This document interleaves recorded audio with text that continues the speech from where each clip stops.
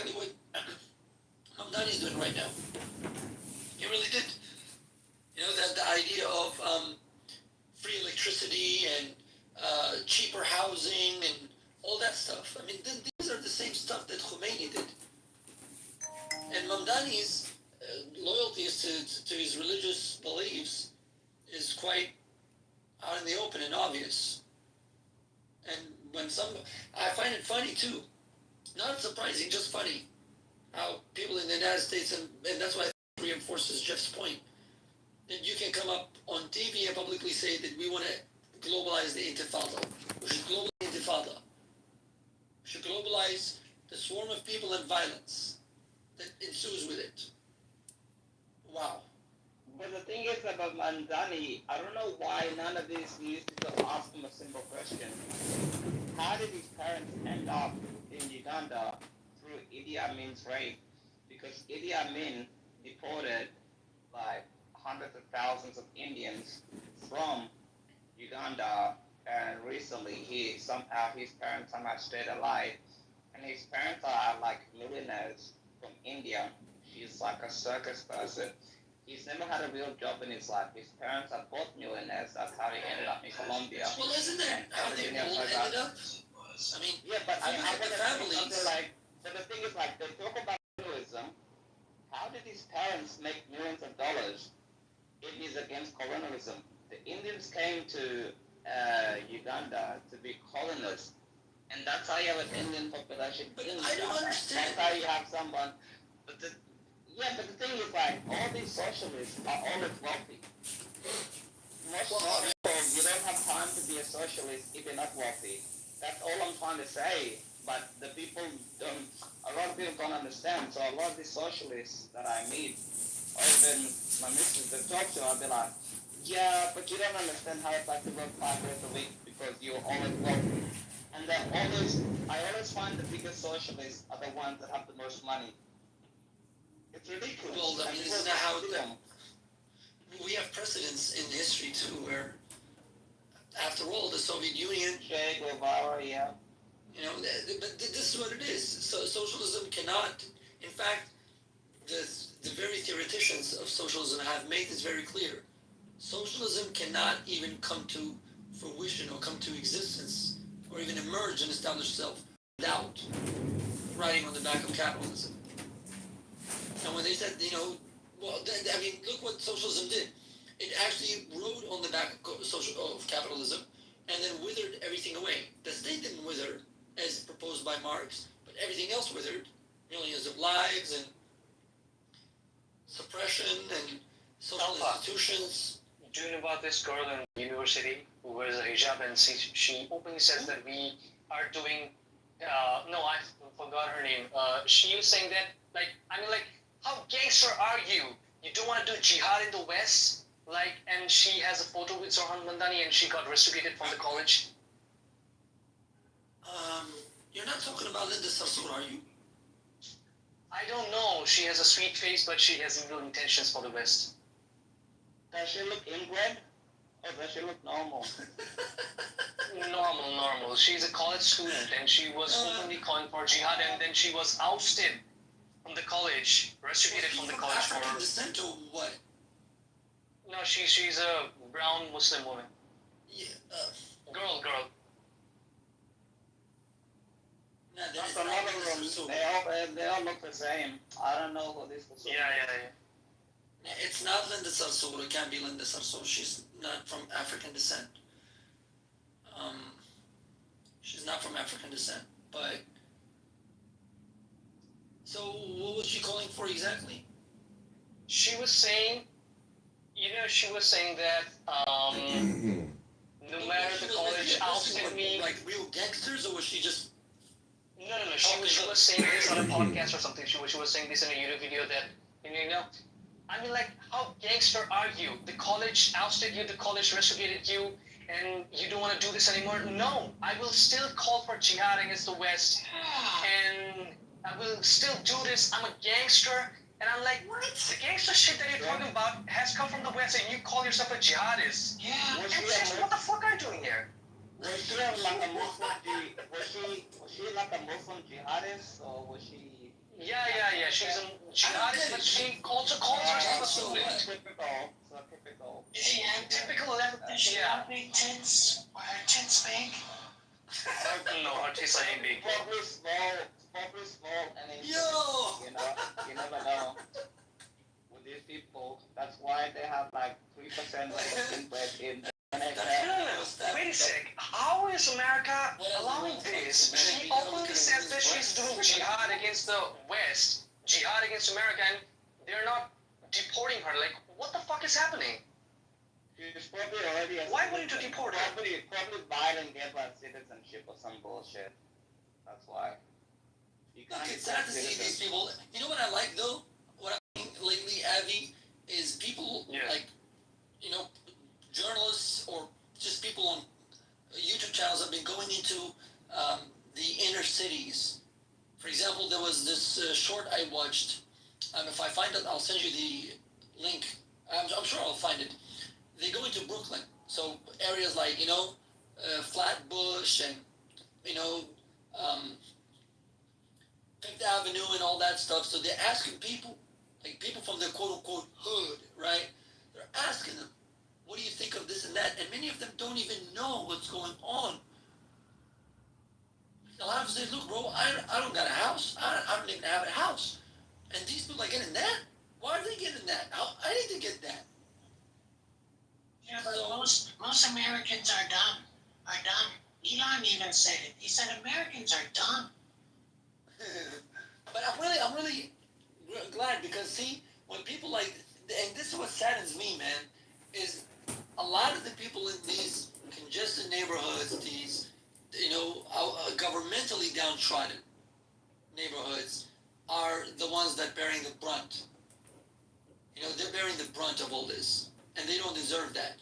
So when they come out and speak and say, look, bro, I need to get those benefits. My family have been living on this land for centuries. Okay, where's my benefit? Well, I need those benefits to help me get off the ground. Don't bring foreigners in. So I'm starting to see that trend, and I think that's great. That's not true. Most Americans need to be deported, and foreigners need to be imported to make the country great again. You gotta get rid of the Import garbage, you become garbage. No, honestly though. Oh, I want to ask a question actually. Can you tell me what's the woke right? I mean, like everybody's been talking about this topic for Woke right? You want the woke right? Woke right. Yeah, The woke woke right. right is People like Charlie Candace Kirk. Owens. Yeah, Charlie Kirk. Yes. Charlie That's Kirk? the woke right. Bro, Yes. he's my favorite. What the fuck? Look, how is he I woke don't right? hate the guy. I don't despise the guy. But Charlie Kirk is disingenuous. He's disingenuous. Like which one? Which exactly? Okay, you cannot appeal to science, Charlie Kirk, when it comes to, for example, transgenderism, but then you fall back on it when it comes to the Bible. Don't do that. Explain. Okay, for instance, when a person says, you only have XX chromosomes, XY chromosomes, and secondary sexual characteristics. I agree with you. Simple biology. We all learned it in junior high school. However, since you appeal to science so much and you hold science in such a high regard, right? Why don't you accord it the same respect and regard when it comes to your policies that are based on beliefs, Christian beliefs, immorality? Oh, so he's poorly managing the balance between science and religion. Sir. And that's one of the woke. Okay. Another woke thing that Candace Owens, now I respect Candace Owens for one thing. The fact that during Anti-Israel stand. No. During COVID, she stood up, she had certain authoritarian policies, okay? She wanted people to know the truth. I agree with her that if you're going to claim that and this is why I go against the left here, if you're going to claim my body, my choice, you cannot turn around and in the same breath tell somebody, when it comes to vaccines, your body, my choice, or your body, no choice. Now, scientifically speaking, yes, take the vaccine. And it's not surprising that the vaccine came up so fast. It was produced and manufactured so fast. Because pharmacological science, with all of its erroneous past, with all of its shortcomings, we have done good progress in terms of genetics and virology, right? But when it comes to public policy, in my opinion, I would say science has no bearing on it. Science says, look, this is effective stuff. When it comes to the ethics, policy, you take it. You don't want to take it, fine. You've made a choice, you suffer the consequences. So when it came to the battle of narratives between left and right, I respected her for that. Even when, what's her name? I forgot the doctor's name who actually supported her in this too. And she's a neuroscientist. And I love her, by the way. Great scientist in her own respect. And I respected that. But when Candace Owens began towing the line of the idea of this and Israel this and 40,000 and genocide. Shut up, Candace. You're telling me, Candace. Yeah, exactly. That's the reason why I stopped telling following them. me that one of the judges on the panel of the ICJ that came on the BBC and said that we've never ruled against Israel. We haven't said it's a. You're telling me you know better than the judge? No. And you're toting the same propaganda lines that is being told by Hamas? Shut up, Candace. Look, Candace has a problem. Candace has a problem, along with Kanye West. Look, if you have a problem with Leor Cohen, right, then say fuck Leor Cohen. And you should be thanking Leor Cohen. Because of Leor Cohen, Jay-Z is a billionaire. Because of Leor Cohen, DMX had enough money to do crack. Because of Leor Cohen, Russell Simmons is well off in his retirement. yeah. These guys should be thanking Leor Cohen. And Navi, Alpha, I thank you guys for, and there's very good points, Alpha. Very good points. Look, many girls have dated Mr. Jeff here, right? Many girls on Clubhouse. Many girls. They have told me personally. Okay. Dated Mr. Jeff. There's a lot to do, Jeff. Like, what are you talking about? Hey, Chief, can you let me finish a sentence? Sure. Okay. And but none of them, they're all elderly, well-respected women, all of them. And and good on Jeff. I really hats off to Jeff. That's it? Left, right, and center. Jeff is getting action. Jeff is getting action on Clubhouse, right? And Was that it? That was the dumb mistake I had all night, even from the Islamists. Okay. If Jeff is getting action, he's getting action. Who gives a damn? Like, Well, nobody cares about what. I do give a damn, Ashik, because you should have called me as his personal photojournalist. Anyway, I don't know what to say to that. What do I say to that, bro? I have nothing to say to that. Good for Jeff. Stay healthy, Jeff. Damn, I don't know what to say to that. Anna Kasparian recently was on Berserk mode in Piers Morgan's show, and then she shouted on an Israeli official or something. Did you guys watch that episode? It was wild. No, I hate Piers Morgan. He's a cunt. Fuck him. He's woke right I'll say this, Abby. So there's no animosity, in my opinion, towards Candace Owens. Okay? But Candace Owens, for instance, going on... See, have you seen Candace Owens on Bill Maher's podcast? Did anybody see the segment? If I you watched haven't, the Jubilee video. No, Candace Owens versus the liberals. A long time ago. She's just like some when I want nothing to do with her. Go watch Candace Owens with Bill Maher. She does not have the audacity, to confront him on controversial issues. That's number one. And she does not have the temerity to make the claims that she does now. Now, when she's trying to pretend this anti-establishmentarianism that she's trying to do, fine. You're trying to be a contrarian, fine, be a contrarian. However, don't start disseminating propagandist and anti-Semitic libels against a nation, poisonous conspiracies, and I mean poisonous because they do cause mental retardation, okay? And rehash the same ones that we've been hearing for decades, if not centuries, okay? So this is the problem. But other than that, you're free to your opinion, man. She hasn't said everything that's unfactual. No, she said things that are also factual. But for Candace Owens, right, with her moralism, come on, Candace. You Don't know, bring 19-year-olds and 20-year-olds from OnlyFans or from any college. Then don't do that. Charlie Kirk. Can I ask you a serious question? I get that. Charlie Kirk is something different. Like Charlie Kirk is one of the best conservative speakers that I've ever came across. I mean, like he gives points, and I buy them, even with my own research and stuff. Yeah.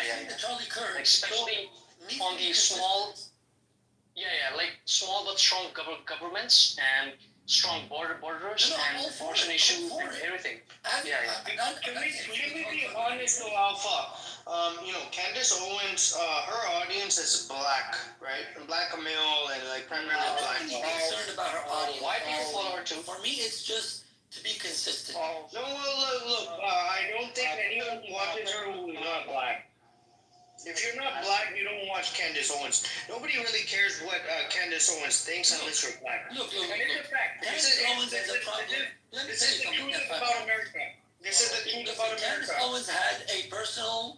Nobody cares what she thinks in America unless you maybe a few black people. Even black people don't even care what she thinks. For me, it's really not black and white. For me, it's No, this is the truth. America is racially She had a segregated. disagreement, and she had a very vehement disagreement with Rabbi Shmuley. And after that conversation, Candace Owens cannot speak about Israel without toting Hamas propaganda. Look, Miss Candace, you have a problem with Rabbi Shmuley. That's between you and him. But don't try to demonize a nation, okay, for your own personal vendetta. And then look, Alpha, the only people falling for it are either the blacks or the black sympathizers. There is a black sympathizer community who is not black in America, but who do sympathize, perhaps because, very dark, insecure about their dark skin or That's new. I think that's one of the funniest things I've Black sympathizer do. from these places. I don't know what black sympathizer means. It's like a race bait thing from Who's the White Guys that they say it all the time. Candace Owens, I don't like Candace Owens because she's just simply wrong. It has nothing to do with the black-white thing.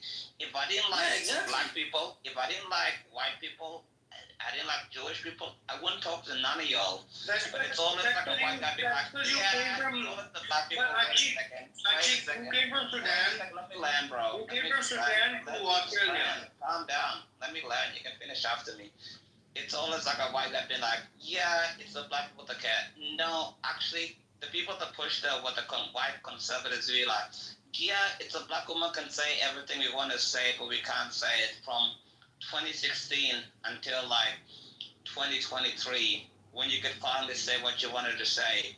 Because for those years, you were such cowardice about it. You let like trans be in front of magazines. You let like lesbians in front of magazines. You let so many people become in magazines. But at that time, you were happy enough to be like, yeah, Candace Owens can just say what we don't want to say. But as soon as she comes out of fashion, you're like, yeah, she just speaks to the black people. No, she doesn't fucking speak to the black people. Most black people detest Candace Owens, and most Catholics detest Candace Owens. I'm a Roman Catholic. She converted to Roman Catholicism last year, and she doesn't even know the Nicene Prayer. What kind of Catholic becomes a Catholic without knowing the Nicene Prayer? It's detestable. No, look, for And me, it's it's practically just journalism. So don't come here and tell me it's like a black people thing to be like, yeah. Well, what I'm trying to say is, let me get to the core of the issue, right? You moved from Sudan to Australia, fair, right? And Australia is a great country, right? Sudan is a great country. No. Actually, let me correct you. I moved from South Sudan to Australia. Okay, fair enough, and thanks for the correction. However, what I'm trying to get at, you know, you came from majority black nations, South Sudan, and that region, but it's very like highly tribalized. You have all your tribal communities, all these divisions, and then you move to a country like Australia, a very cosmopolitan. Okay. Well, let me finish, Alpha. So Australia is like at least 25 years, 20 to 25 years ahead of America in terms of the racial issue. Australians like false. Let me finish. I've seen both countries. In America, race is a very important issue. Okay, and the society and how America works, a race is extremely important, and it's a very crucial component of how the society functions. Not so much in Australia. Australia is a little more cosmopolitan, a little more advanced. Even ahead of Canada. Canada is ahead of the U.S. and then Australia is ahead of Canada. So that should put things in perspective a little bit for you. Okay, race matters in America. It goddamn matters in America, and I don't care what anybody says. If they say otherwise, they're too much left. They got a little bit of those those horse blinders around their eyes. But don't you think that it's time to get over racism? I gotta go. I can't listen to the wisdom of a retard anymore. He's got about as much sense as I've slept with elderly. I'm so sorry, Jeff. I understand, Jeff. I understand. Take care, my brother. I'm adding you, Jeff. Bye-bye. Shabbat Yes, shalom. Shabbat shalom. Shabbat shalom. Alpha. Finally. God damn it. Yeah. I can't. My son had nothing to do with it. Yeah, I get it. Look, Israel is a great country. Israel is a great country. Okay? Israeli Jews are amazing people. Alpha can attest to this. Israeli Jews are amazing people. You want to say American Jews? Bruh, give me a break. Bitch slap those American Jews. Because you can't even bitch slap yourself. What are you doing? Bitch slap you back too. I would bitch slap you back to Cuba right now. Wait a second. I would bitch slap you back to Cuba right for 2 years. You've never put on a single uniform. You're not I would bitch slap you back to Cuba right now. You're a white beater. I would bitch slap you from Perth to Cuba. Be like, yeah, One I'm gonna slap. girlfriend because they're gonna bitch slap you because they've been One fucking slap. out One slap years from Perth to against Cuba. terrorism. You've never put on any uniform ever. You're such a pussy. Like You one of those can't people I'd be like, even yeah, play basketball properly. but in The one talent you Wait a have second, is wait a second, guys, please, guys, He's a fucking please. retard. He's thinking like Wait. he's just gonna walk up to a random Jew and be like, yeah. I I'm would gonna bitch slap you back to Wait a second, Cuba. wait a Well, second. the armed forces are hard. Wait a second, let me mediate. Okay, let me mediate. S500. Shabbat shalom. S500. Shabbat shalom. You're not Yeah. a retard. Sure. I'm calling you. S500. I want to talk to you. Let us speak, brother. Let us speak. What's your ethnicity? So basically, my father's side is from Malawi. Okay, and my mother's side is actually Pacific Islander. Pacific Islander and Malawi. Okay. What's your religion? I was raised a Christian, but now I lean more towards Buddhism. That's my So preference. you're ethnically brown or black? Like, what's your race? Half African, half Pacific Islander. Which type of Buddhism are you? Theravada. And what year did you become a Buddhist? 2009. 2009. You're old. Fucking hell. But anyway. Yeah, I mean, What I year was did you 11 get years married? old at the time. I was 11 years old. I didn't even tell my parents for 7 years. Right? I So didn't even you left. Did you get confirmed before you left the Catholic Church?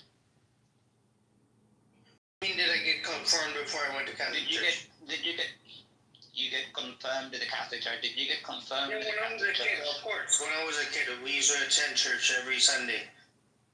You're such a liar because you get confirmed to the Catholic Church when you're 10 or 11. So many people lie on here, it's ridiculous. No, look. You're such a ridiculous. I'm sick of you. Like, you can't even tell the truth. Shame on you. You know the biggest shame?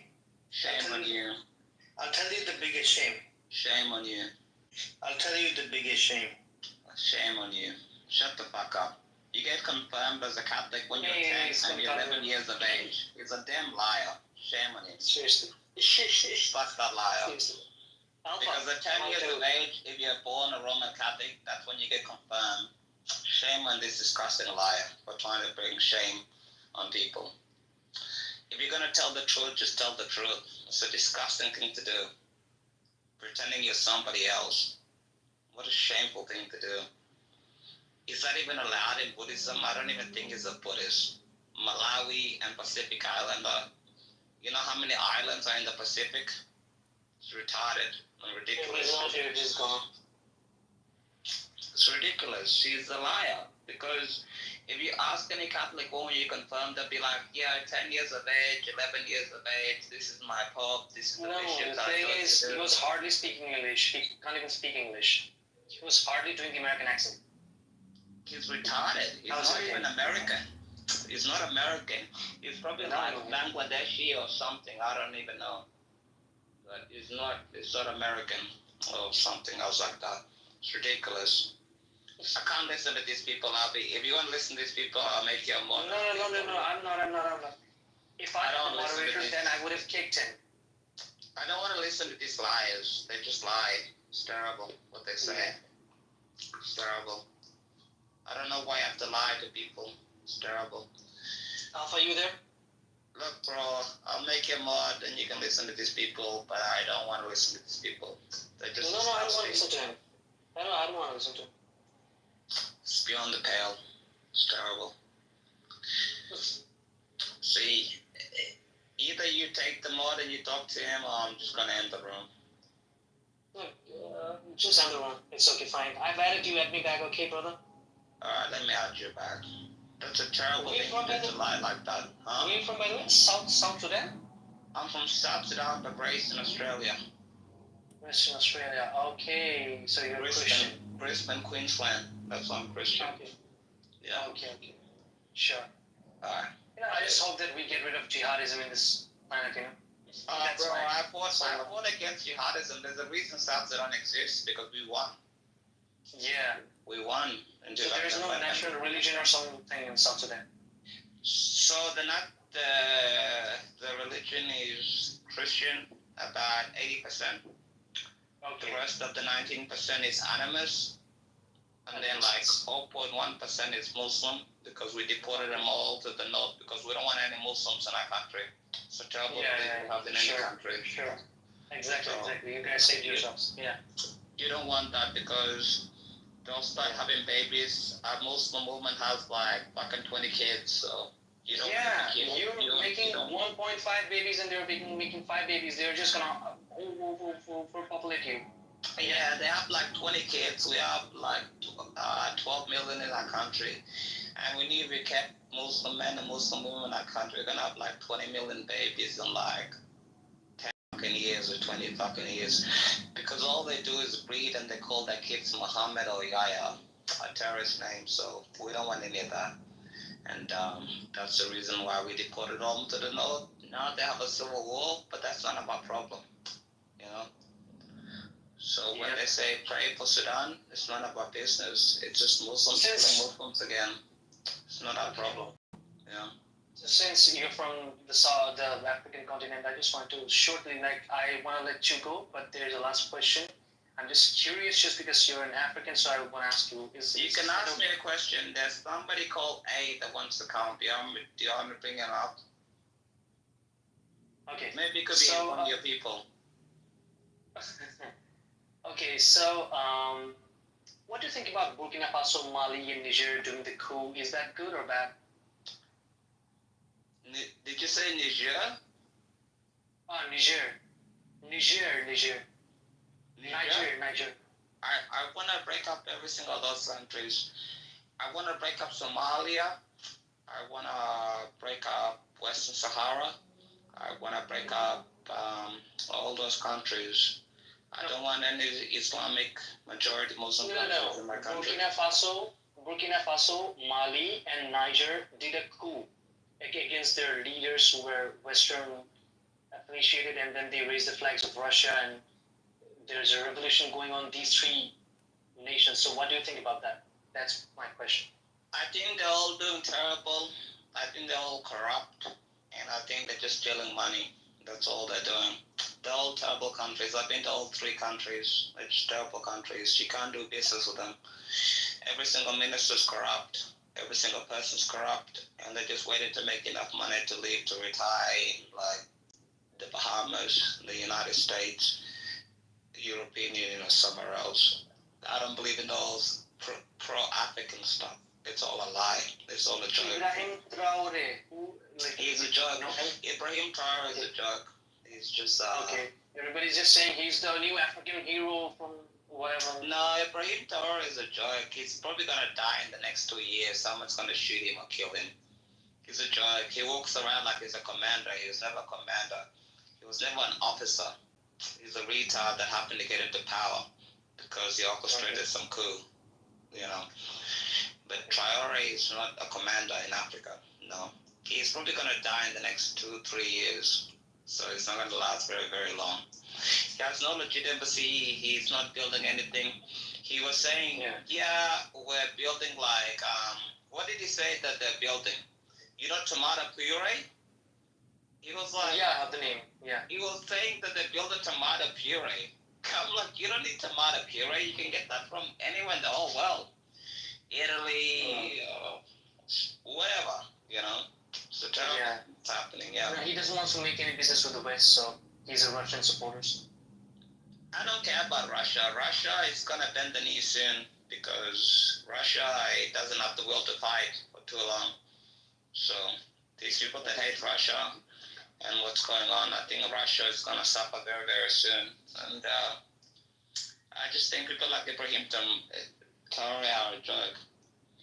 They're like Makandu and stuff, you know, Sokote, all those leaders in Africa beforehand. You know all of them. I don't need to repeat them to you. You understand? Yeah, I understand. These people are terrible. But there are some people saying, like, I don't know if it's a false narrative, that he's the most, handsome, brave man from Burkina Faso or something. And I'm like, oh, really? Let me talk to an African. Bro, Burkina Faso, did you know had a dictatorship for the last 40 years? Before that? What? Yeah, before Traore, they had a dictatorship for the last 40 years. Repeat it again, I didn't get your accent. Burkina Faso is a terrorist country. Terrorist country? Yeah, Thomas Sankara is the first president of Burkina Faso. Okay. And he lasted until his best friend killed him until 2014. Burkina Faso has always been, how do I call it, a military dictatorship. It's nothing new. You know? But he's anti-jihadist. He says that he Muslim or Christian doesn't matter. He just wants to. It's his. Yeah, but the thing is, like, every single week the Muslims take more territory from him. He's not winning the war. He's claiming to be secular. Yeah, but the problem is he's not winning the war.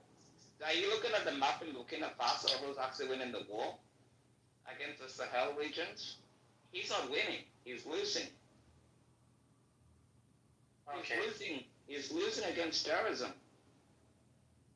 And if he doesn't give up his seat, Burkina Faso is going to become a full-fledged jihadist state. That's what's going to happen. I hope you know that, right? Yeah. Social media is not real life. If he doesn't Yeah, give but it up, social media says that he's like really secular and he's against jihadism and terrorists and all that. Like, social media says. they said the same thing about Khomeini. You know, you don't believe social media. You have to go back. They said the same thing about Ayatollah Khomeini. Like, yeah, he's secular. They're gonna call it the Islamic Republic of Iran. It's gonna be democratic. Blah blah blah. Yeah, that didn't happen. You know, don't believe everything you see in social media. It's all a fucking. Yeah. That's why I just verify from different sources. Ibrahim Traore is gonna destroy Burkina Faso because he's illiterate, he's uneducated, he can't even speak French properly, he can't even speak Farsi properly, and he wasn't educated properly. He wasn't even a commander. Thomas Sankara. Okay, he's also a good figure. Yeah, Thomas Sankara was there, but he was a socialist. His best friend killed him before he got there. Okay. Socialist. Yeah, he's a socialist. Where are you from originally, so I can compare it to your country, so you understand what I'm saying? I'm from India. All right, it's like Nehru betraying you to the Muslims. Now you have 200 million Muslims in your country. It's like that. Yeah, our country has been facing this for the past 1,000 years. The Mughals, they came here, butchered our people, raped our women, destroyed our temples, forcefully converted them. Ask me about it. 1,000 years of brutality. That's what I'm talking about. That's what exactly he's gonna do. Because he's losing the Sahel, and he's losing areas next to Mali, and he's losing the north part of Nigeria, and he's losing the north part of the Gambia, and he's losing Senegal, because Senegal is a majority Muslim country. He's losing everywhere. He just has a good social media campaign. There's nothing badass about him. He's a weak and a pathetic loser, and eventually he's gonna lose, and you're gonna see it maybe in 2 months, 3 months, maybe Christmas, but you'll see it. The jihadis are gonna take over that part of the world. You'll see what happens. It's gonna be like ISIS all over. Achik, I heard that there is a famine going around, in Sudan. Is it in North Sudan? I'm not sure. Just asking. It's in North Sudan, so I don't really give a fuck. It's none of my business. As expected. As expected. They always want handouts, isn't it? That's a North Sudanese problem. That has nothing to do with me. I'm South Sudanese. When my people were dying and they were blowing up our churches and they were doing suicide bombing in our buses and all the bullshit they were doing, I don't really care how many people die in North Sudan. I mean, it sounds harsh, but yeah, there's a famine in North Sudan, a problem. The UN go there instead of worrying about Gaza every single day. Gaza. And all these terrorist organizations that work with Gaza, Humanitarian Foundation, other ones. It's not my problem, bro. Yeah, it shouldn't be. We also had, I'm from the same place, India. And we had a chance in 1947 to, for total population transfer. They asked for a separate nation. We gave them two, Bangladesh and Pakistan. But the founding fathers of India, to be frank, were stupid enough not to ask for total population transfer, and a lot of them stayed back. Nehru and Gandhi screwed you guys. What they did to you guys is unforgivable. It's terrible. They gave you borders. One was Bangladesh, a terrorist state, another border, and one was Pakistan, another terrible state. The greatest mistake that we did while our freedom struggle in the freedom struggle is we created a jihadi state for the jihadists, and then we created a secular state for the Hindus, and it was like, what the fuck, dude? Just make India a Hindu country. Exactly. It would have been nice. Why did you do that? But the political party, he's the greatest bastard of all time. His name is Jawaharlal Nehru. He destroyed everything in our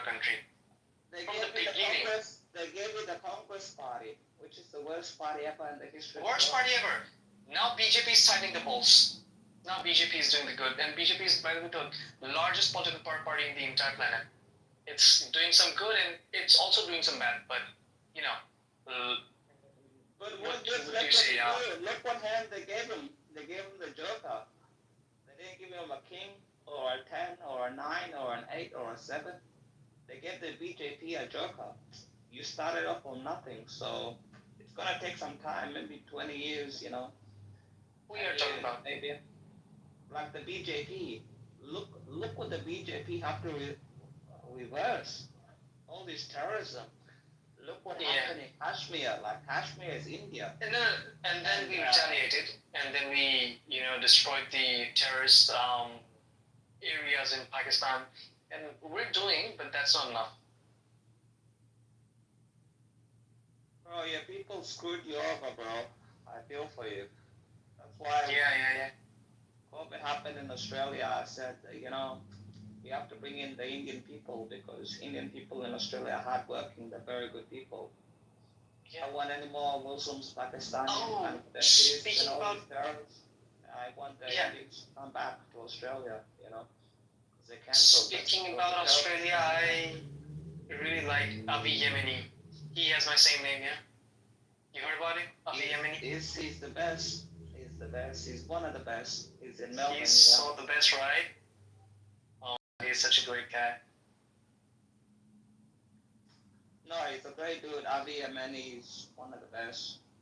One of the best. He really goes to the pro-Hamas rallies and he trolls the shit out of them, That's the best part. I go to the pro-Israeli rallies, so right now we have one in Sydney, and my friend is going to do it on Sunday. They're going to cancel it, and we don't want these people in Australia. You have so many Arab Muslims that they came from Syria as refugees, and after they came here, they have like anti-Semitism. They hate the Hindus. They hate everybody. They hate Christians. They hate Jewish people. They hate everybody. It's a terrible thing what their religion teaches them. I didn't even know what they teach them, and we're going to make sure nothing happens to our Jewish community in Australia, that the best will love them, and the Hindu community too.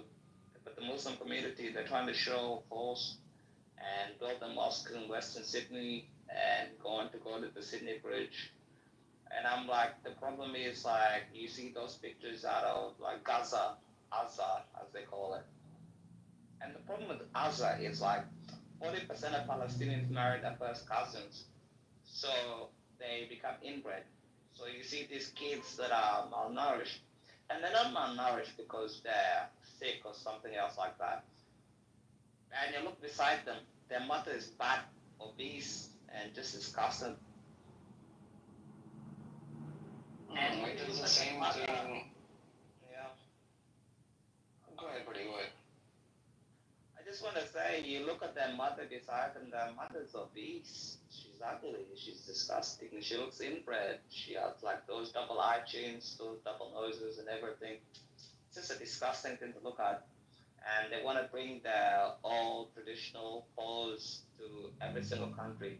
France right now, the reason why France wants to recognize it because they have a 10% Muslim population and they need it for the electoral votes, especially in Paris.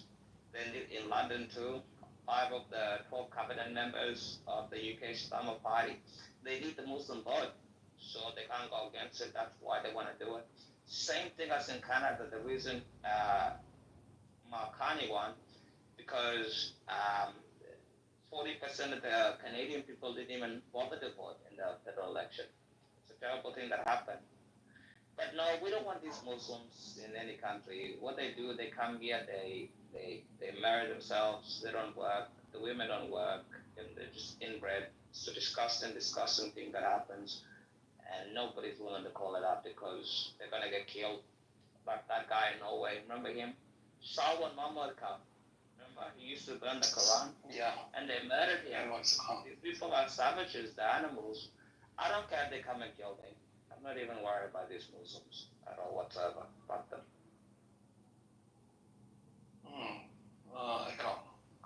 The same problem is there in Europe, in Britain too, that consanguineous marriage, the marriage between cousins among especially these. And they won't even stop with one or two child even if they are told that the babies that they would be having would be mentally challenged and retarded, or like physically also retarded. They actually use it as a tool to gain more, to get more social welfare. And these people are also provided, I don't remember, it's some mobility vehicle, mobility vehicle. That is state space for the hospital visits And social something like that. housing. And I have to go to work every single fucking day to subsidize these people. It's ridiculous. Why should I go to work every single? There's this one video that I was watching that day in front of the cathedral. Okay, in front of the cathedral, these people are doing namaz. In front of the cathedral, they are doing the Muslim prayer. And I'm like, why do we need to do it in front of the cathedral? It's in Melbourne, I think. Did you follow that? Yeah, I saw that. It's a show dominance because in their own Like, country. we are here to take over. Yeah. Yeah, it's a show dominance. They're retarded. And the cathedral responded by ringing the church bells. Loud church bells. They retaliated. And I'm like, what the fuck are you doing? Imagine Christians going to Mecca and praying, praise the Lord in front of Mecca. Imagine that. Has that happened? Will it happen? No, the only reason it happened is the Pope said, yeah, we need to do another crusade. It took the people in Spain and Portugal 800 years to get their country back. Sometimes it takes a long time, but these Muslims are just retarded. All they do, they just come here and they just have many kids. They breed, they live on social welfare, and then they go and pray.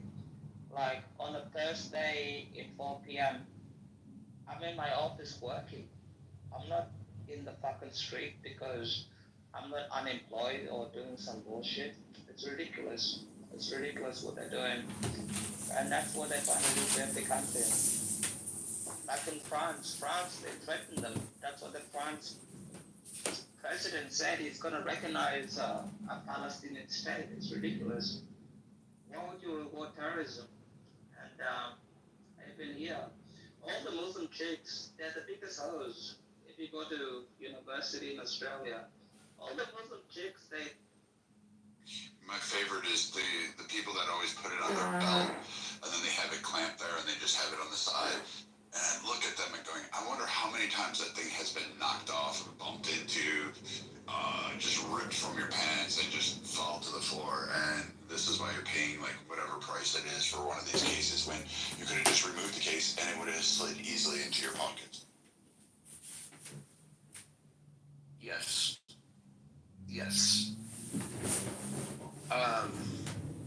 What do you guys think of the feature, the polling feature? We've only You guys like been using it for 3 years.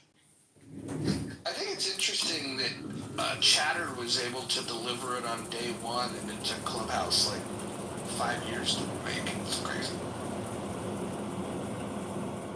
I noticed that Kristen, Serendipity, and Brad have not answered the poll. Norman's not answered the poll either.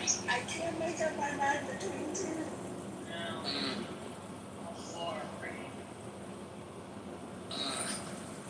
I think they should roll out the video streaming next, like Chatter has. Well, I'm not a big fan of the video. I think audio is diminished when you turn on the video.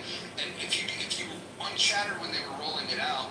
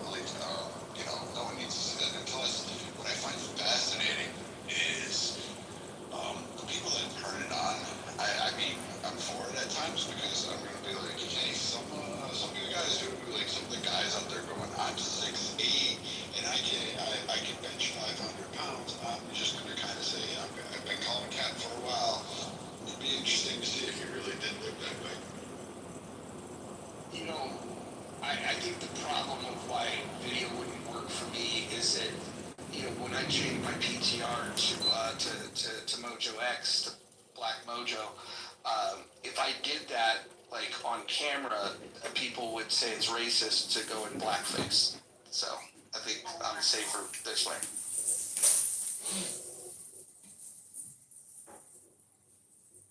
The voting's tight, man.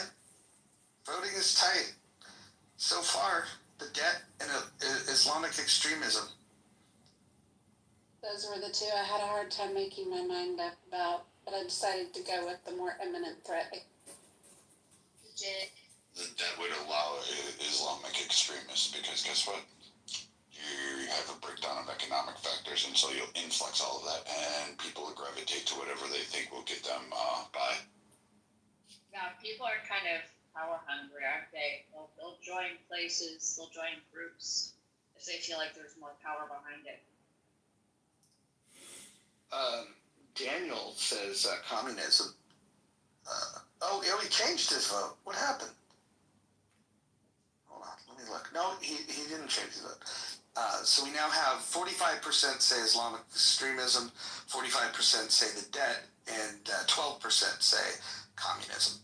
So far, 0 people have said that white supremacy is the biggest threat. So it's fascinating. I was just debating between the debt and white supremacy, and I'm like, I'm not even sure white supremacy is a thing anymore, especially when we have white folks crying about blue jeans, the Sydney Sweeney ad. So, yeah, I don't even know if that's an issue. Can you explain that to me? Because I remember Beyonce, right, yeah, Beyonce, coming out on a jeans ad saying she had great jeans, right? I mean, didn't she do that? Like, she was laying down, she had a jean jacket on, like, bedazzled fucking jeans. Sorry, I'm old. My kids that were had a bedazzling. But I mean, I recall that. Oh, so you're saying, so you think that the ad was a nod to Beyonce, or like a diss? No, I just think it was a fucking ad. It put a hot girl in jeans again. I mean, do you want Hunter Shackelford in jeans, or do you want Sydney Sweeney? Oh my God. Hunt. Yeah, nobody made a big deal about Beyonce's jean ad, but Sydney Sweeney, who I happen to think is smoking hot, and Mojo, if you don't mind, I interviewed her, if you don't mind if I post a link to my Sydney Sweeney interview in the chat, because I'm actually quite proud of that. They're just jealous, Brad. It's just jealousy. She's smoking hot. She's, if I can say, tits. Whether they're real or fake, they seem real to me. And folks are just tripped out. We have a hot young blonde woman promoting blue jeans, and a pun on jeans, and you have tripped out, colorful-haired, fringe progressives angry over no reason. I'm glad the jeans sold out in response to this lunacy on social. Why someone wrote like a widely circulated article about eugenics. It's like fucking ridiculous. America's become really. I don't like eugenics. But America's become very, very anti-intellectual. We should be. Yeah, we're in the middle of an anti-intellectual swing. You would actually, Austin, you would really enjoy this book written by a dude named Hofstadter. He was a professor at Yale in the 50s, and the book is called American Anti-Intellectualism. And what it does is it tracks the tendency in our country from the start to swing. Hey. Brett. Yeah. Brett, did you move your stuff you click out or what? No. Oh, I thought for some reason I thought you moved something. You went down there, Anyway, it's called Yeah, I know I had it. And the whole point of the book is to point out that the anti-intellectual tendency in America is one that goes on a pendulum. Sometimes we are hyper-intellectual in the trend of, say, a Madison or a Hamilton, and other times we are utterly unintellectual, as in a Washington. I don't know if I don't know if you knew that, but Washington never had any formal schooling. He was a surveyor by trade. Temporally, I think geographically, it's even more of a phenomenon. I think these days it's a huge thing. But I want to talk about my genetics. That does not mean I'm into eugenics. But yeah, there was a widely circulated article about that. I mean, it's like living such a sensational sensationalist, populist bullshit world. Like, I'd like to be able to talk about genetics without people being like, eugenics, eugenics, eugenics, blue jeans and eugenics. Just for everybody that is unaware, there is a poll feature. Some of you might not be able to see it because you might have to update your app. If you can see it, up above there is a poll. We're asking the question, what is the biggest threat to America? The choices are Islamic extremism, communism, the debt, or white supremacy. If you want to vote, you need to make sure you have the latest updated version, and then you can have your vote counted. I don't, but it's the white supremacists and the Islamic terrorists. Yeah, they're both pretty bad. I would say 3 of the 4 are legitimate threats, and one of the 4 is no threat at all. But I'll let you guys decide. Hey Roger, you gotta take a look in the chat at what Keegan says about the quote Jewish influence in America. Apparently, we're controlled by the Jews. Oh, amazing. Why doesn't he come up here? Like being an anti-Semite. Why doesn't he come up here and tell us about this? That'd be amazing. Because he knows Brad's gonna rip him to shreds. Let's hear about it. It's interesting. The campus protest worked because people like anonymized themselves by wrapping themselves in keffiyehs. Hi everyone. Sorry, wrapping themselves in what? Sorry? And I don't mean to say, worked. I'm saying the science behind it. Like, very few people are proud of being anti-Semites, and they just put on keffiyehs and became like raging redneck anti-Semites. Yeah, that's the thing. Mark Rubio was just talking about this. Hi everyone, and he was saying that it doesn't make sense to protest against a government that you're not a citizen of, because they're finding that there are protesters who are on student visas. I thought that was a good point. I mean, I would not go to Japan and protest their laws because I would consider myself a guest and not a citizen, right? So I don't understand why. Sorry? When I was studying in Republic of Ireland, very conscientious about that. Right, sorry. Isn't that unlawful for a student on a student visa to be protesting?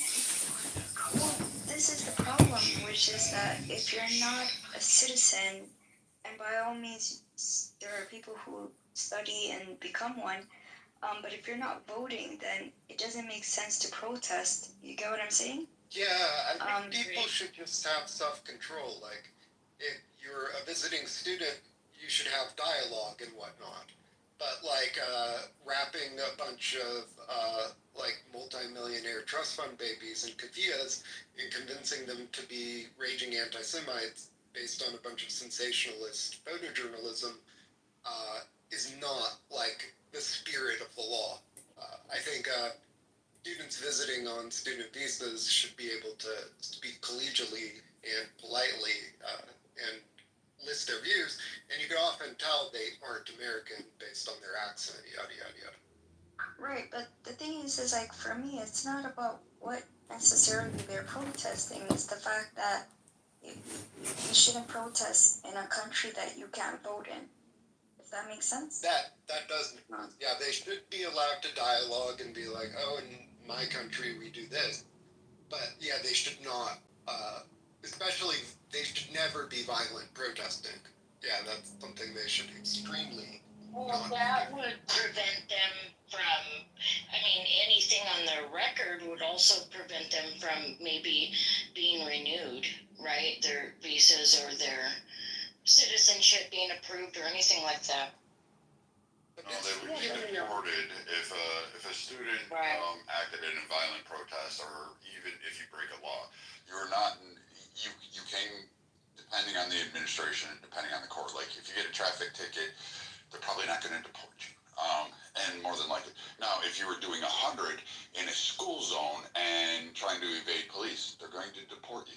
So it depends on the cases. But if you're at a violent protest and you're speaking out against America, for instance, and you're a student and you're on here on a visa, you get a list of things that you are not allowed to do and how you're supposed to act. And you get a book of that saying these are the rules you must follow and abide by while you're here as a guest in this country. Right. I mean, there needs to be some basic respect and boundaries, right? Like, I wouldn't dream of going to a country where I'm there temporarily and then protest because I don't vote, right? Well, hold on, Sabina. Speaking of not voting, you haven't voted in our poll either. Oh, I'm sorry. Is there a poll on here? At the top of the page, if you don't see the poll, you don't have the latest version of this app. So I just wanted to let everyone know that there is a poll posted to the top of the room. We currently have 4 choices to what is the biggest threat to America, and we've got some contenders on here. So if you haven't downloaded the new app, make sure you download it so you can take advantage of this new polling feature. It's very interested in the poll, but I want it. Is it a poll where you could select more than one thing? I mean, No, but I hate polls like that. I hate polls where you can select more. Yeah, I like those though. I know, but they don't make sense. Sabina, nice to meet you. You have a really cool name. You have the same name as one of my favorite, like, alt-rock, jazzy, multilingual singers. Oh, thank you. She's, I got it from a Keira Knightley movie where she was a psychiatric patient for Freud.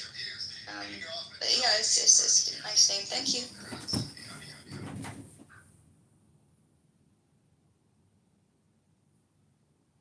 But before I was Samia, but what I was going to say was, yeah, Mark Rubio spoke about this because it's just unheard of that you come to a country and you protest, you know? Sorry, someone. Not unheard of because you have protests going on in Europe right now, all over. You have Ireland, you have England, you have Sweden.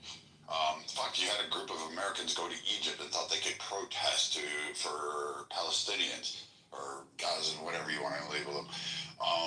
And they thought they could violate the laws. You have protests going all over the world with immigrants. And it's interesting, people in the Northeast, like, why don't they protest at the United Nations? Like, that's like an international diplomatic zone. Like, they could be there and protest. Not that I encourage, like, tons of protesters to be there, but it's good designed architecture. They have the gun tied in a knot sculpture, which is pretty neat looking.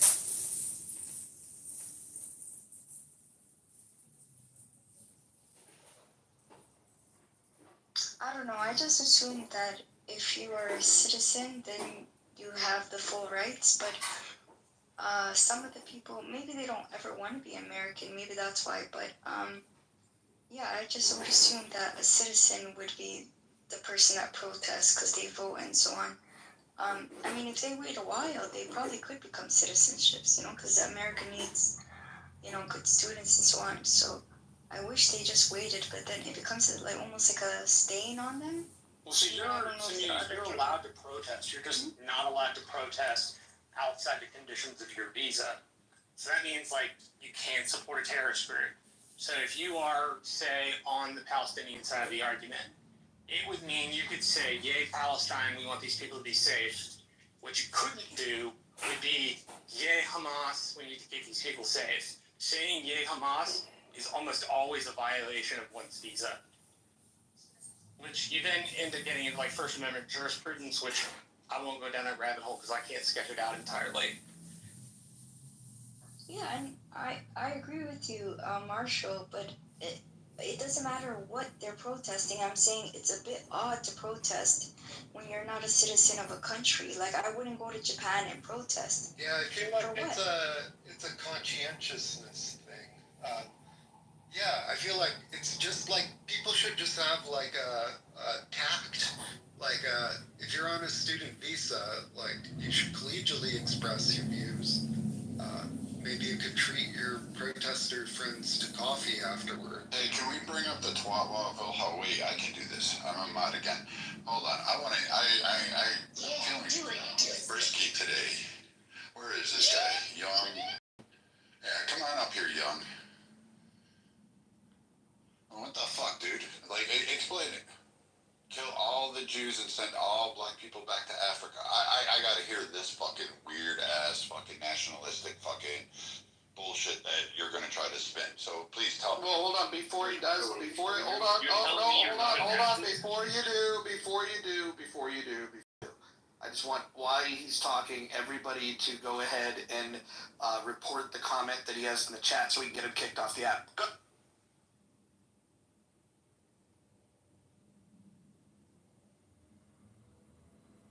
That's what you came up to say, is to give us an emoji and some fucking weird bullshit comment because you're a cuck and you can't actually do anything. So you're telling me you're not a nationalist? You don't love America? Oh, I love America.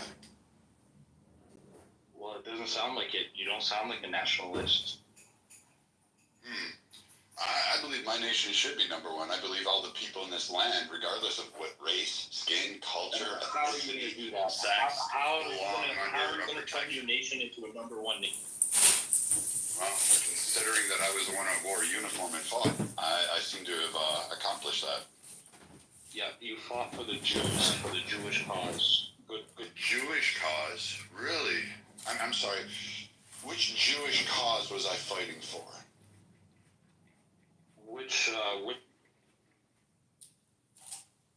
Which Jewish cause? Come on. Which overwhelming, please tell me, which Jewish leader, I'm assuming you're talking about Israel, so which Israel? Where did you serve? Which Israeli? Listen to me, cunt boy. Listen, I'm willing to have this because I really want you to piss me off. Nigger. But Nigger. I want to know. I want to know where the fuck you serve. Come stain. I mean, what do we got here? Your mother was a lot lizard who squirted you out on a prom night dumpster. Like, what do you want? Fuck, I could go with that all day long. By the way, pal, I was looking at your profile and I accidentally hit the wrong button. I apologize. That was me. I know, no problem. Don't worry about it. Anyways, look, it's funny. The nationalists are a weird bunch. They claim to love America, but they don't love the things that made America great. They're literally anti-capitalists. And if the guy didn't have such a foul mouth, we could have had some fun with it. But I'm not going to just let somebody with Tourette's sit up here and shout stupid shit like that. So my issue with them is that they're not American. They're not nationalists. Like, you can be like Paula. Paula, you're Italian, right? She's a nationalist. She loves her country. She wants her country to succeed. Be a nationalist. Happy for her. Yeah, go, girl. You do it. You Italians rock it out. Spaghetti and meatballs, lasagna, all the fucking way. Have fun. Take that. Leaning Tower of Pisa. Go ahead. Have it. You rock that shit. You own that shit. Have it. Your country looks like a boot. It's fucking cool. You've got it. But that's not nationalism, Roger. That's that fucking WASP behavior, that white Anglo-Saxon Protestant bullshit, that these Brad, kids do. trust me, we have a lot of people like that in Italy as well. I mean, unfortunately, I understand they do, but it's they're a not. disease that we have everywhere in the world. Is this absolute? But they're not nationalists because they don't No, want their country to absolutely succeed. not. No, They right. want their country to fail because, quite literally, if you pick these guys aren't the ones that are drivers in the economy. They're not building massive infrastructure projects. They're not running for offices. They aren't governing in a particular way that is far more efficient, more accountable. They're not appropriating funds. They're not reducing taxes. They're not building homes, highways, hospitals. They're not doctors and surgeons. These idiots sit there and are fried cooks and live off of EBT. So please, however, these so-called nationalists, they're not nationalists. You can be a nationalist. It should be a proud thing. Yeah, you're damn right I'm a nationalist. I want America. I love my country. I have literally put my ass on the line more times than I can count for my country. And I'll do it until the day I die. That's great. But I love all the people in this country. And if somebody outside this country harms one fucking hair on their head, I would personally come and take them out. I would literally drink bourbon from their skull as I stood on top of the pile I left for touching one American's head. That's the difference. That's not these guys aren't nationalists. They're just retarded fucking inbred swine that came out of the back hills of Kentucky. Kentucky ever do to you? It's a big ass fucking state with two last names. That's what it did. They had diversification.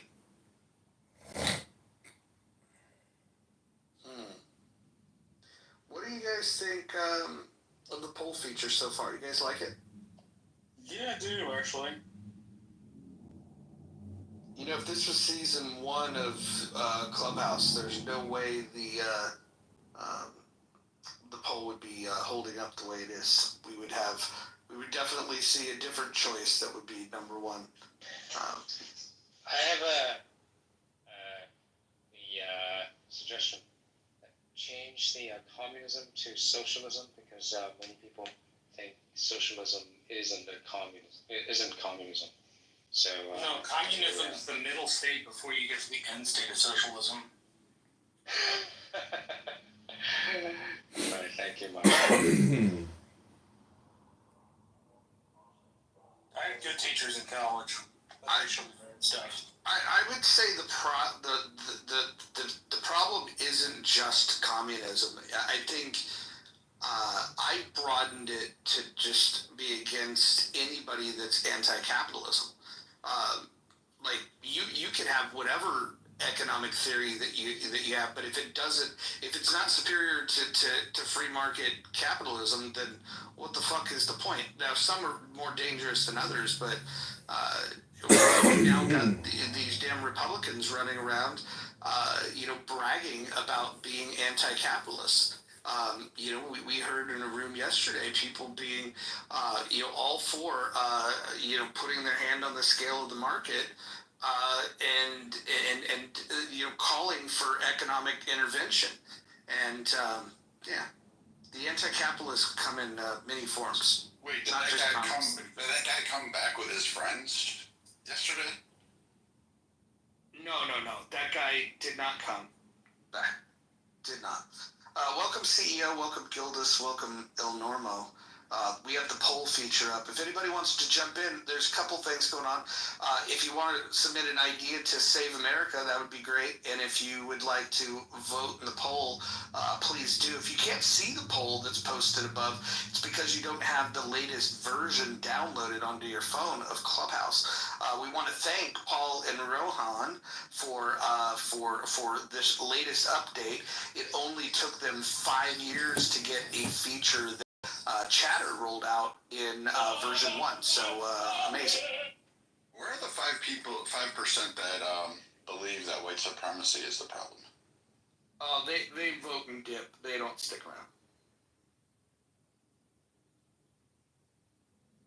Harry, what you want to do is you want to delete the app and then just reinstall it. If you don't see an update in your phone, if you don't see the update, then just delete the app, reinstall it.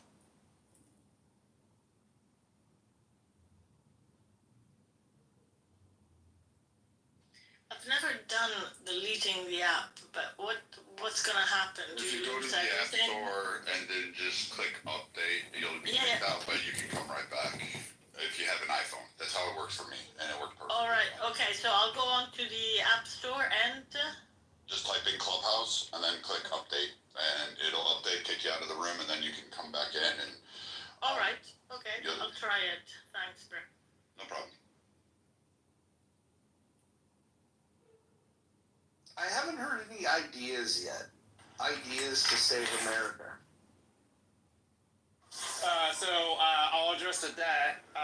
So you can reduce non-Medicare Social Security spending by 5% for 5 consecutive years, increase the corporate tax rate by 5%, and you would get us close to a balanced budget. We'd only be about $300 billion in the hole, so that would go a long way in saving America. Except you'd have to lock down the borders. You couldn't allow any immigrants in that time frame. You couldn't bring in any immigration because because they would be added to a lot of those programs upon entry or upon gaining citizenship, etc. Yeah, I think that's not a bad idea, CEO. Anything directionally towards an improvement is something that I would support. That being said, that in order to pay off right now $37 trillion, let's just say that interest was waived on the debt somehow. It would still have to have $1 trillion surplus for 37 years, or $500 billion surplus for 74 years. We're not paying off this debt unless we do something dramatic, and so maybe we should start talking about ending Medicare and Social Security. Well, you don't have to pay off the debt. All you got to do is stop it from exploding. So we lose 1.7 to 2.1 trillion a year. If we drop that to losing 300 billion, then number one, you'd be within range to be able to get to a balanced budget, and number two, your GDP growth can handle the slower amount of adding debt.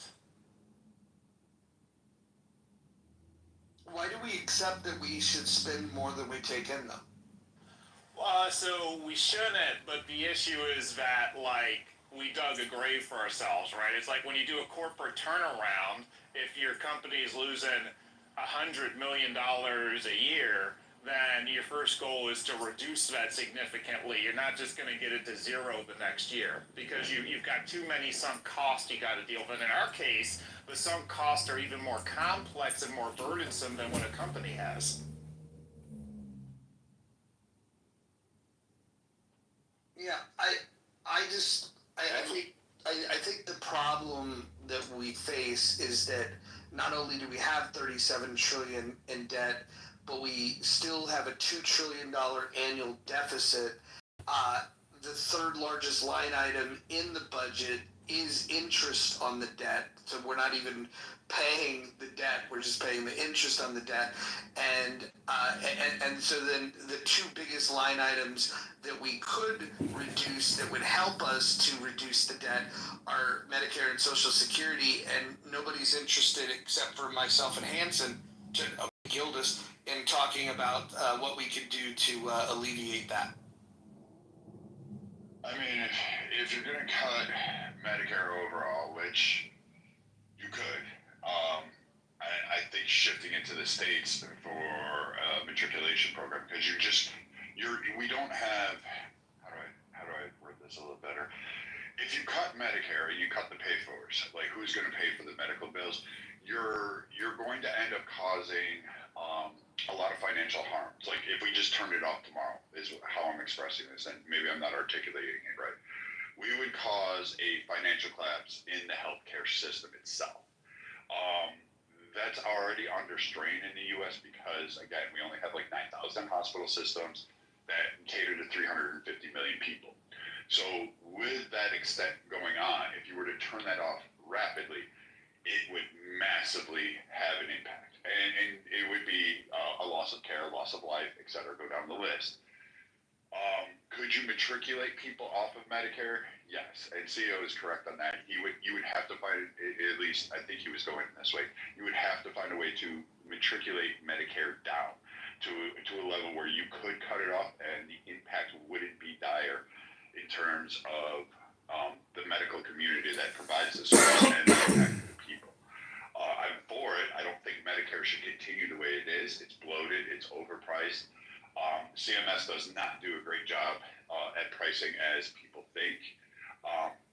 And there's a lot of issues in terms of what gets thrown around in overall into the department of the government.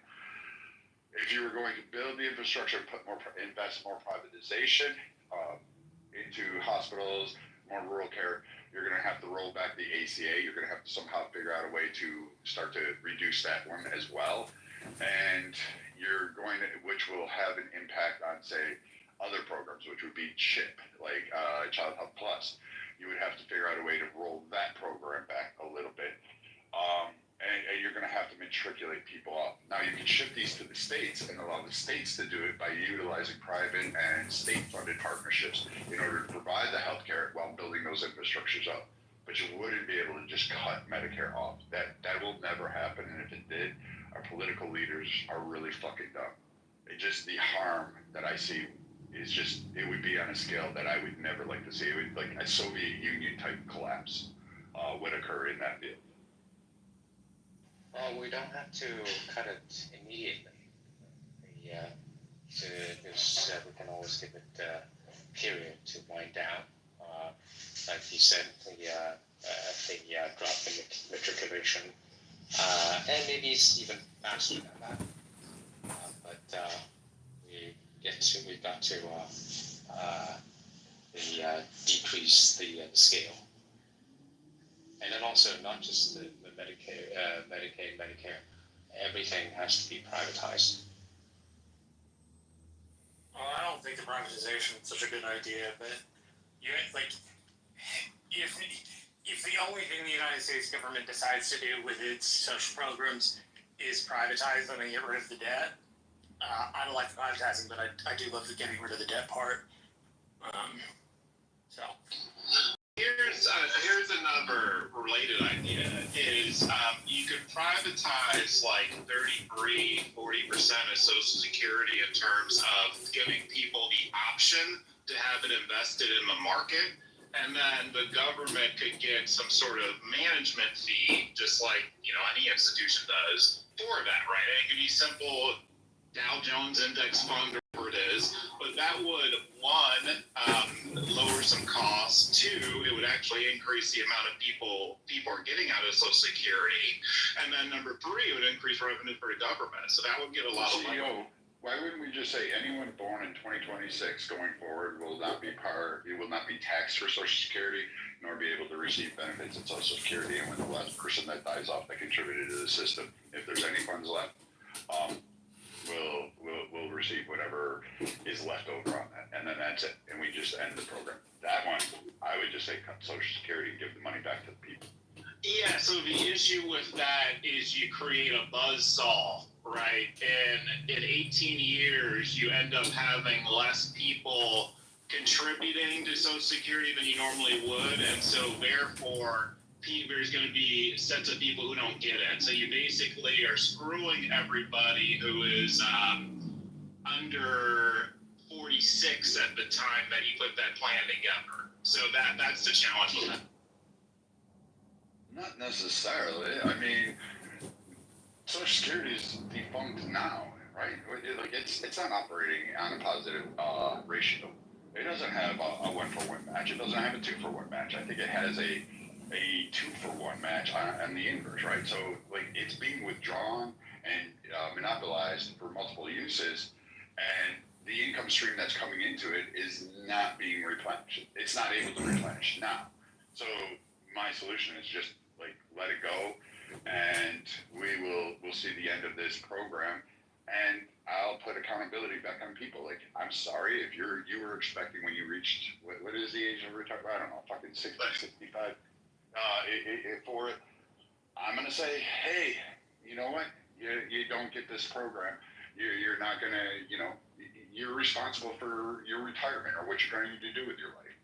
I don't get the idea that I have to be dependent on the government to worry about certain things. Now, if you were going to keep SSI or SSDI, which would be disability for people that are truly disabled, not for those that ate 400 pounds of ho-hos and then say want to claim a disability because they're overweight and can't walk from here to there, or they smoke 20 packs of cigarettes in a day, or drink 10 bottles of booze every day.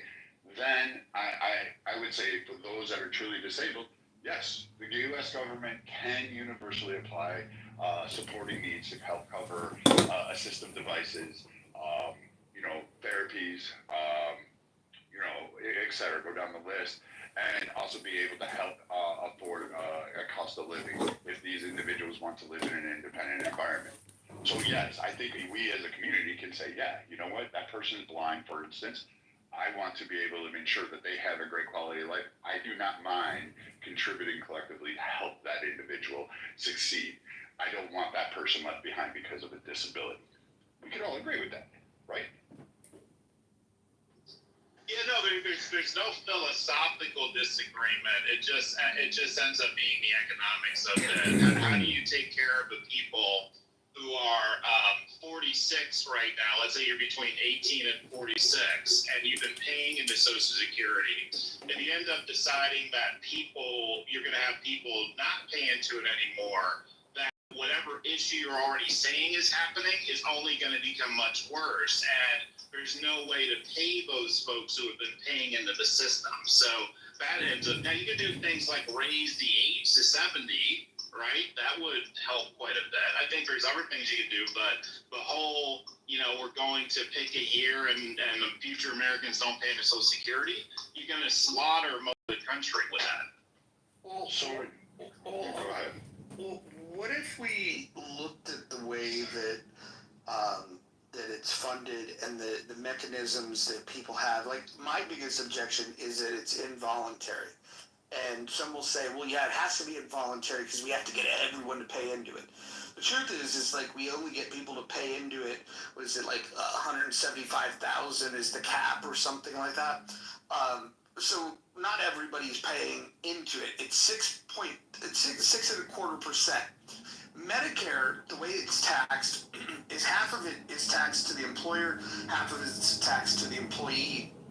And if you're self-employed, then you pay the full thing, and your end is 1.45%, unless you are a high-income earner. And that in that case, then you add 0.9%.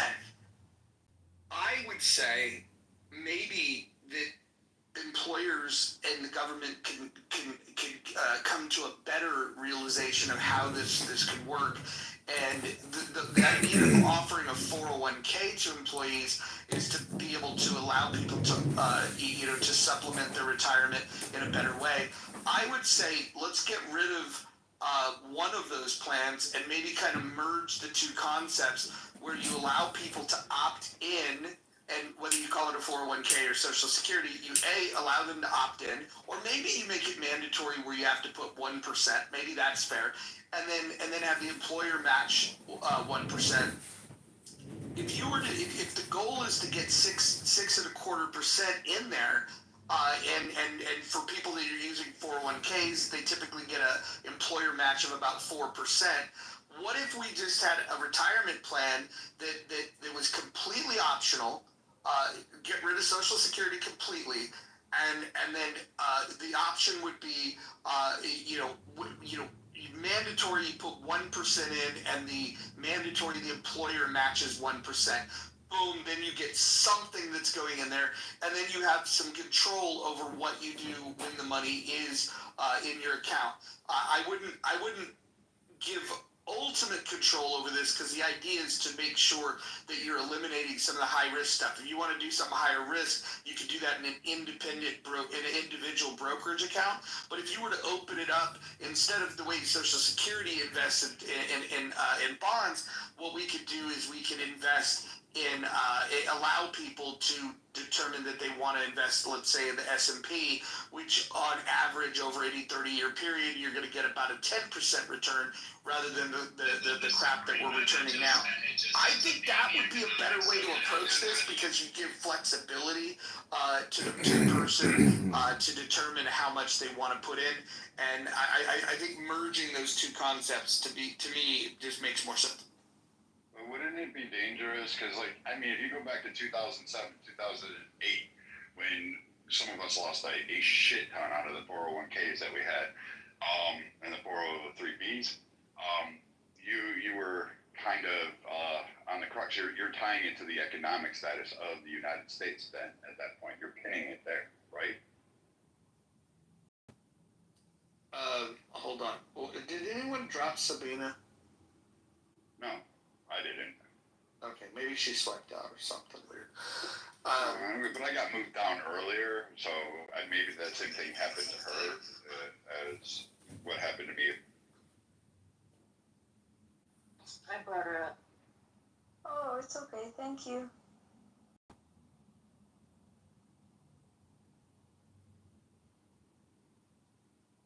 So what would people do with the Ponzi scheme? Do they just cut it off, or they they let the Ponzi scheme go on for a while? How do they do that? Like last time Madoff, when Madoff was arrested,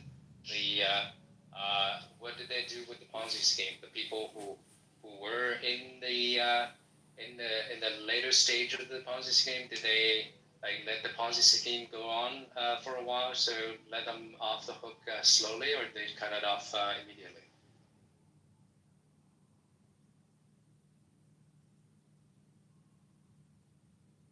Nobody's answering any question. It's a really poor comparison. How's it a poor comparison? Because Social Security represents 350 million people. The Ponzi scheme represents a set of individuals at that specific financial firm in that specific field. Yeah, so it's just a difference in quantity, right? So aside from the quantity, the essential parts are the same. So the later coming people pay for the early coming people. That's the definition of Ponzi scheme. When they cut off the Ponzi scheme, nobody got anything. So yes, you're right. It is similar. Like if you're going down that constraint, yes. If that's where you're trying to line the argument, yeah, that it would be the same. But to a broader point, I would let it just run out and end the program. Yeah. So I mean, the people who later come to the Madoff's Ponzi scheme, they're also suffering. Should we also give them a kind of palliative to slowly run out and let the later coming still get more latecomers to pay for the penultimate latecomers?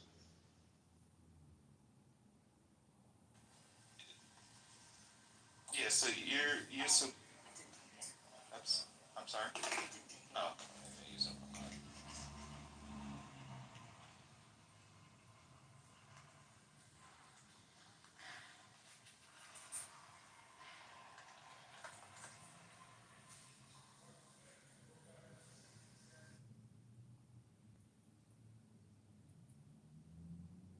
And the number of people shouldn't be a factor, right? So just because you have more people, let's say if Madoff included more people, should we also treat the Ponzi scheme differently?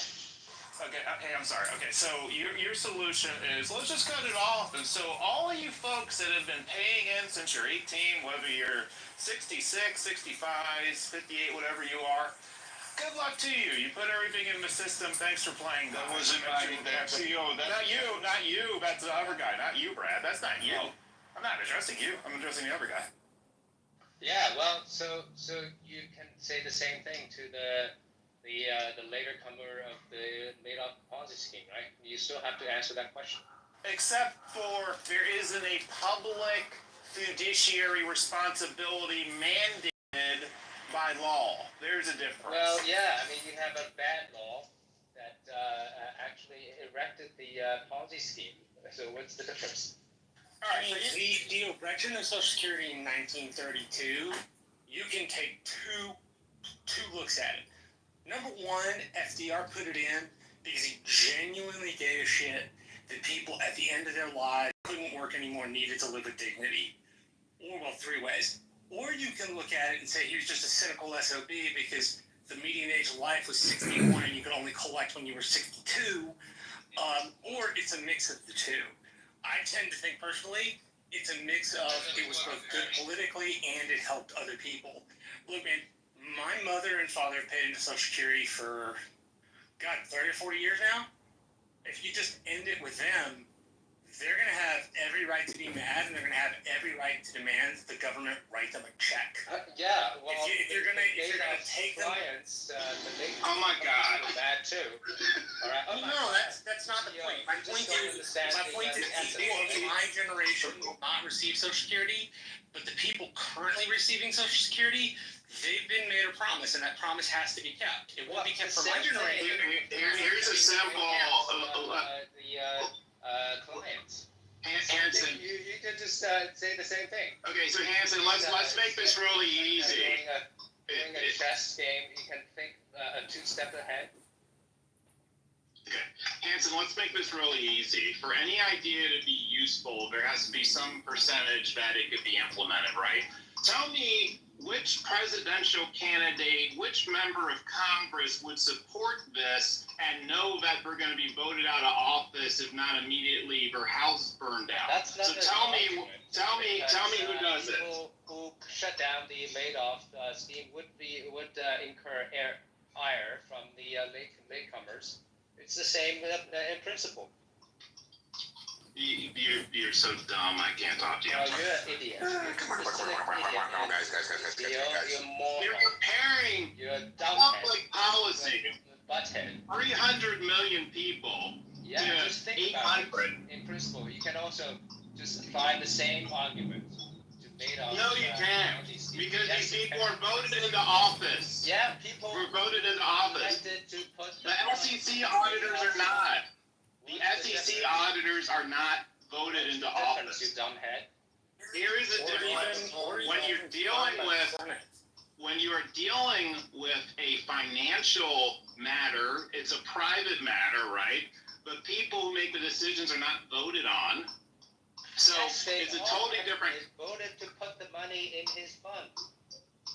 You dumbhead. You're not listening to me. I'm Yes, saying the you're people who not decided to listening pull the to me. plug on it, the people who decided to pull the plug on it. You have what you have has a 0% chance of ever happening. So why are you wasting our years with it? It has a 0% chance of that. Hanson, do you think what you're recommending will ever happen in the United States of America? Yes or no? Maybe. It may happen. Okay. In what scenario would it happen? In what scenario would it happen? Hanson, spell out the scenario it would happen. Spell out the scenario when it would happen, Hanson. Spell out the scenario when it would happen. Tell me what politician today would be on board with such a thing, Hanson. If the people are fed up with it, they will vote for people who will terminate it. You just don't have the imagination. So this is your fairy tale unicorn scenario. Okay, when we get unicorns, we'll get it. Yeah, we got it. I think that, to an extent, Hanson is correct, but maybe there is a bit of idealism in what he's saying. But I would say that, there would have to be some kind of cultural shift for people to even wake up and think soberly about Social Security and Medicare.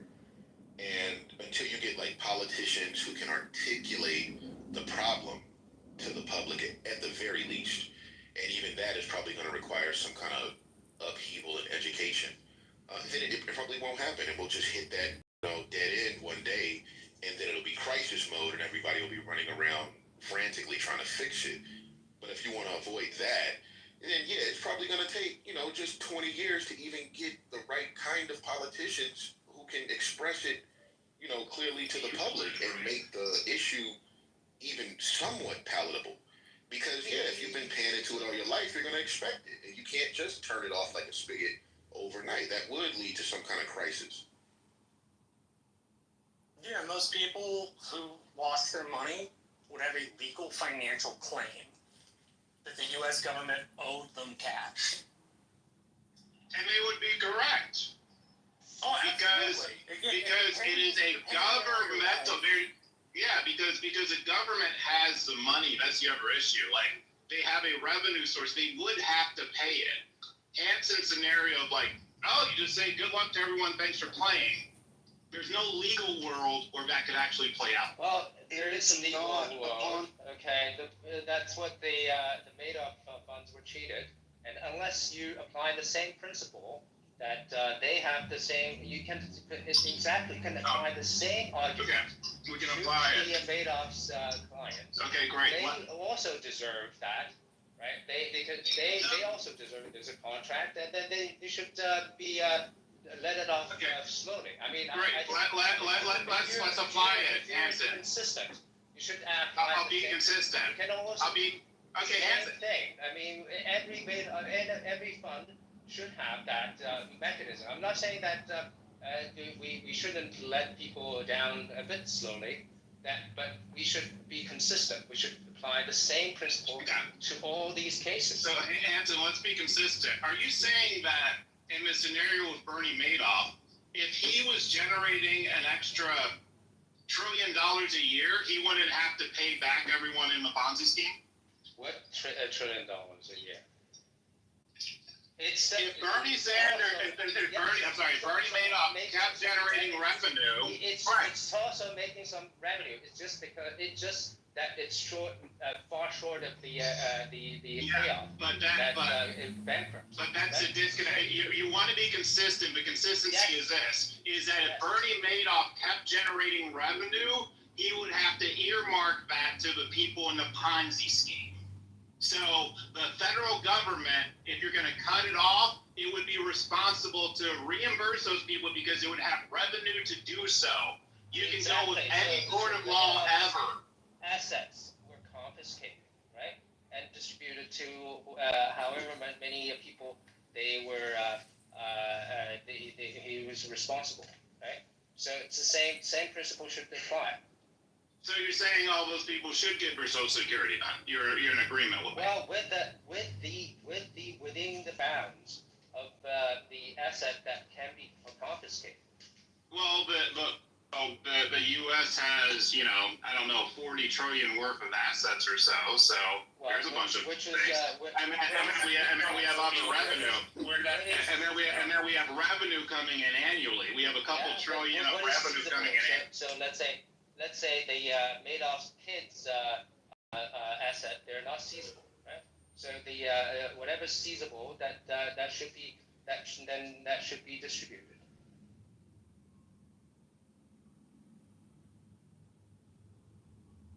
Well, yeah, Hanson, but it sounds like you're agreeing with the perspective that. Oh shit! I forgot. Yeah, what did I say? I said what should be treated like a Ponzi scheme should be treated just the same to the Social Security, right? You have to wind down, but then the treatment should be the same. What do you find objectionable? I didn't hear the middle and end part of that. Sorry. Oh, I said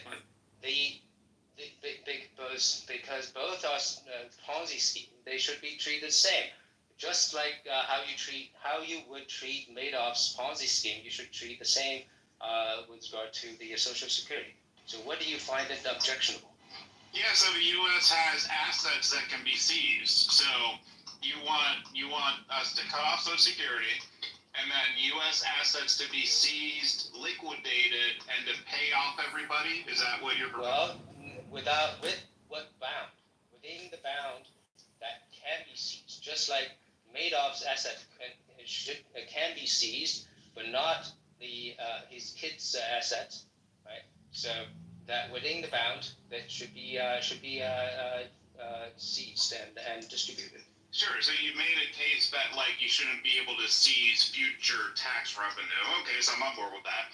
But that still leaves all the current assets the government has at the time to be seized and liquidated for this purpose. So we're talking federal buildings, land. I mean, we had to just sell stuff off and pay people.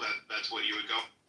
Yeah, if within the bound of the seizure, yes. Why am I going to sell off? Why am I going to sell off U.S. assets when I could just continue to pay out of the fund? Responsibility, because whoever sets up the Ponzi scheme, and that will be a warning for the future. You're missing my point though. Why should I liquidate assets when I can just raise the FICA cap and the retirement age and continue to pay out of the account without liquidating any assets? Well, can you do that, or do you have to? Yes, okay. Congress is fully capable of raising both the retirement age and the FICA cap. One thing though, if you already know that's a Ponzi scheme, let's say the Madoff's Ponzi scheme, and just to do the same analogy, right? So it's not we really a already Ponzi scheme. What find actually that happened was in the Madoff is 1990s setting and up a early. Ponzi Hold on a scheme. second, Hanson. And What happened was in the early 2000s and the late right? 1990s, Congress borrowed out of the trust fund to the tune of about $4 trillion. Both the Republican-controlled Congress and the Democratic Congress borrowed $4 trillion out of the trust fund. Now, trust fund gives the impression that it's some sort of protected financial fund. It's not. It's just a column in the government ledger. It all, the point kind of stands. And Hanson, I still haven't finished the point. Well, here's a tie-in. In the floor, and you didn't state what your point is. Well, here's a tie-in to Marshall. So, Hanson, your proposal would cost about $80 trillion. Would you want this $80 trillion to all be paid out in 1 year, so the U.S. government is doing like a fire sale, or should it be paid out like over a certain amount of time? Like, how would you handle this $80 trillion expense that you just Well, that's a different question, right? You're talking about how we execute it, how we do this, and that's a different question. So long as we agree on the principle, these can be resolved. Hanson, I think my point overall was part of the reason there's not, like, the fund is a solvent isn't because it's a Ponzi scheme, it's because Congress took money out of the fund. No, it is a Ponzi scheme. Congress and both parties said, taking the money off of people who contributed, and what's the difference? I mean, I think the difference is, one, you have to liquidate assets, and the other you don't. So I don't understand why you liquidate assets. Grabbing the straws. You're just grabbing the straws. I mean, you're saying on the one hand you're saying that it is a Ponzi scheme, and then on the other hand you're asking me what should we what should we grab some line items, and you just like finding excuses. Well, Hanson, I think Marshall actually shared something interesting with you.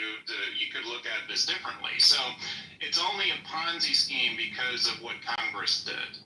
So what if there were a law that you can't pull any money out of Social Security for any other purpose, and that you have to take, with that $4 trillion or $8 trillion you took out of it, you have to put back into it?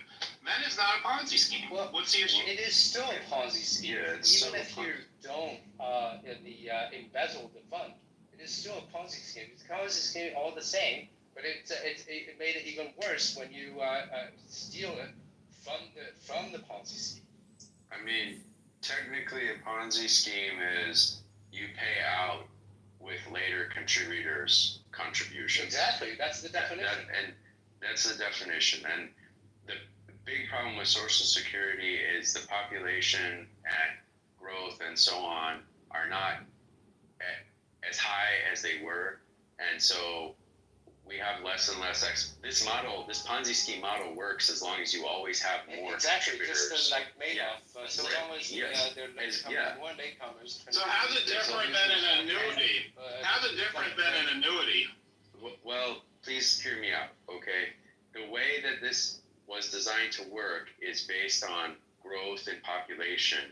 And as long as there's always more latecomers, then there will always be more people to pay out with. But this is a less and less valid assumption. We have falling population growth all over the world. And you're saying, how is it different from an annuity? I mean, there's many different kinds of annuities, and some of them are backed with investments and some are not, and there's all kinds of stuff to that. But Social Security is really just investing in the population of the United States, if you want to view it that way. And that's the kind of the fundamental problem, is that's not the kind of investment that it used to be. So, help me out here.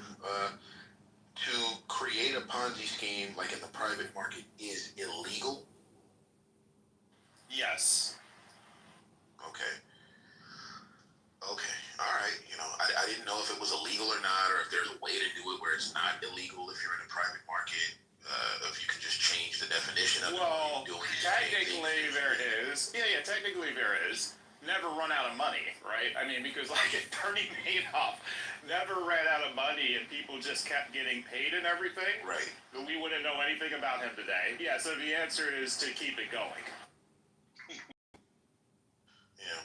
understand that, and I can understand Hanson's, view that it's a Ponzi scheme. And if it's going to become insolvent in 10 or 15 years, well, how do you prepare the American public to recognize that fact? Well, it only becomes insolvent if we don't cut our annual deficit. If we could cut our annual deficit, then it won't be insolvent in 10 or 20. Well, we have until 2034 where the system goes from 1-to-1 payee to 1-to-2 payee. And at that point, we're going to run into some serious trouble if we haven't. And I'm a fan of doing both of these things. I think you have to. You have to raise the retirement age to 70 some odd, and you have to raise the FICA cap. Otherwise, the fund itself won't be solvent. Congress then needs to pass a law which says that it can't dip into the fund it can't dip into the Social Security fund whenever it wants to, because that's how we got here in the first place.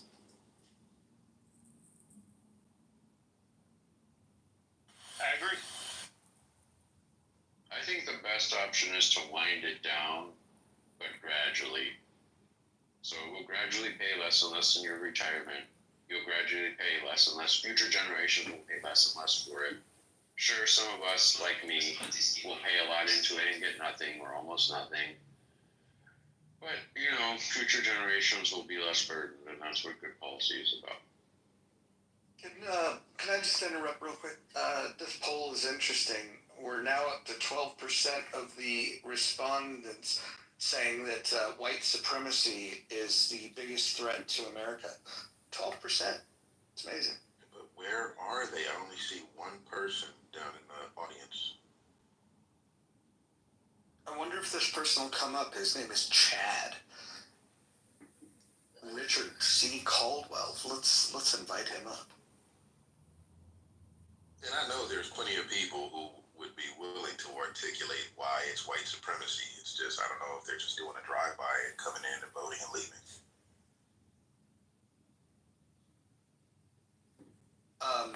I'm going to throw an idea out there. I want you guys to tell me if you think I'm crazy. I would overhaul the entire taxation system. I would get rid of the income tax. I would get rid of the corporate tax. I would get rid of Medicare tax, Social Security tax. What I would replace Medicare and Social Security with is a mandatory spending match by employers.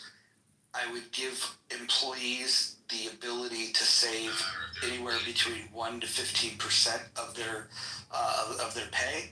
And the employer would then be mandated to spend, to match 1 to 15%, whatever the employee decides to do. You might think, well, that's crazy, but keep in mind we're also getting rid of the corporate tax. So instead of them spending money on this ridiculous tax, they would be investing in the employee's future. It would also give the employee the ability to pass down what they make to their heirs. I would give the employee the option to have a low risk, medium risk, or high risk plan. Right now, the government guarantees Social Security. I would institute where the low risk plan, they map it to T-bills. The medium risk, you could split it 50-50 between T-bills and the S&P, and the higher risk tier, you could map it 100% to the S&P. Then, in order to offset what you lose through the income tax and these other taxations, you would then institute a federal sales tax at 20%. I've ran the math, and basically we would eliminate Medicare, we would eliminate Social Security completely as line items in the budget. We'd massively reduce the debt annually, and the budget would remain somewhere about $3.4 trillion per year. So you're 80% of the way there. The two issues is, what do you do with Uber drivers, and what do you do with small businesses who can't afford to do that? What do you mean they couldn't afford to do that? They couldn't afford the match, right? So like you mentioned some match, and if you're a small business that does, I don't know, $3 million a year, you aren't currently obligated to to, provide health care, for instance, or things you're not. So what about the mandate you're giving them? You're increasing their expenses significantly. I don't know if you are or if you aren't, because you're also reducing the taxes and fees that they would otherwise be paying down to zero. A lot of companies offer some sort of benefit, anyways, where they're doing a 401k match. So you get rid of the concept of a 401k and you're kind of blending it into this. And so instead of the traditional cap of matching at 4%, you're eliminating all of their other taxes and fees. And if the employee chooses to go above 4%, up to a maximum of 15%, then the employer would match it. I would love to see a business model in which they wouldn't be able to afford. What do you do with the Uber drivers and the shared whatchamacallit economy, the shared economy? Yeah, I think if you're in the gig economy and you're a 1099, we'd have to figure out a carve out for that for 1099s. I put this together in the last 20 minutes, so I'll have to think about 1099s and how they would be in. Roger, I agree with all you said, but I'm surprised that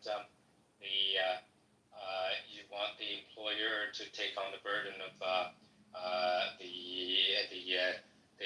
for the retirement plan for the employee. Why not just let the employee do their own things and just let the employers concentrate on making money? I think what we're accommodating here, I'm not saying it's a perfect plan. I'm proposing this as a thought experiment because it would offset the money that corporations are already paying in taxes and invest in their employees. Now, I can understand all of your criticism, and I would probably agree with it. I'm just offering this up as a thought experiment. It's definitely an improvement over the current system in my mind, because it makes everything becomes more voluntary with the exception of the mandate of the employee match, which, by the way, most companies choose to do an employee match anyways, and the companies are already mandated to pay 1.45% for their employees for Medicare. We're eliminating that. I think when you add it all up and you compare them side by side, you would see where I'm going with it. But I can understand your fundamental philosophical pushback on it, that why would the government put any of the burden on the corporation? I'm with you on that. I'm throwing this out as a thought experiment.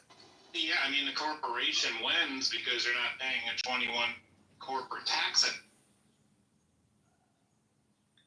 I wanted to say, I guess one question I have for you, Roger, is what's the transition plan like? Let's say in the steady state, this is going to work great. But in between, what do we do? And then the other thing I wanted to say is, I think the reason you want to mandate contributions like that is simply to ensure that people have pensions, because people may make bad decisions. And in some cases, Big Daddy government does know better.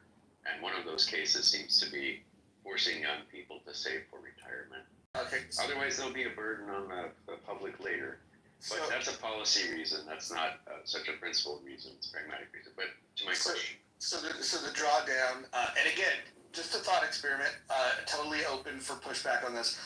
Year 1 through 5, the new workers into the system, Social Security and Medicare full benefits to existing recipients. Government borrowing likely increases temporarily. Years 6 through 15, entitlement spending levels off, then gradually declines. More workers in the system equals fewer new obligations. Years 16 to 30, as current retirees pass, entitlement spending drops sharply. Budget pressure eases dramatically. Now debt levels off, maybe even shrinks. What do you think? Yeah, I think, okay, I see. So like the idea is to do it by cohort. Is new people enter the new system, old people are still in the old system, but new people don't go into the old system. It's not correct. We have a legacy system that will slowly transition out through death. Awesome. And if I wanted to maybe if I wanted to buy into the new system, I'm like, hey, I'm done with Social Security. I don't believe in it anymore. Maybe something you need to pay into it, otherwise that would be a problem. Again, it needs a lot of work. I put 20 minutes of thought into this, but definitely needs some work. I mean, the one thing to it, Rod, is like at some point this will have to happen because the U.S. population is declining, and so at some point a solution like this will the politicians will be forced to think of something like this.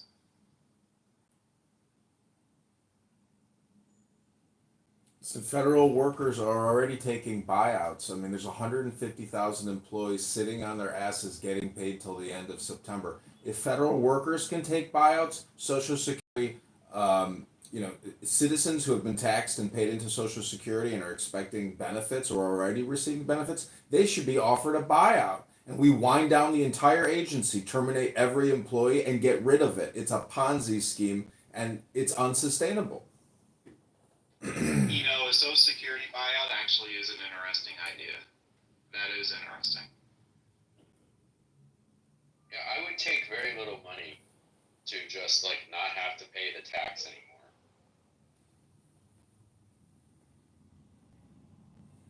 It's an unfair system. If it was actually protected, and let's say all the money you put in was invested in some S&P 500 vehicle or some type of index, okay, well that makes sense, but it's not. It's just a fucking line item budget. It's a non-existent system. It's all tied into the overall debt system. So it's illegitimate to begin with, and we're lying to ourselves. This is a fraud and a deception. Well, it's not illegitimate. It was passed by FDR. Wait, hold on. Well, it was passed by FDR, but here's the point that I think a lot of people miss when they think about Social Security. The Supreme Court's already said that this is not a guarantee.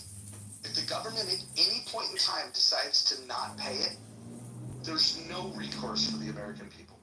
Period. This is not a guarantee, and the Supreme Court's already ruled on this.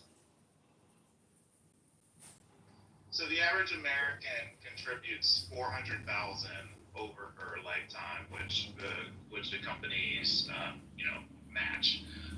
So if you offered buyouts of $250,000, I wonder what percentage of the public would take that. I bet you would be a significant portion.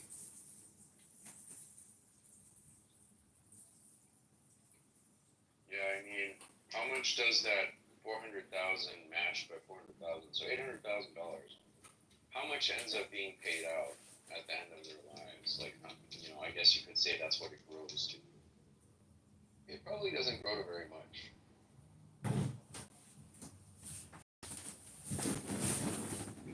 Can I run some ignorant ideas that I thought about Social Security when I was younger? Go for it. Yeah. When I was younger, I thought you put this money into Social Security, they would put it into a place that they protected and would gain interest. And those of us who didn't make it to the age of where you get it, that money that they didn't make it would go into the fund. So I thought it was like an insurance type thing, where it was guaranteed as long as they didn't invest it in stuff that lost money. Like a bank, for example. You get whatever interest back in the day, whatever that interest was. So you put your money into this holdings, and it was guaranteed when you got to a certain age that you would get that back, plus some, hopefully, with interest. So I know I'm ignorant on that whole concept of it all, but I thought the variables, insurance-wise, like the people that would die and the people that would live, and granted, people are living longer, right? So less into the fund. It's all confusing on so many levels, but I thought it was a guarantee, especially for some guy like me who's been working for many years, but into this fund. It's supposed to be like a savings account. It always blows my mind that people are manipulating, like investing in ways that aren't safe.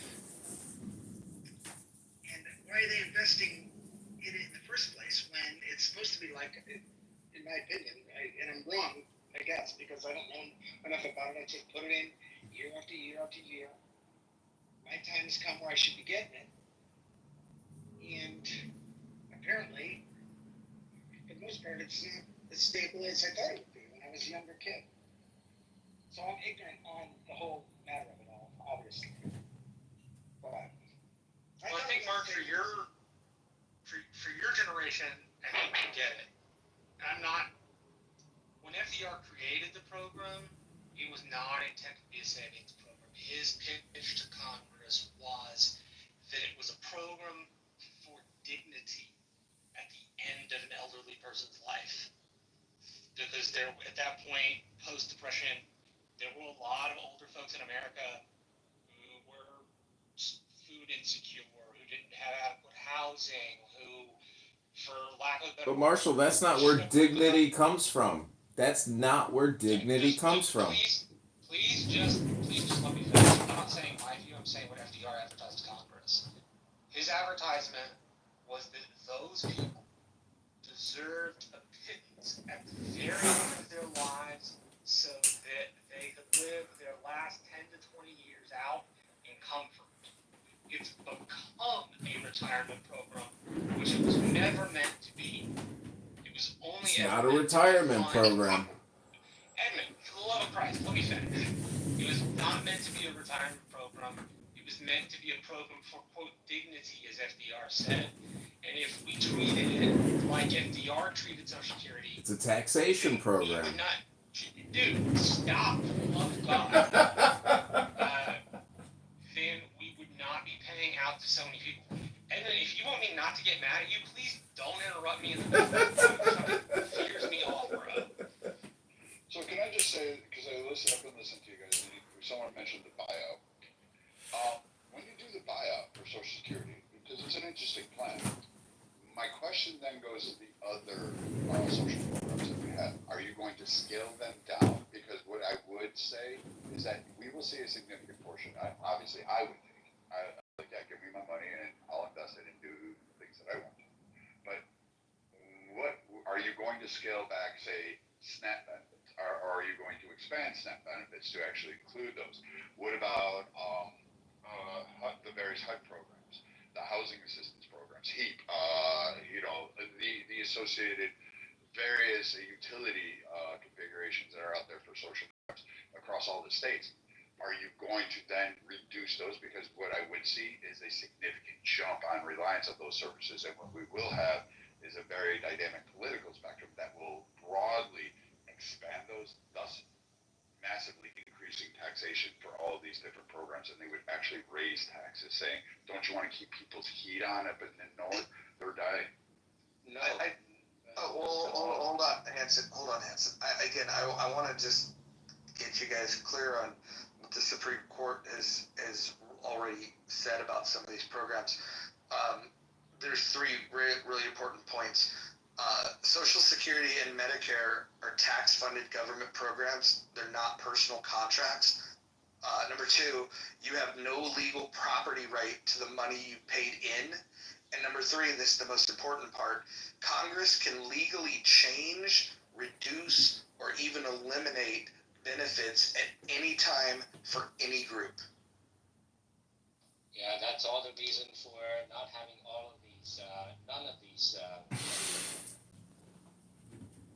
Before we can agree on what gets cut, can't we agree that spending $2 trillion that we don't have annually and borrowing it has to stop, and then we distribute the cuts based on $2 trillion that we're no longer borrowing? Isn't that a good place to start from agreement? That seems to be... Going to get the fat from the top, the third-party management company that makes billions of dollars, right? Why don't we do that? Well, Don, because what you just said was you were addressing billions of dollars, and what American Party indicated is that we have a deficit annually of $2 trillion. What he's saying is, why couldn't we restrict our spending to what we generate in terms of tax revenue? So if we're pulling in, say, like in 2024, $5 trillion, do you think it would have been bad idea to say that spending should be no more than $5 trillion? I mean, we already have 37 trillion in debt. Moving forward, what would be a valid argument in support of adding additional debt?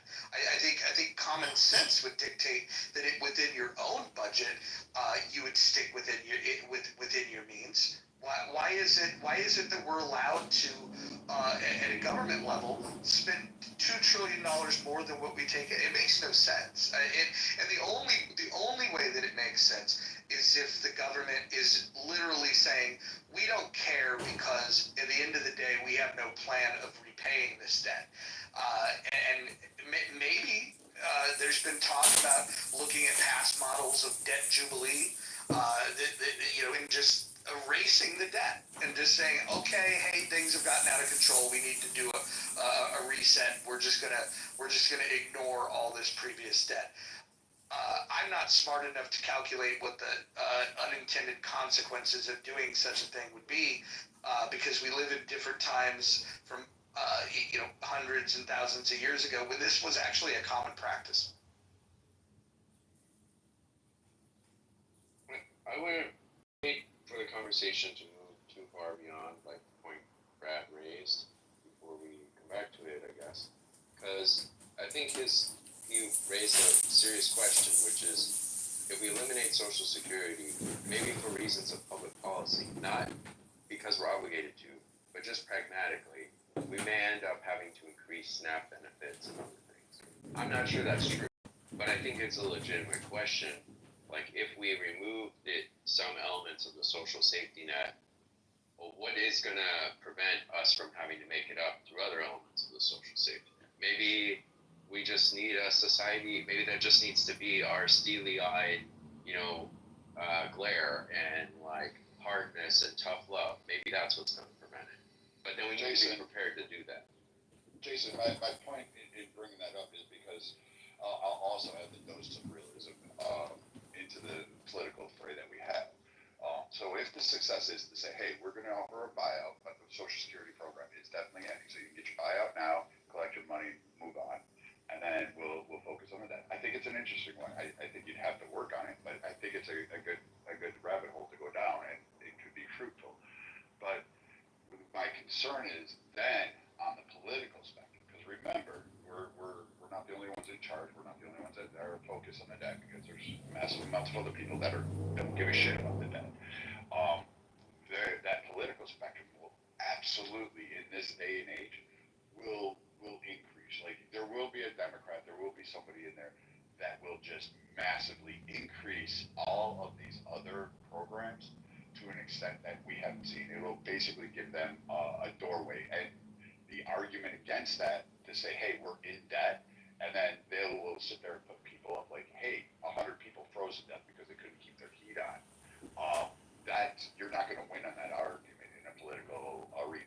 I don't see a winning scenario in that area unless you're going to also cut those down and then start to figure out a way that you can incorporate more opportunities for people to take accountability and actually manage their finances going on.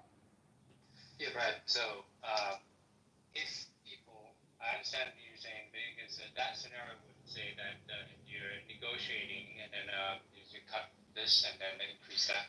So the thing is, I would think that if people have come to the consensus that these welfare programs are not sustainable, then they would do or cut the cuts all around.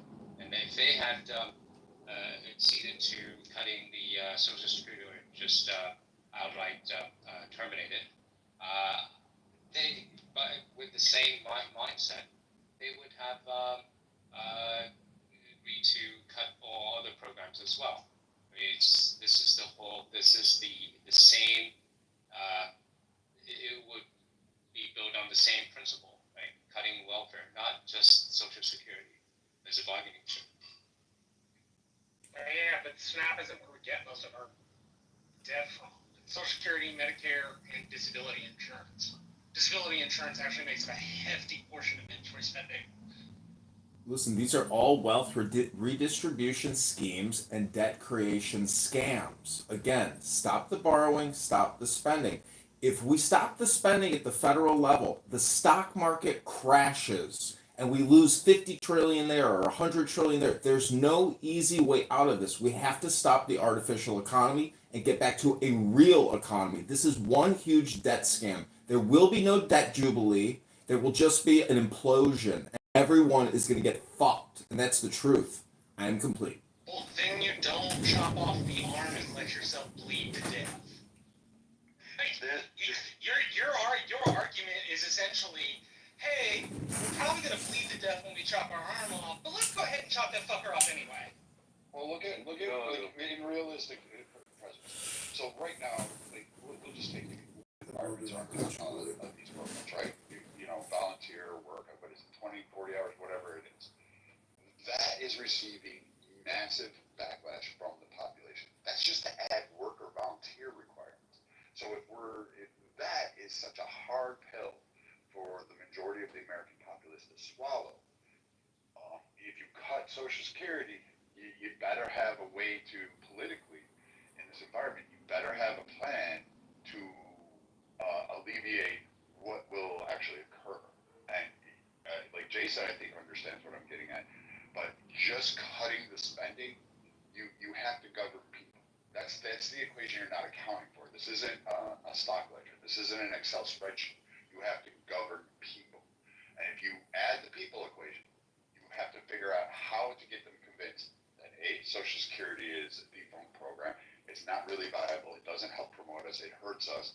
You have to show that. Then when you cut it, you have to ensure that people are not going to crash and burn in massive ways, which will occur. So how do you prevent that? Can I run a thought towards that? Universal income doesn't necessarily have to be a handout. It could be a way where people are working to save all the stuff that's negative in the planet. Quick example, a dump truck can come to my house every month instead of once a week. So all that energy that these big trucks are making, moving this to the landfill and stuff like that, what if universal income, I get paid for the stuff that I do. I compost everything. Nothing organic leaves my house. What if, and I'm talking about residential, granted, in residential areas, but I contend we could do it in the cities too, with a little bit more thought on the subject. But universal income, we all get paid a check. Because we all know that technological unemployment is happening. People are going to be losing their job. There's going to be more and more of us wondering what to do with ourselves. And they're going to find themselves at home. At the very least, what you can do is stop organics from going to the landfill where they do no good. That's the biodiversity lost in our outdated growing system. So if we could... We're talking about getting rid of Social Security because it's too expensive. It's like $1.5 trillion a year. And you're talking about adding like an additional $5 trillion in spending. Like where are we going to get that money, man? It doesn't grow on trees. Where's it come from? You're not getting rid of Social Security because people have paid in for decades, and that's not going to happen. Can I go? Could I ask my question? Please do. Mark, I think you were going to say something. At least I thought you were going to say something. No, I think Marty's going to jump in. So, I think the last speaker really is emphasizing my point when Social Security is like it should be like a piggy bank. You put a little, you work hard, and you put a little to the side for the future when you want to retire. But I feel like if you actually want to start cutting something, it should be food stamps because the current system that we have, if you make $1 more than whatever limit that they give you, you lose your food stamps. So people start actually not taking that raise because they have so much involved to lose for that little dollar that they're gonna gain. And I feel like that's actually something that keeps Americans down. Rather than giving something for free, you work and you could get that benefit of a food stamp type of program. But if we're gonna cut something that's spending and no, that was totally my fault. I was friending him. I'm so sorry. Marty, you're coming back up. No, that was fun. Can you hear me? Yeah, Kristen moved you. Kristen's Marty, a woman. I'm She so doesn't know how to work the sorry. tools. This is why I'm terrible at modding. I was friending No, him. you're fine. Look, your specialty is making sandwiches, not modding rooms. We get Wow. I thought it was crocheting. Yeah, So I looked it up. The It's Supplemental okay. Nutrition Assistance Program makes up 1.5% of overall U.S. spending. I'm sorry, Ray. Let Marty finish his statement, Marshall, if you could, please. So I don't know where you last heard me, but if a program that actually starts causing harm, it's like a sinking sandstorm. I think we should start focusing more on that, or making it better for people who are on it to not always have to depend on it for basic necessities like even housing. These are types of things that I've even heard people, Democrat Congress people, politicians basically talking about it.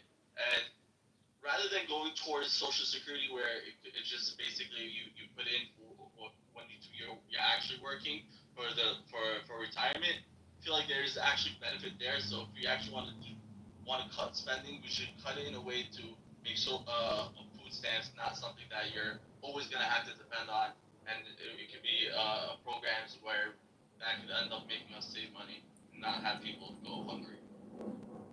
Marty, the Supplemental Nutrition Assistance Program in fiscal year 2023 was $115 billion, made up approximately 1.84% of the entire federal budget. Fiscal year 2024, SNAP was $100.3 billion. That represents 1.5% of overall U.S. spending. It's like getting rid of foreign aid. Don't get me wrong, I understand the concept of you start small and you work your way up. But if we're being real about the drivers of our debt and the drivers of our expense, SNAP is not among those drivers. It's about the principle, Marshall. Marshall, if I may, Tucker Carlson just had a guy on that says that banks make the money. They have no tangible, yet it just comes out of nothing. For some reason, they are able to make money. So why can't we just make a ton of money and feed everybody? How come we can't do that? I'm confused. Go ahead, When we make a ton of money and feed everybody, like I'm not following. These people believe that you can create an infinite amount of fiat and that it will have no repercussions. They're delusional and low IQ. They do, but let's try to explain to him why, okay? And Mark is correct that banks can make money. How do they make money? By issuing loans on existing money. And that's why banks have what is called a controller, which is some kind of government officer installed there to control what they're doing with the currency. And so they do have a currency making power. And there's some obscure paper on this. I'll have to go see if I can. So how come they can't do that with Social Security? So the problem with making more money is that the value of money is backed by the value of the exchange of goods. Okay? You cannot increase the value of the exchange of goods by increasing the number of units of money in the world. So it doesn't solve the problem. You don't create more food by creating more money to buy it with. So the real question is, how do you get the food to the places where it needs to go, and how do you get this surplus of food that you need to give to unproductive people, and so on? That's the problem that's solved by making money. So by manufacturing money. So this is the basic misunderstanding of what you're talking about. You're saying, let's devalue everyone's money, basically, so that we can take this extra money we created and use it to get the food and whatever. Then you are basically taxing the whole economy in an extremely uniform way. And then you have to ask yourself, is this the right way? You still have to ask yourself, is this the right tax policy? That's an extremely regressive tax, by the way. And I mean, is that the right tax policy? And you don't get away from asking and answering that question just by saying, like, make more money. You're saying, okay, we're going to tax everyone a uniform rate and then give that to people who don't have food. Okay, that's a proposal, but that's not like a hand-wavy solution that does away with all these questions we're asking. So that's still taxing and then spending. That's what that amounts to. I'm curious if we're going to talk about, so obviously the debt was number one here in this poll. I'm curious if anyone's interested in talking about what was the second voted poll of Islamic extremism, as in what is the biggest threat to America? Do you all still believe that Islamic extremism is the number one, just a question, is the number one threat to America? According to the polls, it's, at least according to this room, it's number two. The U.S. defense establishment believes that when they do their annual threat assessment and like budget assessment to Congress, they rank Islamic terrorism third, I believe, in the list of priorities. It's first China, then Russia, then either Iran or terrorism or both. Sabina, do you think that there's a Muslim congressman or senator that ever voted to be a fiscal conservative and to be prudent with spending money? Or do you think Muslim senators and congresspeople have no problem borrowing and spending on behalf of the American people? What do you think, Sabina? Spending money does not include whether one is a Muslim or not. Yeah. Quick question. Sorry, Sabina, super quick question. I just want clarification. So, Marshall, do you know what the criteria that the government bases these threats on? They come under the National Defense Authorization Act, and it's a combination of like internal research and external research. Would you like me to? I'm in a pharmacy where I'm kind of able to do it. You want me to pull up the 2024 defense estimate for you? I don't mind. Yeah, I guess maybe I'm not wording my question correctly. Like, Marshall, just get your prescription and don't worry about the Defense Authorization Act. We want you healthy and happy, Marshall. Could you just tell us? And make sure you have enough for us. So I rewatched The Sopranos recently, and towards the end, there's Tony Soprano's FBI buddies that were first, of course, watching him. One of his FBI guys got reassigned to Middle East affairs. And so he's not hawking Tony anymore, but as a favor, he says, we know that there's action, there's works that are being taken against you because they're bugging. They're bugging phones and such of the New York family or whatever. So is it that kind of level where our CIA agents are gathering intel and they're basing the level of threat on bugging Al Qaeda or whomever might be the threat? Intelligence, signals intelligence, and financial intelligence all go into making up the Defense Authorization Act, as well as the National Defense Estimate. So it's National Defense Act. Yeah, the NDAA is $1 trillion line item a year. $1 trillion a year. Look, people, it's just analysts estimated. Yeah. There's no signal intelligence that's going to tell you these guys are 10% threat. That's not my point. He's asking what all they use. Right. They do use signal intelligence to write that. They use signal intelligence to produce their estimate, but they take a bunch of analysts and they say, analyst, give me an estimate. Analyst 2, give me an estimate. Analyst 3, give me an estimate. Right, I get that, Jason. I get that. But what numbers, what factors do they change from year to year? Is it the conflict in Israel? If I could just They may look at that, but there's not a number that says if there's a conflict in Israel, there is a 70% chance or something like that. There is not something like that. They just have estimates. Yeah, I would argue that Islamic aggression in the Middle East would be a threat to America's allies, which would include Israel. But I'm not sure if it's a direct threat to America. But Mark Rubio was just recently talking about mass migration from South America, and I would assume probably that's more of a immediate threat to America. We spend $2.7 billion a day on a security force to defend the United States of America. $2.7 billion a day for a police department? Well, Marshall, I would assume that you would agree with that, right? Because there's a difference between, Just real quick, if I could just get my question across, right? There's a difference between like genuine immigration versus like a migration, which is what Mark Rubio talks about, which is mass migration.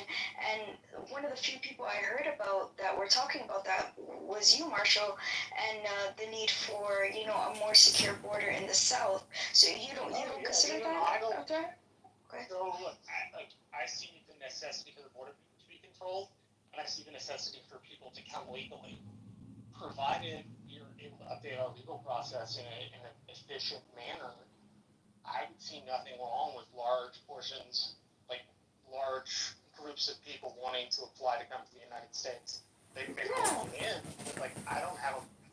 Let's put it this way: if 10,000 Hondurans tomorrow wanted to follow the immigration process and come to the United States, I'm not going to stand in their way. Absolutely, yeah.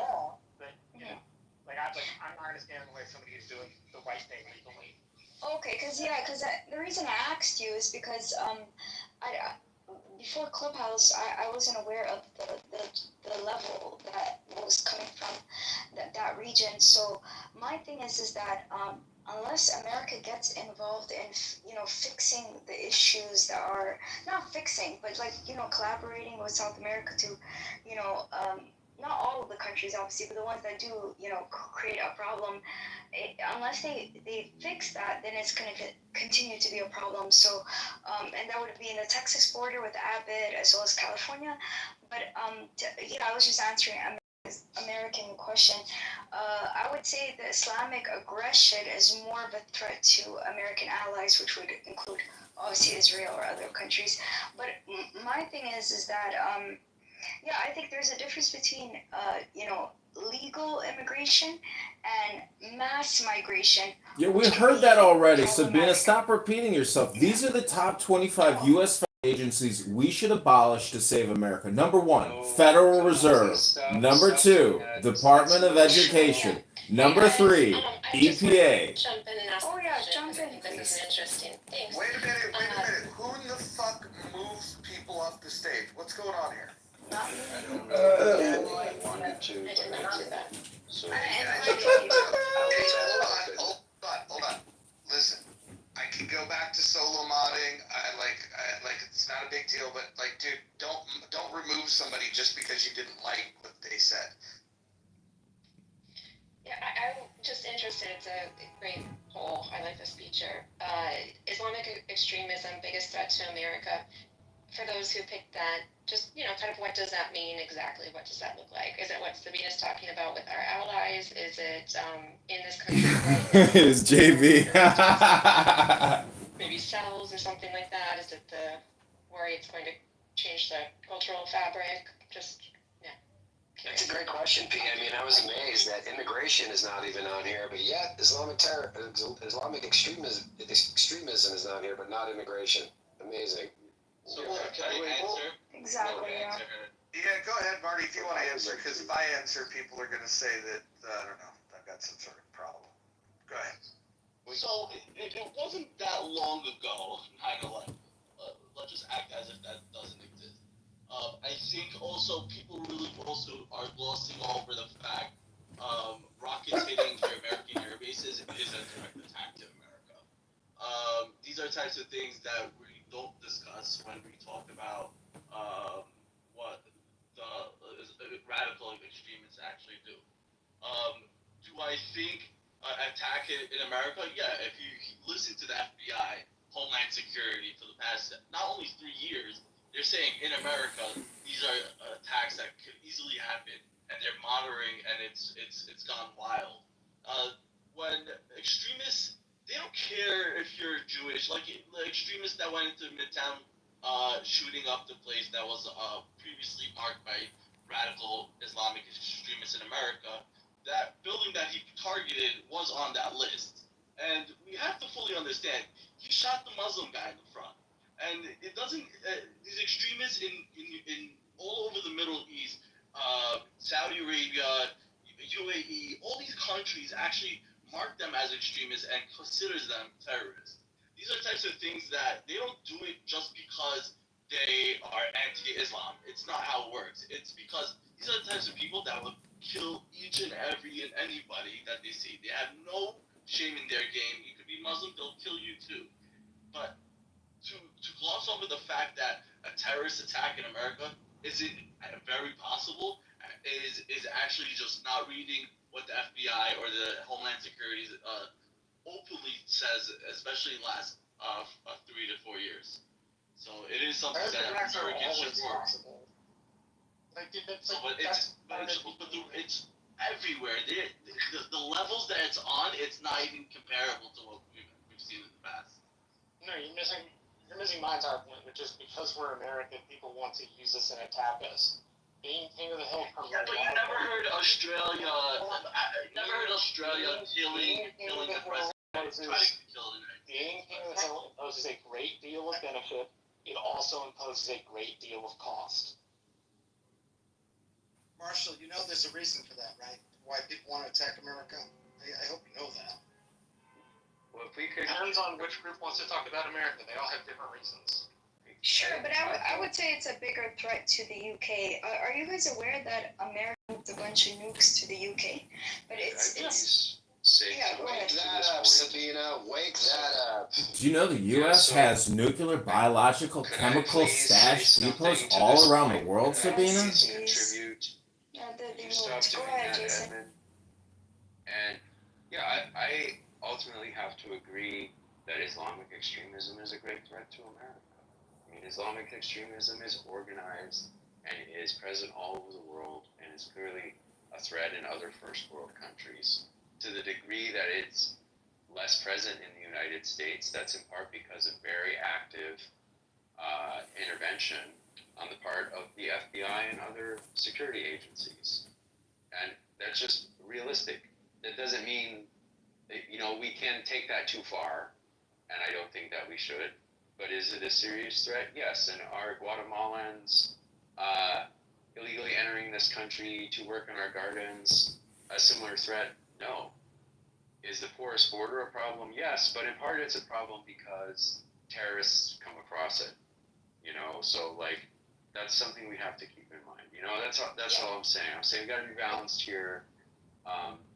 Border security is a big issue, but Islamic extremism is a super organized thing, and it's a huge threat to Muslim countries, to be totally frank. I mean, Sabina talked about our allies like Israel, but the harsh truth is that it's a big problem even for Saudi Arabia and a bunch of Islamic countries. Yeah, and I don't disagree. The nature of my question was not any type of gotcha or leading question. I wanted to understand where people's minds were at and what they meant when they said that. And that's absolutely, true. I agree with that. So it's more of something that is imminent, and very dangerous. And like you said, our intelligence agencies are quite good. I think to Sabina's point, also geographically speaking, we have different types of immigration that floods in here. So I was wondering, kind of like maybe she alluded to, if we're comparing to, other Western countries and their issues, where we would rank that on the list. You know what's a bigger security threat? The Muslims, $37 trillion in debt and $1 trillion in annual interest payments. A $2 trillion Medicare Medicaid program, $1 trillion Social Security program annually. These are the top 25 agencies we have to get rid of to save America. Number one, the Federal Reserve. No, Jason, please stop. I'm going to say this list. Number 2, Department of Education. Number 3, EPA. 4, IRS. 5, Department of Energy. 6, HUD. 7, HHS. 8, USDA. 9, Department of Labor. 10, SEC. 11, FTC. Hold on. And you're going to continue? I just want to say this. People saying that they're leaving because they don't want to hear a list, people have to listen to other people's bullshit. I mean, so what you're really saying when you don't want to listen to that, which is fine. You can go ahead and move yourself. You can remove yourself from the room. You do whatever you want. But when you feel the need to say that, oh, I'm out, what you're saying is bullshit, is that you think that your ideas, your thoughts, your words are supremely important and nobody else's aren't. I mean, honestly, and then the mob catches it. One person says it, another person repeats it, and then another person, then another. I heard one person make a comment, and I heard 3 people add on. You guys are such fucking followers. American Party, please continue. Okay. SEC, FTC, These are the agencies we have to get rid of to cut the debt, stop borrowing, stop spending, and save America. FDA, CFPB, OSHA, NLRB, SSA, CMS, FBI, CIA, NSA, Department of Transportation, Department of Commerce, SBA, and Exim Bank. The name of this query was based on Mises Institute, Austrian economics, emphasizing free markets, sound money, and minimal government. Here's my ranked top 25 U.S. federal agencies to abolish, prioritized by economic distortion and intervention. That was a question to Grok and Representative Thomas Massie and the Mises Institute. Thank you. I am complete. Okay, so you want to chop off your arm to save the patient? No, hold on. For those of you that think that this is unrealistic, I just want you to look. Everyone that thinks that this is crazy, go and look at what Javier Milei has done in Argentina, and go look at the results of it. I get that in the United States of America, with our checks and balances and whatnot, it's a lot more difficult to do it, and it's a slower process. But there's no questioning that when you get rid of these agencies, the government actually works better. Go look at what's happening in Argentina. I know it's hard because some of you don't even know what's going on in our country, but if you go look at what's happening in Argentina since Javier Milei was elected, it's fucking amazing. Yeah, if I had specifically look at what happened with Doge and barely cutting any of the federal programs.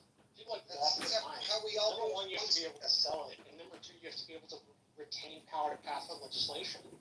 Part of the problem with Edmund's analogy is that while he is right, you need to get rid of those programs to balance out the spending. If you just chop the arm off, you're gonna lose power, and you're not gonna be able to make the corrections you want to make. Marshall, so what you're saying, let me translate what you're saying. You're saying, I can't get elected or re-elected unless I go with the status quo. The status quo has us $37 trillion in debt, and it's climbing $2 trillion minimum per year.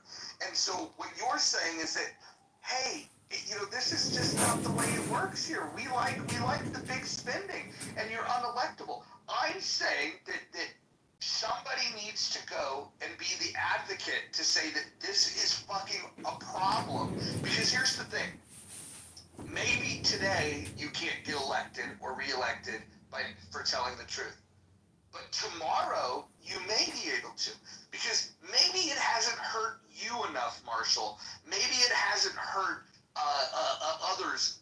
But I will say this. There is going to come a time in this country where people are going to look back and say, why didn't we listen to Ron Paul when he was talking about this? Why didn't we listen to his son, Rand, when he was talking about this? Why didn't we listen to Chip Roy? Why didn't we listen to Thomas Massie? There's going to come a time when people are going to say, why are we now fixing the problem and talking about the problem? And then there's going to be people like myself that are going to go, well, guys, we've been talking about this for quite some time. You didn't want to listen. And in fact, when it was brought up, we were said, oh, well, you'll be unelectable with those policies. I say that we need to address this. We need to. An idea. So that really wasn't my overall point. Yes, you are unelectable. But again, the fundamental problem with Edmund's prescription is if you did that tomorrow, you would have any number of problems and any number of federal courts that would require us to bring people back to work, as has happened. I'm not opposed to the cutting of government, Roger. I'm opposed to chopping off the arm while not thinking that you're going to bleed out because you sliced your main vein. If we're going to do it, let's do it in a way that is... Marshall, what do you think we're doing now? We've already sliced the vein at $37 trillion. We're not. Our president put forward the $6.7 trillion budget. Mojo, quick thought. I mean, we have the ability to change our government. We're part of a country. You and I have had this argument before, and I don't agree with you in any way, shape, or form. Taking Congress and making it all digital, bad idea. You know, Marshall, why don't you try to listen to people? You're kind of smug, Marshall. Because he has made this argument to me. And I have. Marshall's right about that. You don't agree with it. I get that. You don't agree with that idea. But I contend that it's a valid one still. That we have the technology now. Let me speak, Marshall, if I may. We have the technology technology now. We don't need to send people to Washington to speak for us anymore. We can set up a system of government where we, the people, are finally in control, like our founding fathers wanted it to be initially. We have the technology now, and so. Wait, you want all of our stuff to be done by government referendum? With all these congressmen, we don't have to pay anymore.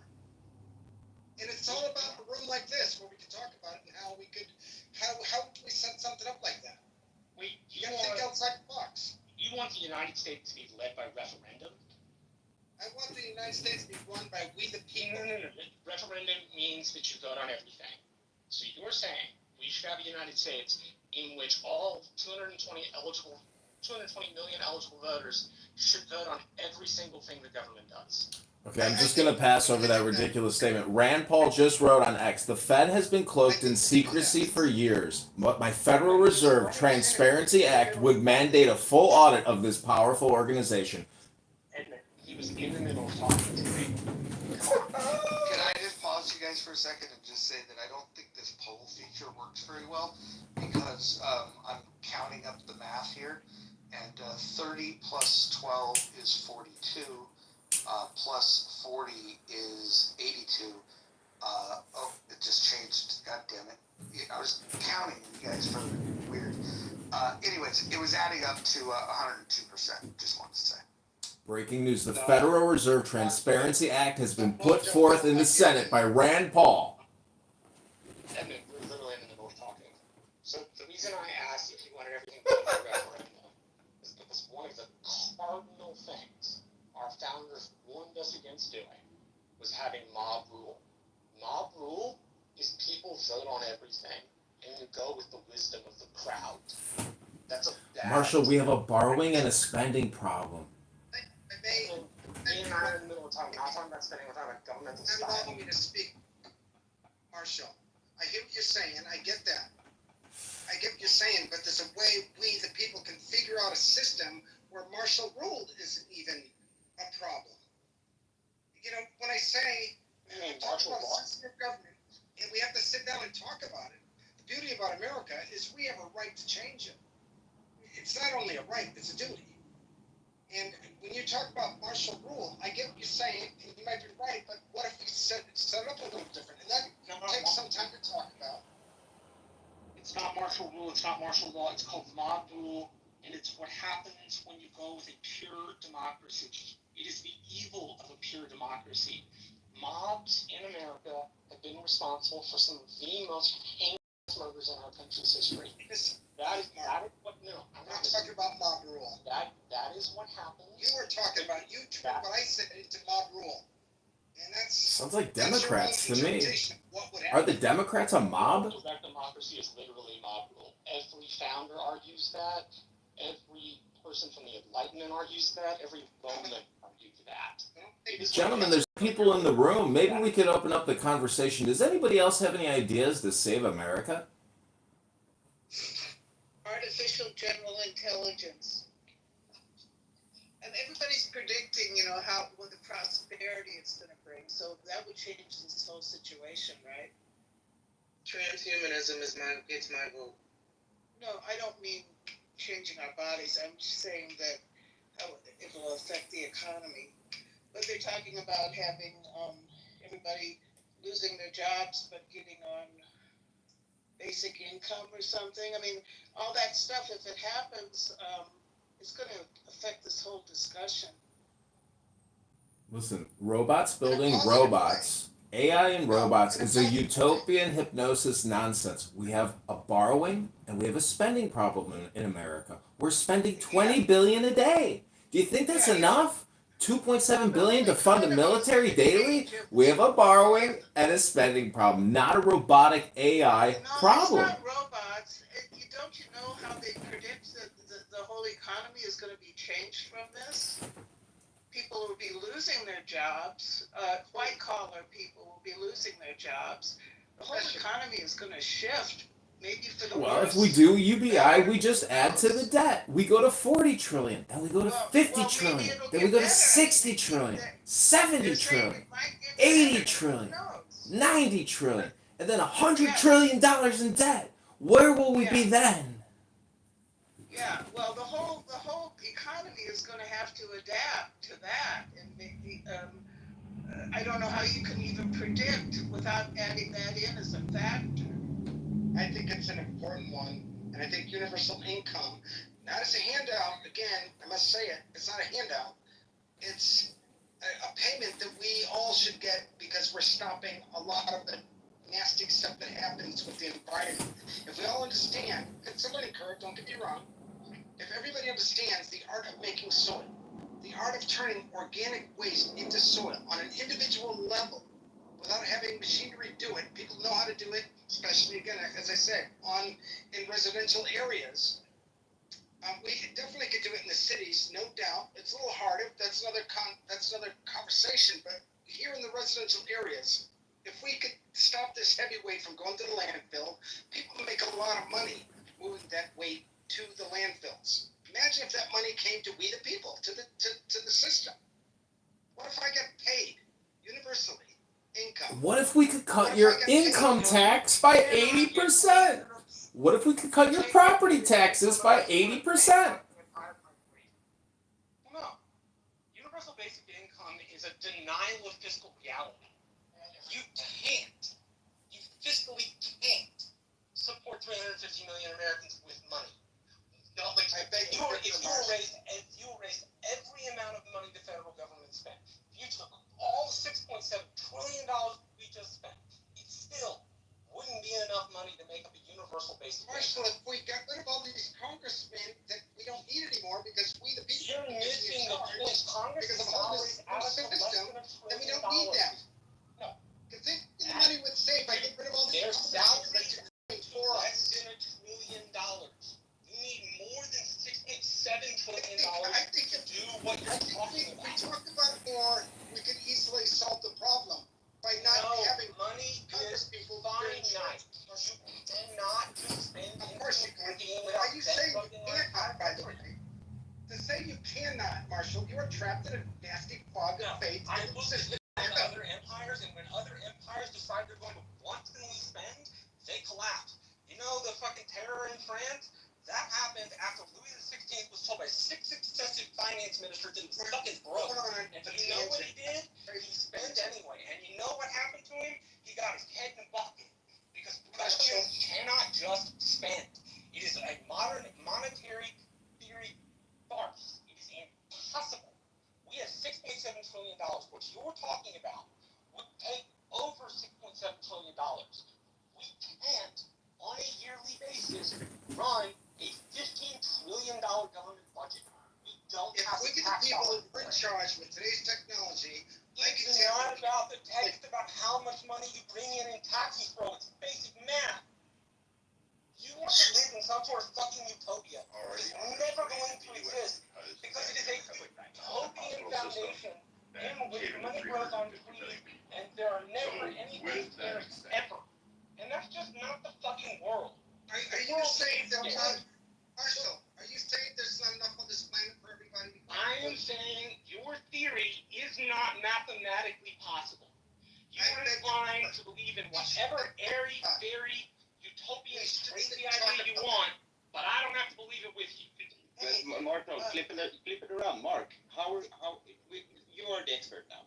How is AGI going to substantiate, like, how is it going to sustain the American public by just making money? How? Why'd you say I'm an expert? No, but you're the one proposing this. Why'd you say I'm an expert? But you're saying this is going to solve everything. So how is it going to solve everything? Yeah, first of all, AI will most certainly help us on so many damn levels, and it's going to show it. But it's going to take a lot of jobs. Yeah, but it's going to, and if it takes those jobs, what does that do to the economy? Right, but it leaves us open to experiment, taking care of the planet. Yeah, but who pays you to experiment? Universal income. Yeah. Okay. So this is a circular argument. No, it's not necessarily circular, guys. Yeah, It's the thought. First of all, the title of the room is Ideas Save America. I contend that with today's technology that's getting ready to happen, even the white collar, somebody mentioned it, doctors and lawyers, they're going to lose their jobs because the computer, obviously, is a lot smarter and faster. We all have been talking to AI right now, and the answers they give are pretty amazing. Yes, On so many we levels. agree, Mark. But this is the most boomer take ever. How is it going to generate money? The money first of all, the way it generates money is You put it into fermented poop in your backyard. that's not it, guys. When I can't believe you make fun of that, but hopefully this room is recorded, and one day AI will look into it and say, "Wow, Mark, you really started something here." Yes, But yes, you we guys are. Why don't we just do a simple math equation instead of talking about composting? Because what we're doing when we talk about composting is talking about what the Democrats and the Republicans and the U.S. government has done to your dollar, to your well-being, and to your future. Do you realize that $8 trillion in debt and over $2 trillion in annual interest expenses, that's when we go into a critical mass death spiral. The relationship with the Federal Reserve is being questioned. If Donald Trump and Rand Paul and Thomas Massie and other patriots make a move here, it's possible to shut down the Ponzi scheme and save the American people. We need good ideas, and we need forensic accountants, and we need mathematicians in here running financial calculation simulations on X, on Grok, on ChatGPT, and we need mathematicians, not composters, Mark. We need a whole oh my God, American. We need composters for sure. But that aside, because there's money to be made in rich soil, the biodiversity lost in this outbreak growing practice that we're all a part of, and we're getting pissed off about because of all the pesticides, herbicides. That's another story. I'm saying that for we the people, the average person who loses their job because they can't drive the truck or Uber anymore, the doctor who can't, that doctor that's not specialized in certain things will lose their jobs, that high-paying job. They're not going to find another one. What do these people do all day except contemplate their own existence and their purpose in the world? And what will that be? It'll take, how do I take care of everybody? How do I take care of the planet? So you talk a lot about my spot for America, who dogs composting like it's not some I kind do of have a question for you in anything. regards to the environment, Mark, that you need to address It's here. pretty wild how people are dogging what he's saying as if he's saying something that's just combo jumbo. Yeah, exactly. No, but Mark, your namesake, Mark Zuckerberg. Mark Zuckerberg is currently contemplating spending hundreds of billions of dollars building data centers the size of Manhattan. How do you think they are going to power that, and what impact will that have on the environment, do you think? I think Mother Nature, I think we're getting closer to many ways to create energy out of nothing. When I say nothing, the sun, solar, this thermal geo, there's so many ways we could. We swear we don't go that way because there's no money to be made. Hold on.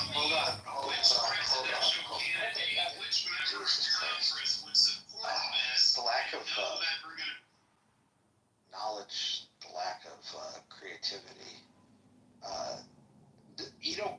I feel like we deserve the problem that we have. When I look now at $37 trillion and I hear what's happening in this room and the things that people blame and the reluctance that people have to even solving the problem, I think we deserve this. I actually think that the government and their stupidity and their corruption is not a them problem. I think they're a reflection of what the American people are. This is what George Carlin said. No, Joe, don't talk about yourself like He said, did you ever think maybe it's not the politicians that suck? Maybe it's you that sucks. Maybe it's just people who focus. You're the people, the citizens of America. Why do you think we got a problem in Congress and the Senate? Maybe it's we the people that suck. Maybe it's you that suck. America, chill out, bro. You know what I recognize about Americans, bro? It's like everybody loves just pointing the finger, but nobody solves no fucking problems. All you guys do is sit on this app. Great. So, hold on. So solve the problem. Let me Hold on. Let me talk. Hey, shut your fucking mouth. bitch. You're getting in your feelings. Listen, You're getting in your no, feelings. I'm gonna ask you a question. No, you get it. You got it. And you said you talking though. then offer a solution. Because I said something Offer that a actually solution, you faggot retard. Go ahead and offer a retard can't solution. talk with a faggot Go ahead and retard offer a talking solution no. then. I bet you he doesn't offer a solution. After all that shit talking, I bet you he doesn't offer a solution. I bet you this faggot retard doesn't offer a solution. Go ahead. Go ahead. You're like the motherfuckers in Where's your WWE. solution? Where's your You're solution? like the motherfuckers in WWE. All you Where's guys your like solution? is the I'm gonna bring this retard back up. He says that the problem with Americans is that they don't talk about solutions. And then he goes on this fucking faggoty retarded rant. I'm gonna bring his retard ass back up, and I guarantee tell me your solution. If you don't get to your solution, I'm just gonna fucking love you again, faggot Stop retard. sucking your own dick, dude. Stop being gay and sucking your own dick. Trying to stroke your own ego because you run in a room where you get attention. Correct. So don't bring him back up. Nobody invite him back up. If you guys invite him back up, I'm just unmod all of you. I will invite him back up, and he will have one chance to get to the solution. He wanted to say that nobody talks about solutions, so this is a guy that has solutions. I'm gonna bring him up, and if he doesn't mention solutions in the first fucking 30 seconds of what he has to say, I'll just move his faggot retarded ass out of the room. He's obviously not interested in offering a solution. We'll bring him up and we'll see. Mojo, if I may, I have a great solution that nobody wants to touch upon. I don't know if it was so great, but No, we can touch upon it.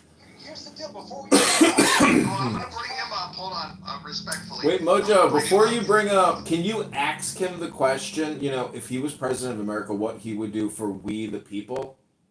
Yeah, that's the question that's on the table. I'm gonna bring him up, and I'll bet you what comes out of his mouth is a personal attack on me rather than a solution, which is what he said he was here to provide.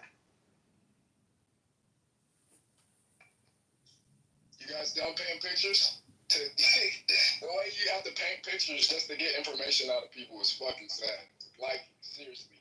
You literally painted, dog the shit out of me and think I'm not going to say anything about all the bullshit your ass just said. Nobody can come up with a solution because of dumbasses like you, bro. Okay, what is your idea? Give us your top 3 best ideas, Marv. It's pretty simple. I'm just asking you a question, sir. What would you do for America? What's your ideas, Marv?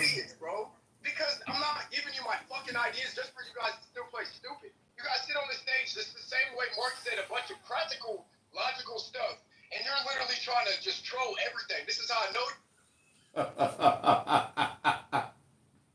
Who keeps modding him? That's what I'm like. He's not even a member of the House. Why does he I kept modding him. I like what he was saying. But he's not a member of the House. Mark, he wasn't saying anything. It was just word salad. That's what it was. So, do you think, I really like that quote from that movie with Cool Hand Luke where he's like, what I think we have here is a failure to communicate. So what I'm trying to say is, I think in America, we may have a failure to communicate. And that could be because... Everyone hold on. Everyone hold on.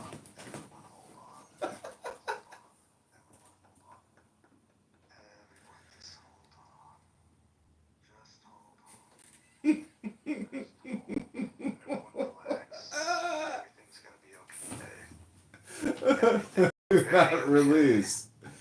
Do not release. Everything will be okay. It's gonna be okay. We're gonna make some improvements.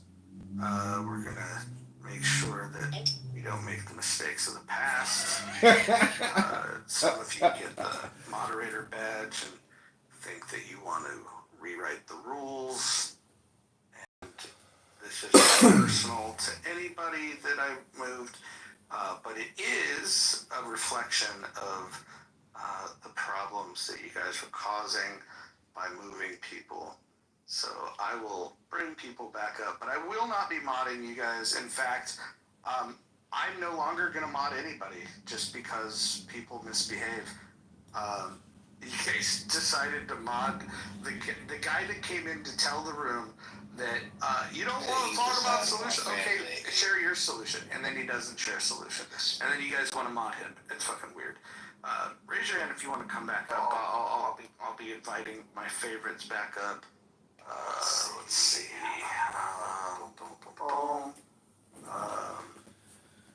That's crazy. I will be bringing somebody up here.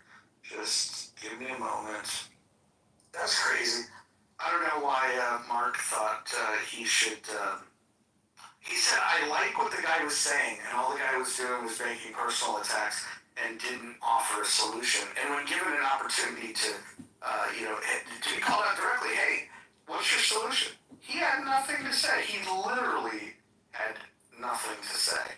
So, anyways, we are now back to a world where Mojo solo mods. The downside of that is, like, if I have to, like, eat or walk the dog or take a shit or whatever I might have to do in my life, I might not be here to properly mod, and so sometimes there can be chaos because of a lack of mod. Good God, can you just stop? Just stop. Well, what's your solution? Yeah, that's my point. What's your solution? Shut the fuck up. Don't repeat yourself like a monkey. What's your solution? I'm gonna tell you, if you stop repeating yourself like a monkey, bro. It's like literally, you was ready to say that when I got on the stage and said one sentence. Well, what's your solution? Let me do it real quick. What's your solution? This faggot already know what he's going to say. He doesn't. Like, bro, how the fuck can I get to a solution? I thought I can introduce and say one sentence before you start fucking. You said 30 and you're still not saying a solution. Yeah, you know why? Because we're not. What is the point of me saying anything when you faggots? Okay, then why did you come up? Because I'm hoping to break through the trollism so you guys can get real, but it's like you lied to me. Just say the fucking point, dude. No shade. Just say the fucking point. All the way that she said. Yeah, so, even though Mark's gone and you guys want to troll, and I probably won't get anywhere with this, I'm going to just go ahead and say it. Bro, shut the fuck up. No one gives a fuck. Oh, shut the fuck up. Shut the fuck up. I got a picture for y'all. Shut the fuck up. Just say the fucking point, son. Yeah, we got to draw your profile. Shut the fuck up. You're not hard, you're not tough. Your dog's tougher than you. Alright, chill out. At the end of the day, my whole fucking point is, I agree. You look like a metrosexual from 2004. At least they know what I look like, pussy. Shut up. I know what you look like, and I know what You look like a late 90s R&B album. And you look like a fucking faggot who beats off in his room and probably lets his dog lick his balls with peanut butter. Shut the fuck up. I have no clue what you're talking about. Just because I have no clue what you're talking about. Ass in the fucking room. Don't mean to go to me. Everyone mute up. Everyone mute up. Listen, we're gonna let one mic on Mark. Yeah. Mark. Alright, bro. Look, at the end of the day, hold on. Because it's not going to get respect. Listen, if I move you down again, we won't be able to bring you back up. I think that's what you're hoping for because you don't have nothing to say. Right, yeah, I have nothing to say. There's a condescending attitude. Awesome. Okay, got it. So that was your last chance. People do this on this is like the same thing as suicide by cop. People like come up on the stage and filibuster themselves, hoping to get removed because they actually have nothing to say. He did it to himself purposely. He was given multiple opportunities to speak and chose not to. He is a faggot. He is a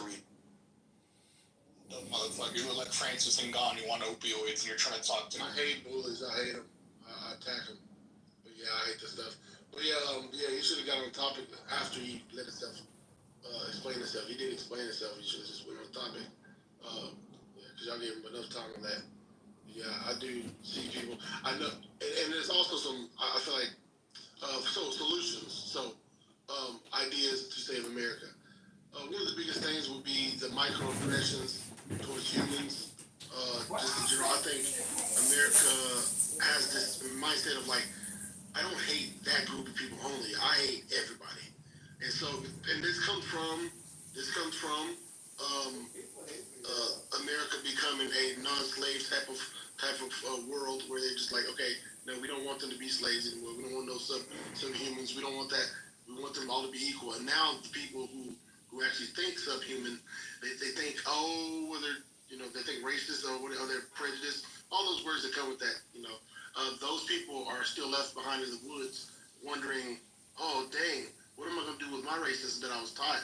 And now that's fading out. So now, okay, forget it. I'll go in public and I'll just say that I hate everybody.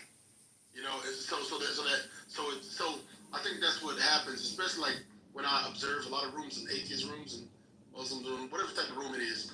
There's always you, I pay attention to how some white people pay attention, how some white people treat black people, and I be like, okay, they're just a cool person. Okay, whatever, that's cool. All right, that's just what's up. They have an issue somewhere else. Then you got people that just like they're so on fire because like they got like a thing for black men. They hate black men, so they just like, oh, I gotta keep them down in some way. They gotta know their place, which those are the people in the woods too. You know, so anyway, that's my. So I feel like being aware of that type of stuff, these microaggressions. I think that kind of helps, so you can know. I was an anti-bully ever since I was little, and I think anti-bullies, we need to be able to be aware of that, and then also like just help each other out, and just like because here's the thing. That's the last thing I'm saying. I think obviously in every room, people will. If you treat a person bad, you treat a person bad no matter who it is. They're gonna act crazy. But if you treat them right, like no matter what they are, they'll try to treat you right unless they're trolling like as a hobby, and then you can shut them down by getting on that level. But yeah, anyways. Yeah, the only thing that I would add to what you said is a focus on microaggressions as a problem ignores the progress that mentioning microaggressions obviously points out. If we've gone past the macro problems and we're down to measuring micro problems, microaggressions, I think that we've already made some significant progress. I actually think anyone that is focused on a microaggression is purposely missing the bigger point. There are challenges and big things that we have to figure out. The threats to America you guys are voting on, it's funny to see out of 52 votes, 39% said that debt is the biggest threat, 29% say that Islamic extremism, 22% say white supremacy. Although the people that say white supremacy, for whatever reason, they vote and then they leave the room. And then communism at 12%. I don't know if this is the exact order that would reflect, a larger sample size, but I am happy with the idea that the debt is recognized as number one threat to America. What is Marv saying? Marv is saying, no respect from the jump and wonders why no solutions can be talked about. He's the guy that I asked multiple times, what's your solution? And he decided to not do it. Still gay, staring at another man's profile pic. I don't know what that means. White people love acting like they never cause problems. I think a lot of people cause problems. I mean, Marv caused a problem on the stage and doesn't want to own up to it. No accountability. Let's see. Joss is saying microaggressions don't keep me from getting the bag. Gilda says put your solution in the chat, Marv. Elizabeth says Islamic extremism. Check. Okay. All right. On that note, Elizabeth, I don't think it's a religion. I think it's a cult. Matter of fact, I think it's a pedophile death cult. The Prophet Muhammad was pedophile, married a 6-year-old girl, fucked her when she was 9. But some of you guys think there's no problem with that. Baseball card curmudgeon says need to act black. Fatigue to the poll. I only have 4 choices. I would have added more. Marv says all lives matter in quotation marks, and he's laughing. I don't even know who he's fucking speaking to. Dr. Adams says noisy white women cause the most problems. If they're progressive, that's probably true. Marv says everyone causes problems. Ducking once again. Some problems bigger than others. Elizabeth says legacy and conquest. Yep. And then Cowboy Honest says, hello, I'm from Africa. I need an honest woman from Western countries. Wow, that might be the most interesting thing I've seen in chat all day. Cowboy, please come to the stage. Young Zealous says, our presidents have, I think he meant to say pedophilia. I don't know what he's referring to there. But George says, dysgenics. Marv says, America based off slavery and racism, but yet white folks cause no problems that need fixed over other minority problems. Hurts your feelings too much to open that can of worms. Actually, no. I think the problem is that Some people will ignore that the origins of this country, we did some diabolical shit, and that should be called out. I think you're right for pointing that out, but I think also people like yourself that don't recognize the progress that this country's made, specifically when it comes to race relations, if you don't recognize the progress, then you're a part of the current problem. And we did a room on are race relations better in 2025 than they were in 1960, and you had some really ignorant people that said no, they've never improved. And then I would ask, well, what about if we compared 1860 to 2025? And they would say, no, it's always been bad. And so if you can't acknowledge that there's been improvement in race relations, then you are literally the biggest part of the current problem in race relations. Because they're over skeptical, I guess, towards things they don't recognize. But if you make the vice versa, like towards some of the Americans or white Americans or whatever, towards Arabian countries or different other countries, they're over skeptical towards those countries, and they're more favored. They favor themselves. So it's like a game, and like a alternate universe type of situation thing. Because like obviously, but I like what you're saying, Mojo, because actually we do need to take notes. I said this to on my Facebook. I said, yo, pay attention to it. Neighbors are not blowing each other up. They're not assassinating each other. They're not offing each other. This is not even happening in a wide scale. So like, we should be celebrating over the things that we've accomplished, Mojo. And so a lot of people, they don't do that. We should do that and go to that list, Yeah, so for sure. I think with the risk of becoming too meta, Mojo, I think whenever you're having a discussion, you have to kind of leave your ego at the door, right? Or you won't be able to have a productive discussion, regardless of your background, what you work in, whatever. Like, you have to kind of take that aside and then stick to the issue, right? So we waited for like at least 10 minutes for Marv to give us an explanation or a solution to the current issue with the deficit, right? And all he wanted to talk about was, my this and my that, and fuck you, and it gets boring really quick, okay?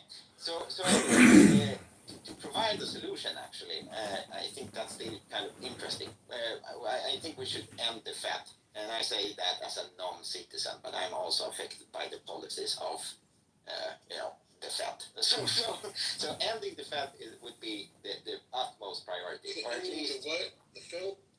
The Federal Reserve, yeah. They need to stop what they're doing, because I'm actually even more black-pilled than most people in here. I think we've passed the monetary event horizon. So what's going to happen is they're just going to keep printing and then hope to God that all economies crash before the American one.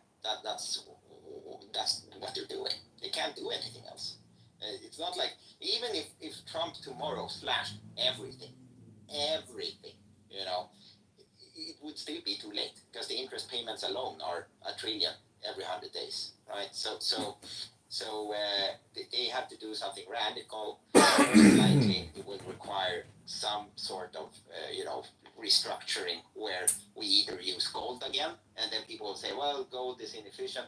Well, okay, maybe we have to do something, because this paper system that we have now is not sustainable, right? So tangible assets. So maybe we can tie it to land or commodities or like productive real estate or something, But there needs to be a strategic shift from paper promises to real world collateral. That's what needs to happen. Okay, hold on. I want to read the latest from the midwit in the chat.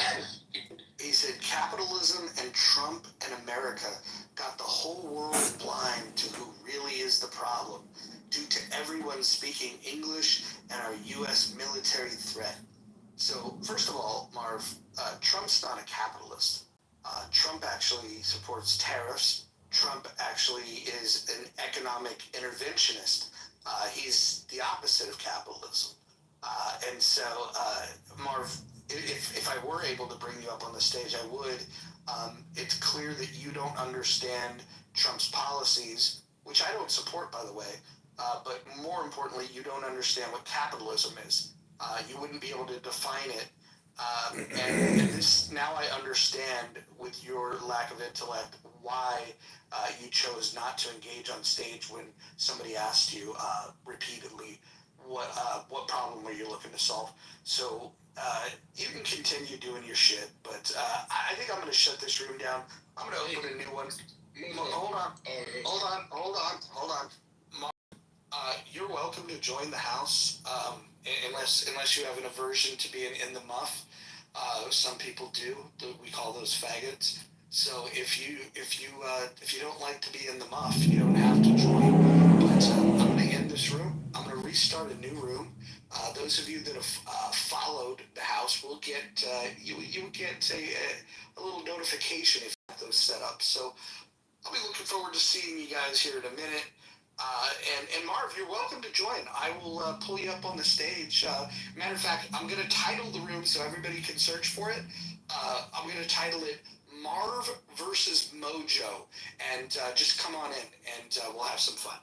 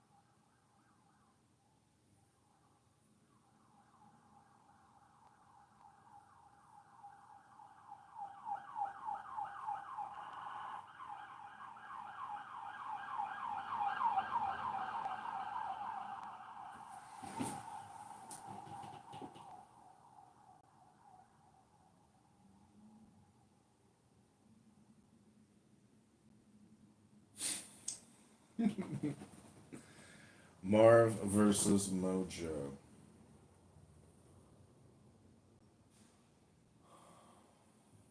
I will be bringing people up here in a second.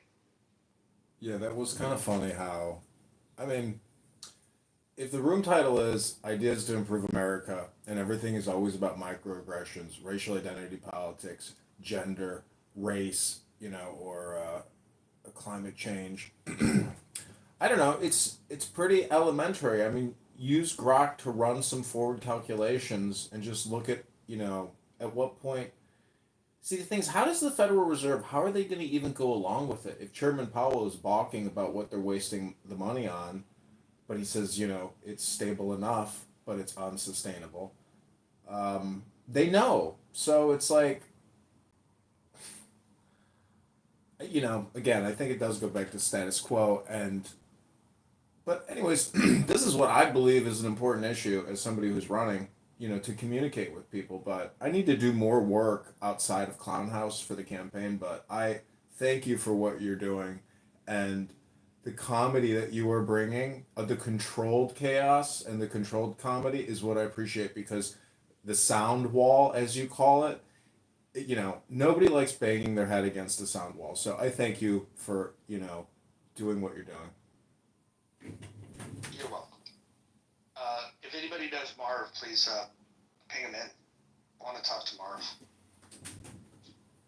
I want to make it clear, I don't associate with him. He's not on my side. He don't represent my beliefs against capitalism. Hey, if I have to own Astro, you have to own Marv. No, listen. You can call me and my reasonings for not liking capitalism retarded, stupid, faggot, whatever you want to call it. Just don't associate me with Marv's positions. And you know what, Brad? I'll do you the favor. If you don't associate me with Marv's positions, I won't associate you with Astro's positions. How does that feel? Oh yeah, then we got bipartisan agreement there. Perfect. So, Brad, are you a Yankee or a Confederate? I'm a Yankee. I would have fought for the North. I would have gladly took those Confederate gray little fucking twats, and I would have dragged them out, and I would have fucking Damn. That's the thing. Yeah, we would have been homeless straight up. Back to You back. gonna fought for the North, Brad? Hell yeah, I'm a Northman. Oh, okay. That's a healthy laugh you have there, young. Yeah, I don't know. I just give it all. I don't know why. It's crazy. You know what? That kind of surprised me. I'm proud of you, Brad. Fucking slavery is one of the most horrific things that has existed in history, and the idea that somehow I would never have sided with it, which is really on the basis of like what conservatives is, but it's like in the foundation principle, and nobody should ever be enslaved. No one should be forced to bend a knee to somebody because they think they're superior in any class. And so I think people should, those little Confederate values. You just said in any class?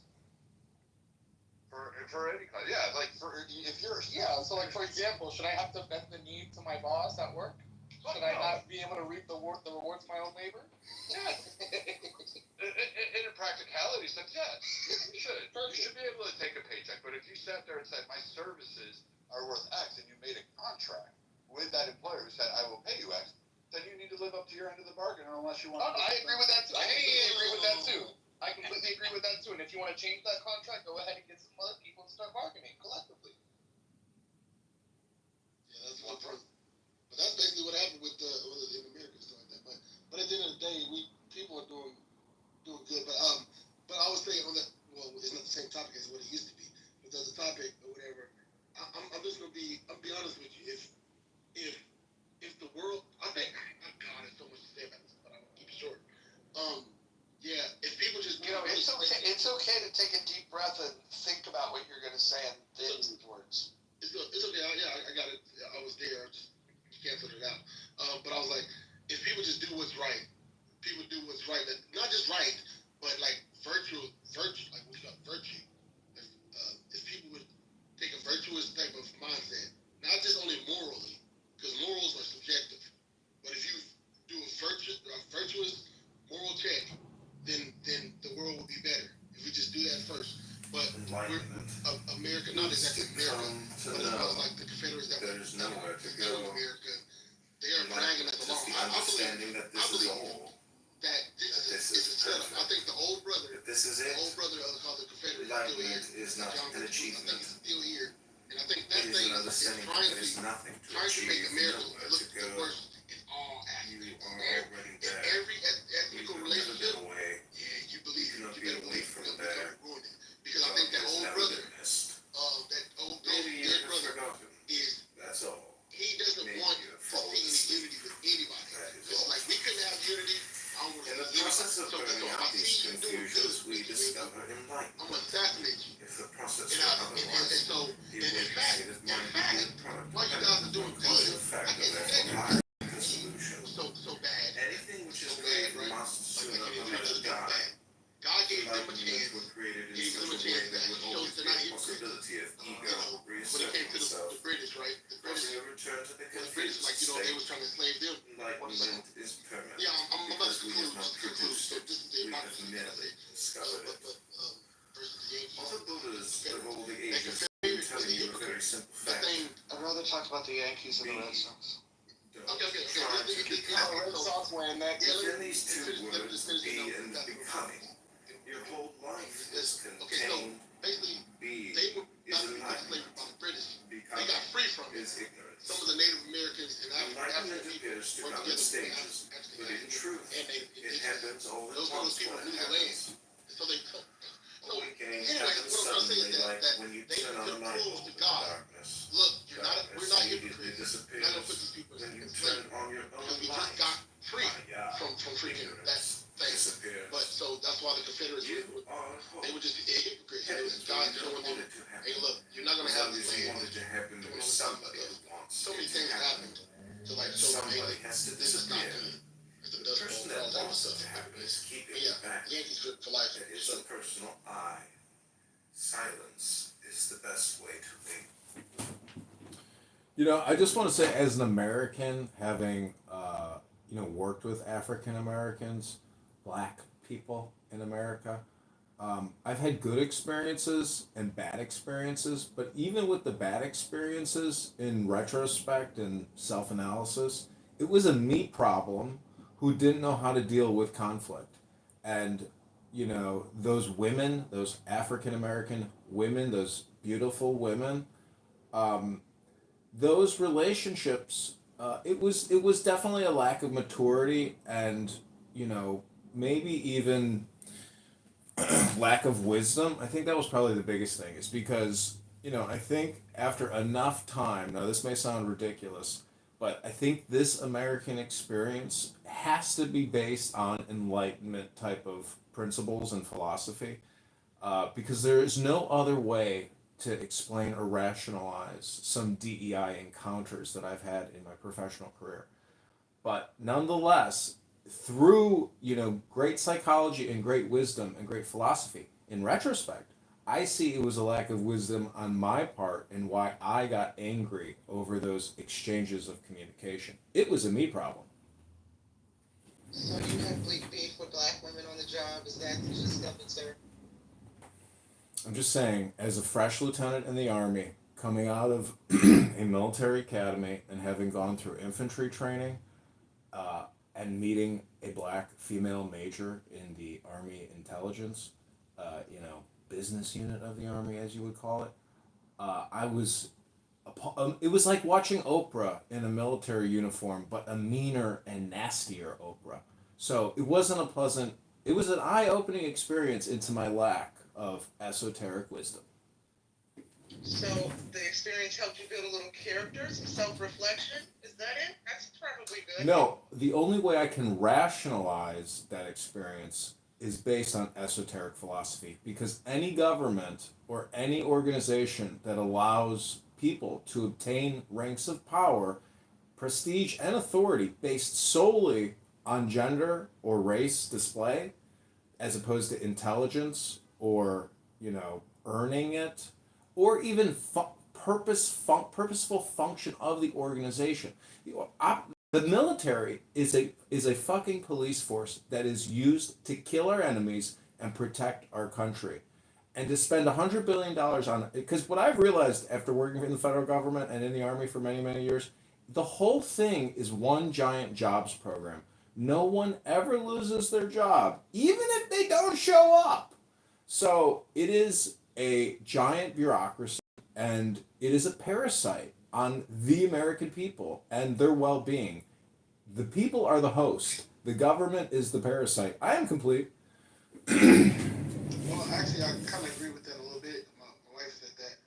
She said that she worked with it was a gay guy who just wasn't doing anything right there. He was just lollygagging around. And I was like, man, it's crazy you just said that, because she told me that story. And I was like, oh, I remember. But she said, yeah, it was annoying. And then there was people who stole stuff, and they was like, okay, don't report it, whatever, because something about insurance, I don't know. There's some different stuff. I was like, huh. So I kind of get what you're saying. I mean, when you get a federal job and you realize that it's like having Social Security for the rest of your life, you're never going to leave it. But the fact of the matter is, if America isn't run like a business, then we are not capitalists. We're not a republic. We are a communist state. And I don't care if you think the Federal Reserve is separate or there's a secret union. We have become the Soviet Union. And we are this kind of... On my wall, I have rubles. I have a $100 ruble note and a $50 note. It's this same economic system. It's fiat. So No, it's not the same system. It's actually it's the World War II Italian system. The infusion of the corporations with the government is exactly what Benito Mussolini had advocated for. He called it corporatism. The critics of capitalism will call it crony capitalism. What we should refer to it is economic fascism. I don't think it's capitalism. I don't think it's communism. It's economic fascism. It's broken, though, for sure. well, when I say communism, I mean a jobs program. But anyways, you're absolutely right. I don't think anything's going to change, and I don't even find that disheartening, because I think that it's a giant, it's a global Ponzi scheme. It's because you could look at the the debt of Japan and China, etc. Every country is doing central bank planning and fiat currency. So the system is already in a great state of equilibrium. And forex and the currency markets, I mean, that has to all reflect this like perfect parity. I mean, you could look at the dinar in countries that have fallen and look at their currency. But anyways, the whole point is, this is the Mojo Show, and where is Marv? Yeah, I think it's clear. Let the record show that Marv, who identifies as an anti-capitalist, I shut down that room to be able to open a room that would be more inclusive, bring him to the stage so he could articulate his views. He decided not to show up. I wonder why. It's probably smart of him too, because there's secret societies, and what's crazy? Okay, so in America, I think things that is. I don't think it's a secret societies. Okay, this is what I think. Like, if you conceal your information, your deepest thoughts, you stay protected. If you give all your thoughts away, people can target you. Not people. I feel like there's intelligence behind a lot of things, and we don't really know there's secret societies. And so when they get a toll of information, whatever, the analytics on how people think, then they come up with plans behind the closed doors. Like, a lot of us who have good thoughts, we let it out, and it's good to let it out to be understood. Things need to change, but there's people right now that are either Freemason, Illuminati, or some kind of Young. Many type of things. Young. So like, Young. Yeah. What type of medication do you have? There's none, brother. That's probably what you're on. Young, Young, I live next door to a very large Masonic hall here in Chicago. Do you know what they do in Masonic halls or churches or any religious organization? Do you know what they primarily do? Wow. So there's two things. There's different degrees, and then what do they do on the front of anything? No, just give me one word, a summarized word about what these organizations do. Thank you. They form together. They come together. I don't know. Oh, it's education, dude. They're in the education publishing business, the communication business. It's information. What's the problem with it? So you see what I'm saying? So look, so if you study, you need to study the testimonies of people who used to be Freemason or whatever. And this is hold on. Yeah. Come on, I want to look. Let's pretend that this stage is a bowling alley, and let's just pretend that you've like rolled a bunch of gutter balls, and now as a friend, I'm lifting up the bump. Hold on. Listen, I'm lifting up the bumpers. You're gonna knock down some pins if I. You're with them. That's why you're acting this way. Well, yeah, I have no problem. No, hold on. I have no problem with the Masons, but it sounds to me like you're someone that doesn't understand what Masons are. No, I haven't explained it yet, so I don't think that's what you're saying. Okay. So walk me through. Okay, what are the two things that you do not discuss in a Masonic hall? I wanted to stay on the topic because this is going to roll. I was just asking what those two things are. Because it sounds like you're an expert on this subject, so I want. Question towards what he said. Well, I'm illustrating that you don't know what happens in a Masonic hall. That's part of your bias because you're trying to protect it. That's okay. But you don't know what happens in there. Tell me the two things you can't talk about. Now, it's the thing that I could talk about, right? What are the two things you don't talk about in a Masonic hall? If I was to talk to the Mormons, I can talk to them about certain things, and I don't have to know every secret. And now we're talking about Mormons. No, I'm saying because some of them are Freemasons, right? And you can be many things. You can be any religion. Yeah, you just. That's what I'm. Hold on. You know what I'm saying? Well, hold on. But hold on. What are the requirements to being a Mason? Brother, I'm not getting into all of that right now. That wasn't my point. I don't think you know. But you're cutting me off because you're triggered by it. No, I'm asking you to. I'm qualifying your expertise on the topic. I know exactly. I probably do remember. I would remember if it wasn't under pressure. But you're the moderator right now, so you don't have that pressure. You only have heat towards being the leader right now. That's all one thing you have right now. I'm trying to pinpoint on what I know. What I do know is what I'm mentioning, and so that's the safe place to be. Got it. Okay. So for the record, you don't know the requirements to being a Mason, and you don't know the two things that you don't discuss when you're in a Masonic hall, but you're an expert on Masonry. Are you talking about religion that you don't discuss or whatever? It's one of them. dang, I happen to be right. I don't even, that came to me because of the lack of pressure. Like, yeah, so that's what I'm saying to you. The human brain works different. If you make it safe, they'll be able to get rid of I agree. Your human brain is working much different than mine. Go ahead. But no, I was, but yeah, I appreciate it, Mojo, but that's good to even say that, though. For some reason, you saw that. But let me see, America, this is what I'm saying. On the point, there's degrees, right? There's many degrees. So if there's like, say if you're a higher degree, you would know the deeper things. That How do you obtain the different degrees? Brother, I'm not going through a questionnaire about it. I know it sounds good. Sounds like it's essential. I'm trying to get to a point. This is the end point that I'm trying to say. Get it and get it out the way. And it's not even so much about Freemasons exactly. So I don't want to pinpoint people as if they're all evil, because they're not.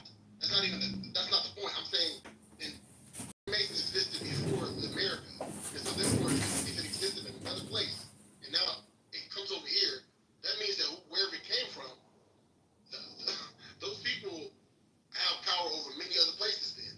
And so that would mean, damn, we're fighting. It's like we're trying to get order in chaos. And these people are, some people, the people who are hidden in the deeper parts of it, the people who have the deep degrees, who hide a lot of things because they can't tell it, whatever, those people, like, I don't know how to explain it, man. There's a statement, I don't know if this is Illuminati or Freemasons, you may correct me, but it said order out of chaos, meaning you can get order over the earth or order in many situations globally, in many places. Yeah. Hold on. Look, it sounds like you've read like a Facebook post about this. Ordo Chow is translates to order out of chaos. It's interesting how like you have like these basically like these headlines, but you know nothing about it. Do you know how to obtain first degree masonry? I claim no knowledge.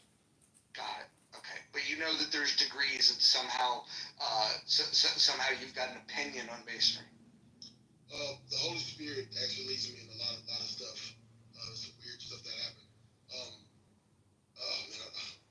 It's some weird stuff that happened. So I had dreams about entering the Masonic place. The doors were open, and it was like I walked in there. So anyways, so after that dream, I'm fast forward after that dream, see satanic stuff that I saw and the presidents and stuff.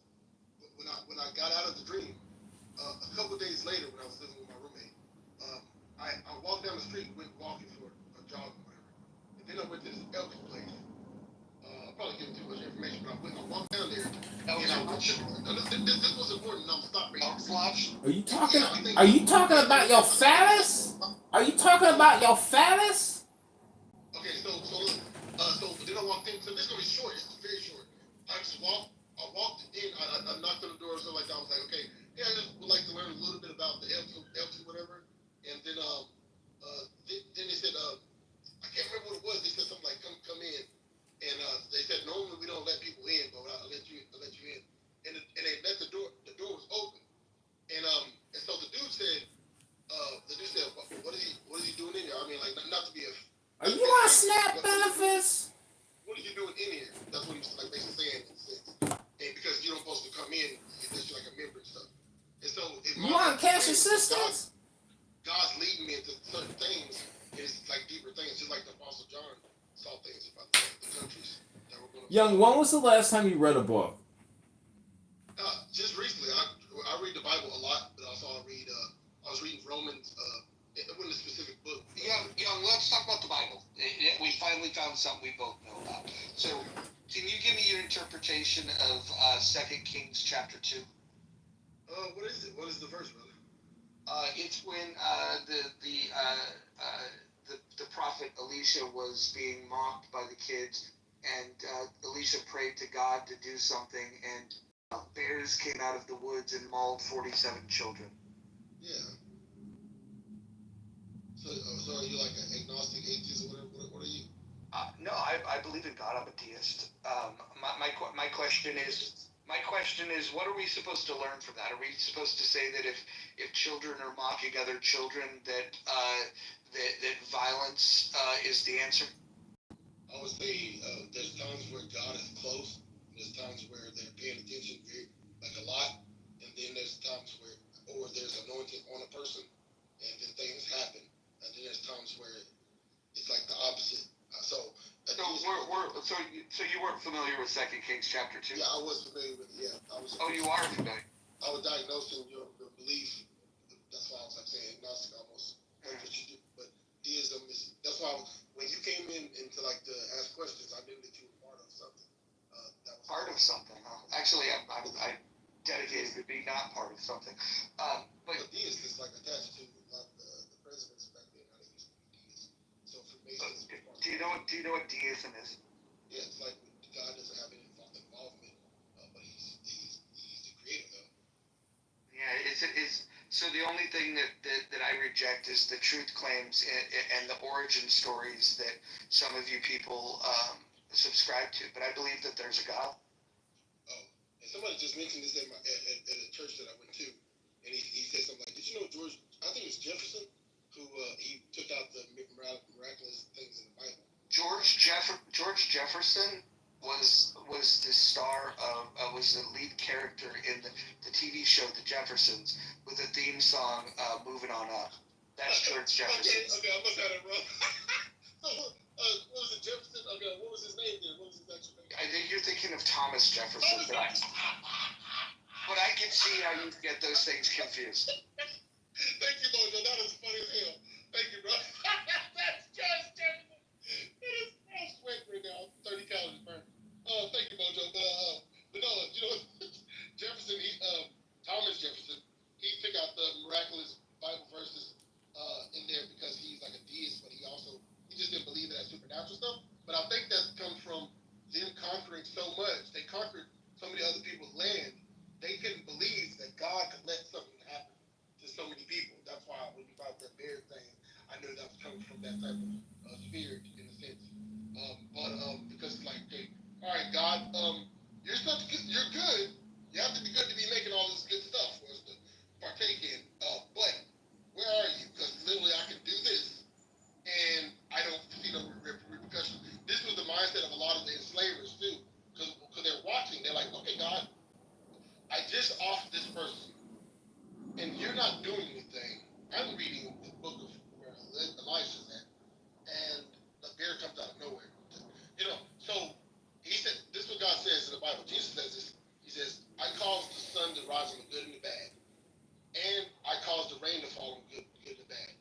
And so he said, Young, look, you're all over the place. Let's put the bumpers back up. You have intelligence. You're denying it, even though that could make sense. You just I want to put the bumpers back up and focus the conversation. So let's get into a scripture that I want to get your opinion on. Leviticus 18:22. What do you think? Clarity, I guess. Okay, let's see. It's all good. You're gonna get spirit. Let me see. Leviticus 18:22. 22. And depending on what version you're reading, it's if a man lay with a man the way he lay with a woman, that's detestable, saith the Lord. Yeah, I got every version, but let me look at it. Let me see. Let's see. I'm gonna look at the actual Hebrew here. Then we can actually see what's there now. Whatever. Alright. Let me see. Fuck was that? Were you ordering something? It was my Latin spell. I'm joking. I was joking. I was joking. You know, I'm Christian. And with a male, not you shall lie. Obviously, but as with a woman is an abomination. You agree with that? Yeah, I agree. So you don't like faggots? Yeah, I don't hate them, but yeah, I don't hate them. Let's put it that way. Yeah. But I don't agree with the laying down with a woman, laying down with a man. You know, yeah. So. Okay, fair enough. Look, to each their own. I want to pass the mic around. This has been fun. You feel free to tap back in. You've got a contagious laugh. I think you've won over most of the people in this room with your spirit. There's definitely a kindness about you. Yeah, you're welcome in the muff anytime. Matter of fact, the only people that don't enjoy being in the muff are the people that were referred to in Leviticus 18:22. but that's a whole other story. So, yeah. Brad, Serendipity 9, John Lopez, my favorite person ever. What do you guys want to talk about? I know, right? Thank you. Marv was a no-show, so I don't know what we're gonna do with ourselves. I wanna discuss. I wanna find out, and I'm trying to find it, and I can't find the name of that fucking third-party management company for DCFS that the LA Times informed everyone about back when Gabriel Fernandez was murdered. Poor kid, but yes, and people don't know about it. That we're wasting all that money on a company like that. People knew about it, they'd be like, get it out. Is that the little boy that there was a Netflix documentary made about him? Yeah. Yeah, I can't watch that. It's just I've heard about it, and it sounds horrible. It was horrible. Yeah, I can't bring myself to watch that. Everyone felt that child, the parents, the system. Yeah. Right, even the welfare system, the DCFS, yeah. But yeah, defending, they're more worried about that than actually defending like our laws and values, and kind of, they stay silent and supporting it, and yeah, it's really putting the country's future at like serious doubt. It's quite concerning. Well, it's because the average British citizen does not have any values.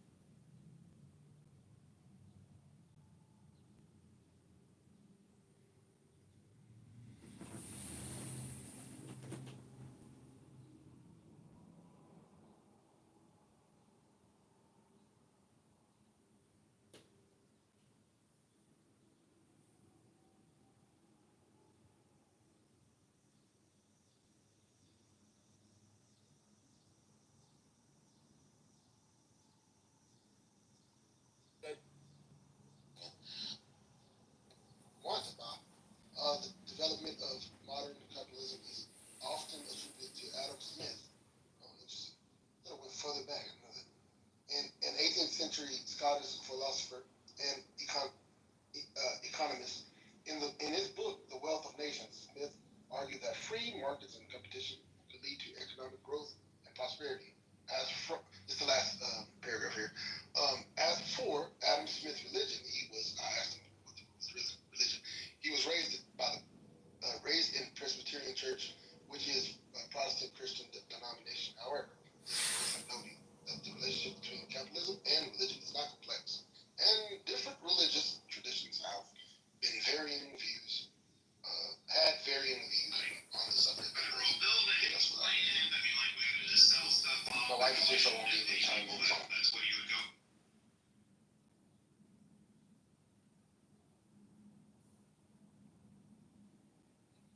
Have you ever opened up a pizza restaurant or created a website to sell a book or maybe listed something on eBay, Young? Have you ever worked a job where you had a boss that had investors or a management team that, was in a chronic state of disarray? Young, what I'm trying to say is we've got crony capitalism. You ever watch gladiator movies?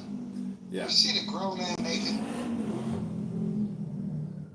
Young, that was a great example of capitalism, by the way. Just, yeah, I've heard it. I was down below. Somebody invited me up. Mark, let me ask you a question, Mark. The If epitome of capitalism is what Young just talked about. Mark, if everybody in America had a compost heap in their backyard, how much do you think we could knock off the federal national debt in 10 years? Be honest. Oh my God, that's a room in itself, my friend. But guess what? If everybody knew the value of organics, the farming, it would change so much on so many levels. So when you make fun of me on these different venues that we're talking on, you have no clue the value of organics. You think farmers don't know the value of organics? You think I'm people saying that we the people, individually, no, have you no mean clue you how that important live it in a is. suburb or a city environment or a urban environment, whose biggest decision in terms of your consumption or product is whether you're going to have to deliver your food. That's a different talk. But if you're talking about the actual farmers and people who work ag, and those that live off of the land, they actually know. They know a lot more than when you're probably a spouse. I'm planning on making No, you don't. You get fed by people who live off who live, sweat, die, bleed by the land. Who raise their children without so much as a huge offering a nickel of support. You critique them, you pass laws, and then you sit there and cry when your gold wrapped food exceeds $5 that your fucking Whole Foods, Trader Joe's, or whatever fucking twat, fucking market there is out there. Amazing you can be so rude. You have no clue who I am, what I'm talking about. But yet you can just throw me under the bus. Please enlighten me. Prove me wrong. Yeah, I'm saying I contend that we the people could easily stop first of all, the waste. It's all about education, in my opinion. Presidential candidate. Understanding the value of organics, and any urban farmer, or not urban farmer in general, realizes that's your power. Also, that I think is weird is like, is it You just a still haven't answered coincidence? the question. You haven't done anything. All you said is that we could save money by doing organics, like some other billboard ads. I contend we're going to save the world with organics and how teaching people how to turn organics into soil. I mean, all this stuff. You think farmers don't know that already? You don't think that if I take a banana peel I and think, throw it in the ground, no, I know they do. I know they talk about those. Yeah, I know farmers know how to do it. But the regular person doesn't. They don't realize how simple it can be. Well, They don't thank you for understand how elaborating my important. point. You proved my point. You in an urban environment or suburb, order pizza on Friday night. Go get a Mars bar. What the fuck is a Mars bar? Running America, we have. What the fuck is a Mars bar? I don't even understand. Like, you're all over. Mars bar is a candy treat. Well, gentlemen, let me interrupt your candy bar conversation. Okay. Mark, do you think at $37 trillion over the next 10 years, let's say we get to $50 trillion, do you think, paying $2 trillion on the interest is too much? I mean, what would you do to manage the budget, Mark, and the money supply? So trapped in this system, you are going to be the last person people go to change it all. You, America, have no clue. American. No, I'm asking you, what's your solution to the budget crisis, to the borrowing and spending crisis? What would you do if you were president of America and you had absolute control and you were Mussolini? What would you do, Mark, as a fascist or a communist or a socialist? What would you do? Or a capitalist? You tell us, Mark, what would you do if you had snap your fingers? What would you do? Yeah, first of all, I would live by example. I would take all the interests we have in war.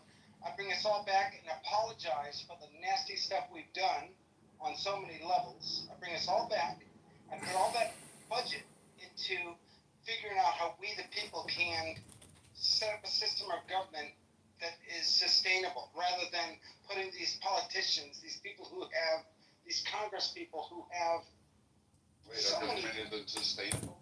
Hasn't been going on for benefits. 250 years? No, I would And then yeah, your blanket apology, you're just gonna stand there up on the podium and go, you know what, we're sorry. You know, yeah, but we're good. Well, listen, we didn't mean to, we didn't want to show you that how the How suck cool would it be? twice You on called me cocaine. Mussolini. You called me Mussolini. How cool would it be if Oh, you said, yeah. listen, I Yes, you would apologize have for all marked the so stuff that we've done. yeah. Now we're gonna come back and try to figure out the founding fathers, Thomas Paine especially, of course, the key founding father, because nobody's read Thomas Paine. Father. Of course. Actually, hold on. Thomas Paine, of course.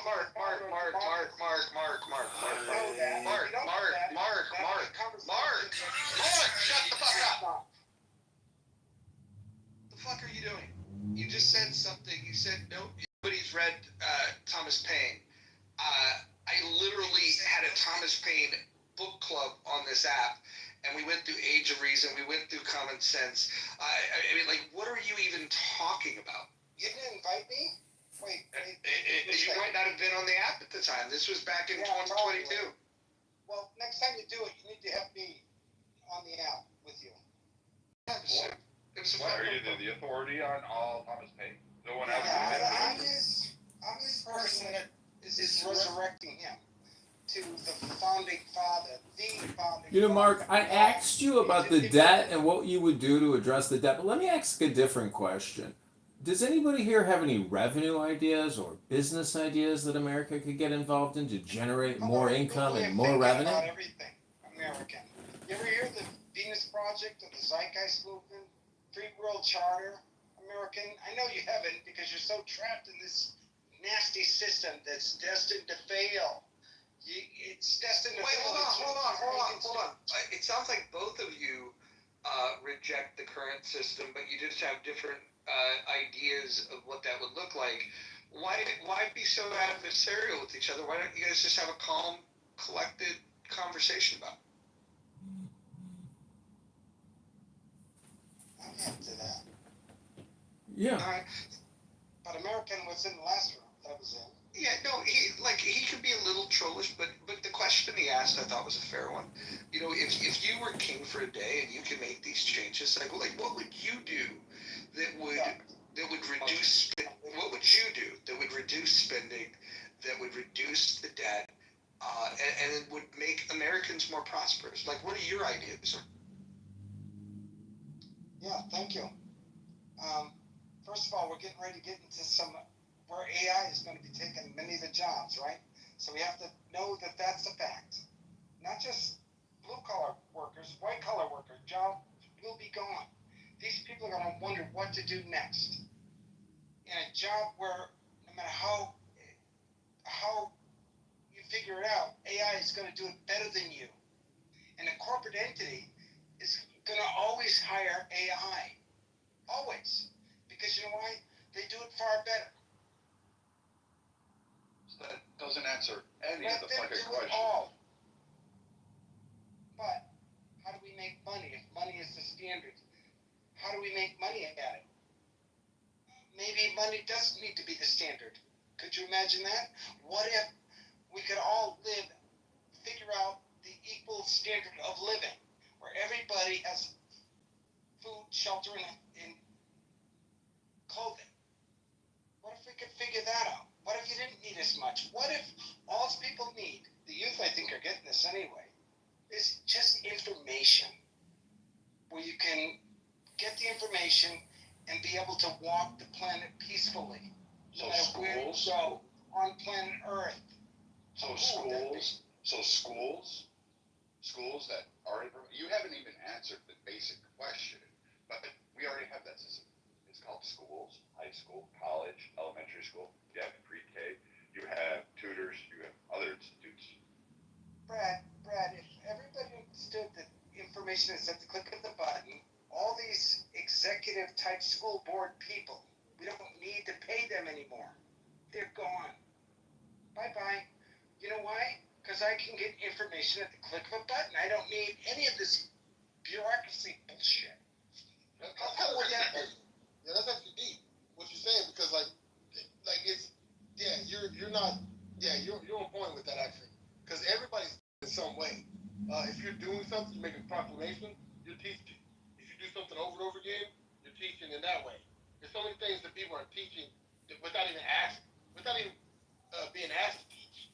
So everything that you do is a teaching point, and everything that you say is a teaching. It's a proclamation. It's preaching and teaching. So like, yeah, that does make sense, bro. Like, if we can like figure out stuff from there. Well, Young, I ask you a question, and Mark, too. You know, what is the difference between subjective and objective? Can anyone tell me maybe what the difference is between objective and subjective, or subjective objective? Anyone?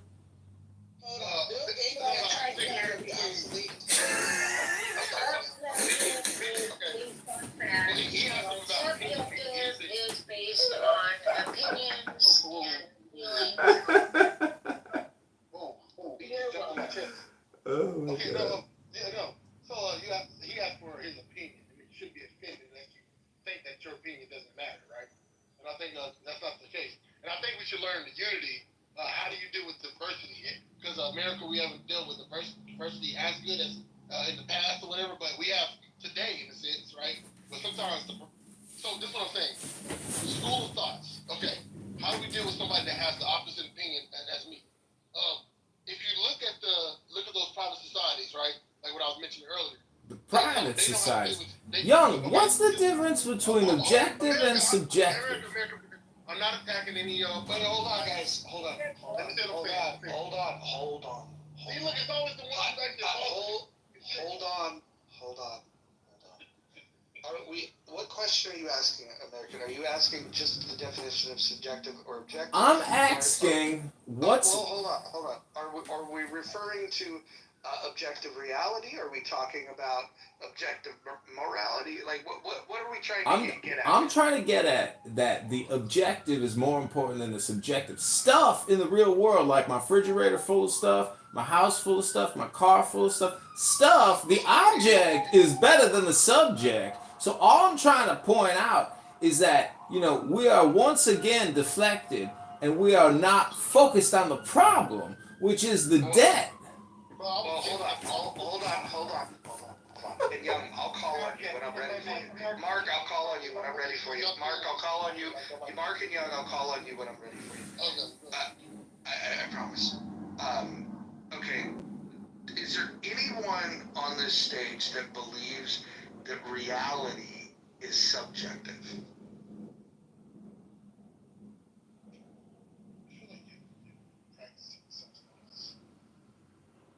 I'm just curious if you think that reality is subjective or objective. I think that the publishing industry is subjective. I mean, you can't have one without the other. Without subjective, it's so boring. There's no content. So I'm just saying. This is true, but here's the thing. I think when people talk about this subjective reality, I don't think they're really even thinking about what these things mean. I mean, to be objectively real, it means that it exists without observation. And so if somebody believes that reality is subjective, then that would mean that if they're not looking at a tree, that the tree isn't there. Yeah, I don't believe that definition is right, what you said. So you believe it's objective or subjective? Reality is subjective once someone else is involved. When it's one person, it is. If it's the author of everything, then it is objective. You have the objective, which is like, what is the goal? What is your plan for everything of what you created? You have dominion over it, and it's objective from the beginning. When you involve another person, then it becomes subjective. Stuff like that.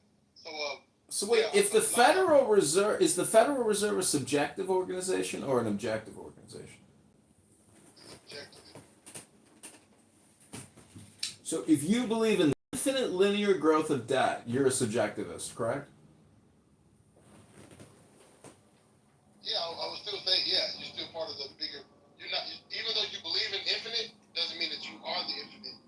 So therefore, yeah, you still believe in infinite resources and all stuff like that. Doesn't mean you're the infinite, which could make you the object. Okay, I got one more final question for you. Let me ask it. What's 100 times 1,000, Young? What's 100 times 1,000? Go ahead. What's the answer? I don't even know. Even though I'm not even gonna give too much thought.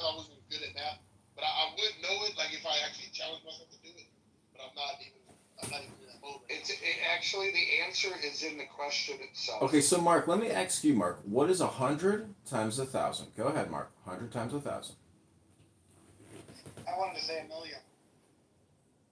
100,000. That's what I wanted to say initially, but I'm not good at math. Oh, hold on. Listen, no, everyone be that. Everyone. If you have 1,000 and you multiply it by 100, you have 100,000. It's 100,000. This is not. That's good. Yeah, it's just, yeah. But yeah, education system, right? If somebody would top that, I would already knew that, right? But you have some of the subjective education systems.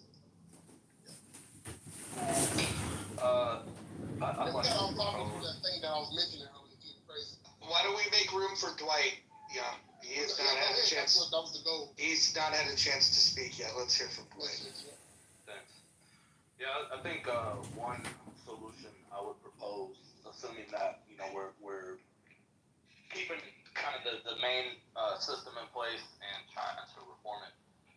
I think reducing medical costs is probably like, in my mind, and I'm no expert, but it just seems pretty obvious to me that that's like one of the most obvious things we can do, because we spend it's something like 3 times more in medical administrative costs than any other country.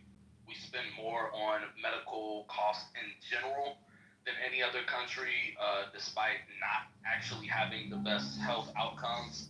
So I think reducing that split, like if we were to actually attack that, it would do multiple things. One, because we spend so much on Medicare and Medicaid, this would help to reduce the amount of spending, which can kind of get us going in the other direction.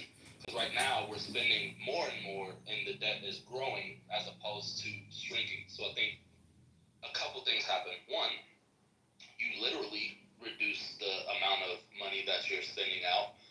Get rid of some of these fucking administrative costs. Get rid of some of these fucking outrageous prices. And there's. Yes, I'm aware that there's some nuance to that, but by focusing on that like in and the reducing that Congo, cost, it also. Yes. I thought they had some other okay. No. Yeah. You never know with Norwegians, that's the thing. Yeah, one thing about Norwegian, we don't know what's.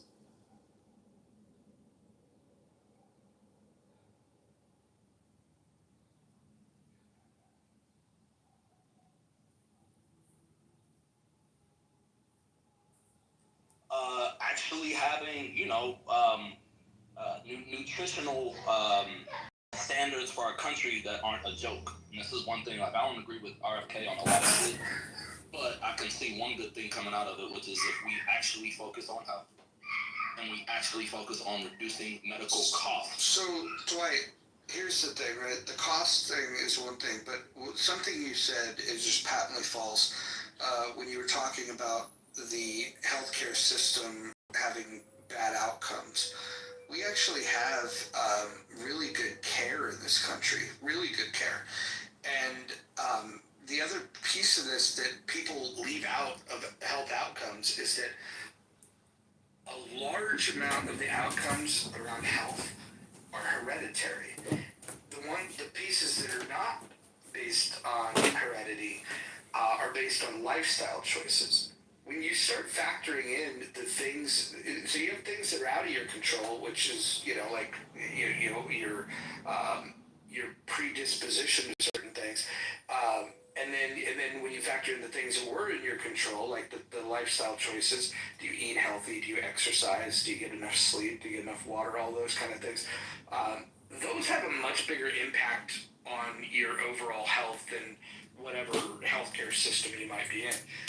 That being said, where health outcomes do come into play when it comes to the system that you have in play is if you do have something where you need some preventative care, or you need to solve a problem, let's say you need a surgery or something of that nature, you want to be able to have access, you need to be able to afford the care, and then you want the quality of the care to be really, really good.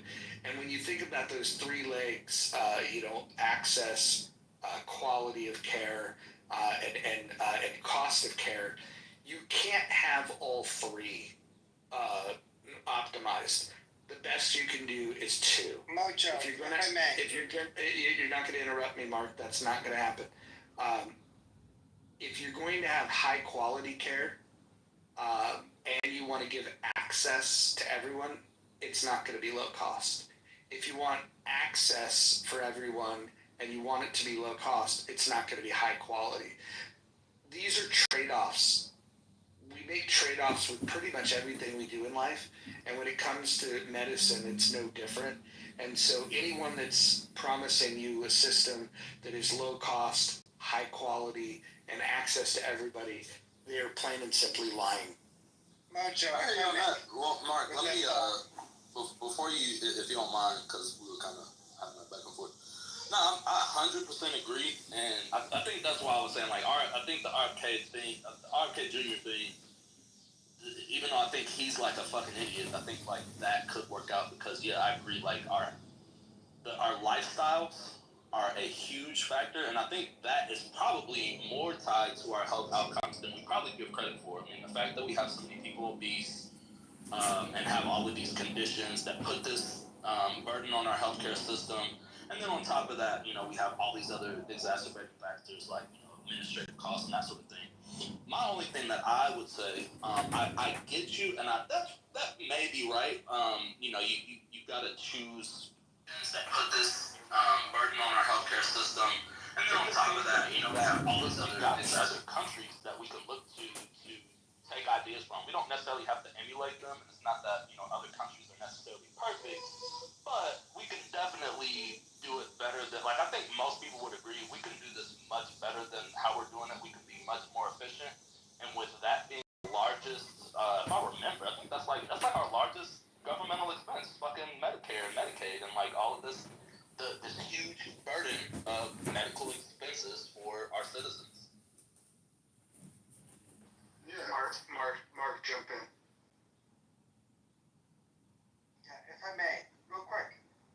With today's technology, I go to the doctor. I go and he seems to leave the room all the time. I always think he goes, like I tell him what my problem is, I think he goes and he leaves the room and then I think he goes to the internet and punches in what I said to him, which I can do myself. And I think all of us can do that. With today's technology, we can punch in our symptoms and make. The only thing we can't do is prescribe. We can't prescribe certain drugs for ourselves. But if we could, that would be kind of cool, I think, in my personal opinion. But we don't need, with AI, we don't need any of that baggage either. If all of us are in tuned to our own self. Like, whatever I feel, I have pain, fractured, like a broken arm or something like that, that's different. I gotta go to a doctor, somebody's gonna fix my arm. But when it comes to being sick or something, I punch, this is my ailment, I gotta go to a machine, right? More and more of these machines they're coming to us.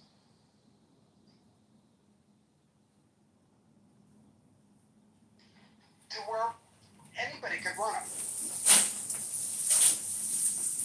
Right? Well, Mark, I hate to interrupt, but do you realize if we could cut borrowing and cut spending, the medical industrial complex, the health insurance companies, would have to adapt to the new financial reality that they're not going to get as much in billables as they've been getting because the budget's been cut. Would you be okay with that, Mark? Yes, most certainly. So out of $2 trillion a year, what do you think is a fair cut? 20%, 30%, 10%, 50%? I don't know what it is, but I know technology is happening, and the more we as individuals understand because nobody cares about our individual status than we the people who care about ourselves, right? So when we're going, I'm going to Google on, and it's getting better, by the way. Meta is getting better, and they will send you down a path that you can discern way more than a doctor. That it's got a few thoughts in their head that might be good for you. I contend that the shit's gonna hit the fan, and those people will lose their jobs as well. And that's a big deal. Mark, let me ask you, I'm sure you've heard this, Bill Gates has stated that in about 10 years, maybe less, maybe a little bit more, the AIs will replace the doctors, the teachers. You won't even have to leave your house to get a diagnosis, get treatment. Well, you'll leave your house to get treatment. It'll be the robots operating on you if you need a surgery. So what's your take on that? Do you think that there is some, that we have something to be worried about, or is this a hopeful future in terms of, medical advancements that in 10 years time, maybe 20 years, maybe longer, maybe less, doctors will be obsolete? I mean, it's kind of frightening when you think about the young folks who might want to go to medical school and then they not have a job when they come out of college, right? So what's your opinion? You think the AIs are going to be our future doctors, nurses, and surgeons? I think it's amazing. And I think, especially through COVID, which the AI has helped me immensely. Well, not just COVID, real people working with AI. I think of Clubhouse. I think of reasons why I never got the vax. I'm so grateful that I never got the vaccination for COVID. This nasty freaking setup that was. So I'm grateful for it, my friend. Mark, I gotta jump in here. Mark, do you think the government should immediately fund medical AI technology? Do you think the government should continue funding and spend as much money to figure out medical AI? What do you think, Mark? Yeah, if the machine can do it better than us, I want the machine to do it better than us. It frees us up, on so many levels, where we the people can do other things. Imagine, I always get, when I go to a Dunkin' Donuts or whatever, you get somebody, and I did the jobs back in the day. I'm an older person. I did all the stupid jobs that really slowed me down in life, I think.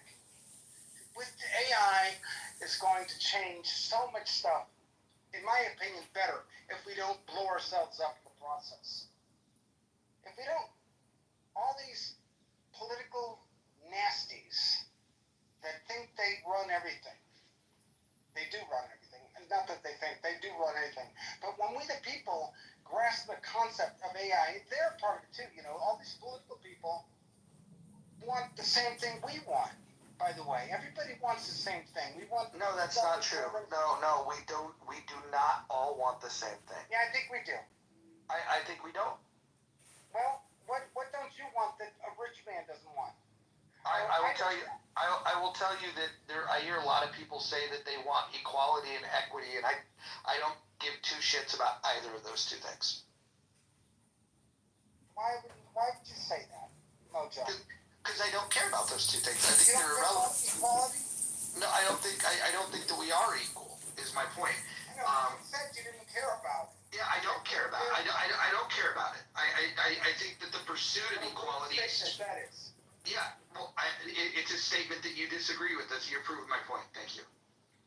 Mark, there's a Native American expression that says, "If you can say it, it is not true," and everybody doesn't want the same thing. A lot of people really don't like America. A lot of people want to see this country's legacy destroyed because they have bad political positions and maybe they're immoral or unethical. So that's all or nothing thinking, Mark. That's all or nothing thinking. That's called a cognitive distortion. Well, and hold on. I want to illustrate this. Hold on, Mark. You're gonna have to get better at the listening part of these conversations. It is Congress, right? So he talked to me. Mark, do you hear my voice? Thank you. Jesus Christ. So you said that all people want the same thing. There's a death cult, a pedophile death cult, that wants to be able to fuck children. I don't want that. I don't think we all want the same thing. Well, that's a stupid analogy, but whatever. It's a cognitive Wait, hold on. If it's a stupid analogy, then you tell me, are you with them? Do you want to fuck children? Or maybe you want something different. You've turned the conversation into a rude conversation. No, I'm proving the point. I'm proving the point. You should already know the question. The answer to the question you asked.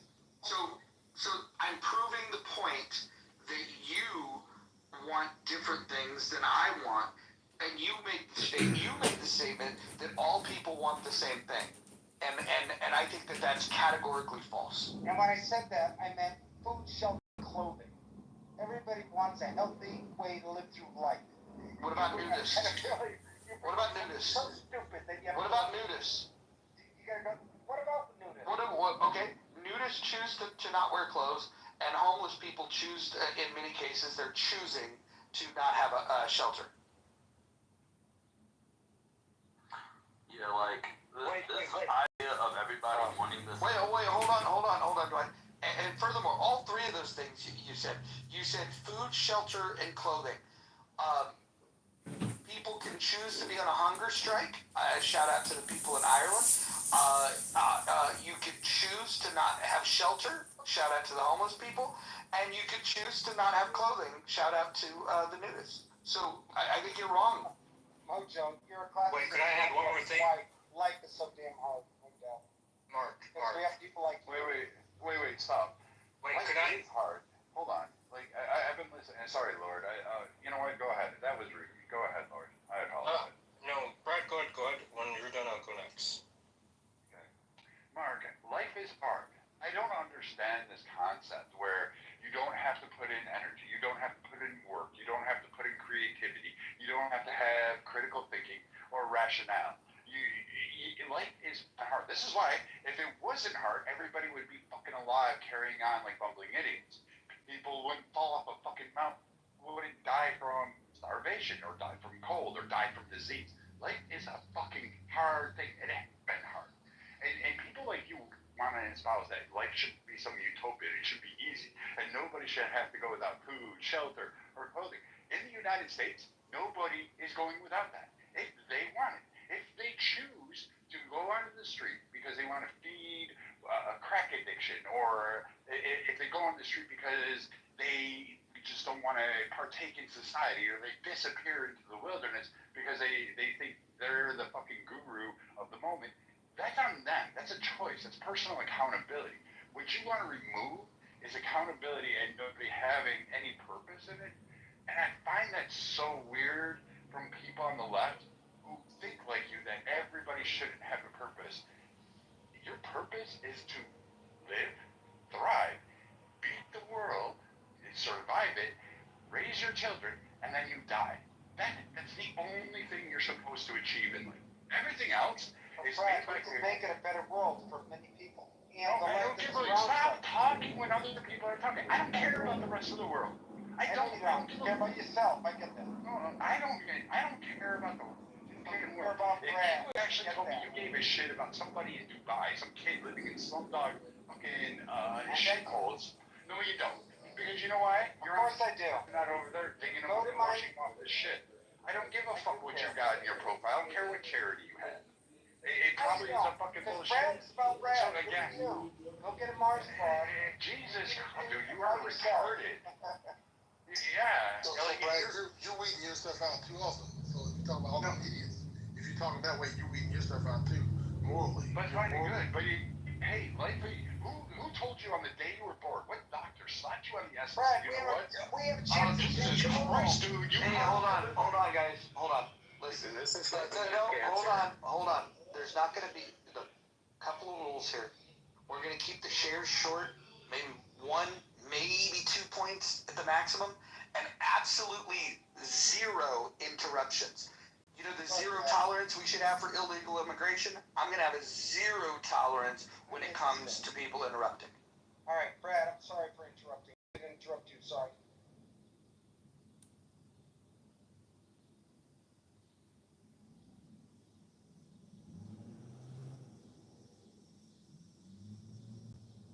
No, go on. I mean, I'll give it to Lord after this, but you've got the answers for everything. You can solve it. You said AI take over and cure everything. It'll do all the jobs.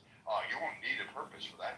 You said, hey, everybody will just have to get food, clothing, and shelter, and we can just go back to organics. You said a lot of dumb shit, so you've got all the answers. I suggest you put those answers to the test. Put it on the world stage. Run for a political office, and see if you can convince other people. But I'm willing to bet that you can't do it, and I'm willing to bet that if we actually went deep dive into your at least one policy position or one idea and actually went further, it would fall apart really fast.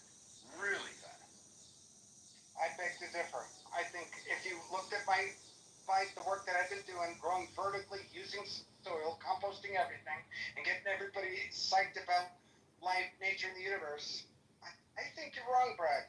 I think we, the people, could easily change the world yesterday if we weren't a part of this nasty economical system that you seem to embrace. You like it, but we can't change it. According to your mindset, we can't change it because that's the way it is. It is what it is. And so that's a bummer. But whatever, that's your mentality. But guess what? As an older person who's been on this planet a long time, who's constantly thinking about how I can change the world collectively, not just America, globally. And go to my stuff, go to my work, go to my YouTube, Eve Growing, go to DS Reality, go to what I've been trying to do to help the collective whole of everything. Granted, I don't have any freaking sponsors or anything like that, but guess what? I'm still working at it. And guess what? It brings joy to my life to know that I could make a change. And hopefully, I might, if there's something more to this very real life that's over, that I'm a part of, maybe I can make it to the next realm. If there is such a Mark, do you think that the now is all important? I know he's still talking. I'm asking him a question. Is the now all important, Mark? Roger just said no interruptions. Guys, listen. There's two parts to this rule. You got to keep your shares short, make 1 point, maybe 2 at the most. That way, people don't feel the temptation to interrupt, and there will be no interrupting. So please, guys, we can make this happen. All we have to do, if we do the first rule, the second rule will usually sort itself out. Alright, look, let me just say this one thing with Mark. How are we going to get to, let's say, allowing everyone to have homes and food and all that, right? And obviously we're going to pay for that in the future. It's not going to happen here, but probably on a different planet, for sure. For sure, your ideology would for sure happen on a different planet, but not here. Same thing with mine, it's not going to happen here. It'll happen on another planet. I'm done. Yeah. You do know there's many people talking about this thought. Venus Project, Peter Joseph, Jacques Fresco, Roxanne Meadows, with the Venus Project, the Zeitgeist Movement. We've been talking about this for a long time, hoping for people to embrace it. But of course, nobody's necessarily embracing it right now. But they're valid claims that we make. And on the possibilities, we're giving examples of how we could change everything. No, but Mark, that's the thing. We don't want to be paying for people's housing. We don't want to be, everything comes at a price and all that. We're not going to do all that in this society or on this planet. So, I mean, if you want your ideas to flourish, it might just happen on a different planet. Or maybe a different grade. Who knows how that... I hear what you're saying. Because it hasn't, from my experience, from whatever I've been studying with the planet, nobody's really... Maybe there are people doing it. I don't know. But we're still trapped in this capitalistic mentality where you have to... What's wrong with capitalism, Mark? Well, you have to make something to justify your existence. You have to make, even how stupid it is. I'll tell you what's wrong with capitalism, Mojo. Go this time at Walmart at Halloween time and all this stupid stuff. People, you look at all those toys that people made, those boxes, how it got to you, and the machinery and all that complexity to bring these boxes to us, and the kid opens it up and they throw it out the next day and it goes to the landfill. Capitalism is a nasty concept on so many levels. If you understand, I don't think you know what the concept is. Why not? Well, because you're stupid stuff, no matter how silly they are. Hold on. Here's what you're wrong about. All that capitalism is that the means of production is owned privately. You can own the means of production publicly or by the state and still have stupid shit. the reason why you're less likely to have the stupid shit is because things are so fucking inefficient that you have shortages of the things that you need. And then, so you don't have the resources to make the stupid shit. But the bigger problem that you create when you go away from capitalism is the important shit that you do need, you're gonna have fucking shortages of. Mojo, every corporation is working against each other because they're trying to get their competitive edge. All these cords, I'm looking at all these cords I have right here. Whether they're whatever, we only need one cord to electrify any device. But yet I have a freaking million that are being thrown away. You know what it takes to make a cord of wire, the copper? That's capitalism. It's a nasty system that we have the engineering. Wait, how is that capitalism? Of changing it. Wait, because a cord of wire out of copper is not. That doesn't correlate. Capitalism is. Well, hold on, Mark. Are you saying that in a socialist country there would be no copper wire? No. Then make it make sense, please. I would say that maybe, I don't know, do they have one?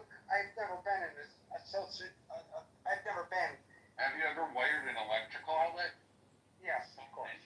Then how do you do that without the cheapest material and conductor, which is No, fucking but I'm talking about cords. I was talking about all the different cords we have to deal with. Well, we all know that one cord could do the same thing. One cord, but of course they make different cords so they can keep their devices, whether it's Android or Apple, to make it charging cords?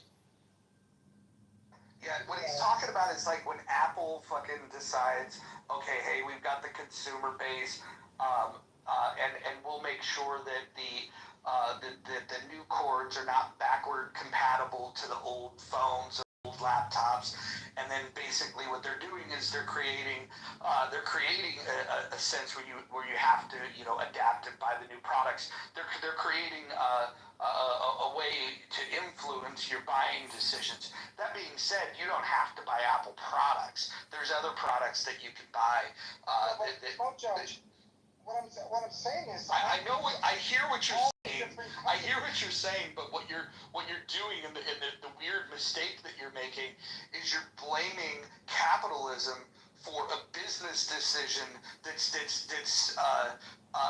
geared towards trying to increase profits. And I think that you think that the pursuit of profits is what capitalism is. And I have news for you. 9 out of 10 businesses fail. And so in a capitalist society, the vast majority of companies do not turn profits. In fact, they turn losses. And profits are much better than losses because you're not going to sustain yourself much if you continue to have losses. Unless you can find somebody to continue to fund you the way that we do today with corporations that will go ahead, the government will fund these corporations through subsidies and bailouts and things of that nature. So it doesn't matter if you have a successful business plan. Perhaps that's what you would prefer, is that you could have a failed business and then the taxpayers would just pay for it. But Mojo, I went on his website, the Venus Project, and I looked at their financials. Their last statement was 2022. And they received about $200,000 in grants, and they got $400 in revenue. And then they're sponsored by a company called Accept or whatever it is. And this company wants you. This is their sustainability growth model. They want you to basically buy. Let me emphasize this. Buy new materials in order to build a sustainable house. So they want you to purposely have to do what Apple does, force you to buy the new charger or whatever it is. They are actually utilizing fucking capitalism to their extent while couching it under this glorious revolution utopia. So this guy doesn't even know what he's talking about on the various organizations that he's supposedly working hand in hand with the 4 fucking founders. That, oh, by the way, has been around for, like it says, 100 years, but oddly enough, they haven't existed that long. Right, what do you mean by 4 founding fathers? What did you say? 4 founding fathers? It's on your fucking website, your Venus Project.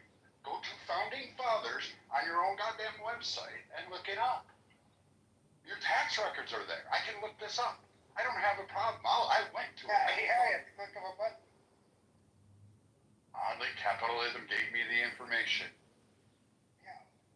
But is it capitalism or is it just people sharing information? I mean, the Venus Project, granted, they're a part of a system that has to make money. And should they be doing roofs or whatever the worst job you can possibly think about? Or should they be promoting their own understanding of a system that could possibly heal all of us? I don't think you know what you're talking about. I think you're just bitching and trying to do an appeal to emotion. Well, let me and tell you something. You like the system I don't you're think part you. of? Yes, I do. Right. I like You it. like I like capitalism. I enjoy the fruits. What I get pissed off about are people like you who want to fucking tear it apart with that actually no understanding of how economies work, how resources are garnered, how even your own word, sustainable living, you don't even know how to sustain living. You talk Be about careful, global. Brad. Please be careful when you say Shut up! that. Dude, I'm talking. Be careful. You That I mute don't the know how fuck to up. sustain Mute the myself. fuck up. Mute the fuck up.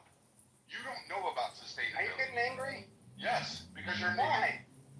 Because We're just again, talking. Jesus Christ, shut the fuck We're up, just dude. talking about what is capitalism. I can't believe I told You know what? I would literally knock those fucking glasses down your fucking eye hole. This If whole. you could, you would. I would. Be careful. Yeah, or what? Or you might be surprised. I might be able to kick your fucking ass. And, I doubt that. Or whatever. So again, But I when we can't look believe at you're this, talking about this that. whole thing about I can't believe you sustainability, brought you me know to what? say that, Dude. Brad. So we'll look I at can't this whole believe you brought me sustainability because to you the can grow point a where I tomato wanna out of a kick your fucking ass. 5-gallon drum, and you think somehow you're going to be able to teach everybody how to do this thing, which isn't fucking hard. That isn't sustainability project. That isn't resource management. It is an allocation of resources or the ability to build that shit. You don't know what it's like to have sustainability in the air region like You're Brazil, full of shit, or in and the I do Amazon, know. or in the desert, or up in a mountain, You're full or of in shit, a and I do flooded know. zone, or in a fucking cold ass climate, or in a tropical Brad, climate, you're full of or a shit, temperate and I do climate, know. or any of that shit. You don't know how to do that because I can tell Guess you what, Brad? you're It's retarded. so simple. You cannot Brad, if I may articulate help. it. It's not fucking simple, you idiot. Brad. If it was so simple, Brad. everybody would do it. Ethiopia wouldn't have went through 50 years They of a don't fucking know how to do starving. it. In many Brad. places wouldn't have it. So again, you don't know what you're Brad. talking about, and you're just doing the appeal promotion. You're a leftist, and that's all you care about. You're a Twitter Brad, fucking I'm not goddamn a person who learned how to fucking plant a marigold in your front But let me yard, tell you and something, now Brad. you think you You own it. have no clue how to compost, and so you say I that I don't. can't. I bet you don't. You're right. I don't know I know any you clue don't. how to I can tell compost. by Like the way you composting is the fucking point. You fucking moron. You have Do you know no where clue ash? how to Do you know where salt ash comes from? Do you know where organics into potash soil. comes from? How about those two things? Do And you know where the salt licks if are? this- How do you develop that? How do you get potash? best How do of you a get kind, potash, dude? Because Brad, that's the are gonna majority look of like an nitrogen idiot. food and fertilizers that we need in the country to actually grow shit. So you don't even know where that comes from. You don't know how to find it. You don't know how to mine it because guess what? It requires mining. And I I'm bet not you the average person. you don't know how to turn fucking mine. organics The into same way I soil. don't know how to fucking mine. So you sound Brad, I do ridiculous. know. You I don't do know. know. You don't. I know you how don't. to turn organics into soil. Oh, Jesus It's not that Christ. hard. I don't give a fuck about your little hobby on your Should. fucking patio. You Should idiot. care. You fucking moron.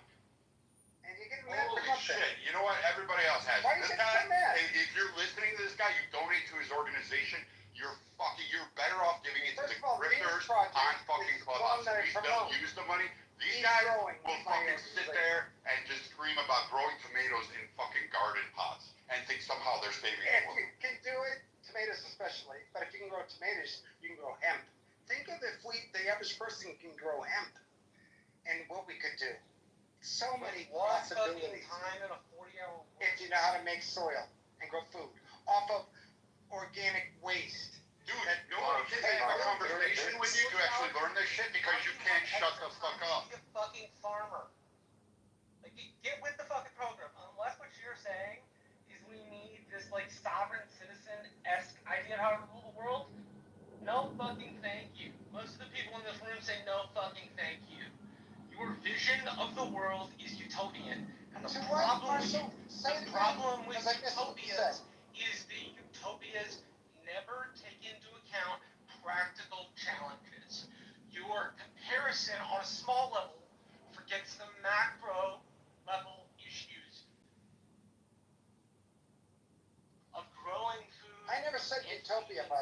Marshall. Your suggestion about Congress leaves out the human element in making laws. All I simply said was, we the people. These things are happening either because Marshall, you are I think you're ignorant of ignorant them, on some of your or levels. because you are choosing to be willfully ignorant of the way that works. Either one is not good for you. I think you missed the point of Thomas Paine, the father of democracy. I didn't put this Thomas Paine. You did. You have no clue. What you want is a You're gonna tell Marshall about Thomas Paine? Out of all the people on the app, what you're an you idiot. want is a mob of people controlling shit. I say no thank you to mob of people. Everybody else says no fucking thank you to mob of people. The fucking French Revolution says no thank you to mob of people. But Thomas Paine. Your idea is this utopian fantasy in which every action the United States takes is voted on by every voter, and they're super diligent about it, and they grow their gardens in their Marshall, backyard, you're and just they trapped help in a nasty participate in society. capitalistic What you are mentality. forgetting are the macro I feel level bad for you. concerns in running a society. Because your idea is utopian, you fail to consider Why do you keep saying utopian? Why do you keep one. saying utopian? We're just working. We're working for. Your idea. Isn't that your idea? Wouldn't you like utopia? Citizen referendum, and that it will lead to a positive outcome is utopian thinking. So what? Every So writer what? on democracy, Marshall, from the so what? Greeks to now, Why says don't the you want idea a of a mob utopian of people society? making decisions is dumb. Why don't you want a utopian society? Is what I want to know. It's different from Because you can't live in a utopia. Wait, Marshall, my utopian society, hey, we'll take my version of what a utopian society is. You want to take that one? You want that one? Let's hear it. Oh, yeah, because you would be the first one I would go to. I would do the Vlad Impaler shit, and then I would take everything you had, and that would be my utopia. Because I would get away with it. Exactly, which is exactly why Utopia usually means collectively. everybody else. By the way, Brad, how stupid, how ignorant was that freaking statement? What you just said, Brad. Utopia is usually everybody. So you just said you take my. Utopia is Oh, boy, I'm in the wrong one. nothing goes wrong. I contend There I'm in the are wrong no one. medical conditions. There's never any sickness. Marshall, Why shit Marshall. you have to be loony to believe because the world isn't We're almost like that. there. We're almost there. No, we're not. Somehow Yeah, we are. possessed of extra It's special Lord powers, Lord. and that you're literally fucking Superman shit in gold, then we're gonna make some of the same mistakes as our predecessors. I have a lot of solutions to the problems at hand, no doubt, Idea of government. that will come to All of fruition, the writing, no doubt. thinking, the philosophy of at least 2,000 years of Democratic and Republican rule, and shits them out the window because you have no practical idea of how to run a fucking society. I would be willing to bet you don't even practically know how your town works, which is why your damn idea is so fucking utopian. It's not wrong to want people not to suffer, bro, but you can't create the utopia. You are not shitting gold. It doesn't fucking work. 10,000 years of human I history beg to say that. differ with the right idea No, of things. you can't beg to differ. There's literally With no the right proof on your idea of side. things, Marshall, It's like I the think idea you're- that you can get communism into a place that I'm makes not talking fucking sense. communism. They're both I'm not dumb talking utopian socialism. ideas. I'm talking all the isms, Small-minded, including dumb ideas deism. over No. how fast the people move. Aldo, They can you think kick Mark? He will not wisdom shut is the in fuck the up. crowd, despite the fact that large crowds of Americans have lynched people in our country for hundreds of years, despite the fact that in Athens, where this very thing was practiced, people were then shunted, killed, murdered. And you think somehow we're going to be immune from that? Totally, we're going to do it. It's going to happen. Crack you smoking and please sell me some. Marshall, it's happening. We're going to be forced to do it anyway, because they've been telling us technological unemployment is very real. You're going to have a lot of freaking white-collar people who don't have jobs anymore. They're going to wonder what to do. They're going to panic. They're going to do some crazy shit. They're going to kill a lot of Says people. the motherfucker that Mark, money from what we're But- close to that's is my ideology, okay, not yours. We're not even close to yours. Even if you think that, something's going to control our minds to the point that we're going to do your ideology, no way, that's not going to happen in a million years. It's not even going to happen on this planet. There's no way. It's not going to happen. What are you talking about? Because I am a true anarchist, alright? What I believe in, we're close to that shit. Because of what's going on with the nations, with the world, U.S., the political divides and all that. Overall, the point is, we're not even close to your ideology because it's not going to happen on this planet. It could happen on a different planet. What are you talking about? Why are you saying that about? Bro, let me jump in, because goddamn, bro, fuck. First of all, you're making the leftists look bad. You won't shut the fuck up. You don't have actual ideas for why you want to do this shit. I just want to propose an idea to you and other fucking leftists, because I swear to God, I'm so embarrassed to be one. I can't believe you're calling me a leftist.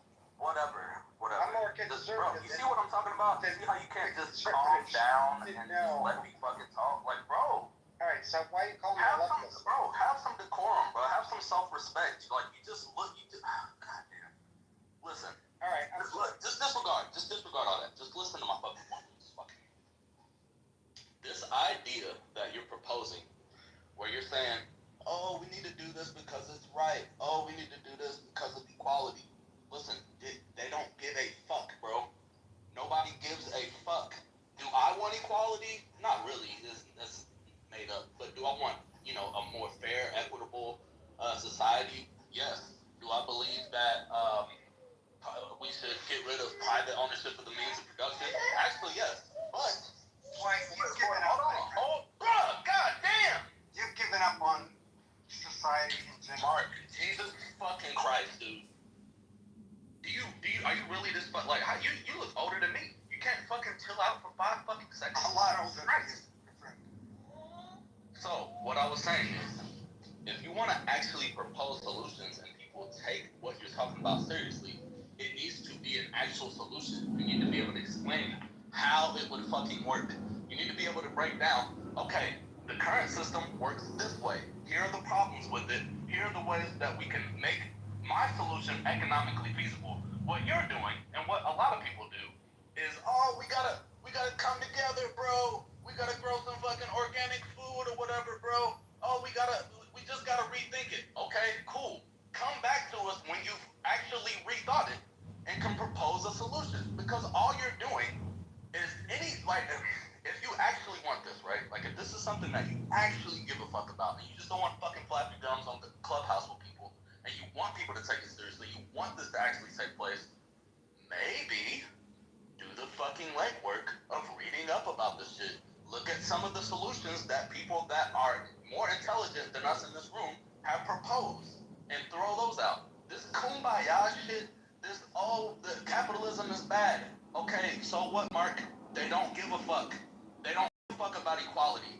Trying to get people to agree with you on the premise of equality is fucking stupid, because as you've observed, they don't care. Some of them won't tell you, but Mojo is at least fucking honest about this shit that he doesn't fucking care, and I can respect that more than people on my side, which is the disingenuous fucking leftists who think that they can make these arguments with people that are clearly more fucking read up on this shit. Like, bro, just recognize when you're out of your league, when people are a little more read up on you. When I come across somebody that has these ideas and they oppose with mine, what I do is ask questions.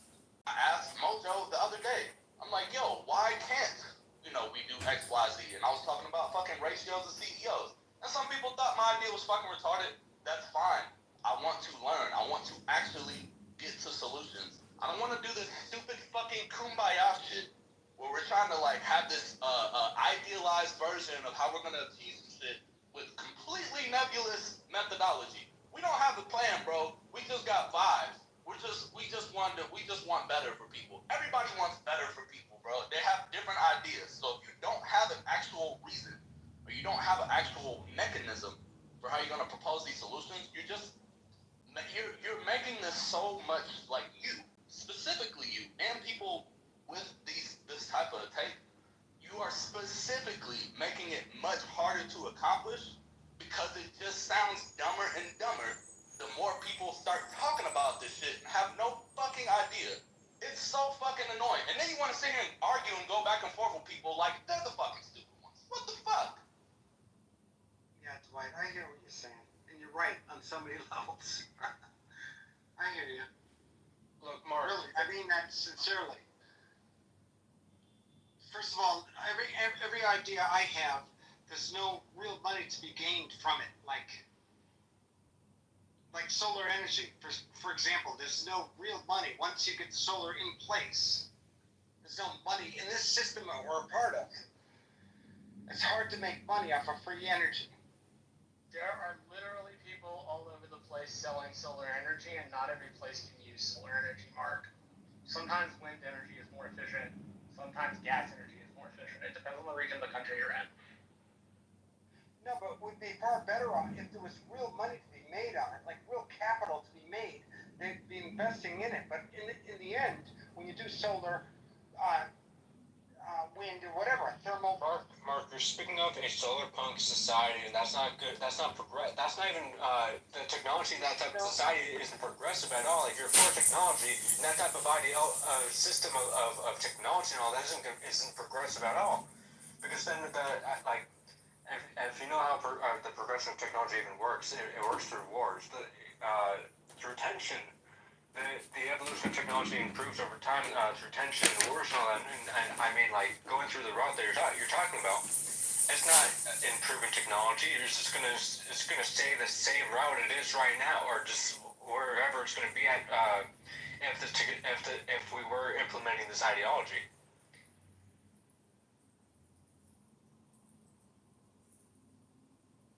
Go ahead.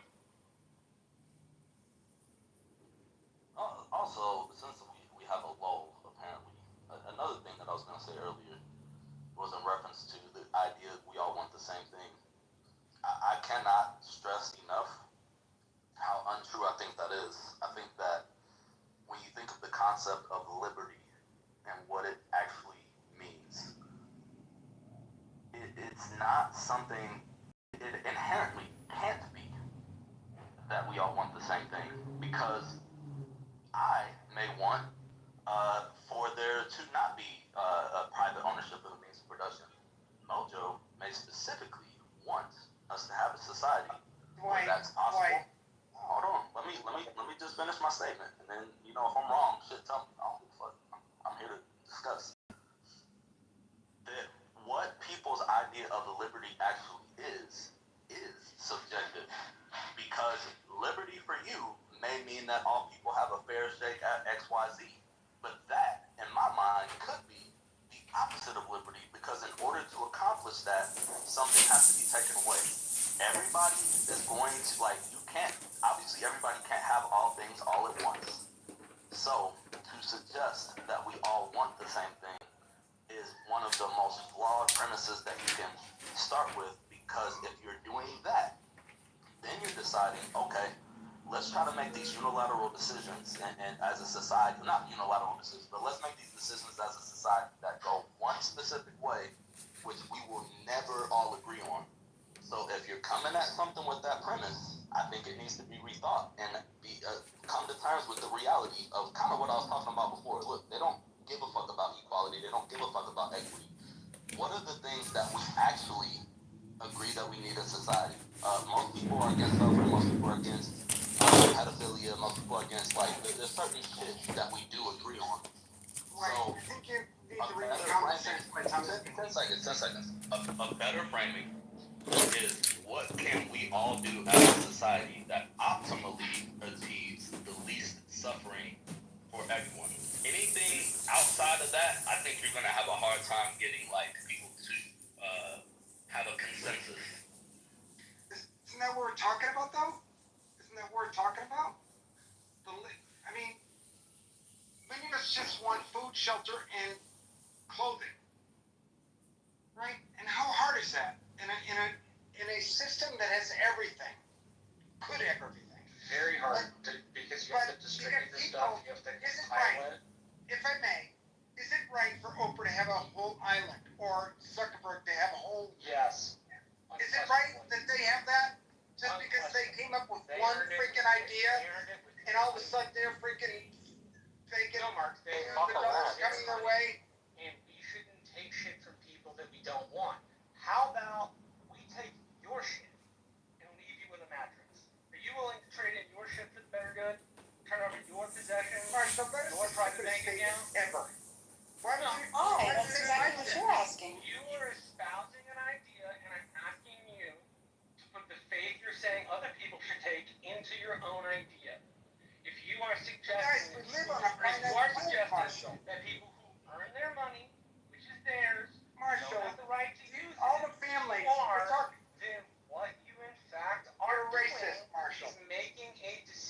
something else. Says the petty fucking Marshall, Mark. so all these families, Wait, you just called Marshall Rich families. racist as if that somehow like elevated your argument. It just showed you that you actually lost no, anything. You didn't know what you okay, I like Marshall. I think we're friends with other companies. No, I think you're retarded, Mark. I honestly do, because you But here's the immediately deal tried to with pull that. out a race card.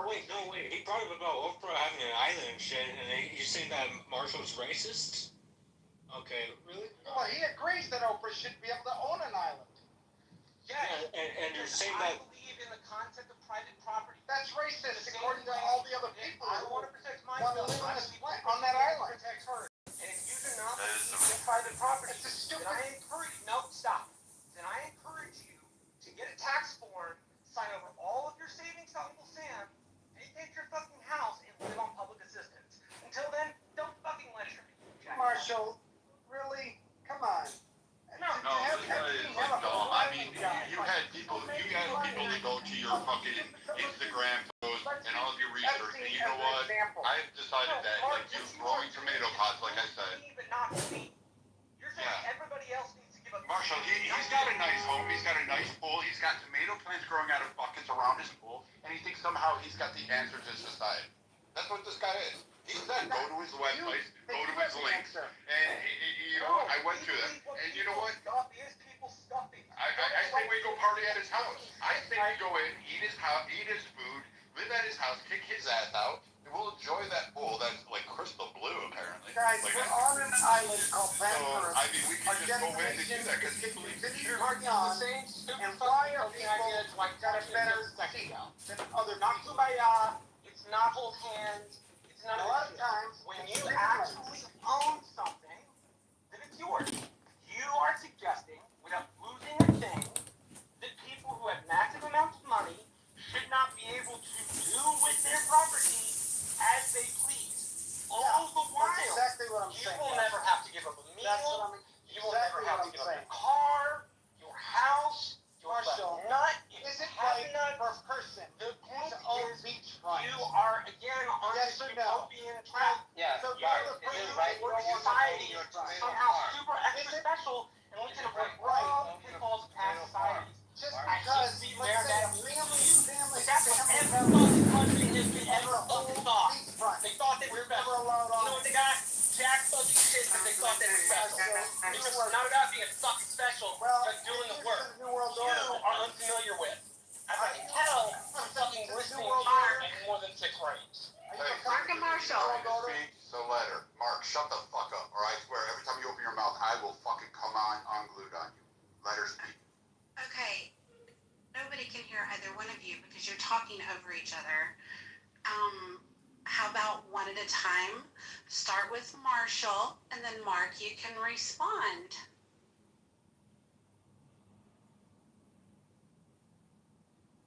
All right.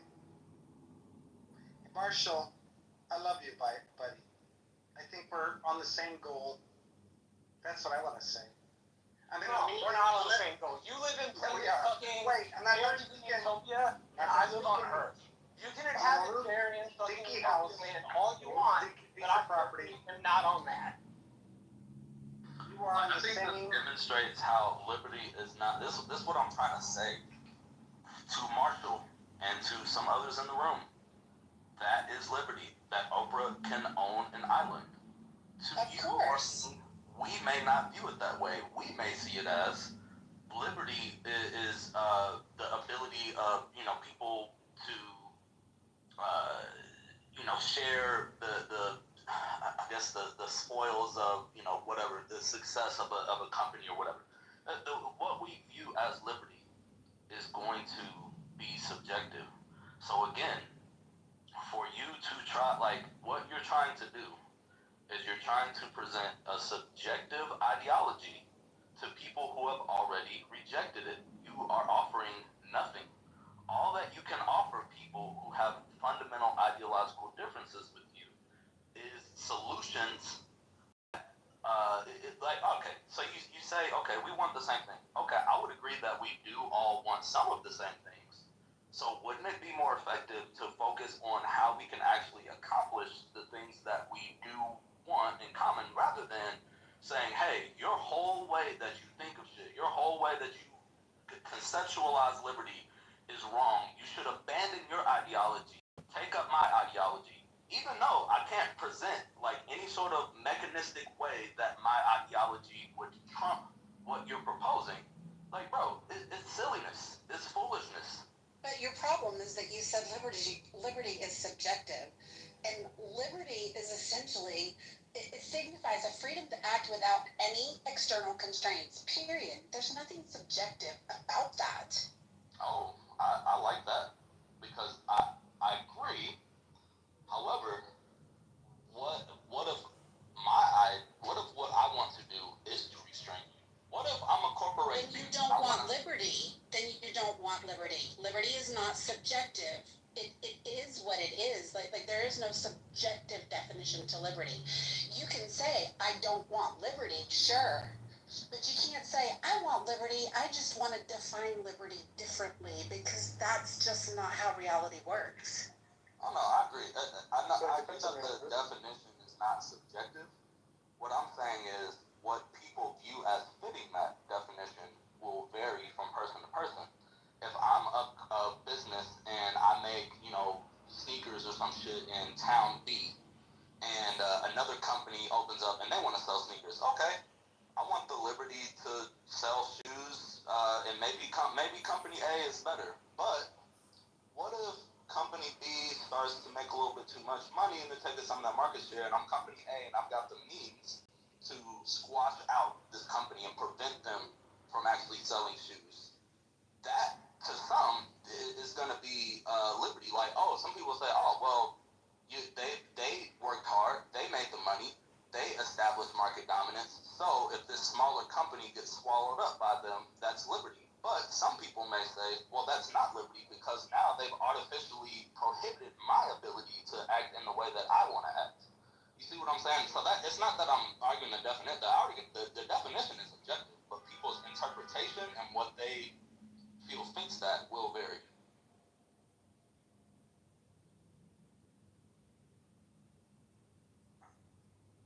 We're on a planet that is. Oh my God. Whatever. Forget it. And here's what you're equating, White, when you say that we should take something that's hard-earned from the rich and give to the poor. You're basically saying, okay, I'm the shoe owner of company B that is not doing as well as company A. I think company A needs to share his profits with me so that I can do better. How is that fair? Oh no, I agree, because that's not like a position that I hold. I agree that would not be fair. I think the difference. But that's what Mark is asking Oprah to do. Right. Well, I think where a lot of people are maybe confused, like people are saying, oh, you want to take things from the rich. I wouldn't describe it that way. I would describe it as, if I'm contributing to a project, or whatever, and what I'm putting into it is constantly, being undervalued or whatever, and let's say one person from that project takes all the credit, they amass all of the, accolades or whatever the rewards are for this project, well, then I'm going to be like, okay, well, I should get some of that because I contributed to this. So this is like the conversation that we were having like the other day, because I was talking about like CEO pay ratios. I'm not going to like go down a whole rabbit hole with it, but just to like kind of put it succinctly, the premise is, or should be, in my mind, whether or not people that are amassing this much wealth actually earned it, quote unquote, to speak, because to say, oh yeah, they're so much more valuable of a person. I agree. Like, everybody's not equal. Some people are just fucking smarter. Like, we have to accept that reality. Some people are more motivated. Right. Or just fucking better. But hold on, let me land real quick, Mark. Let me land. Some people are just fucking better. All right. I don't like that, but it's fucking reality. But at what point is it? At what point does your success start to be exploitation of something that you've gotten from me? If I put in 20% of the work, I should get 20%. Or something, we should be able to work out something reasonable. But that's not what's happening. that's what free market is all about, is you as the worker bee negotiate your contract for employment. You negotiate what the fair wage is for your employment. Right, ideally. But under the way that we have things set up now, your ability to do that is still somewhat limited. Your value as an employee, as Mojo pointed out the other day, maybe yesterday, I don't know, is actually driven by the market. If I can just replace you easily, and there's 100 of you on the streets that I can... Robot will replace you. So then where do you go? That's what we're talking about here. What is capitalism? Capitalism is going to use robotics. If they don't use robotics, they're going to lose their competitive edge. So where does the average person just want to live on this globe that we were born into, naturally? And we're forced Go back to to the land and become a farmer. You take up the positions that only 1.5% of the country Oh, holds. Marshall. But that means moving, and I doubt you want to move. Well, why should I have to move? Because to participate Why should I have to move from where I was born? Because to participate and feed yourself, you may need to be in a place where you can grow mass pieces of produce. Because of the system we're a part of. No, because the on-time delivery doesn't always guarantee what you want. If you don't happen to like the system, man, that's fine. But everybody here has said no thank you to the crazy fairy La La Land. We're not interested. I've not said crazy la-la things right now. No, it is crazy La La Land, and we'll never fucking You've have assumed a lot of stuff that I said, but No, we I didn't assume anything. Wait, alright, I Mark. listened to you talk about utopia. Oh, wait. You keep bringing up utopia. Can we go down into how he's going to accomplish this? Mark, how are we going to give everyone free homes and free meals, huh? I hate to say it, we're a part of a system that's is going to force people, unless you want to have Mark, that's not homeless what he in asked. front of your door. Wait, no, he's answering it. He's saying to force people to produce the products, right? Right, Mark? What's that? He's asking, like, mechanistically, like, what would be the actual, like, process? So for your ideology, Mark, right, or for what you believe in, how are we going to give people free? So for everyone that wants the same thing, right? So let's say everyone wants free homes and free food, right? So how are we going to get there? Not necessarily free homes, but everybody deserves it. Would you agree Alright, that but so people- how are we I'm going to gonna get tell you there? how we can get there. But would you agree, first of all, that everybody agrees it's a safe place to go home after their job is done? No, Mark, just tell us how to fucking get there. We're not interested in the fairy utopia part of it. Oh, Marshall, you keep interrupting, man. Look, You're so Mark, trapped in this nasty I am- fog. Dude, you interrupted everybody. Continuously. You won't shut up. Mark, I will tell you what I'm for. No, I have shut up. Mark, I will tell you what I'm for. I am for ultimate freedom for everyone to do whatever they want with any form of regulations or restrictions. That's what I'm for. Alright, so if you want to do literally whatever you want, buy yourself a nuke, anything at all, you have the freedom to do that. That's my ideology and beliefs. Alright, so Now, if what's I yours? want to live the way I want to live, and I will defend it with a gun, you're fine with that. And Yes. Oh, that's great. Especially a nuke implanted. Go ahead. Imagine if they provided a nuclear bayonet. Lord, that would be great. It would be. Guys, we don't want to kill each other. Are you sure? Yes, for all. Yeah, I am sure. I think, unless, is that what you want to do? No, That's what fuck you it. guys talk about. People wanting to kill each other. You're lamenting the fact that people kill each other. Sorry, it fucking happens. It's bad. Go on. Look, Yeah, but things change, Marshall. We could change that. And I'm going to talk No, to you Utopia. Yeah, you can. Alright. You can. Don't force them, right? Mine Just the practical. works. Are you forcing these people to get the food? Yes or no?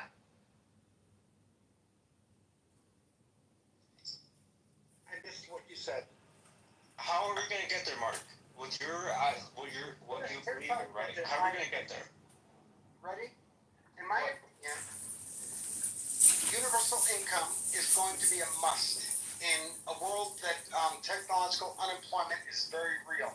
Even white-collar jobs will be gone because the machine calculates. We're gonna fucking. Nothing speaking, Marshall. We're not talking about that. Marshall, nothing speaking. No.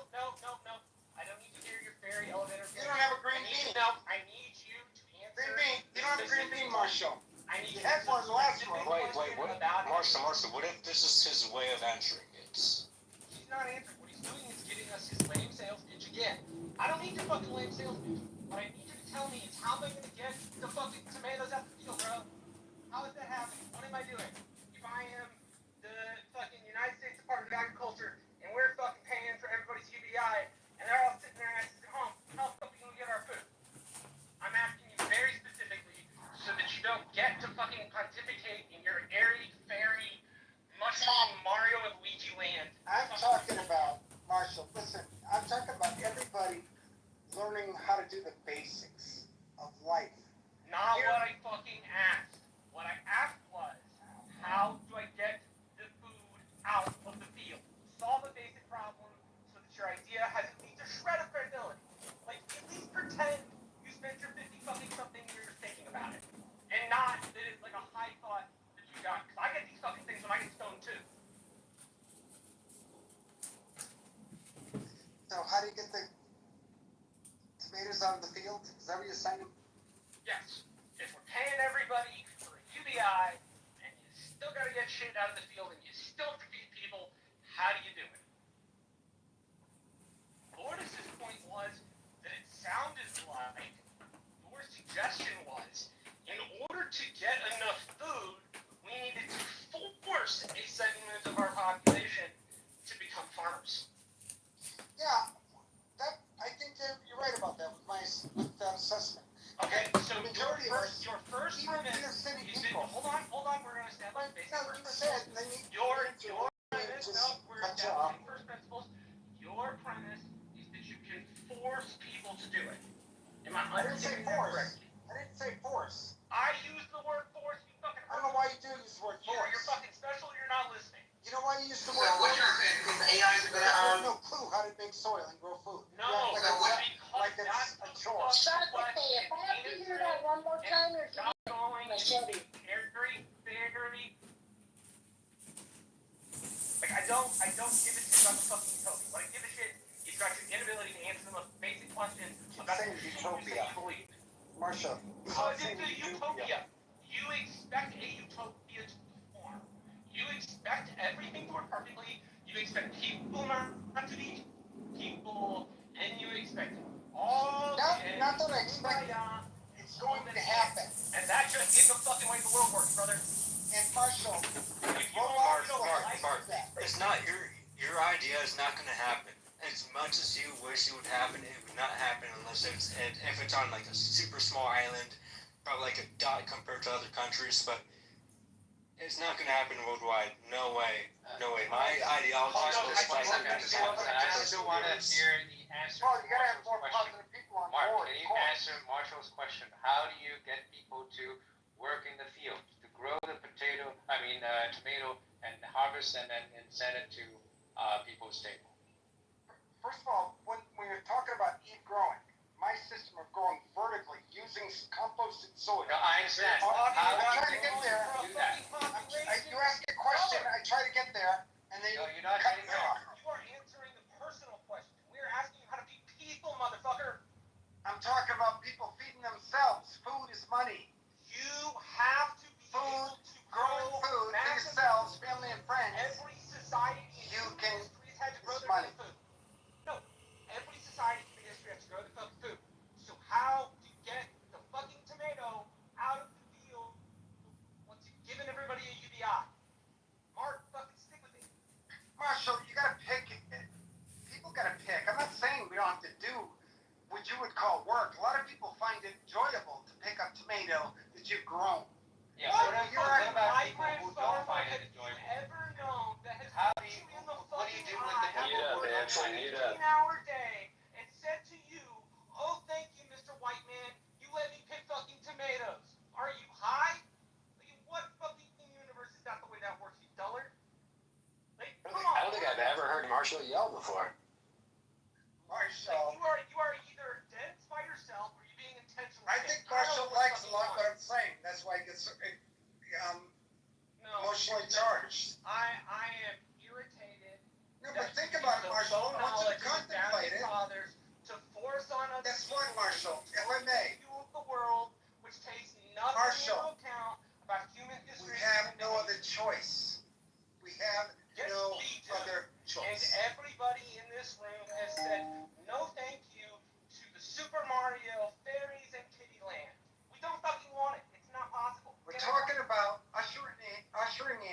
an agrarian society using You today's fucking technology. Sell. Nobody else is Because interested in food what you're is money. And Bro, more yourself. Sell fucking. Mark, with that, Like, Mark. seriously. Mark, with the food as money, that's gonna create anarchy. All right, that's gonna create anarchy either way. Because there's not enough people that's gonna enjoy making crops and all that. Not that many, as much as you hope. We wouldn't even get that far. We would starve before we even got to anarchy. Like, first of all, like, we have to keep in mind, like, and this point is only going to take 15 seconds, I promise. We have to keep in mind, like, we can't go back to being, like, agrarian. The way the current global population is sustained due in large part to how efficient farming has gotten. So, in order for us to, like, try to revert to where we're all farming, we can never do it that efficiently. So, like, you literally would be advocating for people to starve, like, Mao style. Dwight, can I run some ideas by you? Mark, before you do, I'm the token left here guy on the stage. I literally have just one comment regarding anarchy or any sort of civil war that's been brewing since the pandemic or what have you, and politically divided. The only way we will see civil war in this country is if they take Netflix and Uber away. Go ahead, Nick. Hell yeah, that's right, man. Tell the gospel. Guys, listen. I grow vertically using soil from buckets and 55-gallon drums or whatever. Here's the deal, in my personal opinion. If we could stop, if we understood the value of organics and how important every organic you can possibly think about. Personal berries and unicorns show is But here's the over. Marshall, you always cut me off, man. It is berries and unicorns. You always cut me off. If we're fucking interested, we can listen. And remember that when I'm somewhere talking about it and people are really paying attention, Marshall, remember how you always cut me off on Clubhouse. That's what I'd love. That's what I'm gonna remember about you. Did he seriously just say that?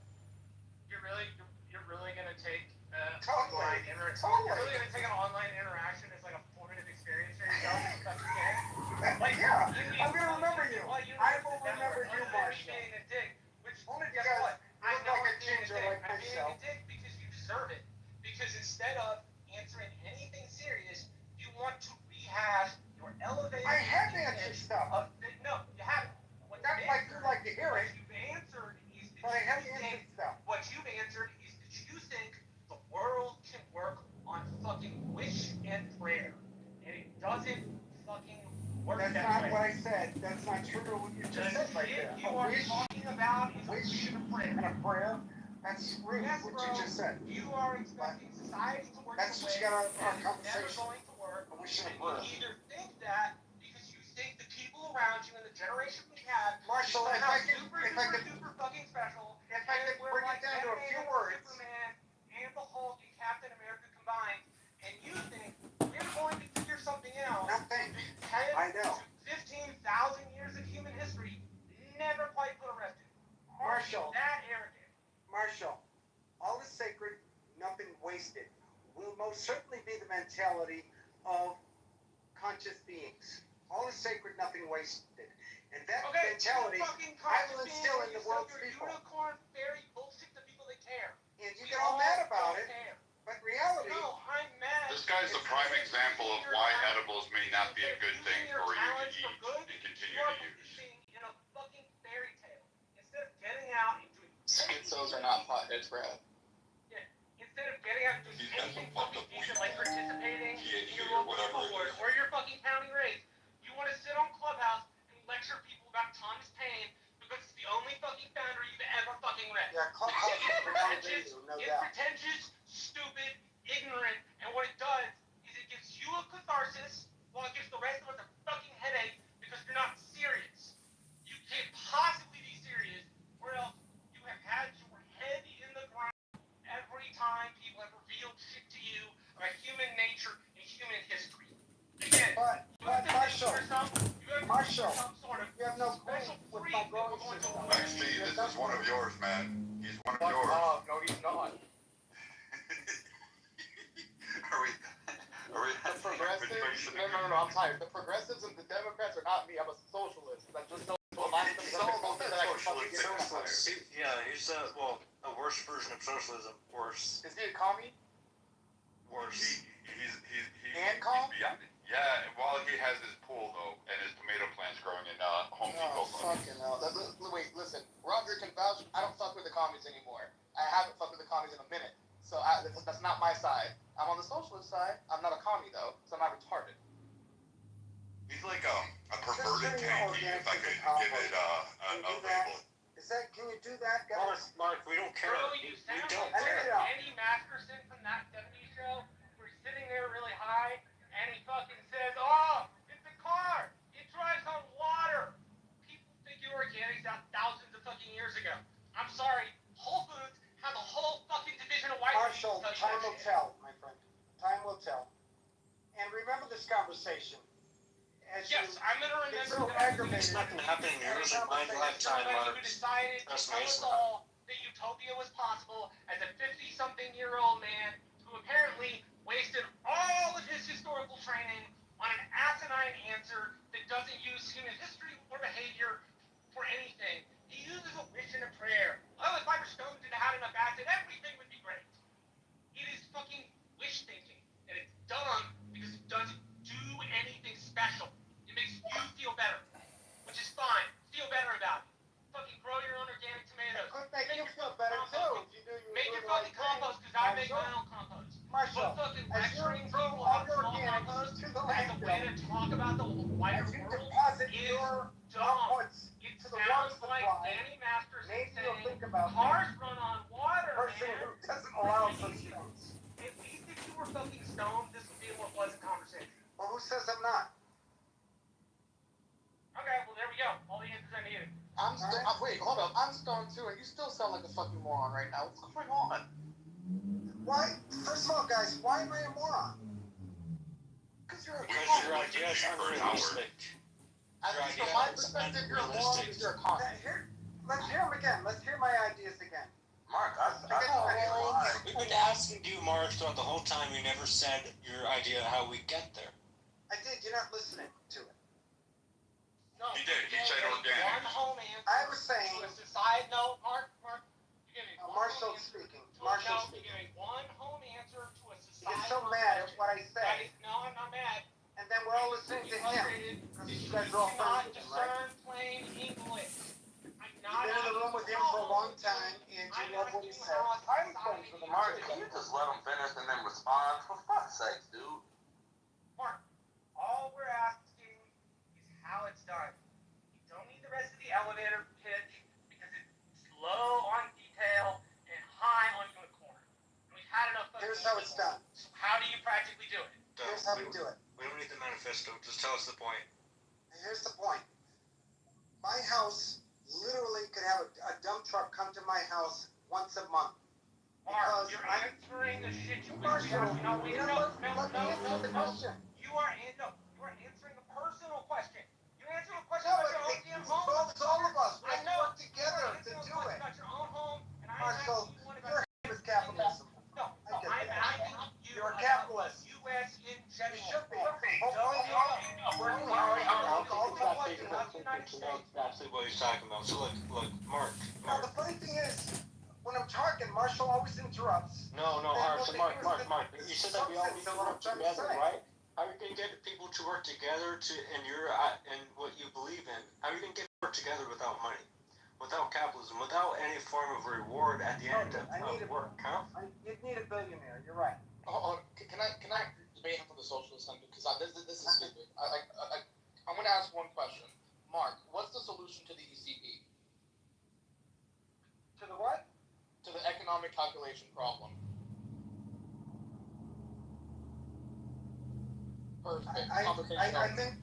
I think the solution to it is we're doomed. We're doomed. The solution is that the You economic. had this entire fucking conversation for you to tell us everything's over? You know it's over too. No, you better be mailing everybody in this fucking room a bottle of like premium tequila or premium scotch because we had to listen to that for 45 minutes. Really? You get with all your fucking magical thinking, and when challenged and pushed on it, you come to, like, get us for fucked. Really? It's because it's the kryptonite for commies. The ECP is kryptonite for commies. You ask them one question about it and it's over. XG, actually. Guys, first of all, I came into a room that says, what is capitalism? I'm not an expert on a lot of this stuff, but I do know the solution to it all. Here it is.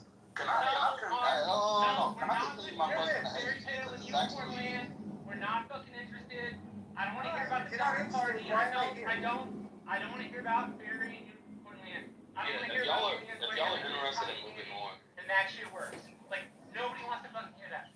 Unless you can utter unspecific about that thing, don't talk. Because you're not answering anybody's question. You don't need your fucking elevator pitch. I really am. You don't like the answers to the questions. No, it's not an answer. It's an insufficient, vague elevator pitch, which wouldn't get you any money if you were the fucking president's kid in front of Elon Musk. It is so intellectually deficient that that wouldn't get you any money. And you are passing it off as some sort of educated criminal because for some reason you are obsessed with the micro idea of organic farming as a way to answer macro questions, which here's the fucking hit, motherfucker. You can't solve the world's problems with organic farming.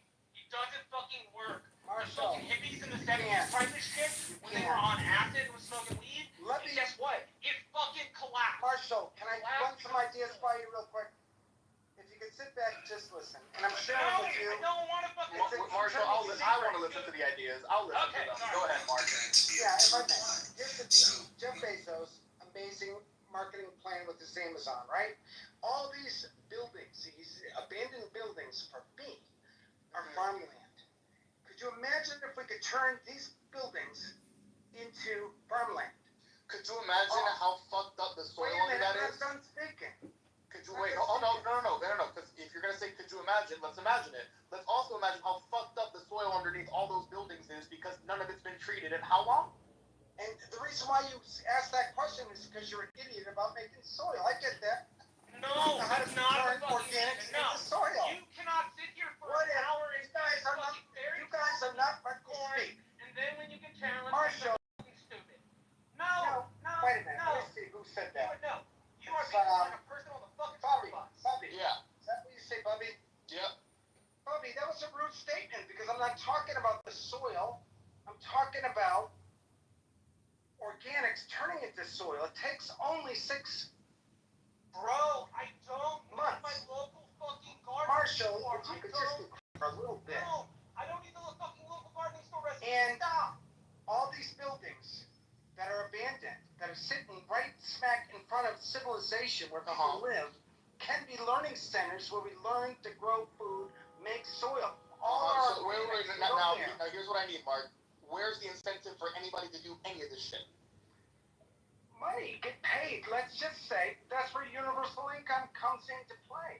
And we're talking. Wait. What's your economic system again? Keep growing. Eco-vertical evolution.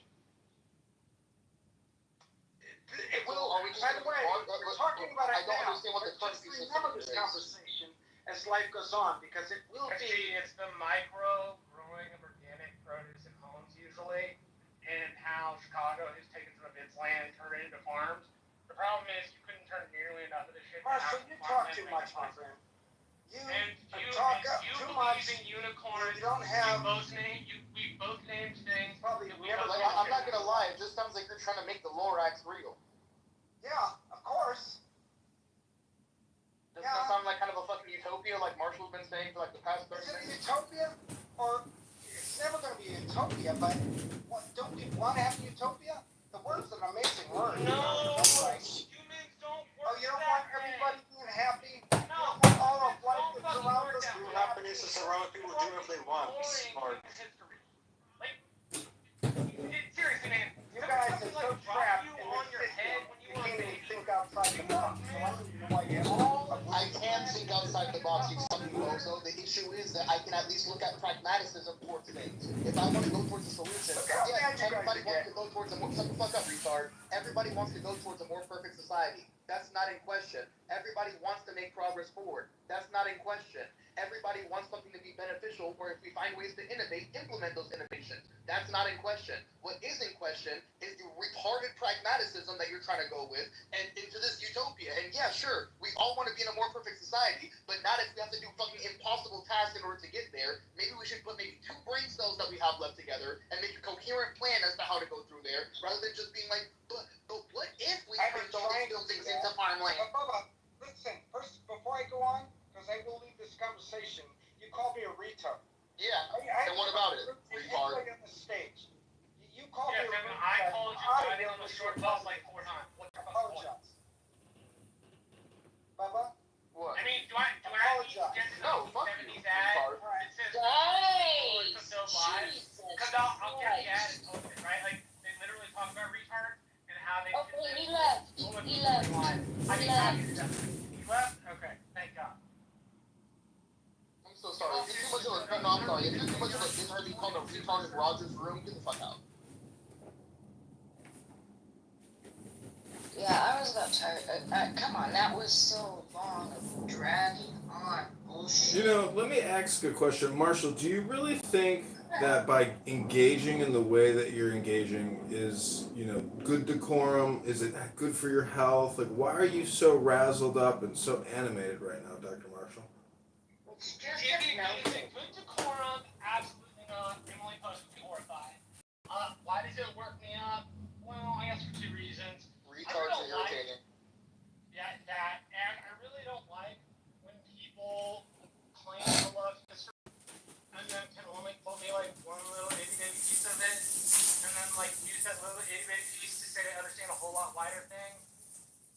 I'm the first to admit I don't know everything about history. I fucking love it and I know a lot, but I'm willing to admit when I don't know.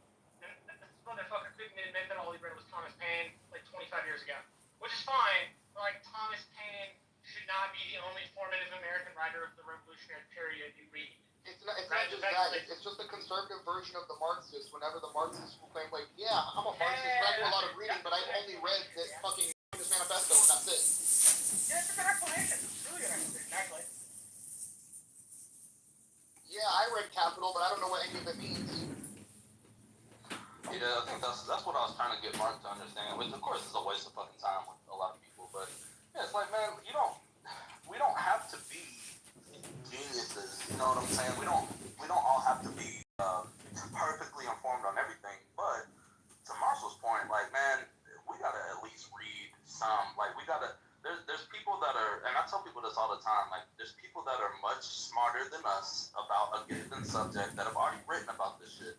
So why do I want to spend, 20 fucking years to come to a realization that somebody already came to fucking 200 years ago? If we utilize this knowledge and information, we can have better informed conversations and not this fucking kumbaya shit that he was trying to do. It's so fucking annoying. Like, the ECP, there are proposed ideas and solutions. There's market socialism. There's algorithmic planning.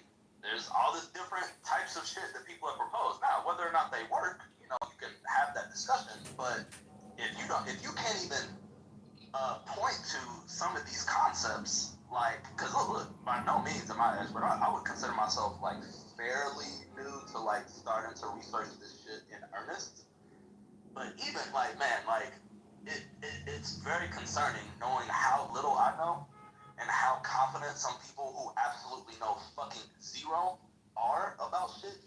It's super fucking crazy. And then like the more you start to learn, you start to see how fucking just imaginary and whimsical people's are. Like the fucking, like, oh, we're gonna all grow our own food. Bro, if you spend about, I don't know, one day like looking into how we got to where we are today, like, how the market works, how farming in general works, like, you would know we literally cannot. Hey Dwight, let me ask you a question. Are you okay with the U.S. national debt going to $47 trillion?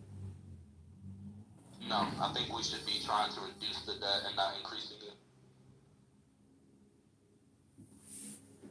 Now here's another question. Do you believe in a dramatic chop the arm off, or like a bit by bit over like a decade and a half? It will have to be bit by bit. We have to start making some decisions to figure out places where we can spend less, reduce costs, and possibly I mean, I don't know if we can. And again, you know, look, I ain't an expert, but from my limited understanding, I don't know if we can actually like reduce the amount of money that the government takes in with the amount of debt that we have, at least for now. Once we get to a certain point, you know, maybe we can, and we can kind of reduce some of that government involvement. I don't know if we can do that now, though. Yeah, look, I'm of the opinion of one thing, and then you do have right, is all those agencies do cost a lot of money. I'm much more of the let's take a targeted approach to the budget, not like, hey, I'm requiring you to hit like 1/3 cuts and you're only hitting like 10%.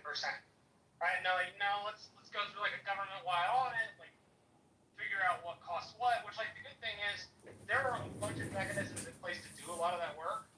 So if you engage the mechanisms to reform them, you can get some of the answers you need. It just depends. Yeah, like I was talking about earlier, like reducing medical costs. If we actually have policy, if we can enact policy, I don't know, you know, the exact, but for sure we can enact policy that will allow us to reduce the administrative costs. Like cut out some of all this middleman shit is a big part of what costs us a lot of money.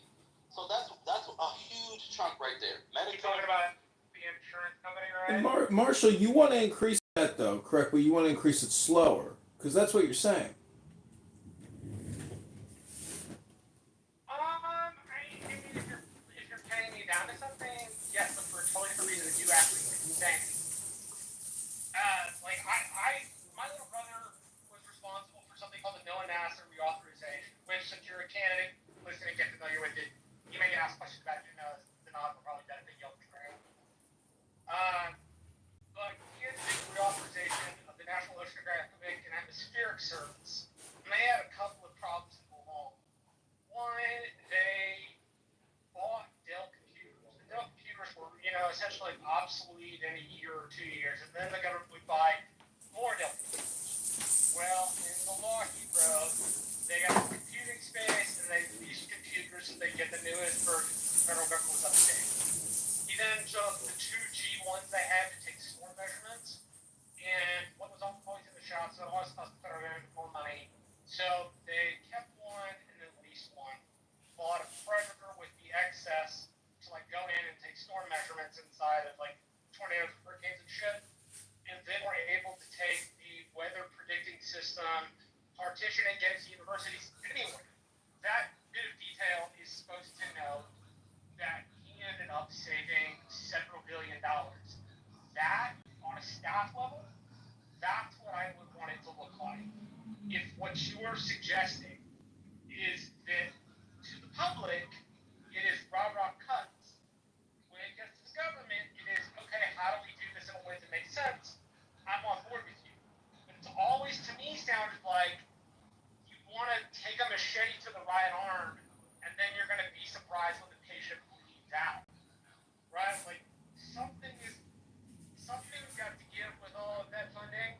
And people, at least post New Deal, they are not as opposed to bureaucracy as the Republican Party itself is. I mean, one thing you embody very well, actually, is the disliking of a bureaucratic state.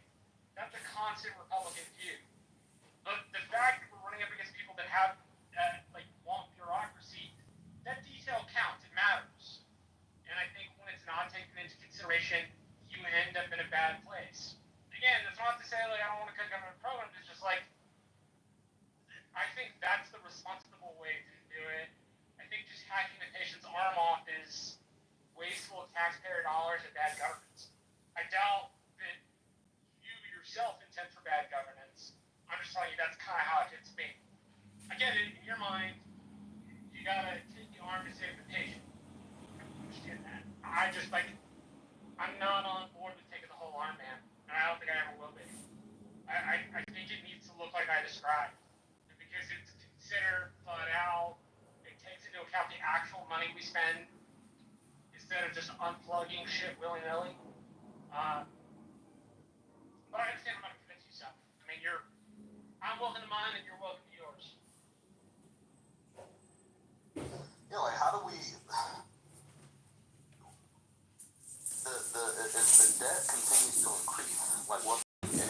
know what I'm saying? If we just keep spending unlimitedly, is unlimitedly a word? Fuck, my brain is so fried from that conversation with Mark. Goddamn. But you get what I'm saying. Yeah. You fall apart.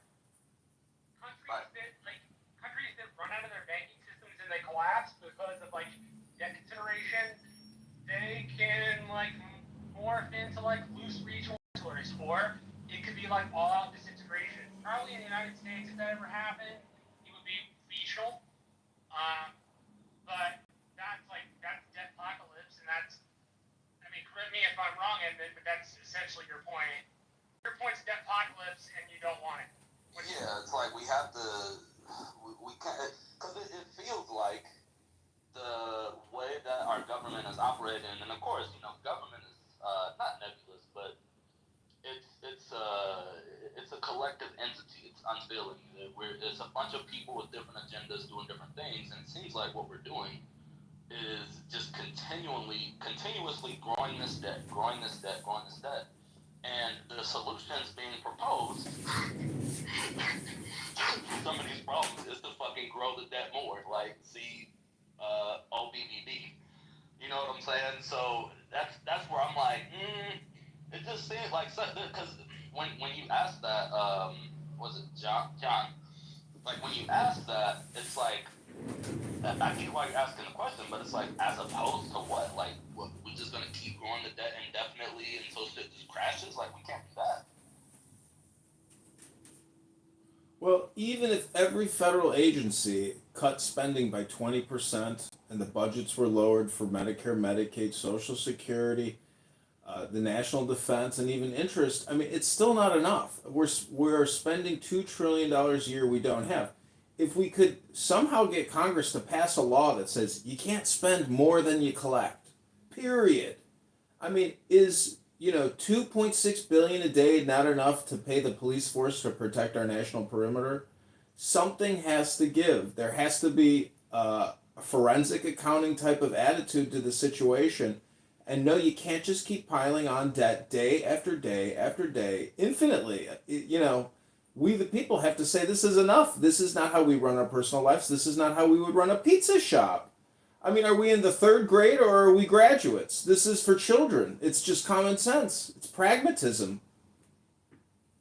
Yeah, and I think that's part of what makes it so challenging that a lot of people don't realize is people say simple shit oh, tax the rich, which, look, trust me, bro, I'm a leftist. I 100% say tax the rich, but it's foolish to think that that's gonna solve our problems. If you tax all of the rich at fucking pre-Reagan era levels, if you tax the rich at 70%, I forget, I ran the math on this, and it makes a dent in our debt, and it makes a dent in the deficit year over year. But that's it. It makes a dent. People think oh yeah, we could just tax the rich. They have all the money. It's no, that's not. Yeah, there's a lot of individuals that have a lot of the money, but our greater economy is so much more than that.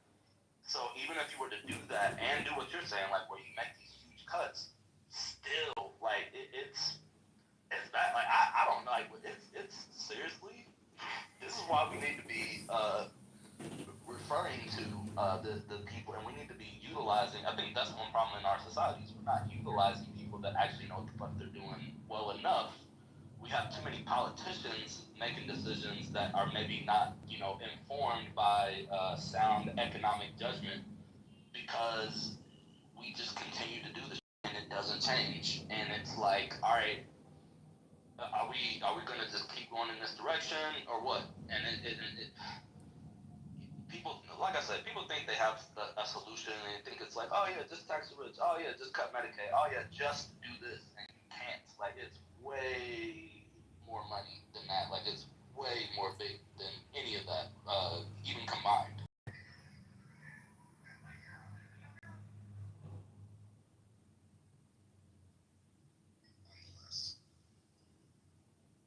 But do tax the rich though, because why the fuck is a billionaire paying, fucking an effective tax rate of single digits? You do realize, Dwight, it's not retroactive. Middle class pays not shit. Dwight, it's not retroactive. You don't just go back and say, hey, guess what? Now you owe us all this additional money. It's not retroactive. This is an annual budget and an annual disclosure. The point is, we have to cut borrowing and spending. If you cut spending, a lot of the rich people who profit from the federal spending, they're not going to have any income because they're not getting the money because there's nothing being spent. It's a cyclical system. The problem is the borrowing and the spending. Dwight, go ahead and tell us, what's the difference between borrowing and spending? Well, with borrowing, you are, for one, your net cost ends up being higher than if you were just spending money. If you're spending something, you already have it. You're depleting a positive balance to zero. If you're borrowing, you are taking I guess you could say like a zero to begin with and going into the negative and adding interest on top of that in almost all cases. Got it. And what is 100 times 1,000? 100,000. So we asked the former speakers what 100 times 1,000 is, and they couldn't tell us what it is. Do you think that people might disclose their IQ or even their personality disorders on this app? Oh yeah, that's our education system has failed us. Do you think being $37 trillion in debt is a failure of the education system? No, that's a policy failure and a result of a complex set of factors that isn't so simple to put into one sentence. Got it. So let me ask you one more question. What does education produce?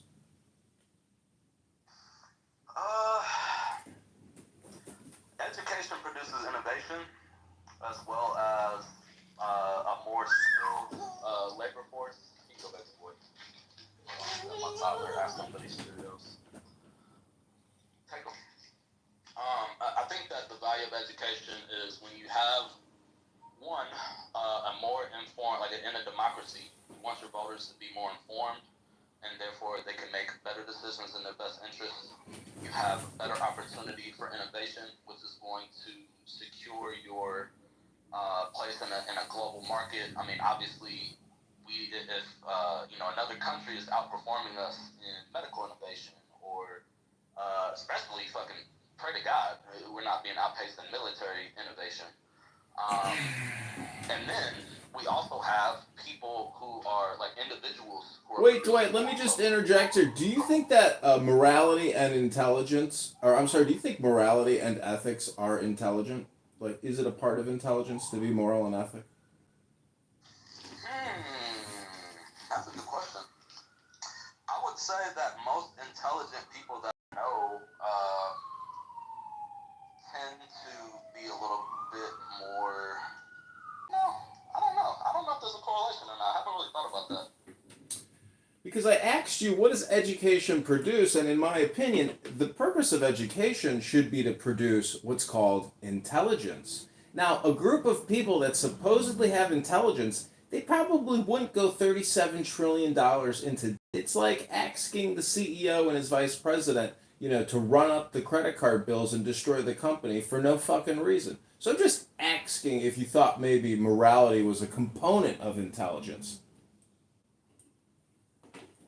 I'd like to think it is, but I don't know. I know some really smart and really fucked up people that I would even go so far as to describe as evil. So I don't know. Actually, you know what?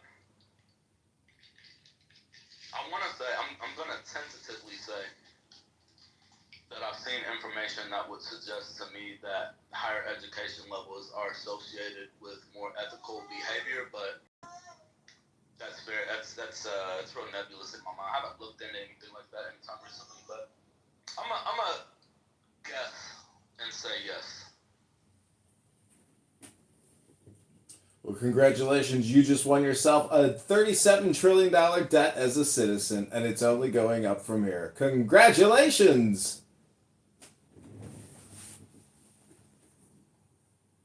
Definitely going to go up. We are not in any way, shape, or form going in the other direction. That's for goddamn sure.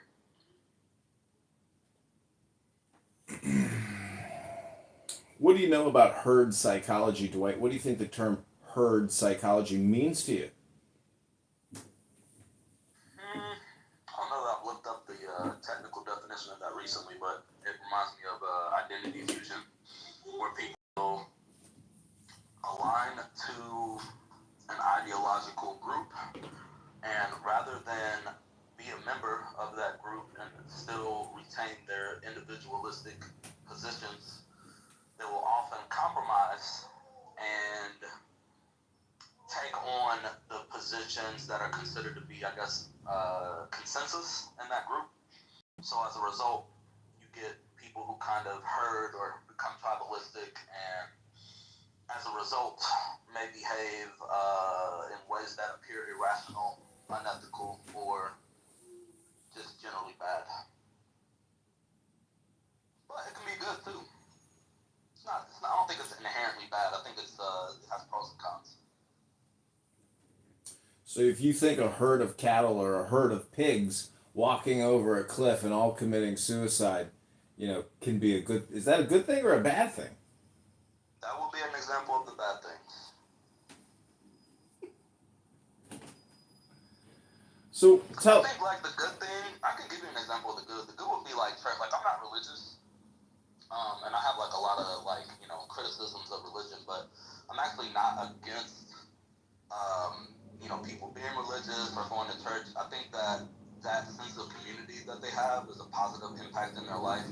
So like there's a herd mentality that goes into that. They kind of have a shared camaraderie that I think is valuable. So that can apply to anything. I mean, any sort of group could have positive attributes, but you could also be Hamas.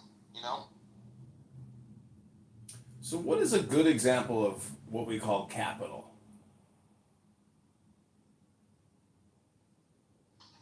A good example, what do you mean by that?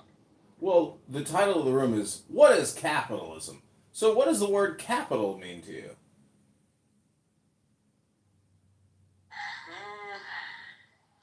I guess in layman's terms, money. Let me look it up. What's the definition of capital? Because I'm not too proud to be like, look, let me just look up the definition before I conflate this word. Capital, wealth in the form of money or other assets owned by a person or organization or available or controlled for a particular purpose, such as starting a company or investing. So I'll go with that. And as far as good capital, I don't think there's a such thing as good or bad capital. I don't view that as inherently. I think it exists independently of morality. It's what people do with it. And what would you consider communism to be? Communism is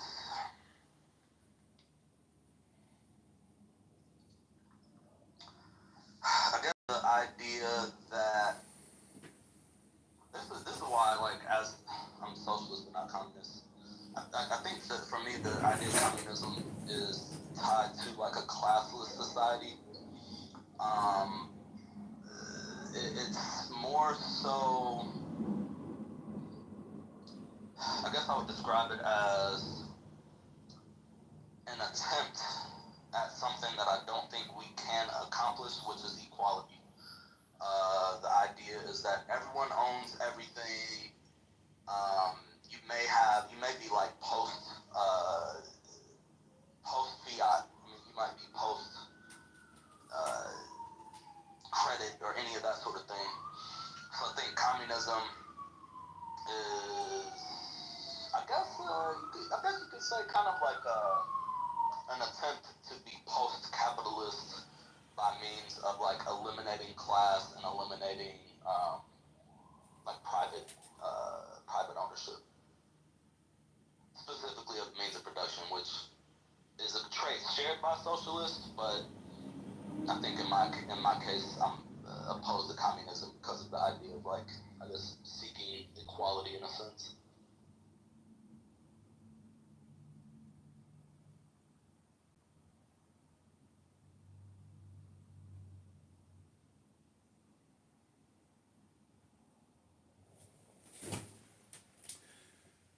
So if we were to make you king of America, the God Emperor, what would you do for your people?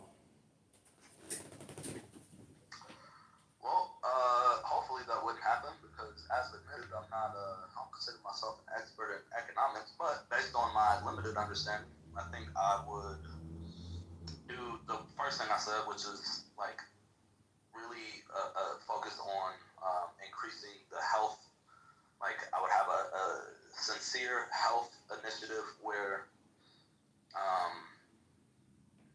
various methods like rethinking how we subsidize corn, all the corn syrup that we have so much of, we just dump it in everything, that sort of thing, as well as reducing medical costs so that we can try to reduce our spending. I think I would also, if I was king and I just had the ability to unilaterally decide, I think I would keep markets in place, but I think that one of the first things I would try would be capping CEO pay ratios, and it wouldn't be the same ratio for all size companies. For a smaller company, it would be probably a closer ratio. For a larger company, it would be a larger ratio. But I think by this is a point I made to Serendipity earlier. It's not the idea of you have $1 billion and I want to take that from you and give it to other people. It's the idea that we made $1 billion and you kept the lion's share of it to yourself. And I think I would limit,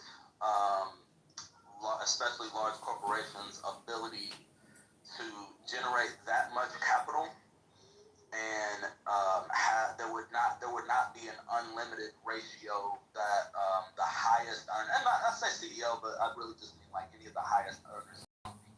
And I think that would help with a lot. Like we wouldn't need, people want to get rid of Social Security, people want to get rid of Medicaid, people want to get rid of some of what they view as, people leeching off of the government. Well, yeah, I'd like to eliminate that too. The way I'd like to do that is by eliminating people's need for it, by making it to where we don't have so many people working, say, at Walmart, where, like, the way, like, you know what I would do to make it even shorter?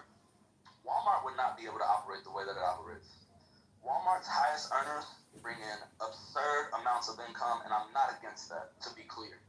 What I am against is for Walmart to bring in absurd amounts of income, pay its employees so little that they then have to either, take on SNAP benefits, take on Medicaid. A lot of I haven't looked this up recently, but I think a lot of people are aware. Like Walmart's employees, like their base level employees, the amount of resources that they take from taxpayer dollars just from Walmart alone is huge. So what if Walmart was forced to pay their workers a little bit more?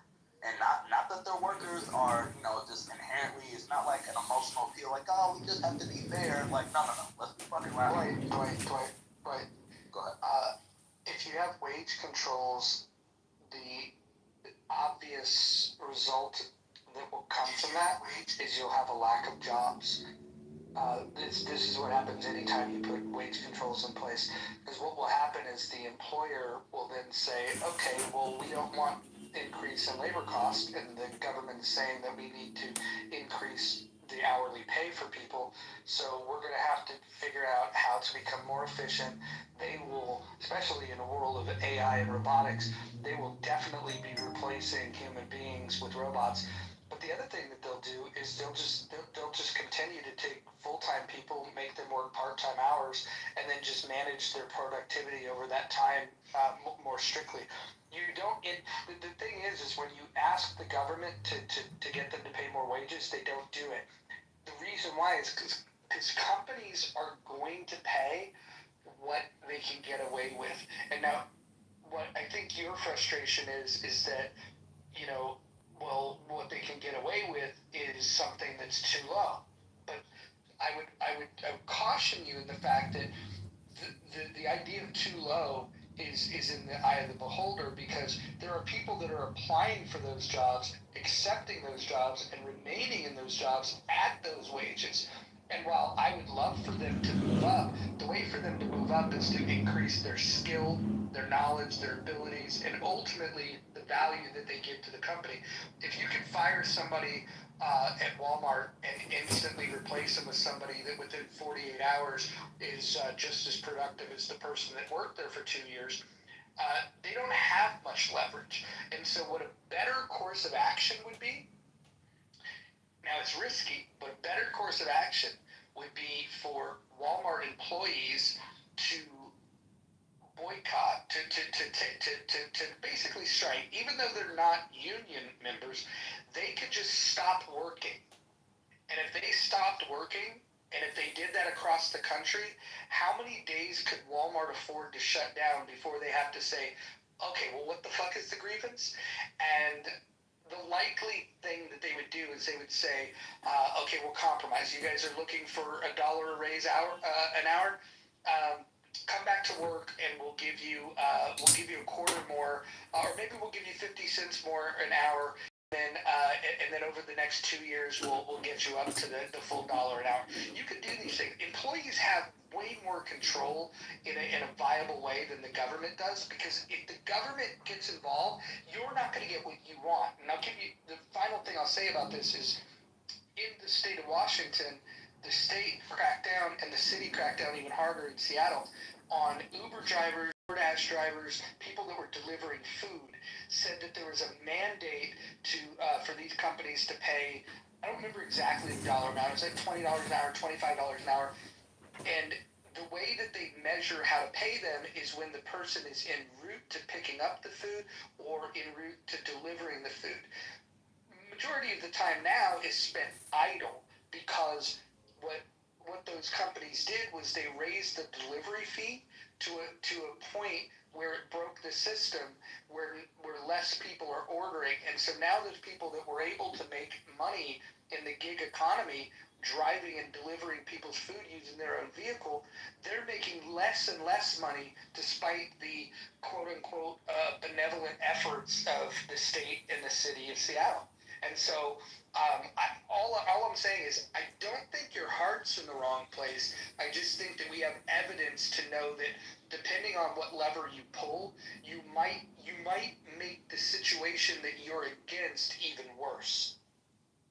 I hear you on that. I guess my question would be, or kind of like the thing that comes to mind, like, I think that makes sense. Like, yeah, like, you know, we the workers, we outnumber, CEO. They literally cannot operate without us. But I think if I'm Walmart in that situation, I do a cost-benefit analysis.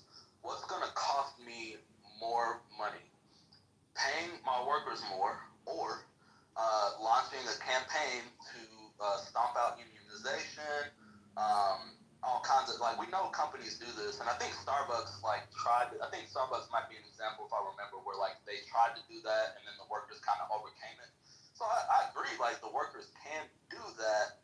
I'm just not sure that I see it as existing in a vacuum. Like, it seems to me that the business still has the leverage, and that they have the resources to actually suppress workers' ability to do that. Yeah, and again, what I appreciate about the way that you've brought up this topic is we have a lot of people that are left of center, which I'm sure you are, that they argue this in a way where they have policy prescriptions that they know not to not work. And I think the good thing is that you're leading with the result that you're hoping for. And I think that's the right approach. I think people, regardless of your political persuasion, is you should think about, like, well, what is it that you're hoping to change? And then you have to figure out if the policy prescriptions you're making would do that. And in order to do that, the good thing is testing it at a city level rather than a state level, and certainly not a federal level, because if you are wrong and you make a mistake, you want to do the smallest amount of damage possible. And if you're right, you then have the benefit of being first to move, and then you can influence others to follow suit, and you can point to an example of how you instituted change, and then also lessons that you learned. Hey, this worked, and it's benefiting things, but here's some things that if we could do it over again, we would probably do different, because it would be even more efficient. And so change should come from small brush fires, I think. And what I think is next is you need people that carry a national message, that talk about the importance of the ideas, but then it needs to inspire people at a local level to go and, get the influence they need to make some of these changes. Also, I'm aware that some changes can't be done locally when you have multinational corporations that your local city council is not moving the needle for. In those situations, a local Walmart, if every employee of the Walmart walked out, that would be a huge blow to them, even if it was just for one shift, not even the full fucking day. That brings companies like Walmart to a decision point. But you got to think of the decisions that they might make. They could decide, maybe we'll just close that store, and that's what's happening with a lot of multinational companies. Starbucks employees demanded more wages, and now we see Starbucks stores closing. Yeah, definitely. So, and that all makes sense. And I appreciate being able to have this conversation with you and some of these other people, because it's clearly, you're read on this, you know some things about it. So, my next question is, okay, let's say that all that's true, and let's say I agree, and let's say that the system as we have it still results in, let's just say that never happens, for whatever reason, we just don't have these smaller revolutions or whatever you want to call it. As the government, would it not be irresponsible for me to allow Walmart to continue to operate in a way that literally creates these, quote unquote leeches to the government that are using all of these SNAP benefits and all that sort of thing? Shouldn't as a government, step in and try to mitigate the amount of people that require that type of assistance? Yeah, well, I think this is where I would ask the question to somebody like a Hansen or a John Kidover, who are free market capitalists, to ask them what they think a solution would be to the abhorrent practice of a Walmart, a multinational company that makes a ton of fucking money for their shareholders and for their executives, when part of their training is quite literally to show employees how to fill out government forms for assistance.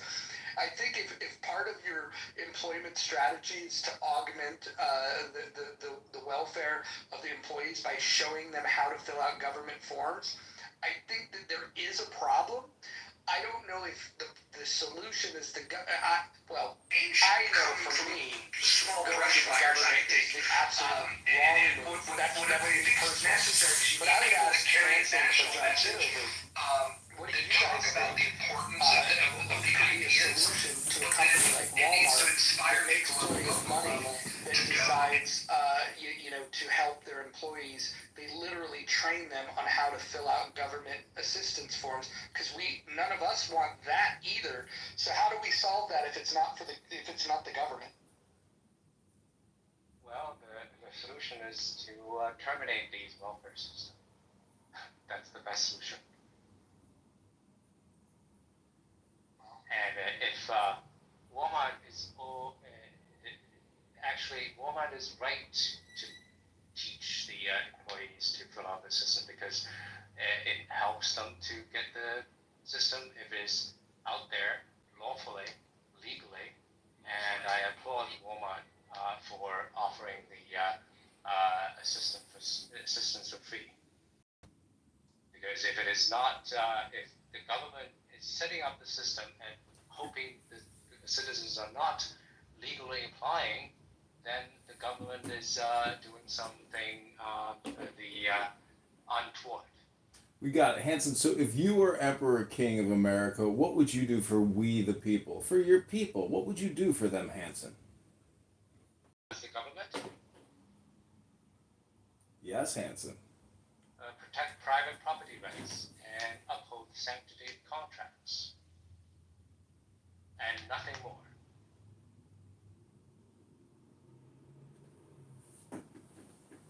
I like how succinct that answer was. That was great, Hansen.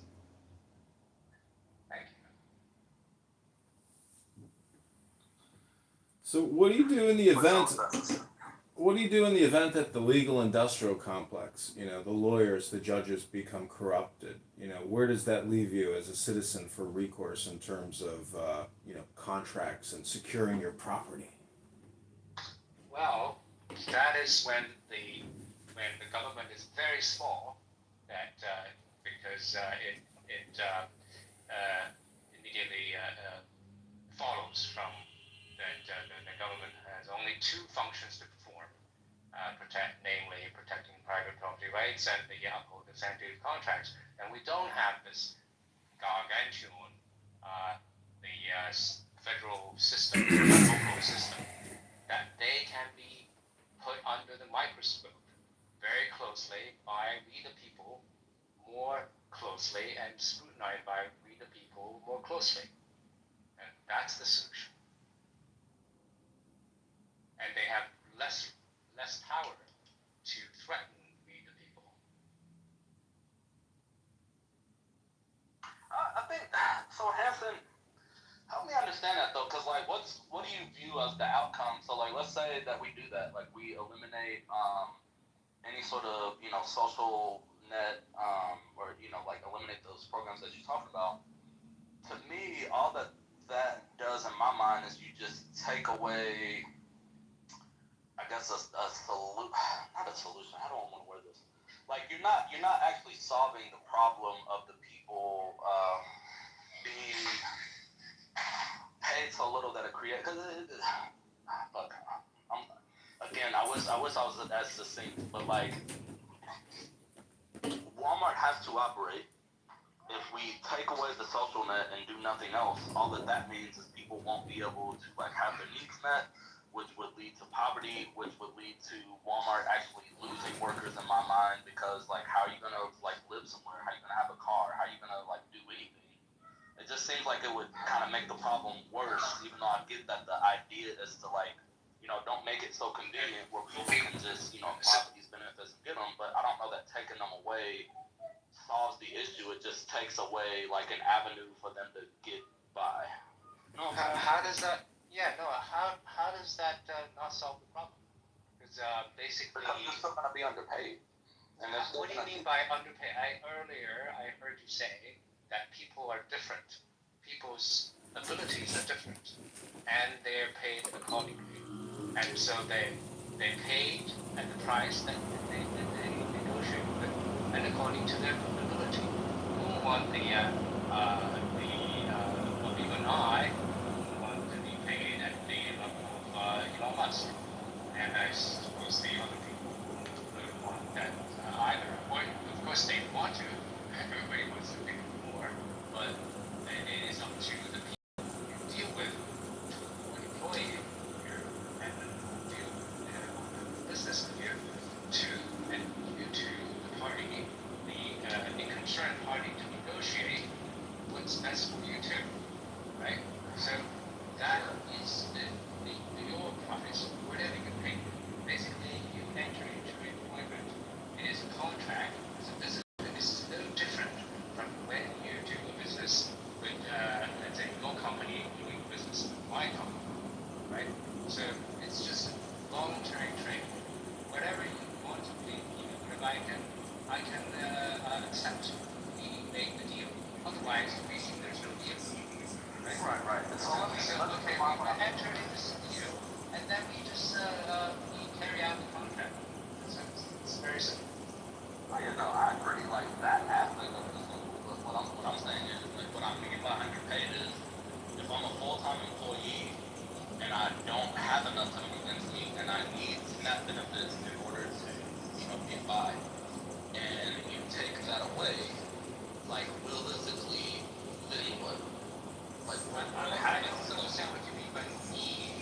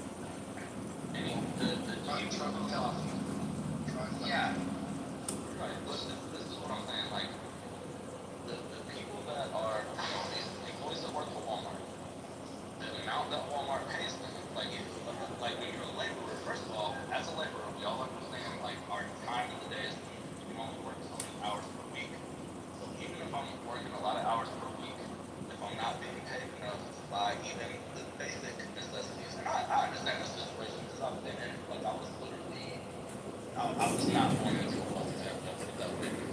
And there was a time where my minimum, absolute minimum expenses, I'm talking about no fucking Hey, McDonald's, Dwight. no fucking avocado toast. Dwight, the McDonald's is great, but can I just interject here and say that Hansen is suggesting that his belief that securing property rights and contract rights and leaving everything else alone is the optimal business or economic solution because it's the most efficient and everybody benefits at a higher level than with your central state planning type, opinion.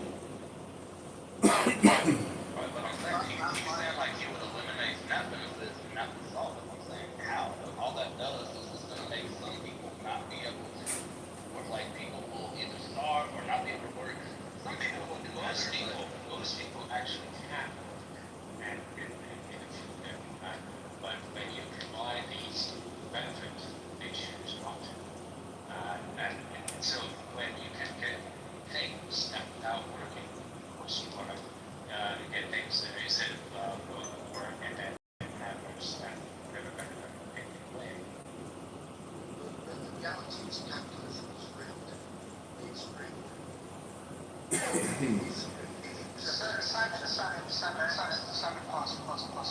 No.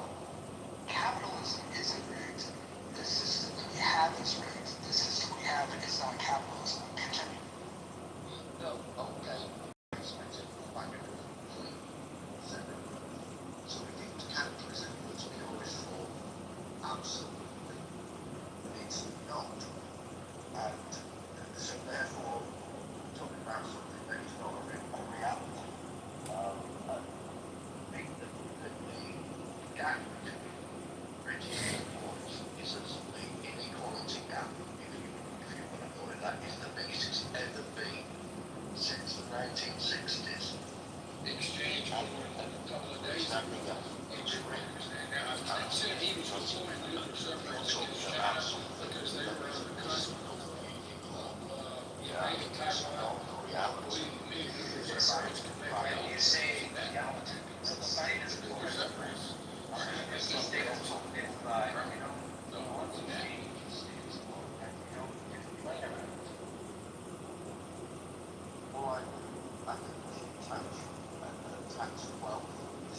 Well, okay, so you're saying if it is, you're saying describing something that is not the status quo.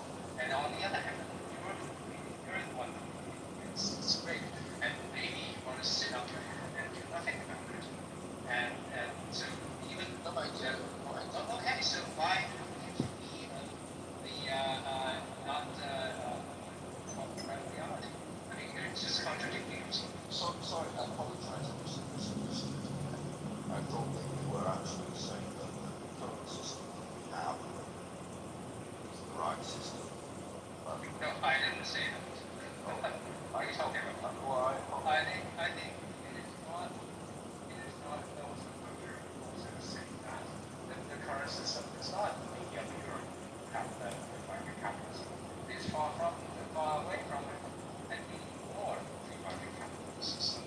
And that's the way we describe it. So what are you talking about? You get my question though, like what I'm saying is you take away these benefits, like in the scenario you gave, and then what? Because all I can see is some of those workers will rise above, some of them will not. And they're not gonna be able to pay their bills, they're not gonna be able to like have to do basic things that would enable Walmart to continue to function. Like I think Walmart would just fucking go out of business if we did that. So Dwight, here's a thought, man. Because I think what you're doing is you're thinking about the world that we have and the system that we have in place where we've decided to coddle people, we've decided to provide these safety nets. If the government got out of the way, what would happen? Imagine less regulation, less costs to the business, right? Imagine no corporate taxes, right? Imagine that, right? The company would be free to do what they want with that money. Probably would invest in learning how to be more efficient. They might, depending on the company, it could be Walmart. Walmart's wildly innovative. What I mean by that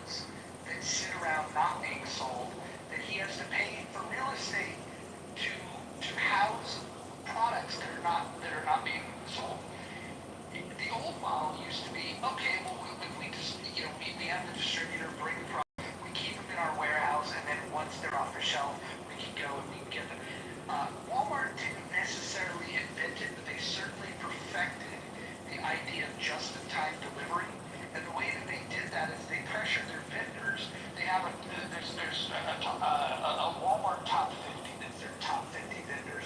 As you can imagine, it would be like people that sell batteries, people that sell companies that sell batteries or razors, or just those commodity items that fly off the shelf of any store, right? And what they do is they went to their top 50 suppliers and they said, we need you we're going to monitor the delivery of these items, and we need you to accommodate based on the need that we have, not the old way where you just place an order and every month they bring the same amount regardless of the intelligence that you have on how fast or how slow things are flying off the shelves. So the just-in-time delivery helped them gain an advantage because they could then make a larger store that had more inventory that was on the shelf for consumers to buy, where other stores were dedicating half of the store, or at least a third of the store, to a warehouse for items that weren't being sold. The second thing they did, the enhancement, didn't come from them. It came from a technology company that said, hey, barcodes are old and inefficient, and think about, is there anything you want to mention? No, sorry. No, okay. So barcodes are old and outdated, and they're slow, and it causes a lot of labor concerns. So the old way of doing things with barcodes was a truck would drive in, they'd have pallets of shit, you'd unload the pallet, you'd then unload the boxes, then you would open the boxes, you'd pull out every product individually, and you would scan the barcode to scan it into inventory to be more efficient. What companies evolved to was a thing called RFID, which is radio frequency identification. In the beginning, it was super expensive, but Walmart knew right off the top, this is a game changer. They weren't the only one who recognized that. The Department of Defense also recognizes it. And so the projection was, in order for it to be affordable, that RFID was going to take like 10 years to really get phased in because they needed to get the cost down, they needed to get adoption. Well, the Department of Defense and Walmart decided, well, we can help accelerate that. And this company said, well, how so? They said, well, we will make our top suppliers a requirement that they use RFID. And what Walmart did is they went to those top 50 suppliers and they said, moving forward, in order to remain a top 50 supplier, you have to move from barcodes to RFID. What this changed is the staffing levels at a Walmart. So when the truck comes to delivery, and they've already figured out the just-in-time delivery, right? When the truck comes, it rolls by a post that picks up the frequency. When that truck drives by this into the warehouse, it automatically scans every single individual item into inventory in one fucking fell swoop. You don't need somebody to open each box, to scan each of them. That was slow. So the time that they saved by doing that was massive. They passed the cost off to their suppliers to fix this problem for them. Point being, companies innovate, and the innovations that Walmart did is extremely important to understand, because that allowed them, by being more efficient, they can then cut some labor, they're more efficient, they're faster, they got more product on the shelf. Then what they can do is they can lower the price, where consumers can then pay less money, which is what consumers like about Walmart. If you ask Walmart shoppers what they like, they're going to say it's a wide variety of products at a cheap price. That's what they're going to say they like. When you start tinkering with Walmart and saying you must pay for this, you must pay for that, you're going to take away their competitive advantages. And the one thing that's sure to happen is they're going to reduce labor costs even further, which means that they'll innovate further and they'll replace human beings with robots. So you're not going to help those employees. You're actually going to have them not having an option to work in Walmart. And then the other thing that's going to happen is they're inevitably going to have to raise prices on their goods and services. And that means that the shoppers, the one thing that they loved about Walmart, they're not going to have that anymore. And so you just have to be careful of what you're asking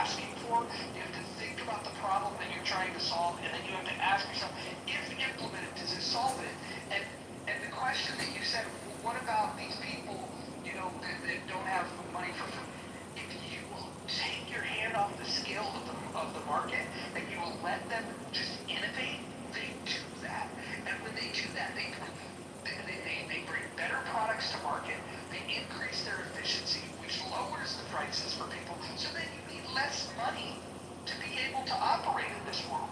And so there's so many benefits of this, and the main benefit of free market capitalism, it's not even to the producer, it's to the consumer. Because if you make things less efficient, you're talking about higher prices. If you want to help the consumer, you need to allow companies to be more efficient, and you need to let them put their money into R&D and process improvement. Right, exactly. On that point, when the productivity is increased, then the price for what you call quote-unquote necessity decrease. And hopefully with the AI revolution, we'll try to drive the price of necessity to zero. So all that worry about we have no jobs and buy things for, well, it's just solved by itself, because the product increases to the extent that all the necessity of food, the price will go down to zero, the cost is zero, and you don't need the reason for universal basic income. That we heard all the reason for basic incomes because when AI comes and how we going to pay for this? Well, precisely because of AI, the cost of things will go to zero.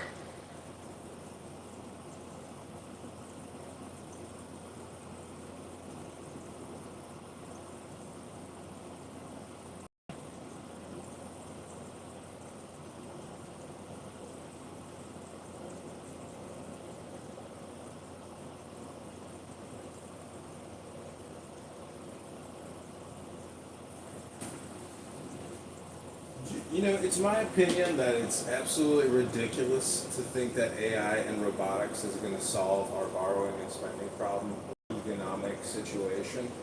If you think that robots are going to get intelligent enough to start making more robots by themselves and create a perpetual economic system or a business, I mean, you know, go buy a slice of pizza tonight and have a beer on me, because, you know, that type of utopian thinking is ridiculous.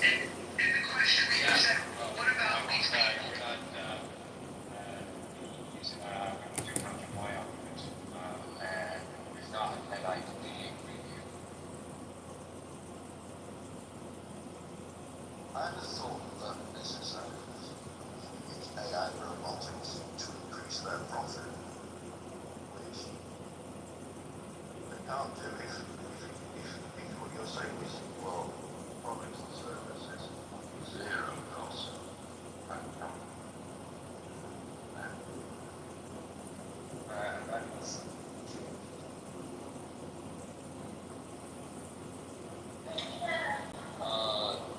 Sorry, I have a call, but if this is going in a different direction, let me know. But what I was gonna ask Roger for Dojo,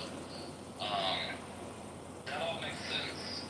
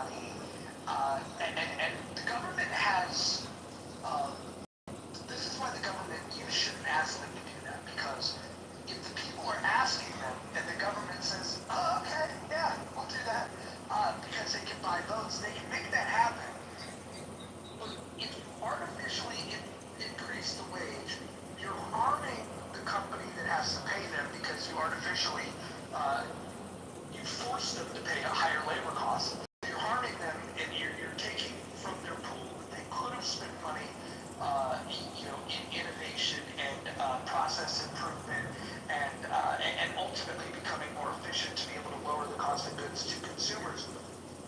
You're creating that problem, and you're never solving and addressing the skills problem.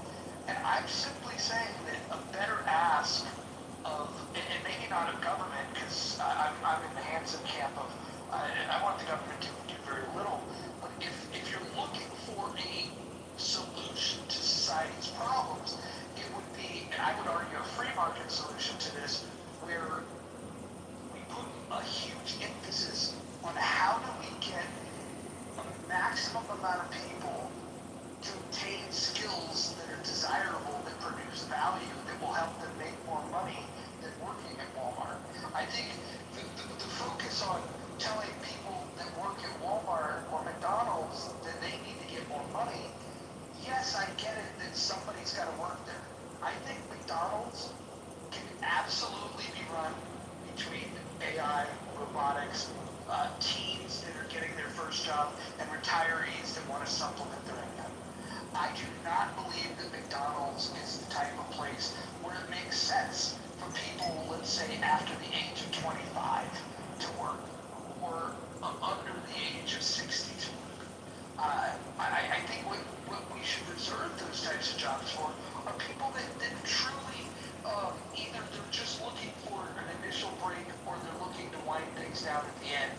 But some people see those as career options, and they think that, well, it could be a viable career if only they got paid more. And the problem with that is that there's this value that people on the left have where they are suggesting is that that pay should be tied to the amount of time that people spend working. And there is a much better way of measuring this, and it should be your pay should be tied to the value that you produce. And I think that's the underlying issue there. And if you obtain more knowledge, skills, and ability, you'd be able to produce more value. And I think that trying to take a shortcut is avoiding the real issue, which is we absolutely need to up-level our skill. Yeah, definitely. And the price is a relative quantity, it's inflation. So lower the price, up the income, the salary, it's the same thing. And but also what Joe was talking about is actually somebody was here on stage mentioning that it's a socialism calculation problem. So government is a blunt, very, very blunt resource. And it doesn't have the capacity, it doesn't have the observation, data collection, computational capacity to compute the price needed and the feedback mechanism of the social interaction. And if you look up socialism calculation problem, that's why the central planning doesn't work. And all of this interaction between the boss and your colleagues, your customers, and different customers, this whole interaction, this whole universe of interaction cannot possibly be computed by a central planning agency. So they don't have not only they don't have the capacity, they don't have the IQ, they don't have the computational power, they don't have the incentive to do this computation. And not only they don't have the incentive to do this computation,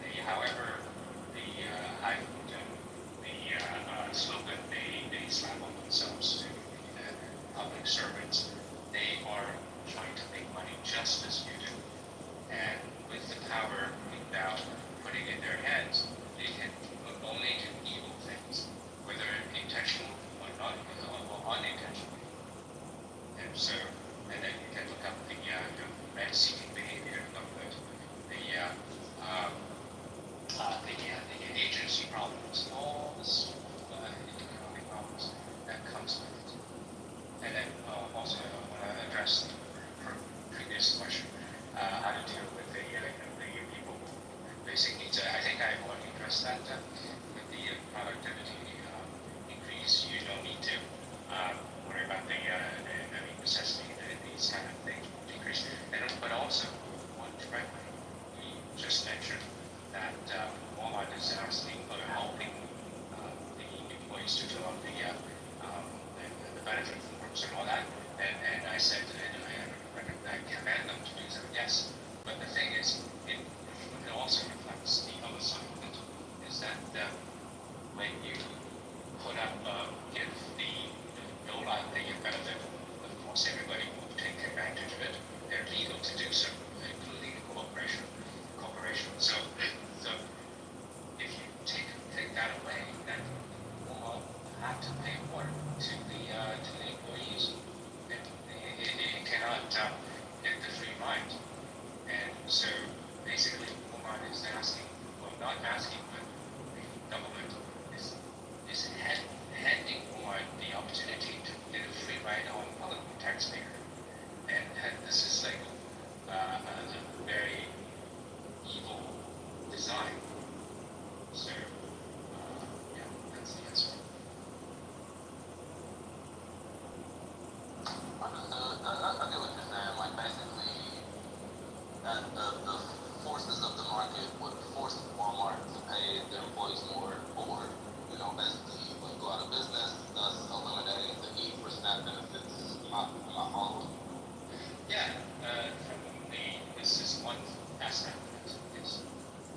But the general bigger picture is that with these government out of the hands, out of the people's hands, the better off in all accounts. But I do recommend that you look up with the Wikipedia or somewhere else, calculation problem. You talking about the economic calculation problem? Is it on economic calculation problem? Let me check it. Yeah, because it's like you can't price. Yes, there's the knowledge problem, and then there's the economic calculation problem, which go hand in hand. If you want to learn more about it, you can look into the Ludwig von Mises, who originally came up with this, and then you can also look into Friedrich Hayek that expanded on it. And if you're not interested in looking up either of those things, because economics isn't your thing, I would point you to a different book called Economics in One Lesson by Henry Hazlitt. If anybody is interested, just back channel me. I can send you a copy of that. I have a garage full of those. Yeah, definitely. Yeah, it is about the economic calculation problem. And yeah, and then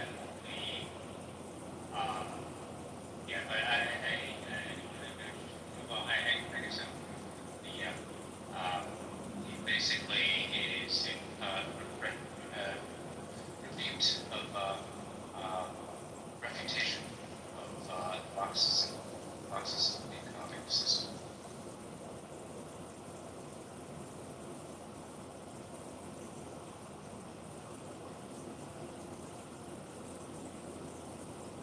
If that happens,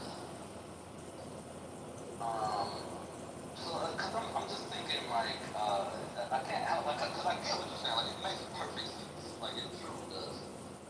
I just can't help but feel like if I'm Walmart in that situation, I would still try to avoid paying more even if I had that market pressure, so maybe I try to figure out a way to outsource the work. Like, you get what I'm saying? Like, I agree. I get what you're saying. If you're a boss, if you're a company, like I said earlier, it's two companies dealing with each other. Maybe you're a company of one. Right? Of course, you want to get the best deal for yourself, right? I mean, that's how the negotiation works. This is how you want to you make the most profit out of your the deal, right? So there's nothing wrong with that. And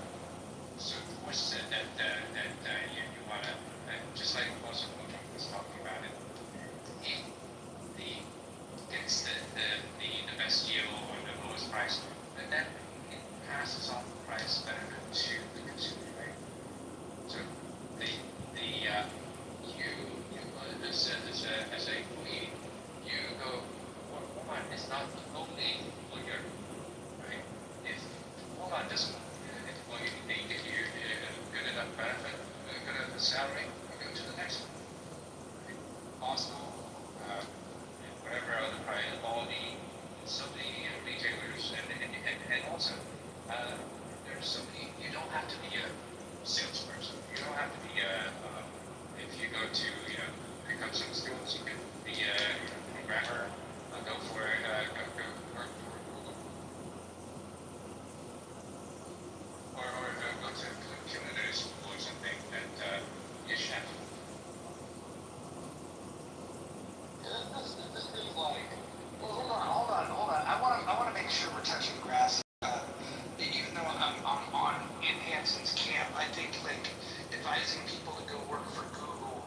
I know the hiring folks at Google in many departments, and if you don't have a 4-year degree, I know. I'm just saying that it's not that. Walmart is not the only. I accept that. I just wanted to clarify that Google of all places, even if you have a 4-year degree, they're the one company that looks at your GPA. They're another company that'll look at which 4-year institution you went to. They're extremely picky, and the reason they can be is because everybody wants to work at Google, that they can sort the best and brightest. The only people that I've ever known that have gotten jobs there that didn't have a degree were people that worked in a startup that got acquired by Google. So I'm just saying that if we're going to give the advice of what you can do, I would make more realistic recommendations of things that that's within the grasp of people to do that maybe don't have a degree or maybe tech's not their thing. But your point is well accepted. In fact, Costco. Costco's a great employer. And then on top of that, you have companies that are hiring in industries where they do have trade unions. Like if you go to a trade school, become an electrician, become a plumber, that's a very viable thing. In fact, I would say for anybody who's got kids that are thinking about going to college soon, I would say that at this point in time, unless they're looking to be an engineer, a doctor, or a lawyer, they're probably better off going into a trade school than accruing debt at a college. Now, if they want to go to college just to learn, I would say you can take credits for free at many major universities. Actually, you don't get credit for it, but you can just drop into the class and you can get the same education. You just don't get the certificates and the credential. But if all you want to do is learn, you can go to many of the best universities. Can I ask one last question, and then I'm gonna get focused on that video. So, in that scenario, we've eliminated welfare, and now the companies have to pay workers more. It would seem to me that although I can work for another company, all of the larger corporations still have all the leverage there. They're still going to pay as little as they can. So me as the worker, I'm not only at a disadvantage in terms of like this me versus this larger entity, but I'm also less organized because I'm one person and Walmart has a whole network of people. So like how would that actually benefit the worker or the general person more so in the way that you describe them? Like how would they not just basically control the market themselves and utilize their leverage to keep wages low or even lower? First of all, because the free market, you have we already mentioned that Walmart is not the only retailer or grocery store. Costco is one, and then and then what's the other one? Sam's Club or Aldi and whatever. What are the other grocery stores? They're listed all of them. Just Google it. So the market already reminds the competitors, and then also they will compete for your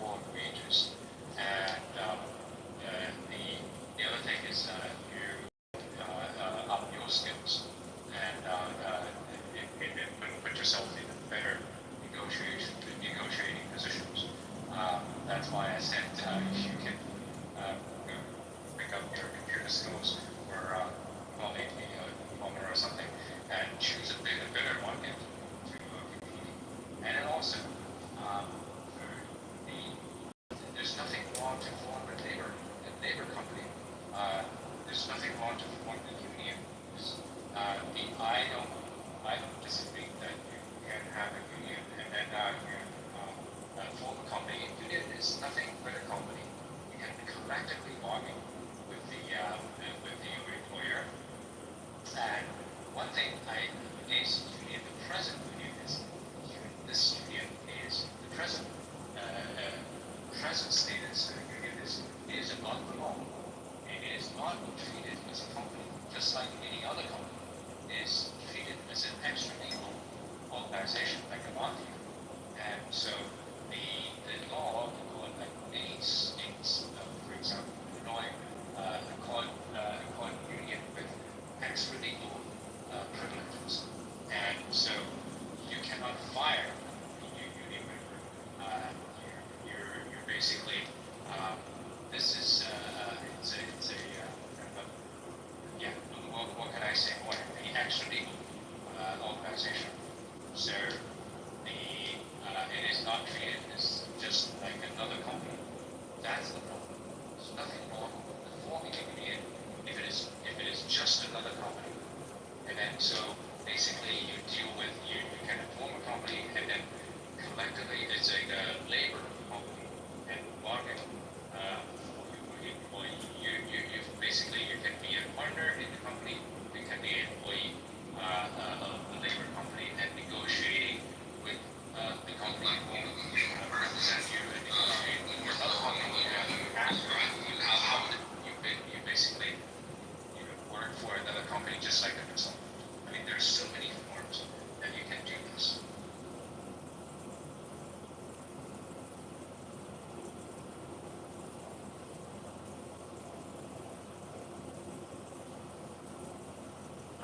Check out these books. I definitely get the point being made. I think I have some, some of these concepts over.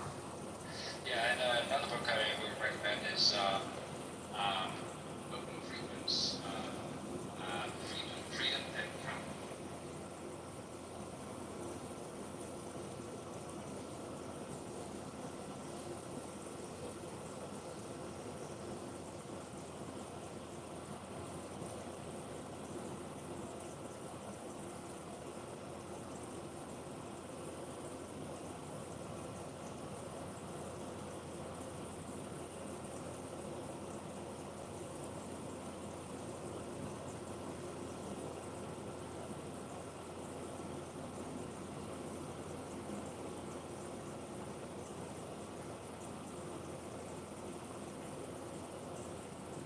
I put the author and time chat.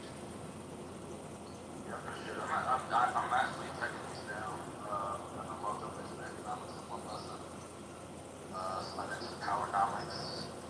I'm gonna check these out at least, just to understand. I'm not hugely into economics, but obviously I've got, some level of interest in it. I'm just trying to have these conversations to kind of wrap my head around, because obviously I see things a certain way, but I'm not one of those people that it's like, oh yeah, I've decided on what I've decided, and that's what I'm sticking with, whether it's logical or not. So all I really care about is what's actually best, what actually makes the most sense, not very to me. So this is all, I don't know, this is color.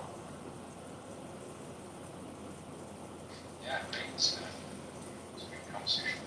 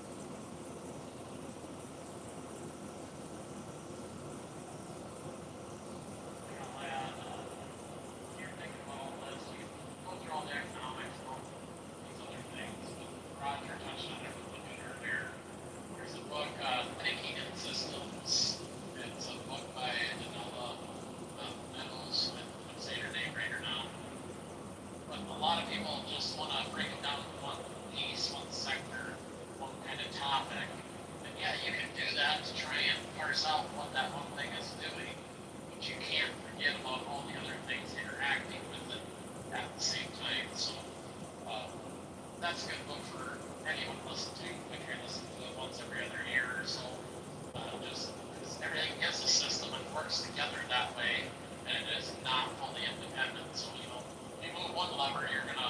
adjust something else when you're undesired or desired outcomes. So that's the problem everybody has. They think, oh, well, egg workers should be paid more, but then you pay egg workers more, but the farmer, it costs them more to produce something, so they either A, go out of business, or B, charge more, well then food costs more, or we're at mercy of some other country or some major company that now has pretty much a monopoly on the production of that said item. That's the same for any industry. Once you get monopolized, then you can say, well, you can't get it from anywhere else, so I can raise my prices now, and now you don't have enough competition to, moderate the prices. That's what it all comes back down to. We can say everybody needs to be paid more, or we just realize what it takes to live. I know everybody isn't going to be able to be a CEO, but everybody is able to better themselves in their situation, even if it does take time, and they have extra hurdles.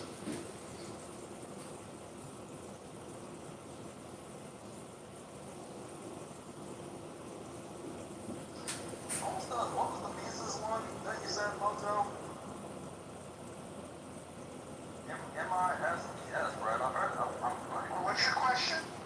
You said a book by Ludwig von Mises. He's written a lot. He's got a book called Liberalism, which I highly recommend everybody read. The one that you're going to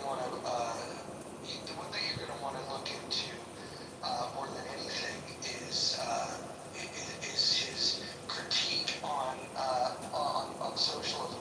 In fact, here's what I'll do. I'll drop links in the chat to the order in which I would read his books. I think that there's some that are a little too dense. One of the problems with Mises is that he wrote for academics. He didn't care about. He wasn't writing for you and I to read it. He was writing for academics to take his ideas and expand on it. Like one of such academic pupils, Friedrich Hayek, wrote books to be far more accessible to people. And so I'll put links to the books that I would read in order if you want to get an understanding. But I would say if you've never studied economics and you're just curious, my starting point always is with Henry Hazlitt, Economics in One Lesson, because anybody can pick it up, anybody can read it, anybody can understand it. Yep, I got that one written down. I actually wrote down his book. Yeah, I'll put links in there right now. Alright, appreciate it.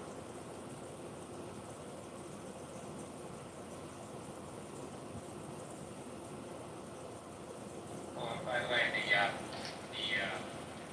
the freedom of capitalism, I think you can find it just Google online in a free PDF copy. Yeah, I'm pirated shit sometimes, so if all else fails, like I'll pay for shit, I don't have a problem.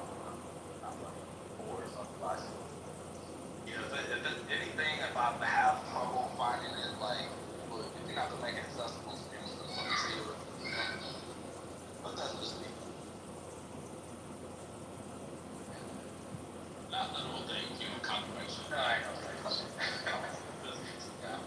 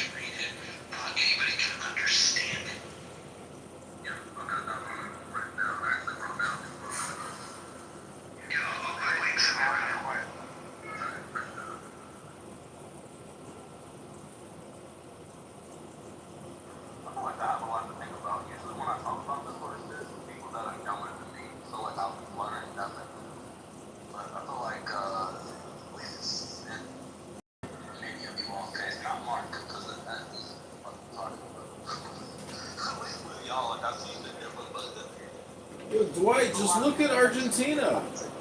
Just look at Argentina and what Javier Milei has done there by restricting government spending. He has enticed investors to want to come in, and that has caused an economic boom and more jobs and more income for the people, and more housing inventory, lower rates. The whole economy becomes more efficient, and it raises all ships that were sunk. So, unless something is done in this country, I mean,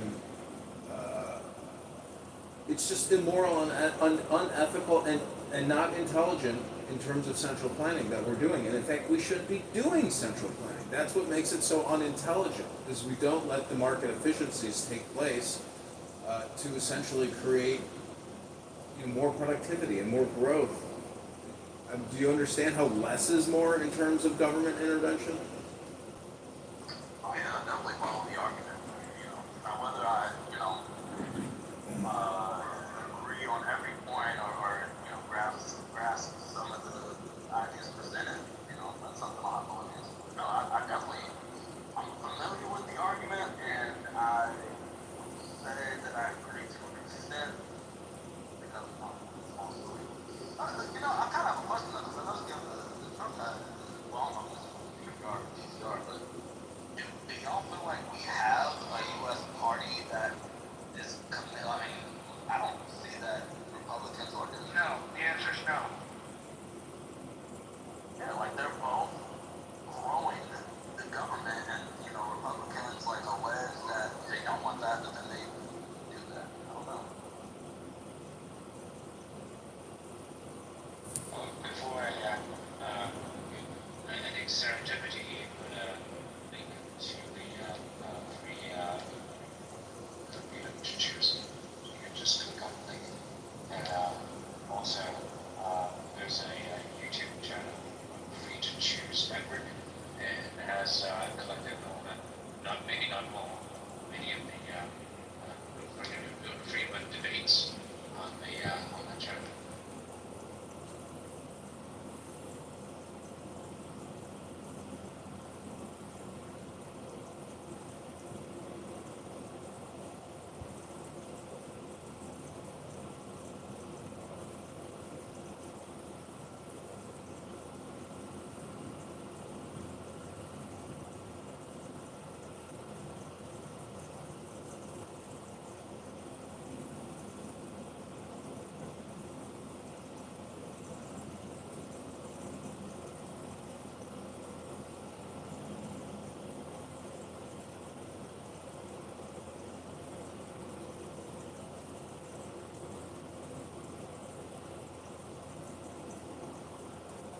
There's an essay you guys can look up. It's a quick read by Friedrich Hayek, who I just put to the books that I would recommend that you read of his.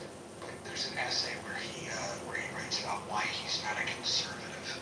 So for those of you that identify as conservative, or let's say you don't, it's here's somebody that was a free market zealot, and a lot of times conservatives claim to be free market capitalists, and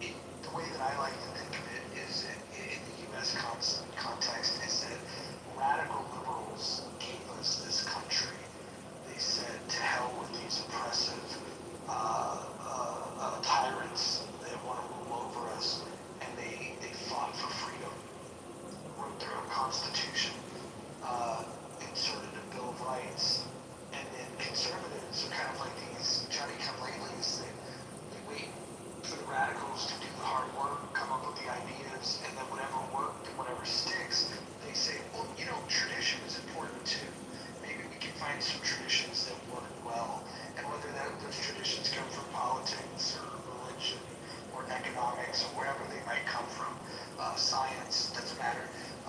Conservatives, the whole idea is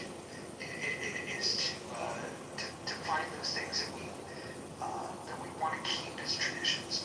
And I think the two need each other. I think liberals need to push the envelope on coming up with new ideas on how to expand human freedom, because that individual freedom is a liberal idea.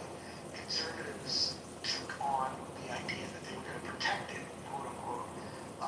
And I think the enemy to both of them are these progressives, ones that believe that collective rights. Yeah. That's interesting because we started with the liberals and now we're able to create a nation and fight for something worthy of fighting for. So it sounds very patriotic. But in the past couple of years that I've been paying attention to politics, to me it seemed like liberals, we got the LGBT community, all the activity in politics and all these things. And just freedom of speech and freedom, they all collide. This is where it gets a little confusing. I think to make clarity here, liberals want you to have individual freedom, and so on. To some extent, they would say, hey, if somebody wants to claim that they is a woman when they are a man, let them do it. The difference is a progressive will use the government, weaponize it, restrict your individual freedom by instituting the idea that you must address them, you must accept their delusional claims of being a man or being a woman, and declaring that by fiat. And so the difference between progressives and liberals, the important distinction, there's two important distinctions. One is that the progressives are for collective rights, whereas liberals are for individual rights, at least in the classical sense of liberalism. The other is that makes sense, because that reminds me of Bill Maher, right? He would be in the concept of Jim. Sounds like he would be a liberal, right? correct. Right, I get it. Okay. If you want an example on this app of a liberal, El Normo is classically liberal as you're going to find on this app. Right. Yeah. Instead of impeding your the progressives are impeding their view of the world in a way where they want to change laws and all this. Yeah, I got this. They've also become the Puritans. It used to be the conservatives would say, hey, based on tradition, we believe this to be right, and this is where you hear about things like traditional family values, Christian values, whatever it might be, where the conservatives would say, look, you ought to do this because, and then they tell you why they're so smart. Well, the progressives do the same thing, but what they've done is they've decided that everything's for the collective, it's always for a group, and the policies are always extremely divisive, because whereas individual rights would say that everybody should have the same equal protection under the law, the progressives are going to say, oh, well, this group over here has been fucked over for so long, so what we need to do is pass a law that gives special favor, not equal rights. They want unequal rights. And this is why I genuinely feel that if people had honest conversations, we can divide this thing into a few very, very specific camps where you have the authoritarian right, which I would say that many Republicans fall into that, and then you have the more libertarian right, which is where you would find someone like myself, you find someone like Hansen. Then you have the libertarian left, which is the libertarian left is more liberty-leaning, and that's where you would find some remnants of those classical liberals, like someone like an El Normo. And then you have the authoritarian left, which is the progressives, and those are the people like the Bernie Sanders and the AOCs and that sort of thing. And I think that if we could more clearly divide the party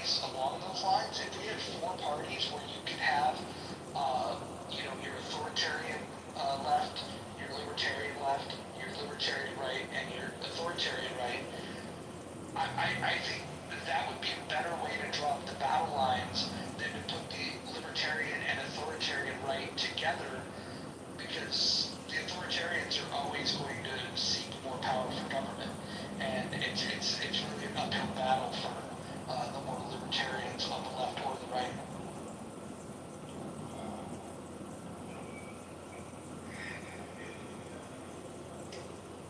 By the way, I can find common ground with libertarian lefties. I definitely pick the shit out of some of their ideas, but it's just that it's nitpicking. And the authoritarian right, they might say a lot of the things that align with some of my thought, but what they're willing to do to institute their ideas would be completely unacceptable to me. And then the authoritarian left, their ideas are shit, and they're willing to put you up against the wall to get their ideas. So if I were ranking these in order, I would say libertarian right, that's at the top of the heap. Libertarian left, that would be the next one, and then authoritarian right would be second to last, and then the authoritarian left, that is at the bottom. That's how I would rank those, and that's coming from my personal viewpoints, but that would be also in consistency with my values, which is I value liberty over all else. So if that's true for you too, then you might see it similarly. Roger, one of these days I'm going to buy a Roman statue of Libertas and send it to you. Just so you can constantly think of it when you're talking about the days of liberty. Well, that's, I definitely agree on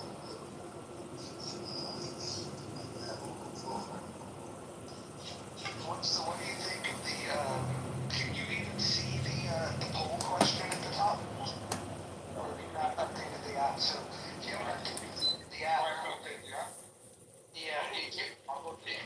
go update the app, and we've got a poll question for you.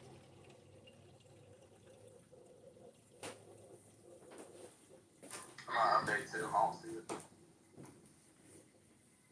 You guys got to update. So, Marshall, not too hard as I got earlier. Everyone had me going, but Marshall, I don't think you've ever been too hard on people. If there's one thing that you might be guilty of on this app, aside from being a great guy, is maybe being too soft on people. well, thank you, I appreciate that. so what is the difference between liberty and justice? Liberty is the. I will give you the Stuart Mill definition that you should be free to do what you want to do, provided that you're not harming other people. So your liberty does not give you the right to violate somebody else's liberty. Justice is simply ensuring that people's individual liberty is protected. So they definitely go hand in hand. I would mark them as 1A and 1B. Equality, I typically just throw out the window because I don't believe that we're equal. I think that we have different knowledge, we have different skills, we have different abilities. We're all very different. And so I think equality is a myth. There's a great book out there called Equal is Unfair. It's written by an objectivist, so you got to take a little bit with a grain of salt, but I think he makes a very good point that the things that you would have to do to make people equal would be a violation of people's liberty, and if you did that, that wouldn't be very just. And so for me, it goes liberty, justice, and equality is not even a consideration for me. Mojo, so what I see, I pick liberty, right? But I also see that because human beings tend to live inside of this container of right and wrong, right, duality, polarity, and in general, men tend to be more, they'll project their power, right, more than females, or you could say it's a different type of power that men have. They will make someone wrong, even if it's I'm not saying that, well, they may do something physical, but they'll condemn, they'll condemn. In a libertarian, let's say in a libertarian environment, there's going to be some disagreements, isn't there? Yeah, you can have agreements, but I think first and foremost, you have to.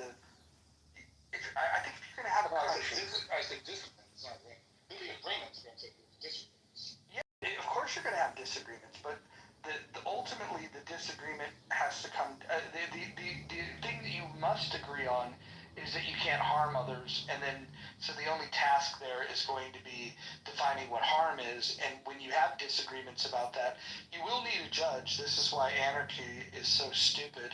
You do need somebody that could adjudicate disputes. And so if you and I, believe that individual freedom is good, and that we define it on you should be free to do what you want to do, provided you don't harm other people. When we get into that definition of what is harm, you and I might have different ideas, and we're going to need to have a system for figuring out what equates to harm.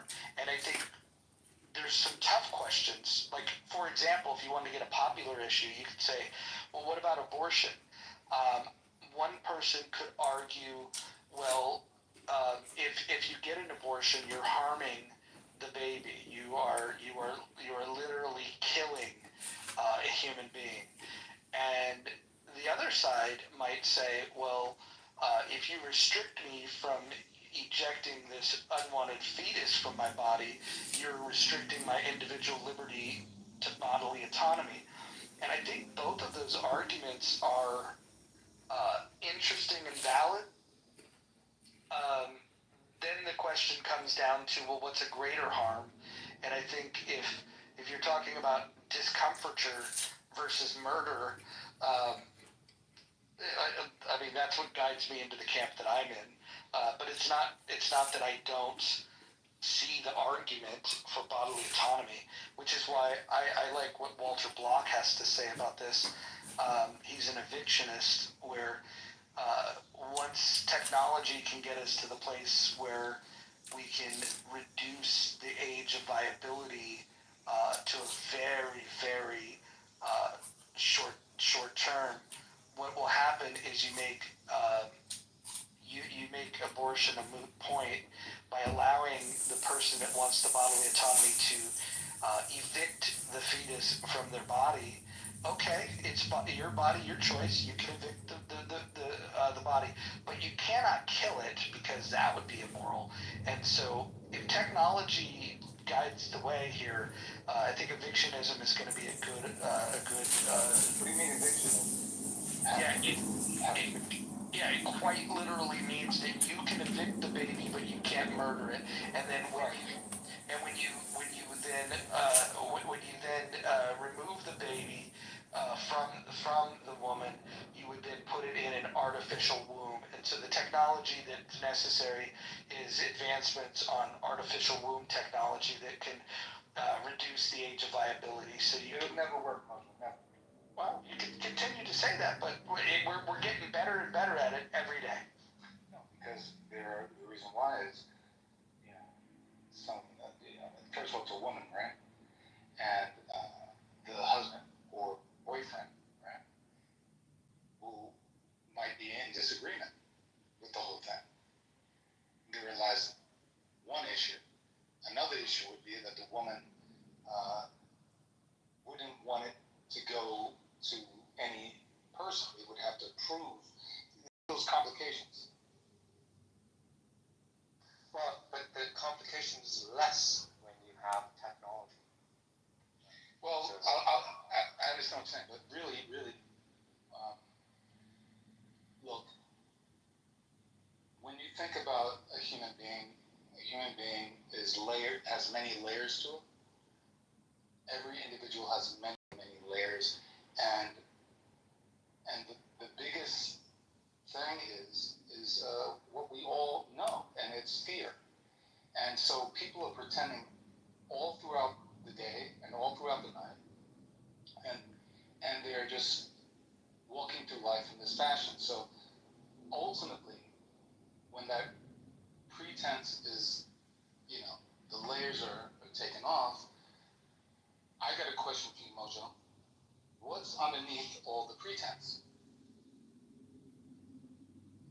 Which pretense are you referring to? Nothing, Mojo, nothing. I mean, I can give you my. I'm not asking you to tell me your pretenses, but would you agree that all human beings have layers of pretense? Well, of course. And the question is, you know, who's got the good ideas, and who's good at selling their ideas. And I think that the political ideas that I subscribe to are good ideas. I just don't think that we have anybody that's really good at selling them, and that's why I'm here. But sometimes I just prefer to be performative and I don't know, like be over the top and thought provoking. For example, a typical conversation with me about abortion, I would just I would refer to abortion as baby murder rather than abortion, and I would refer to the doctor and the mother as murderers, and I would then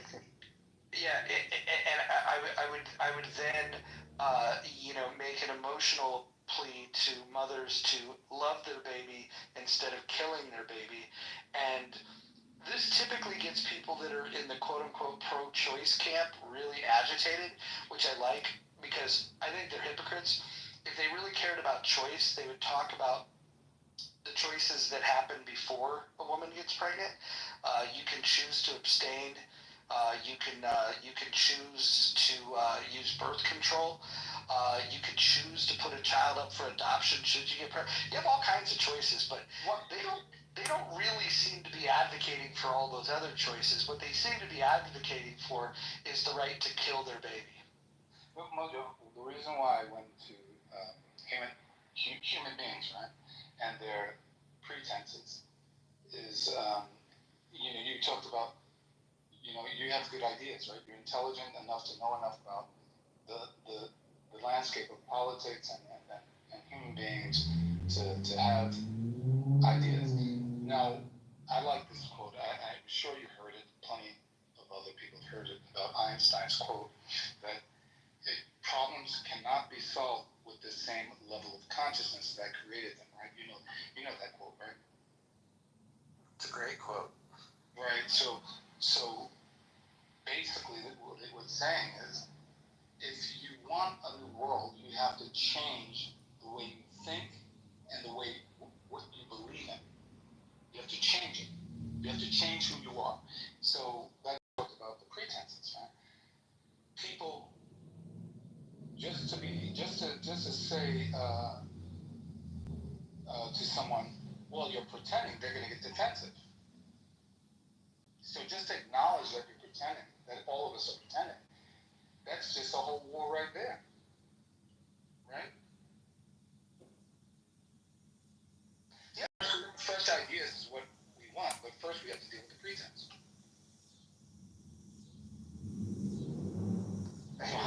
I'm sorry, Roger. How do we, I have my ideas, right, but how do we approach, we start in America, we start in our own household, right? We start in our own household. You can start with yourself, right? But in a big way, you have a leader that wants people to take off the masks and let's rise to a new level of consciousness. And what would that new level of consciousness be? Can you articulate? You told me? I do. The part that I like the best is starting with ourselves. So, like, tying it back to the previous conversation, I could start by vowing not to kill any babies. I could then vow to influence friends and family to not kill their babies. And then hopefully they would influence their friends and family to not kill babies. Right, but then remember, so this is where I was talking about in that libertarian environment, right? You don't harm anybody else, right? Well, what about that guy that came in the other day, right? And he said, Mojo, well, I didn't think that it was very nice the way you were talking. So you were talking about harm, right? You see what I'm saying? everybody has different beliefs of what harm is, so it gets extremely complicated. Well, this is true, and you can't look. Some people are just pussies, if we're going to be honest. You have some people that have decided to say that words are harmful, and in fact, they will even tell you that words are violence, right? And I think that the people that say words are violence are actually leading to an increase in physical violence, because if words are violence, then physical violence and words are the same thing. So why should I stop at words? Why shouldn't I just be physically violent? And so I think that the lack of common sense in these issues is what really is the problem. There's some people that will get a slogan like that, like words are violence, and they'll say it without really thinking about what the consequences of saying that is. Well, but Roger, that's when you would have someone that wants to take on that leadership role, right? That would argue a point. You know, how are words of violence? I would say that words are not violence. I would say fear of what words can get you is what you're talking about. Fear of what a word might have, something that might happen in the future, but that's not, the word itself is not violence.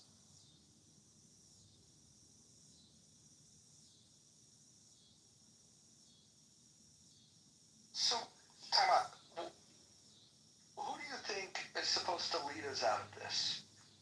Do you think it's going to be born on Clubhouse? Well, if you go back to the way I see it, we human beings live in a very barbaric environment, right? Very different than what we live in America. You might say similar to someplace like Iran, but even worse than these kind of authoritarian countries where they'll kill anybody that goes against the government, all these kind of things, they'll murder the family, all these kind of things. Well, it will take something pretty bad to be worse than what the IRGC is doing in Iran. In Iran, they allow people to marry girls at the age of 8 years and 9 months, partially because they have a fundamentalist attachment to a death cult called Islam, where they worship a pedophile cult leader. Right, well, what I'm saying is, let's go back. Can you just let that one breathe for a minute, Timok? I want the waves to to crash in on the people in the goo, and then that way, if we've got anybody that's a member of the death cult, they could go, wait a minute, did he just call Prophet Muhammad a pedophile? And then I could say, yeah, I did. He's a fucking pedophile. Anyway, go ahead. Yeah. So just think about it. Just being active, put yourself in, and you have to create a history. Let's say you're playing a character.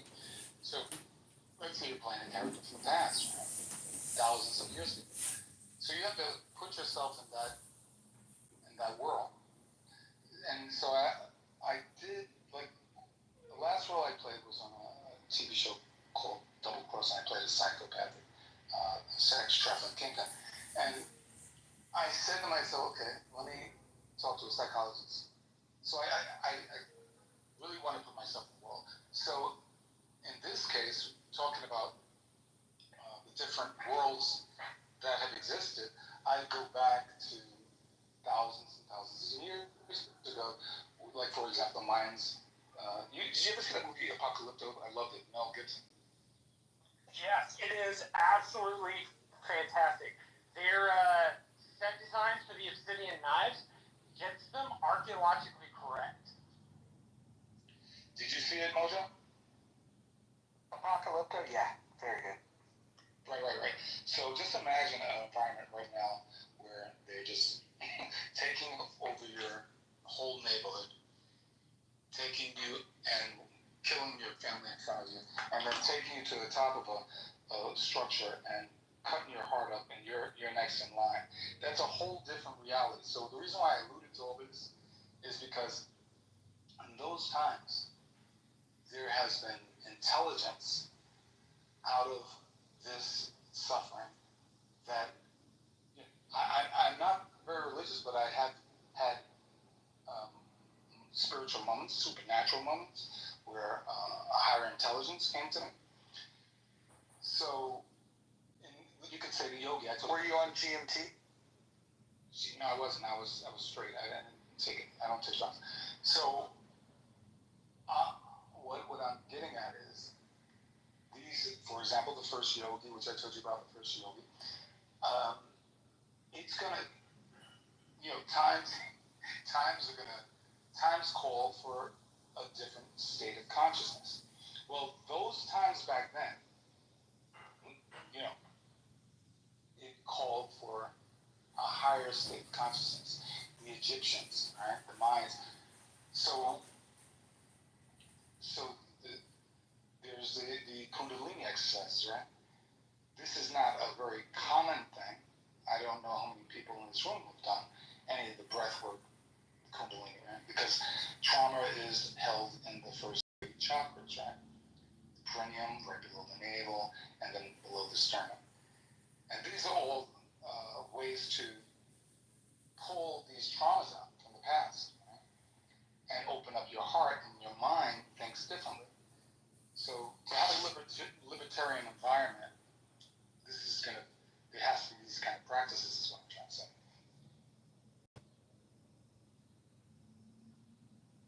So we have to do yoga before we can turn to libertarian? Yeah, but you never did it, brother. It's an idea to you, a yogi. Yoga to you is some kind of, silly movement towards. That's just physical. Yeah. So I tried meditation. I've downloaded apps. I've watched these YouTube videos and stuff. And maybe I'm just watching the wrong stuff, but they're like, hey, you gotta sit this particular way. And I'll sit that way, and I'm like, dude, this is uncomfortable as shit. And then it's like, and then they want you to clear your mind of stuff. And I will say, because I did this for 10 days straight. I was actually on Clubhouse when I was doing this. I would do it before I'd get on. And the first couple days, I couldn't at all clear my mind of anything. And then you get this moment where it's like a split second, like a blink. It's like you recognize that you blinked, and then you're like, oh, there was this gap of not thinking about anything for just a fraction of a second. But then all of a sudden something else would pop in my mind, and then right. and then you have to deal with that. And so my question is, was that experience for you? It was annoying, right?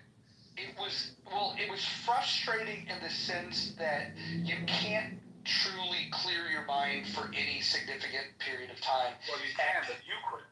Well, I couldn't. I certainly couldn't. And then when the ideas come into your head, it's almost like when you're telling yourself, okay, I'm going to think about nothing, and then it's like, fuck, chocolate, that sounds delicious. You know what I mean? It's just like, the mind is a crazy place. The idea that you can, get so much control over it that you can rid it of thoughts, it's kind of scary. Okay, yeah, I understand what you're talking about. So, it is a skill to be developed. The thing is, like Buddhism, yoga, whatever, right? It's the idea is to become aware. Because as soon as you become aware, right, of those thoughts, we are people. We are a species that thinks. We think things, right? There's a lot of power in that because it actually has an electrical charge to it. Every thought has an electrical charge. So your thoughts are creating things, right? So the fact that people don't take this seriously, I mean, it's going to change in the next 10 years. This thing's going to flip on a dime, and everybody's going to start paying attention, really doing it. Your thoughts are Bruce Lee, Alan Watts, Krishnamurti, Bruce Lee followed, Alan Watts. He's talked, lectures around the world, and many others. But when you become aware, you find out what you're thinking about more clearly, and then what happens there, right? Some people have done bad things, and they have to forgive themselves, and they have to free themselves. If you haven't done any of this work, then you're walking around just with the mask on, and it's actually unhealthy because it signals the genes in a way that you don't want your genes to be signals. It doesn't make those beautiful proteins that cure you of cancer and everything else.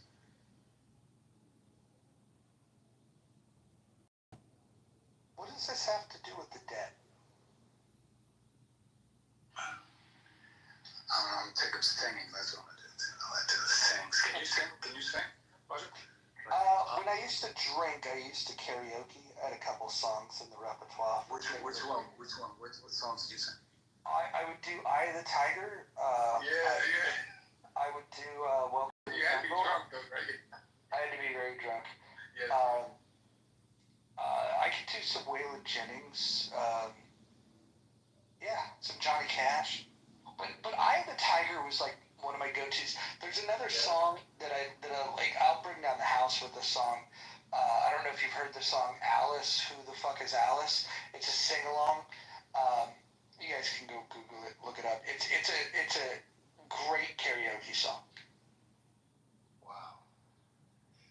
I could see why Koreans have taken over the market. Right? That's like a religion to them. Doing karaoke, going in there and just I've done it a couple times. So you know what the move is? If you go into like a crowded karaoke bar, there's a bunch of people. You walk over to the KJ, which is the karaoke jockey, and you would slip up a 20 and you say, "Here's my song. I want to go after somebody comes up here and is total dog shit. Do not pull me up. Don't pull me up after Luther Vandross's cousin gets done singing. I want like when somebody is just terrible, then you're gonna say, I like it. Then you're gonna say, hey, back from his European tour, please introduce, and then boom, they give you a little intro. You slip up a 20, he does that, and then people are like, European tour, who the fuck is this guy? And then you get up there, and like you've got their attention. And the thing is you're going to be better than the last person. And so that's what people remember.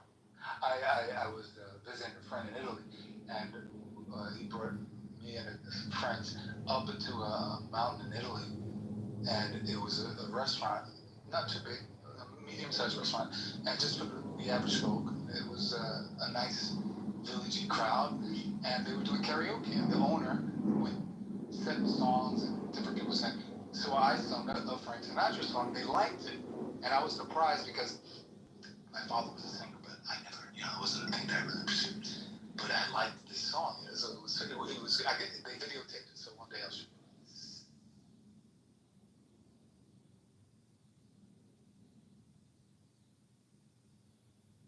Do you remember the song? Yeah, let me try to remember because there's a few of them. Oh God, let me get it. I'll go find it. Are you guys familiar with Chi-Chi? Chi-Chi's one of the dumbest people on the app. But Chi-Chi loves coming to this room, and we love Chi-Chi being here. Chi-Chi, how are you? I'm one of the most intelligent people on the app. Yeah, I just mad that I'm just still not giving you my little hints of knowledge. That's why. Have you ever seen The Usual Suspects? The fuck is that? I don't watch TV. It's a movie, and you remind me of the Benito del Toro character that can't speak. Nigga, you just didn't understand what the fuck I'm saying, so clearly I don't remind you of what the movie character. One of the most famous lines that he has in that movie is he says, "Give me the keys, you can't go with the fuck." Really, I really don't know what you're trying to imply, but whatever. Listen, I really don't know what you're trying to imply, but whatever you're trying to imply is clearly not what you're hearing. I just think it's funny that y'all really think this nigga is really, really hilarious. Like, this nigga's not funny. Not funny in any way. Chi-Chi, I think you're funny. Why don't you tell everybody a joke? Go ahead. Listen, I don't tell jokes. I'm not that That's the difference between your speaking and my speaking. Do you think that's the biggest difference between you? Well, actually, the other biggest difference is that I'm actually good looking and you're not. So just that as well. When you say actually good looking, are you saying that this avatar that I'm using, you think it's good looking, but that in real life I might not be as good looking as the avatar that I have? No, I was not saying that. I was saying the quite opposite. Are you just mad that I'm blacker than you? You're more delusional. That's what you would think. Hey, stop this on that. It was Luck Be a Lady, Roger. It was Luck Be a Lady. Oh, it's a great song. Great song. Great song. Chi-Chi, can I ask you a question? I know you can. Oh, okay. All right. I guess we'll go to the next person. Jason, can I ask you a question? Yeah, go ahead. How many cocks do you think Chi-Chi has sucked? Oh wow, it's a big number. I mean, he was. I suppose we should start by estimating his age, because then it's a sort of a reasonable number per year. 100 per year. And then how Okay, old is he? wait, hold on. If that was a dumb question, let me see if I can get a better question in here. Chi-Chi, can I ask you a question? You can't ask me shit, nigga. Okay, all right. Well, then I guess I have to ask my questions of everybody else on the stage. Nye, I have a question for you. I'm scared. I'm scared for the question. I'm breaking up. Yes, go ahead. Do you think Chi-Chi spits or swallows? Swallows, definitely. Chi-Chi, your thoughts? I think so. Obsessed. That's what I think. I just got how much obsessed. You know, it's definitely some mumble shit. I didn't even understand. Yeah, it's... He's got a cock in his mouth at the moment. Dude, he's like Mushmouth from Fat Albert mixed with being a trans. It's just, I just can't even wrap my head around this. Chi-Chi, where do you live?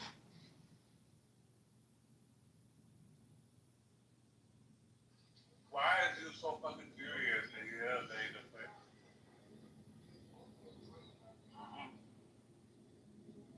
Bring back the free calls.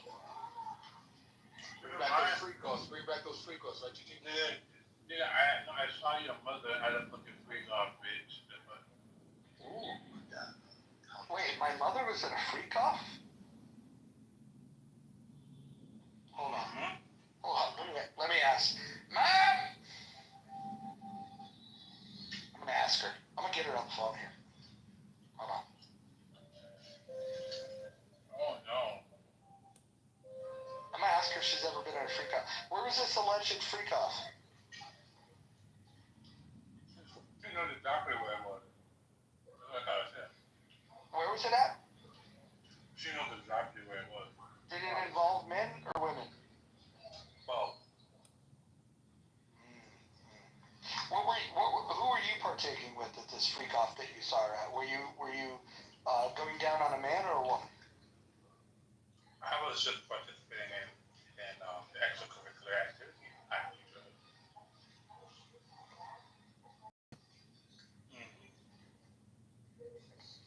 Where about that?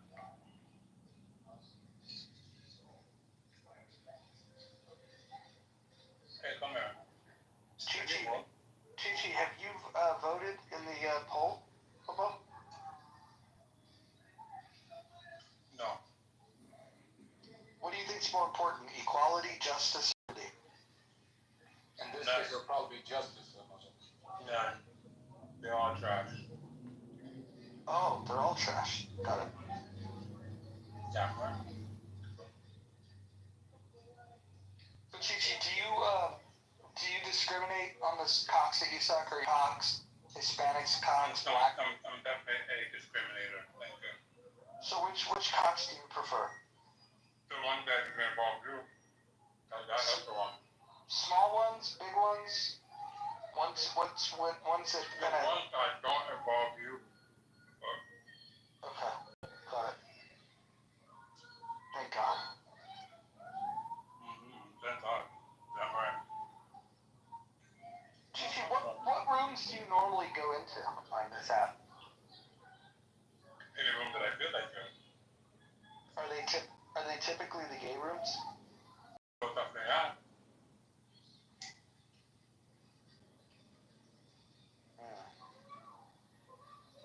You see, the difference between me and you is I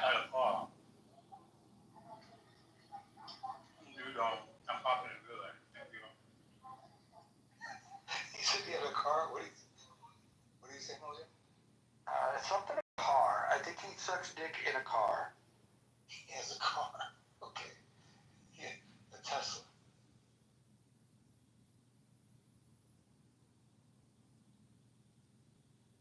What kind of car do you drive, Chi-Chi?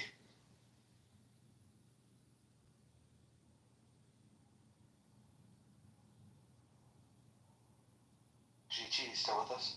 He's coming to your house, right? He's coming to your house right now.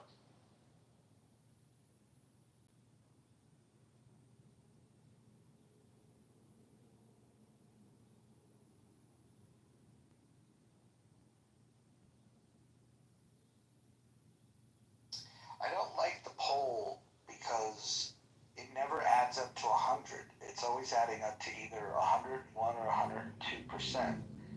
It's not computing for me.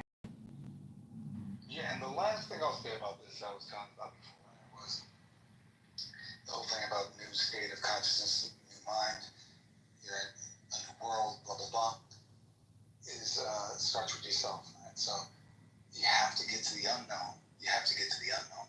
Everything in the mind, right, is from where? It's from the past, right? So it's the past. Every time you think, you're thinking about something that you've learned already. So it's an old state of mind. It's projected into your future. So once to be present, you have to let go of all of that. That's the power of meditation.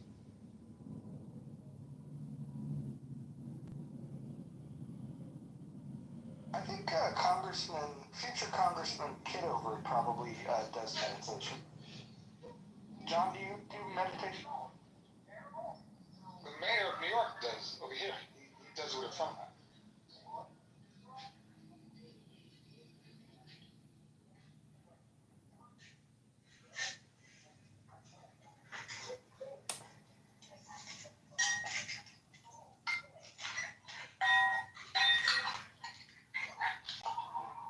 What's going on over there?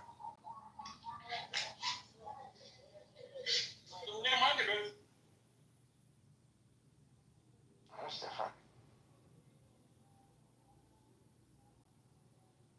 If you had to guess, what do you think Chi-Chi does for a living? Simon, I'm gonna call on you. What do you think Chi-Chi does for a living? I need your prediction. Simon. Yeah, I'm here. What do you think he does for a living? Spit it out. I think he's a taxi driver. A taxi driver. Okay. Alright. That's not a bad guess. Nye, what do you think he does?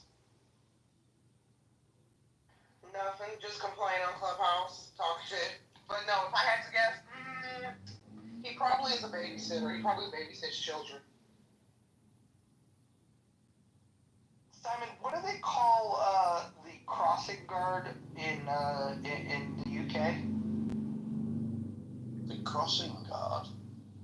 Yeah, the one that carries the stop sign and allows people to dash. What do they call that? Yeah, Lollipop man? Yeah, that's it. The lollipop man. Well, it's usually female, so it's a lollipop lady. The lollipop lady. Okay, Chi-Chi can be a lollipop lady. I think I'm that. a bit suspicious if someone's got a PTR is completely blacked out. I always think, what does that mean? Yeah, it's a bit. Can you tell everybody though on the stage that I'm not making this shit up? That it's literally the crossing. Yeah, the crossing guard. You guys in the U.S. We call it as a crossing, where it's for people to cross the road. The vehicles have to stop, and they're usually outside of schools. And it's a lady with a stick with a round thing on the top, which is why it's called the lollipop lady. Yeah. So in the U.S. we have like these people at like school crossings. They'll come out and they'll have like a little a stick with the stop sign, and they'll walk out and they'll tell the traffic to stop so the kids can cross the street. But I think it's amazing that you refer to them as the lollipop lady. Yeah, that's just because of the shape of the thing. I'll try and get a picture of it. Yeah, yes, but you're correct. You remember that better than I did. Lollipop lady.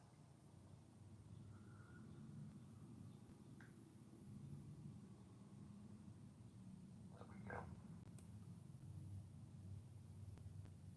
There you go, lollipop lady. And Simon's PTR. Serendipity, did you know that? Oh, she's on a call. How did you know that, Roger? I have more useless knowledge in this brain of mine than you can imagine. Alright, I like that one.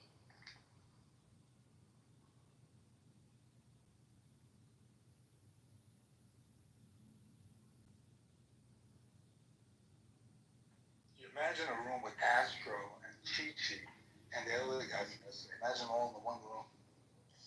What would that be like? Oh, Jesus.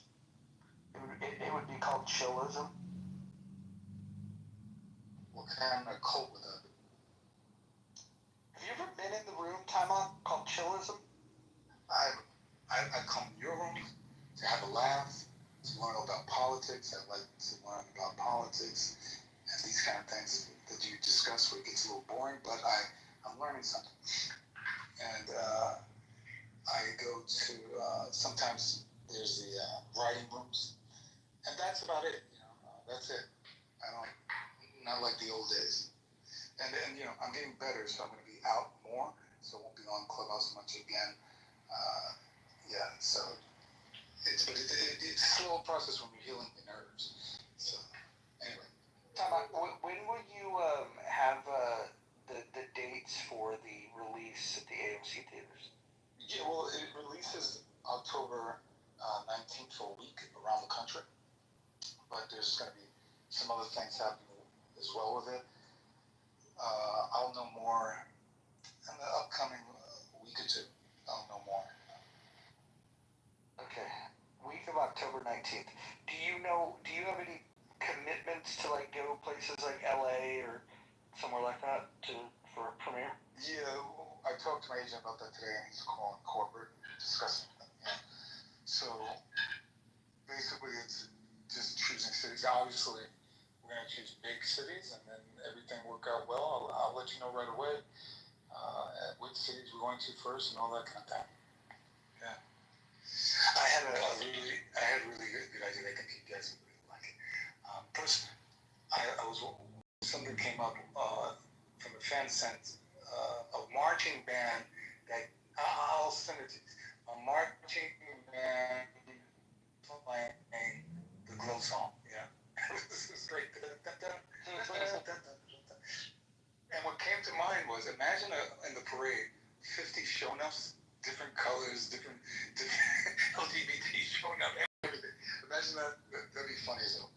Well, you know what I think is something that should be considered for this, and maybe you can get like the super fans, and I'm happy to help in this regard, to encourage people not only to come out and see this, but to treat it the way they would if they were going to see Rocky Horror.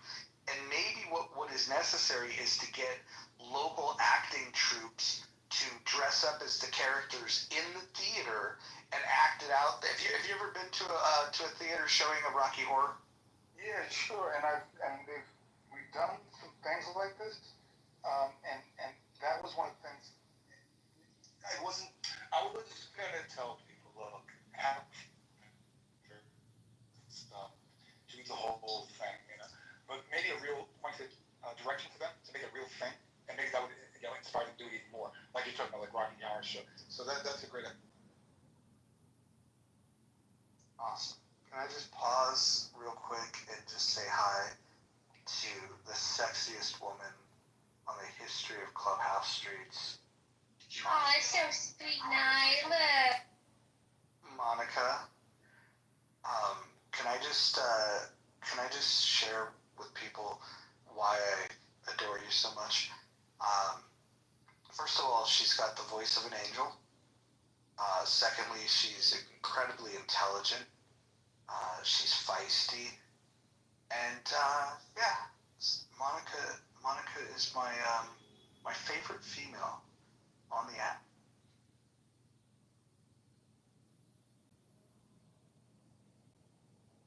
And she absolutely loves the attention that I give her.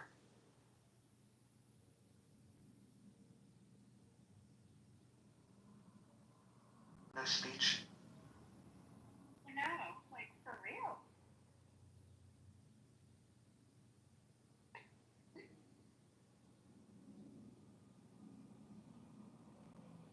sorry, what were we talking about? We were singing your accolade. No, right before that, because Can you guys look at her PTR?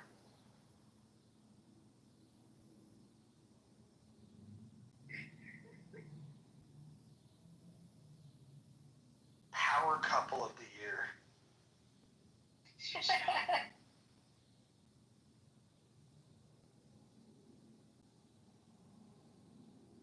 Did you vote yet? You did vote.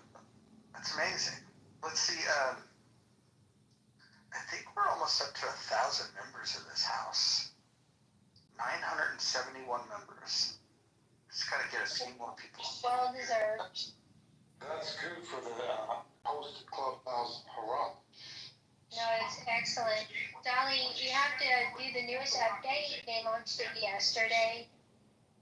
Unfortunately, with the cool poll tool, they also have you being able to eavesdrop in the hallway to different rooms, which is meh to me. But the poll is excellent.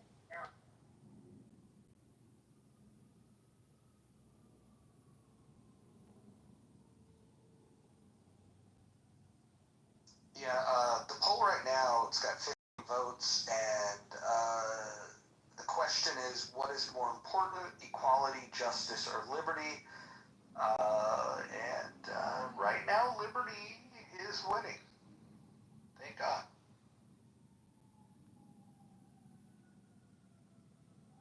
Monica, how was your day today? Did you enjoy chillism? Babysitting the retards? I wouldn't call that what I do, but concrete was a prominent feature in there, and it's so funny how much I irritate him. Yeah, he doesn't like me either, and it's probably because of the way that I feel about you.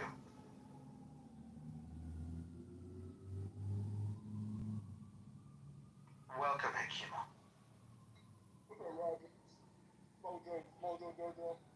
I'm just sitting here saying nice things to my future wife, Monica.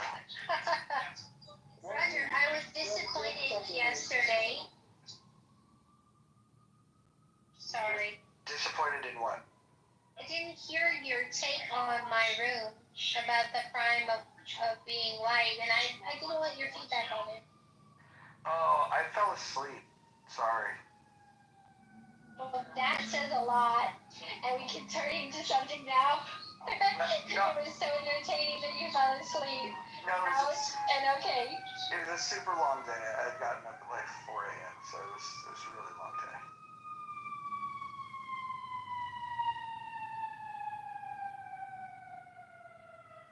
Akiba, have you seen Monica's photograph? The PTR? Oh, yeah, I'm checking it out. I just looked at it. Yeah, isn't it hot, huh? It's a cartoon, but yeah, it's not as bad as a cartoon. Do you notice the gold chain? She got my bling on. Kind of looks like somebody else's bling. Oh, wow. Y'all got matching bling. Hey, I must say, y'all came a long way from that day Monica came to your room with a list of grievances that she had. You guys have came a long way. Probably. What? Monica, you got grievances? Are we fighting? You know what I'm talking about. She know what I'm talking about. When she had it was about 2 years ago, maybe. She was talking about some list of rooms she got recorded. She had a list of grievances.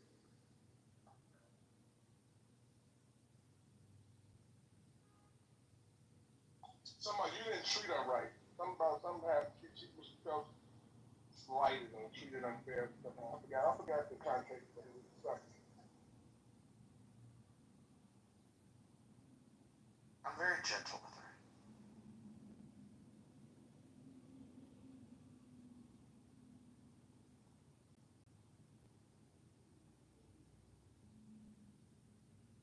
Akiba, have you met Chi-Chi? Oh yeah, I'm familiar with Chi-Chi. How familiar? About as much familiarity as for a person I heard speak about 3 different times, 3 different rooms. Your room particularly.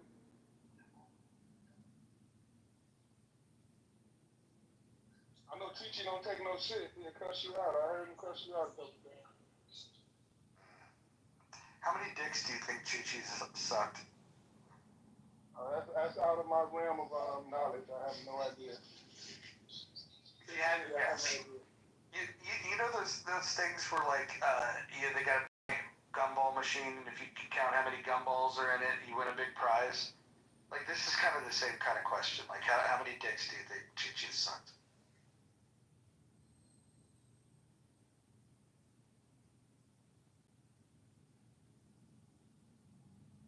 You probably can ask him. He might tell you if any or how many. Monica, are you there? I shared a link in the chat you might find interesting if you haven't seen it already. Thanks, Nine.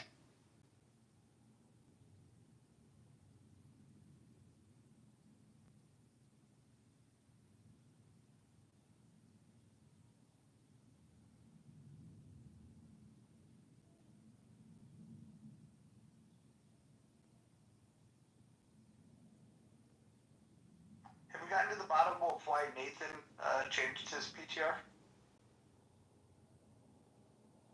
You have to ask him directly. I don't know. I asked him what his intent was, and he never really answered me. I was in that room earlier. They had a fucking hour-long discussion about whether fish get thirsty or not. They had Brad arguing and shit. Like, are y'all fucking serious? You gonna argue about whether fucking fish get thirsty or not? I could not believe that shit. Wait, the fact that Brad was involved makes it even more funny. I hate that I missed it just to hear Brad's take. And it was serious. Like, it wasn't a laughing matter. They was chat GPT in, they scientific thoughts and this shit. I'm like, y'all cannot be that bored. Like, what? I guess I was bored too, but I sat there and listened to the bullshit, so I'm guilty. But what the fuck? Hakeem, are you aware that taxpayer dollars here in the U.S. went to a study that put fish on treadmills? I wonder what they gathered from that shit. They were trying to test the stress on them in certain situations. But yeah, we put fish on treadmills.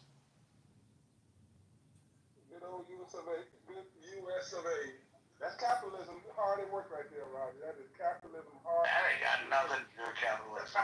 Yes, it do.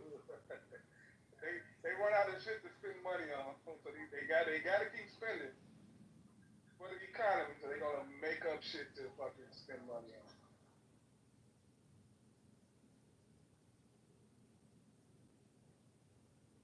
I think the fucking taxpayers should pay me for the shit I do on this app, opening these rooms. Put in a good solid 8 hours today.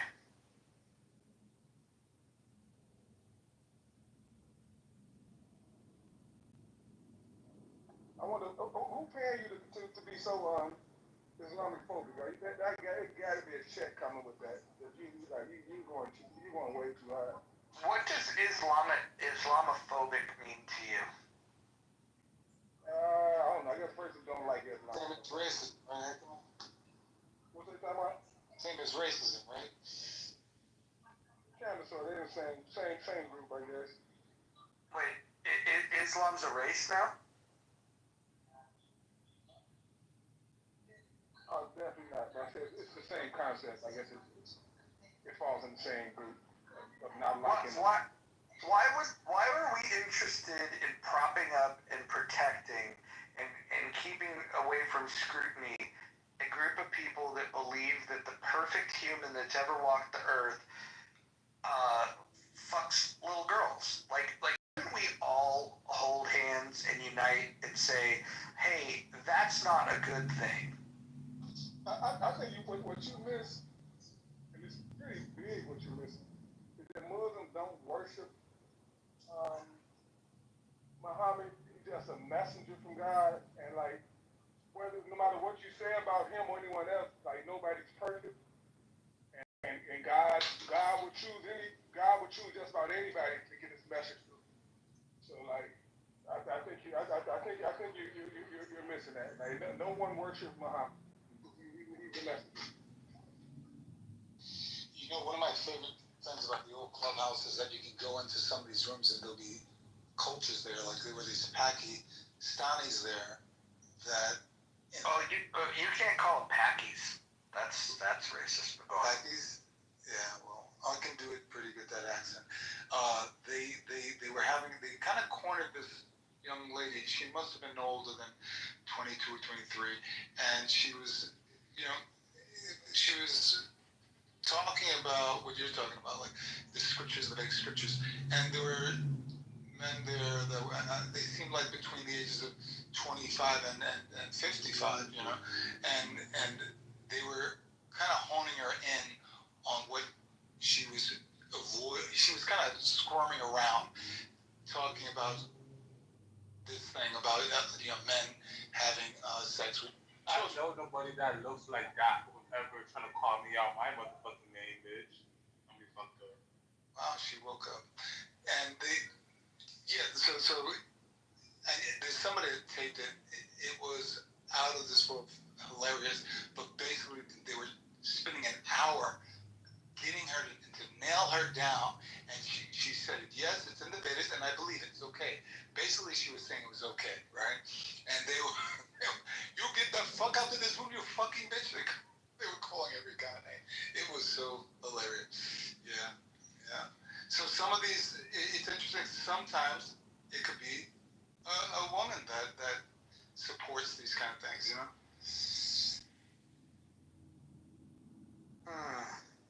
Well, the woman that wrote it was the Prophet's wife, and she's one of the more respected scholars of Islam.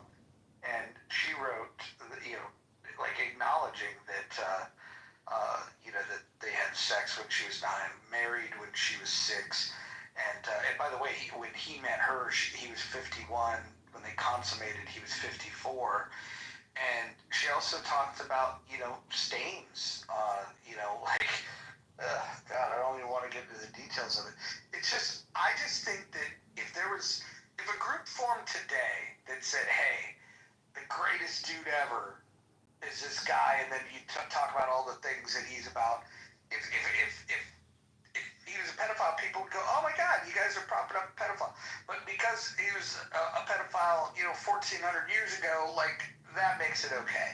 And not only does it make it okay then, they will say, even today in 2025, that she was old. Right.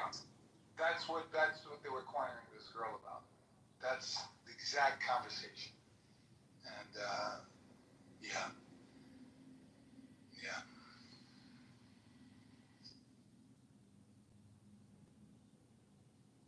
Did Monica really choose equality? Monica, can you explain? I was bored of being so agreeable. Wow. Who picked equality? I'm looking around. Are you the only one in here that picked equality? The only one that's currently here. It's amazing. If they picked it, are they honest enough to say they picked it? That's the question. I can see who picked They it. can't hide it. It's on their profiles. This is like On their the profiles. self-outing ever. It's hilarious. And I did it. It's so funny. You just noticed and I just did it. What Monica, you can see what they posted? You pick Liberty. The top left, you see the color purple? Yeah. Oh, That was an ironic.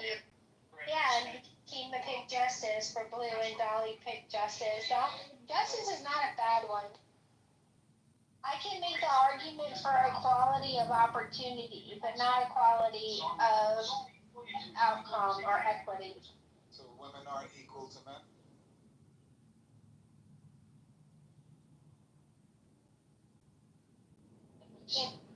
In what way? Oh, God. Well, they should have equal protection under the law, and I think that Yes. those that ask for equal, equal outcomes or even equal opportunities are, going against the idea that you should have equal protection under the law. what you're asking for with equal outcomes and equal opportunities is to have special treatment. And I don't think you should have special treatment. Here's an example. Well, wait a minute. I think those are two different things, though, Roger. But go ahead. Well, like when people say that, hey, I'm not for equal outcomes, but I'm for equal opportunities.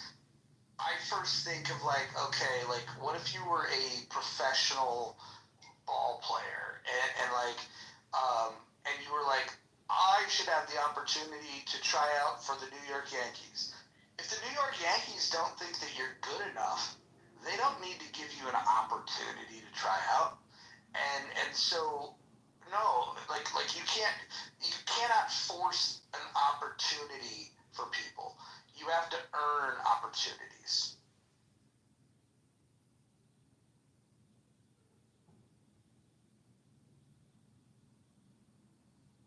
Roland Fryer said something in his interview with Barry Weiss at the University of, I think it was Arizona, or it's not a very old interview, about a year old. And he said something that really struck me. He said the DEI had noble purposes. The desire to give opportunity to people who are truly disadvantaged is a good one. But they mismanaged it and bungled it. And he said there are diamonds in the rough that stay in the rough because people don't see their potential. They're not given the opportunity to shine. And then there's coal in the jewelry shops that are rocks. Let's do rocks, not coal. Who are polished and paid attention to, and every ounce of their limited shine is maximized and amplified. And that's my example. What's going on in the background? I'm sorry, it's loud. No, Professor of Rock. What is it? Professor of Rock YouTube channel. Can I ask you a question? Why do you have like a loud TV on and then you talk here? Like what's going on, Monica? I didn't know it was that disturbing. I apologize. Well, look, I'm living through it. I'm wondering if I could hear it that loud. Like that, you must hear it even louder, and I'm just wondering how you get through the. Like, can you hear me and the TV right now? Yes. Well, you can't hear you in the TV. You're better at Yes, multitasking. I can't hear him in the TV. You're better at multitasking than I am, Monica. Oh, Monica, you can hear the TV and listen by that. Yeah, but you can anyway.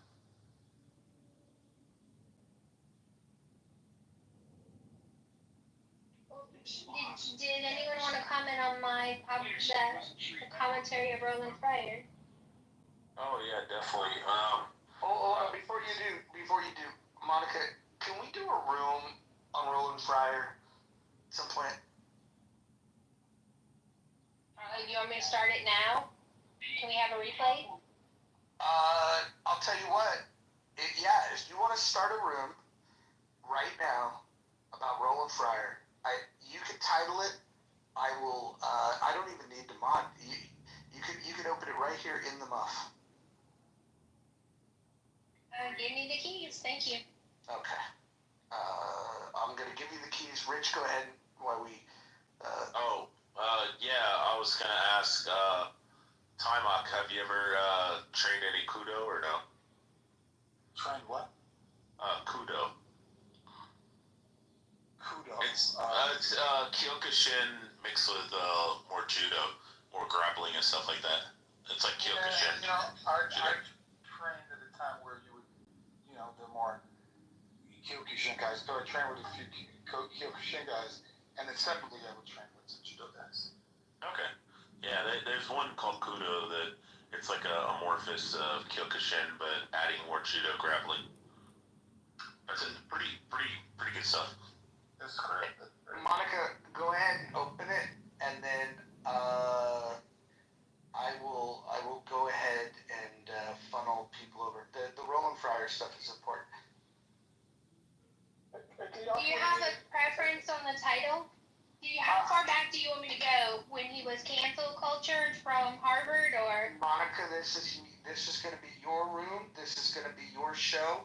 Go ahead and just open it up, and I'm there to just absorb your wisdom. Excellent. Thank you. Hey, who is Roland Fryer? What's going on without me Googling it? Yeah, who is Roland Fryer? Who is he? He's a Harvard professor. What is his I think he was, if I'm not mistaken, I think he was like one of the youngest ones to get tenure. And what's he? What's the scandal? He was, he was suspended at Harvard or something, and then they ended up asking him to come back. I don't remember what the scandal was around him. Yeah, let Monica explain it. I don't know. But Mojo, you should know, right? That's why we're about to do an entire room about it. It's coming right now. Let me see if she's set up here. You're gonna marry her, so you better know what you're marrying first, Mojo. Yeah, well, listen. You don't jump right in like that, Mojo. You sounded jealous.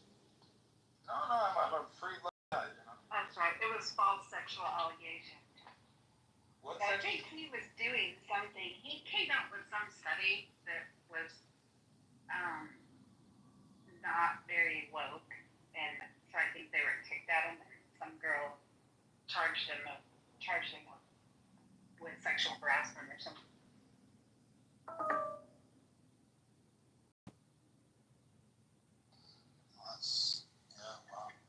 It sounds like Trump and everything is more interesting. Trump Epstein and other people. And the rest of the U.S. government is the UK government, Mossad and CIA. That's more interesting than both crime.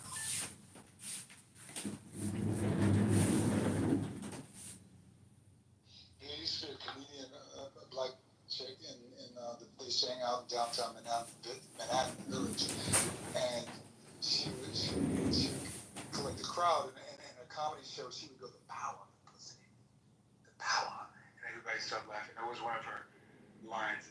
Nye, can you say the power of the pussy? I sure can, but I'm not going to do it. Time out. Yeah, you got to do it. Either you or what's that girl? Wait, hold on. I gotta close my ears. I can't be listening to this. She used to do it. She was black, so it came out really. It was the best. The power of the. She didn't get it. I am not. Time out. I'm trying to put my last story in so I can get off work. I refuse. Not in this room. Hey, time out. You done came a long way from the movie. You wanted to get taught how to do some moves, and now you're talking about. I was not. You done came a long way. Hey, Kima. You know movies aren't real, right? Are you serious? Okay. Wrestling's real. Yeah, wrestling's real. Yeah, all of it. They really hate each other. I'm talking about that glow wasn't real. You wasn't going. It was real. Everything is real. It's just. That's what I thought. It's just about, Rich. Yeah, Dungeons and Dragons life, ain't you, Hakima? Everything is real. I wish you wasn't real, Rich.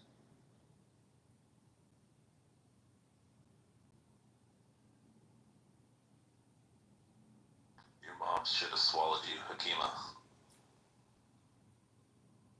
I think your mom did swallow you. That's why you came out like this. You went through the wrong end. You went through her vagina. You went through her fucking mouth. Hey, not everybody can be retarded like you, Hakima. The definition of it. Mecca is in Chicago.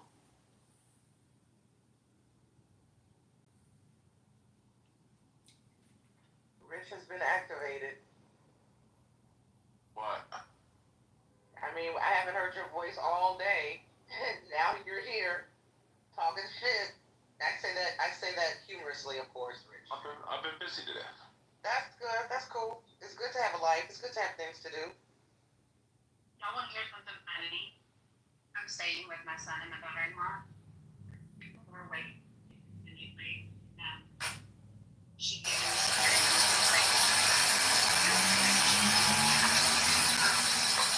Your name is Crash. Oh God, he was crashing out, wasn't he? Saying Hold on, everyone.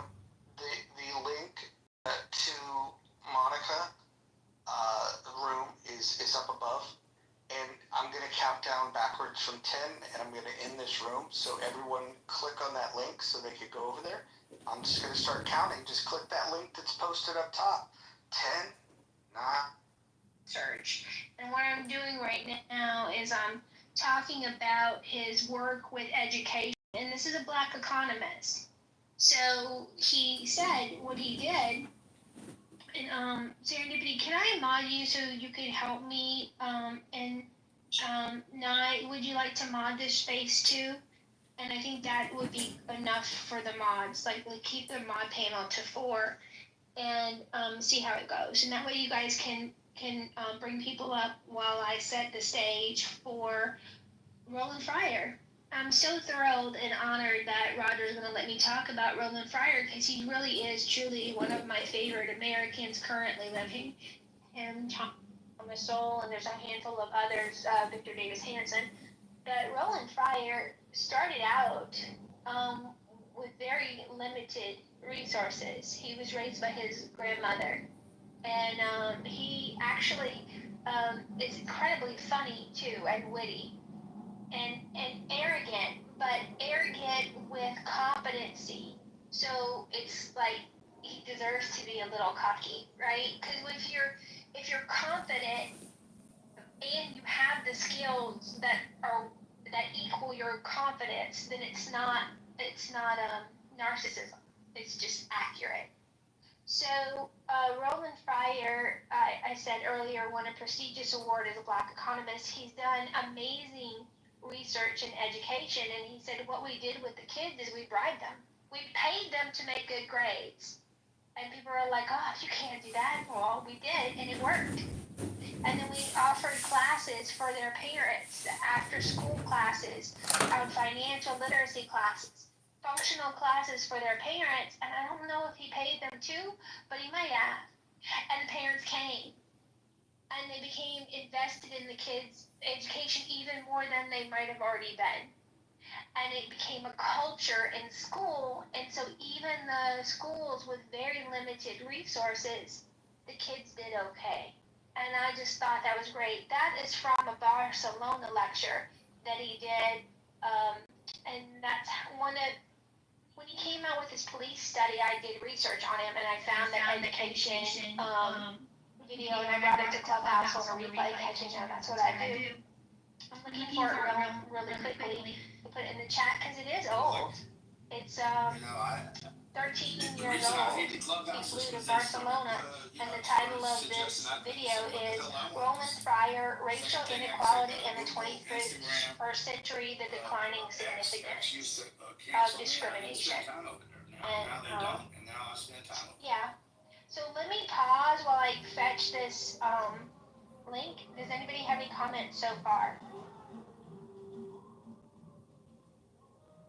You said this is old, Monica. What has he been doing lately? So in about, let's see, was it 2018, 2019?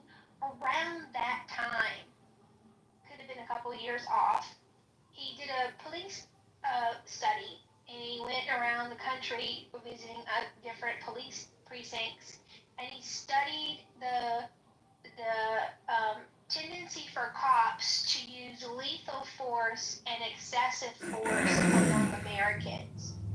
And his premise was that there was racial discrimination in the use of lethal force for Black Americans in our country. And he had his research pulled, and he had his data, statisticians or whatever, and they came out with no. In fact, there was no racial discrimination in the use of lethal force against black male Americans primarily.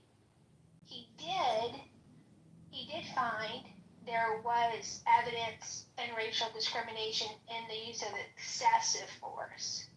But what happened was because everybody thought it was general knowledge that the police were actively trying to hunt and kill black Americans, they rejected his paper. So after he ran this work, he said that can't be right. He replaced all those people and hired a whole new crew to run the numbers. And he came out with the same results. So when I would bring this to Doug Biden, he would say, yeah, but there's something wrong with the study. It's not quite accurate. You're making, like, blah, blah, blah, blah. However, The platform, but And that's what I mean. That's why I did the room, because I was in Jen's room. Jen had her own. I didn't know it was gonna trigger you like that. So you looking at my question of me asking you that, like, bitch ass nigga.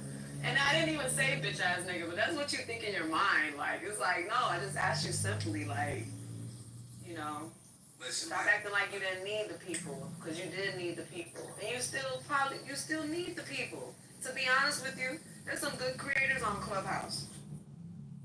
listen, man, I tell you this, right? Grant's got a point. You know, at the end of the day, right?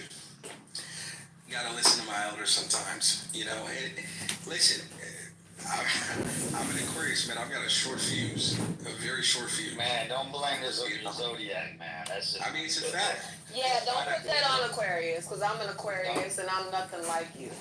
No, I definitely get tripped. What? You Nothing cannot like me blame- screaming you on the cannot blame phone. this. You cannot blame this. Yeah, because your ass is sitting there banning me. I get a message, like, and then you want to come on here and joke about it, talking about, isn't that cool? No, that wasn't cool to have control over me like that. Like, if I feel like you're a narcissist now. Like, I kind of look at you a little different. It's like, damn, you want to giggle about you banning me? Yeah, You should have called me. You want to get a banner? Like, which one is it? Like, what's the deal? Well,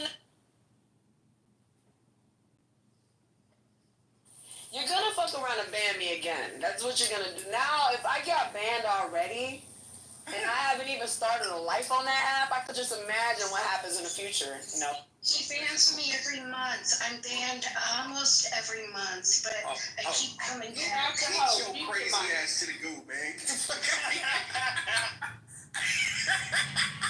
Mute your mic, crazy girl. I'm crazy ass definitely get banned. And I want to say this, Nelson. Don't act like you didn't get your crowd from starting COVID rooms. When I first seen you coming on the app, because I was on this app before you were pushing the vaccine.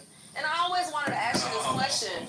Did you get the vaccine, Nelson? Did you and Johnny get the vaccine? Because when I first seen you on this app, We got it together, Jim. right, Grant. Jim, they had a little boy party and we ain't got that vaccine. Okay. Left shoulder, right shoulder. Listen, I definitely got 2 shots because I had a kid in 2020. Absolute sellout sack of shit. You got 2 shots. But guess what? What was I pushing, Marty? What was I pushing? What was I pushing? Keep it real. No, I know what you was pushing everything against vaccines. I know, but I didn't know until the right guy that your ass got stabbed. Of course, I got a baby in 2020. But Nelson, that's how you end up getting your audience, because you came on the app. At first, I thought you were some type of, honestly, I thought you was some type of secret agent or something like that, because you came on the app around COVID season, and all you did was promote the vaccine, and that's how you got big, and then you end up doing other topics. But I honestly thought somebody paid you. I swear to God, this is my honest God thoughts. I honestly thought somebody paid you to come on the app to push the vaccine to black people. Real quick. Let me ask you this question. Based off of what you saw in that Freddy's room in the first 10 minutes, how much money do you think I would have monetized as a creator if we had Chatter back in? Well, I mean, yeah, you'll make a lot. You would have made a lot. Millions of freaking dollars. But that's besides what I just said. You're trying to go around my point. What it have to do with you being a damn psyops? Right, Greg. What did that have to do with what Jen just said? Just admit it. You and Copeland and Jonathan Bing are all psyops connected with the federal government trying to vaccinate everybody. Go join Dr. Ho, goddammit. Listen. You can't set me down, son. Listen. The most important thing is this, at the end of the day. Jen, I probably owe you an apology. I probably should have handled it. Yes, you do. Yeah, you don't probably owe one, just apologize. That's not kind of an apology. I probably owe you an apology. Wait, you think I owe her an apology, Ma? Listen, at this point, if somebody was offended, right? Just let's put our business cap on. And she's offended, that's her truth, right? Yeah, I wasn't in the room, so I have no idea. But if we can just put this to bed and everybody says, I love you and I'm sorry, everybody's good. Go on with your weekend. Enjoy it. Well, it really is the weekend, though. By the way, Lionel Richie's not dead, so if you're seeing that on your Instagram, it's fake news. Hey, now, Jen is the coolest. You know what? Let me give it to her. Yeah, go ahead, because she didn't do. I'm sorry, okay? I love you. I've unbanned you. Nigerian ass apology. Fuck you, bro. Nelson, if I'm not mistaken, I think Jen spent a lot of time with you in Million Marathon. Yes, and Cindy, let me tell you, I was sitting in the goo. Honestly, I was sitting in the goo. I didn't really care because I didn't like to talk too much because I'm kind of shy when it comes to certain topics. I kind of want to be more of a listener. Yeah, I used to be in his rooms all the time. I know all about Nelson. I was on the app before Nelson. I'm telling you, he came on the app. I really believe he was a federal agent trying to push the vaccine to black people. He is. I swear to God. I really felt, no, I'm not saying like, I'm just being funny, but I really thought that somebody paid him to be here, Grant, to push the vaccine. I always thought that. Because that's all he was talking about. I was like 24 back then, man. Like, He came to my house with vaccine shots and tried to give them to me, my wife, and my kids.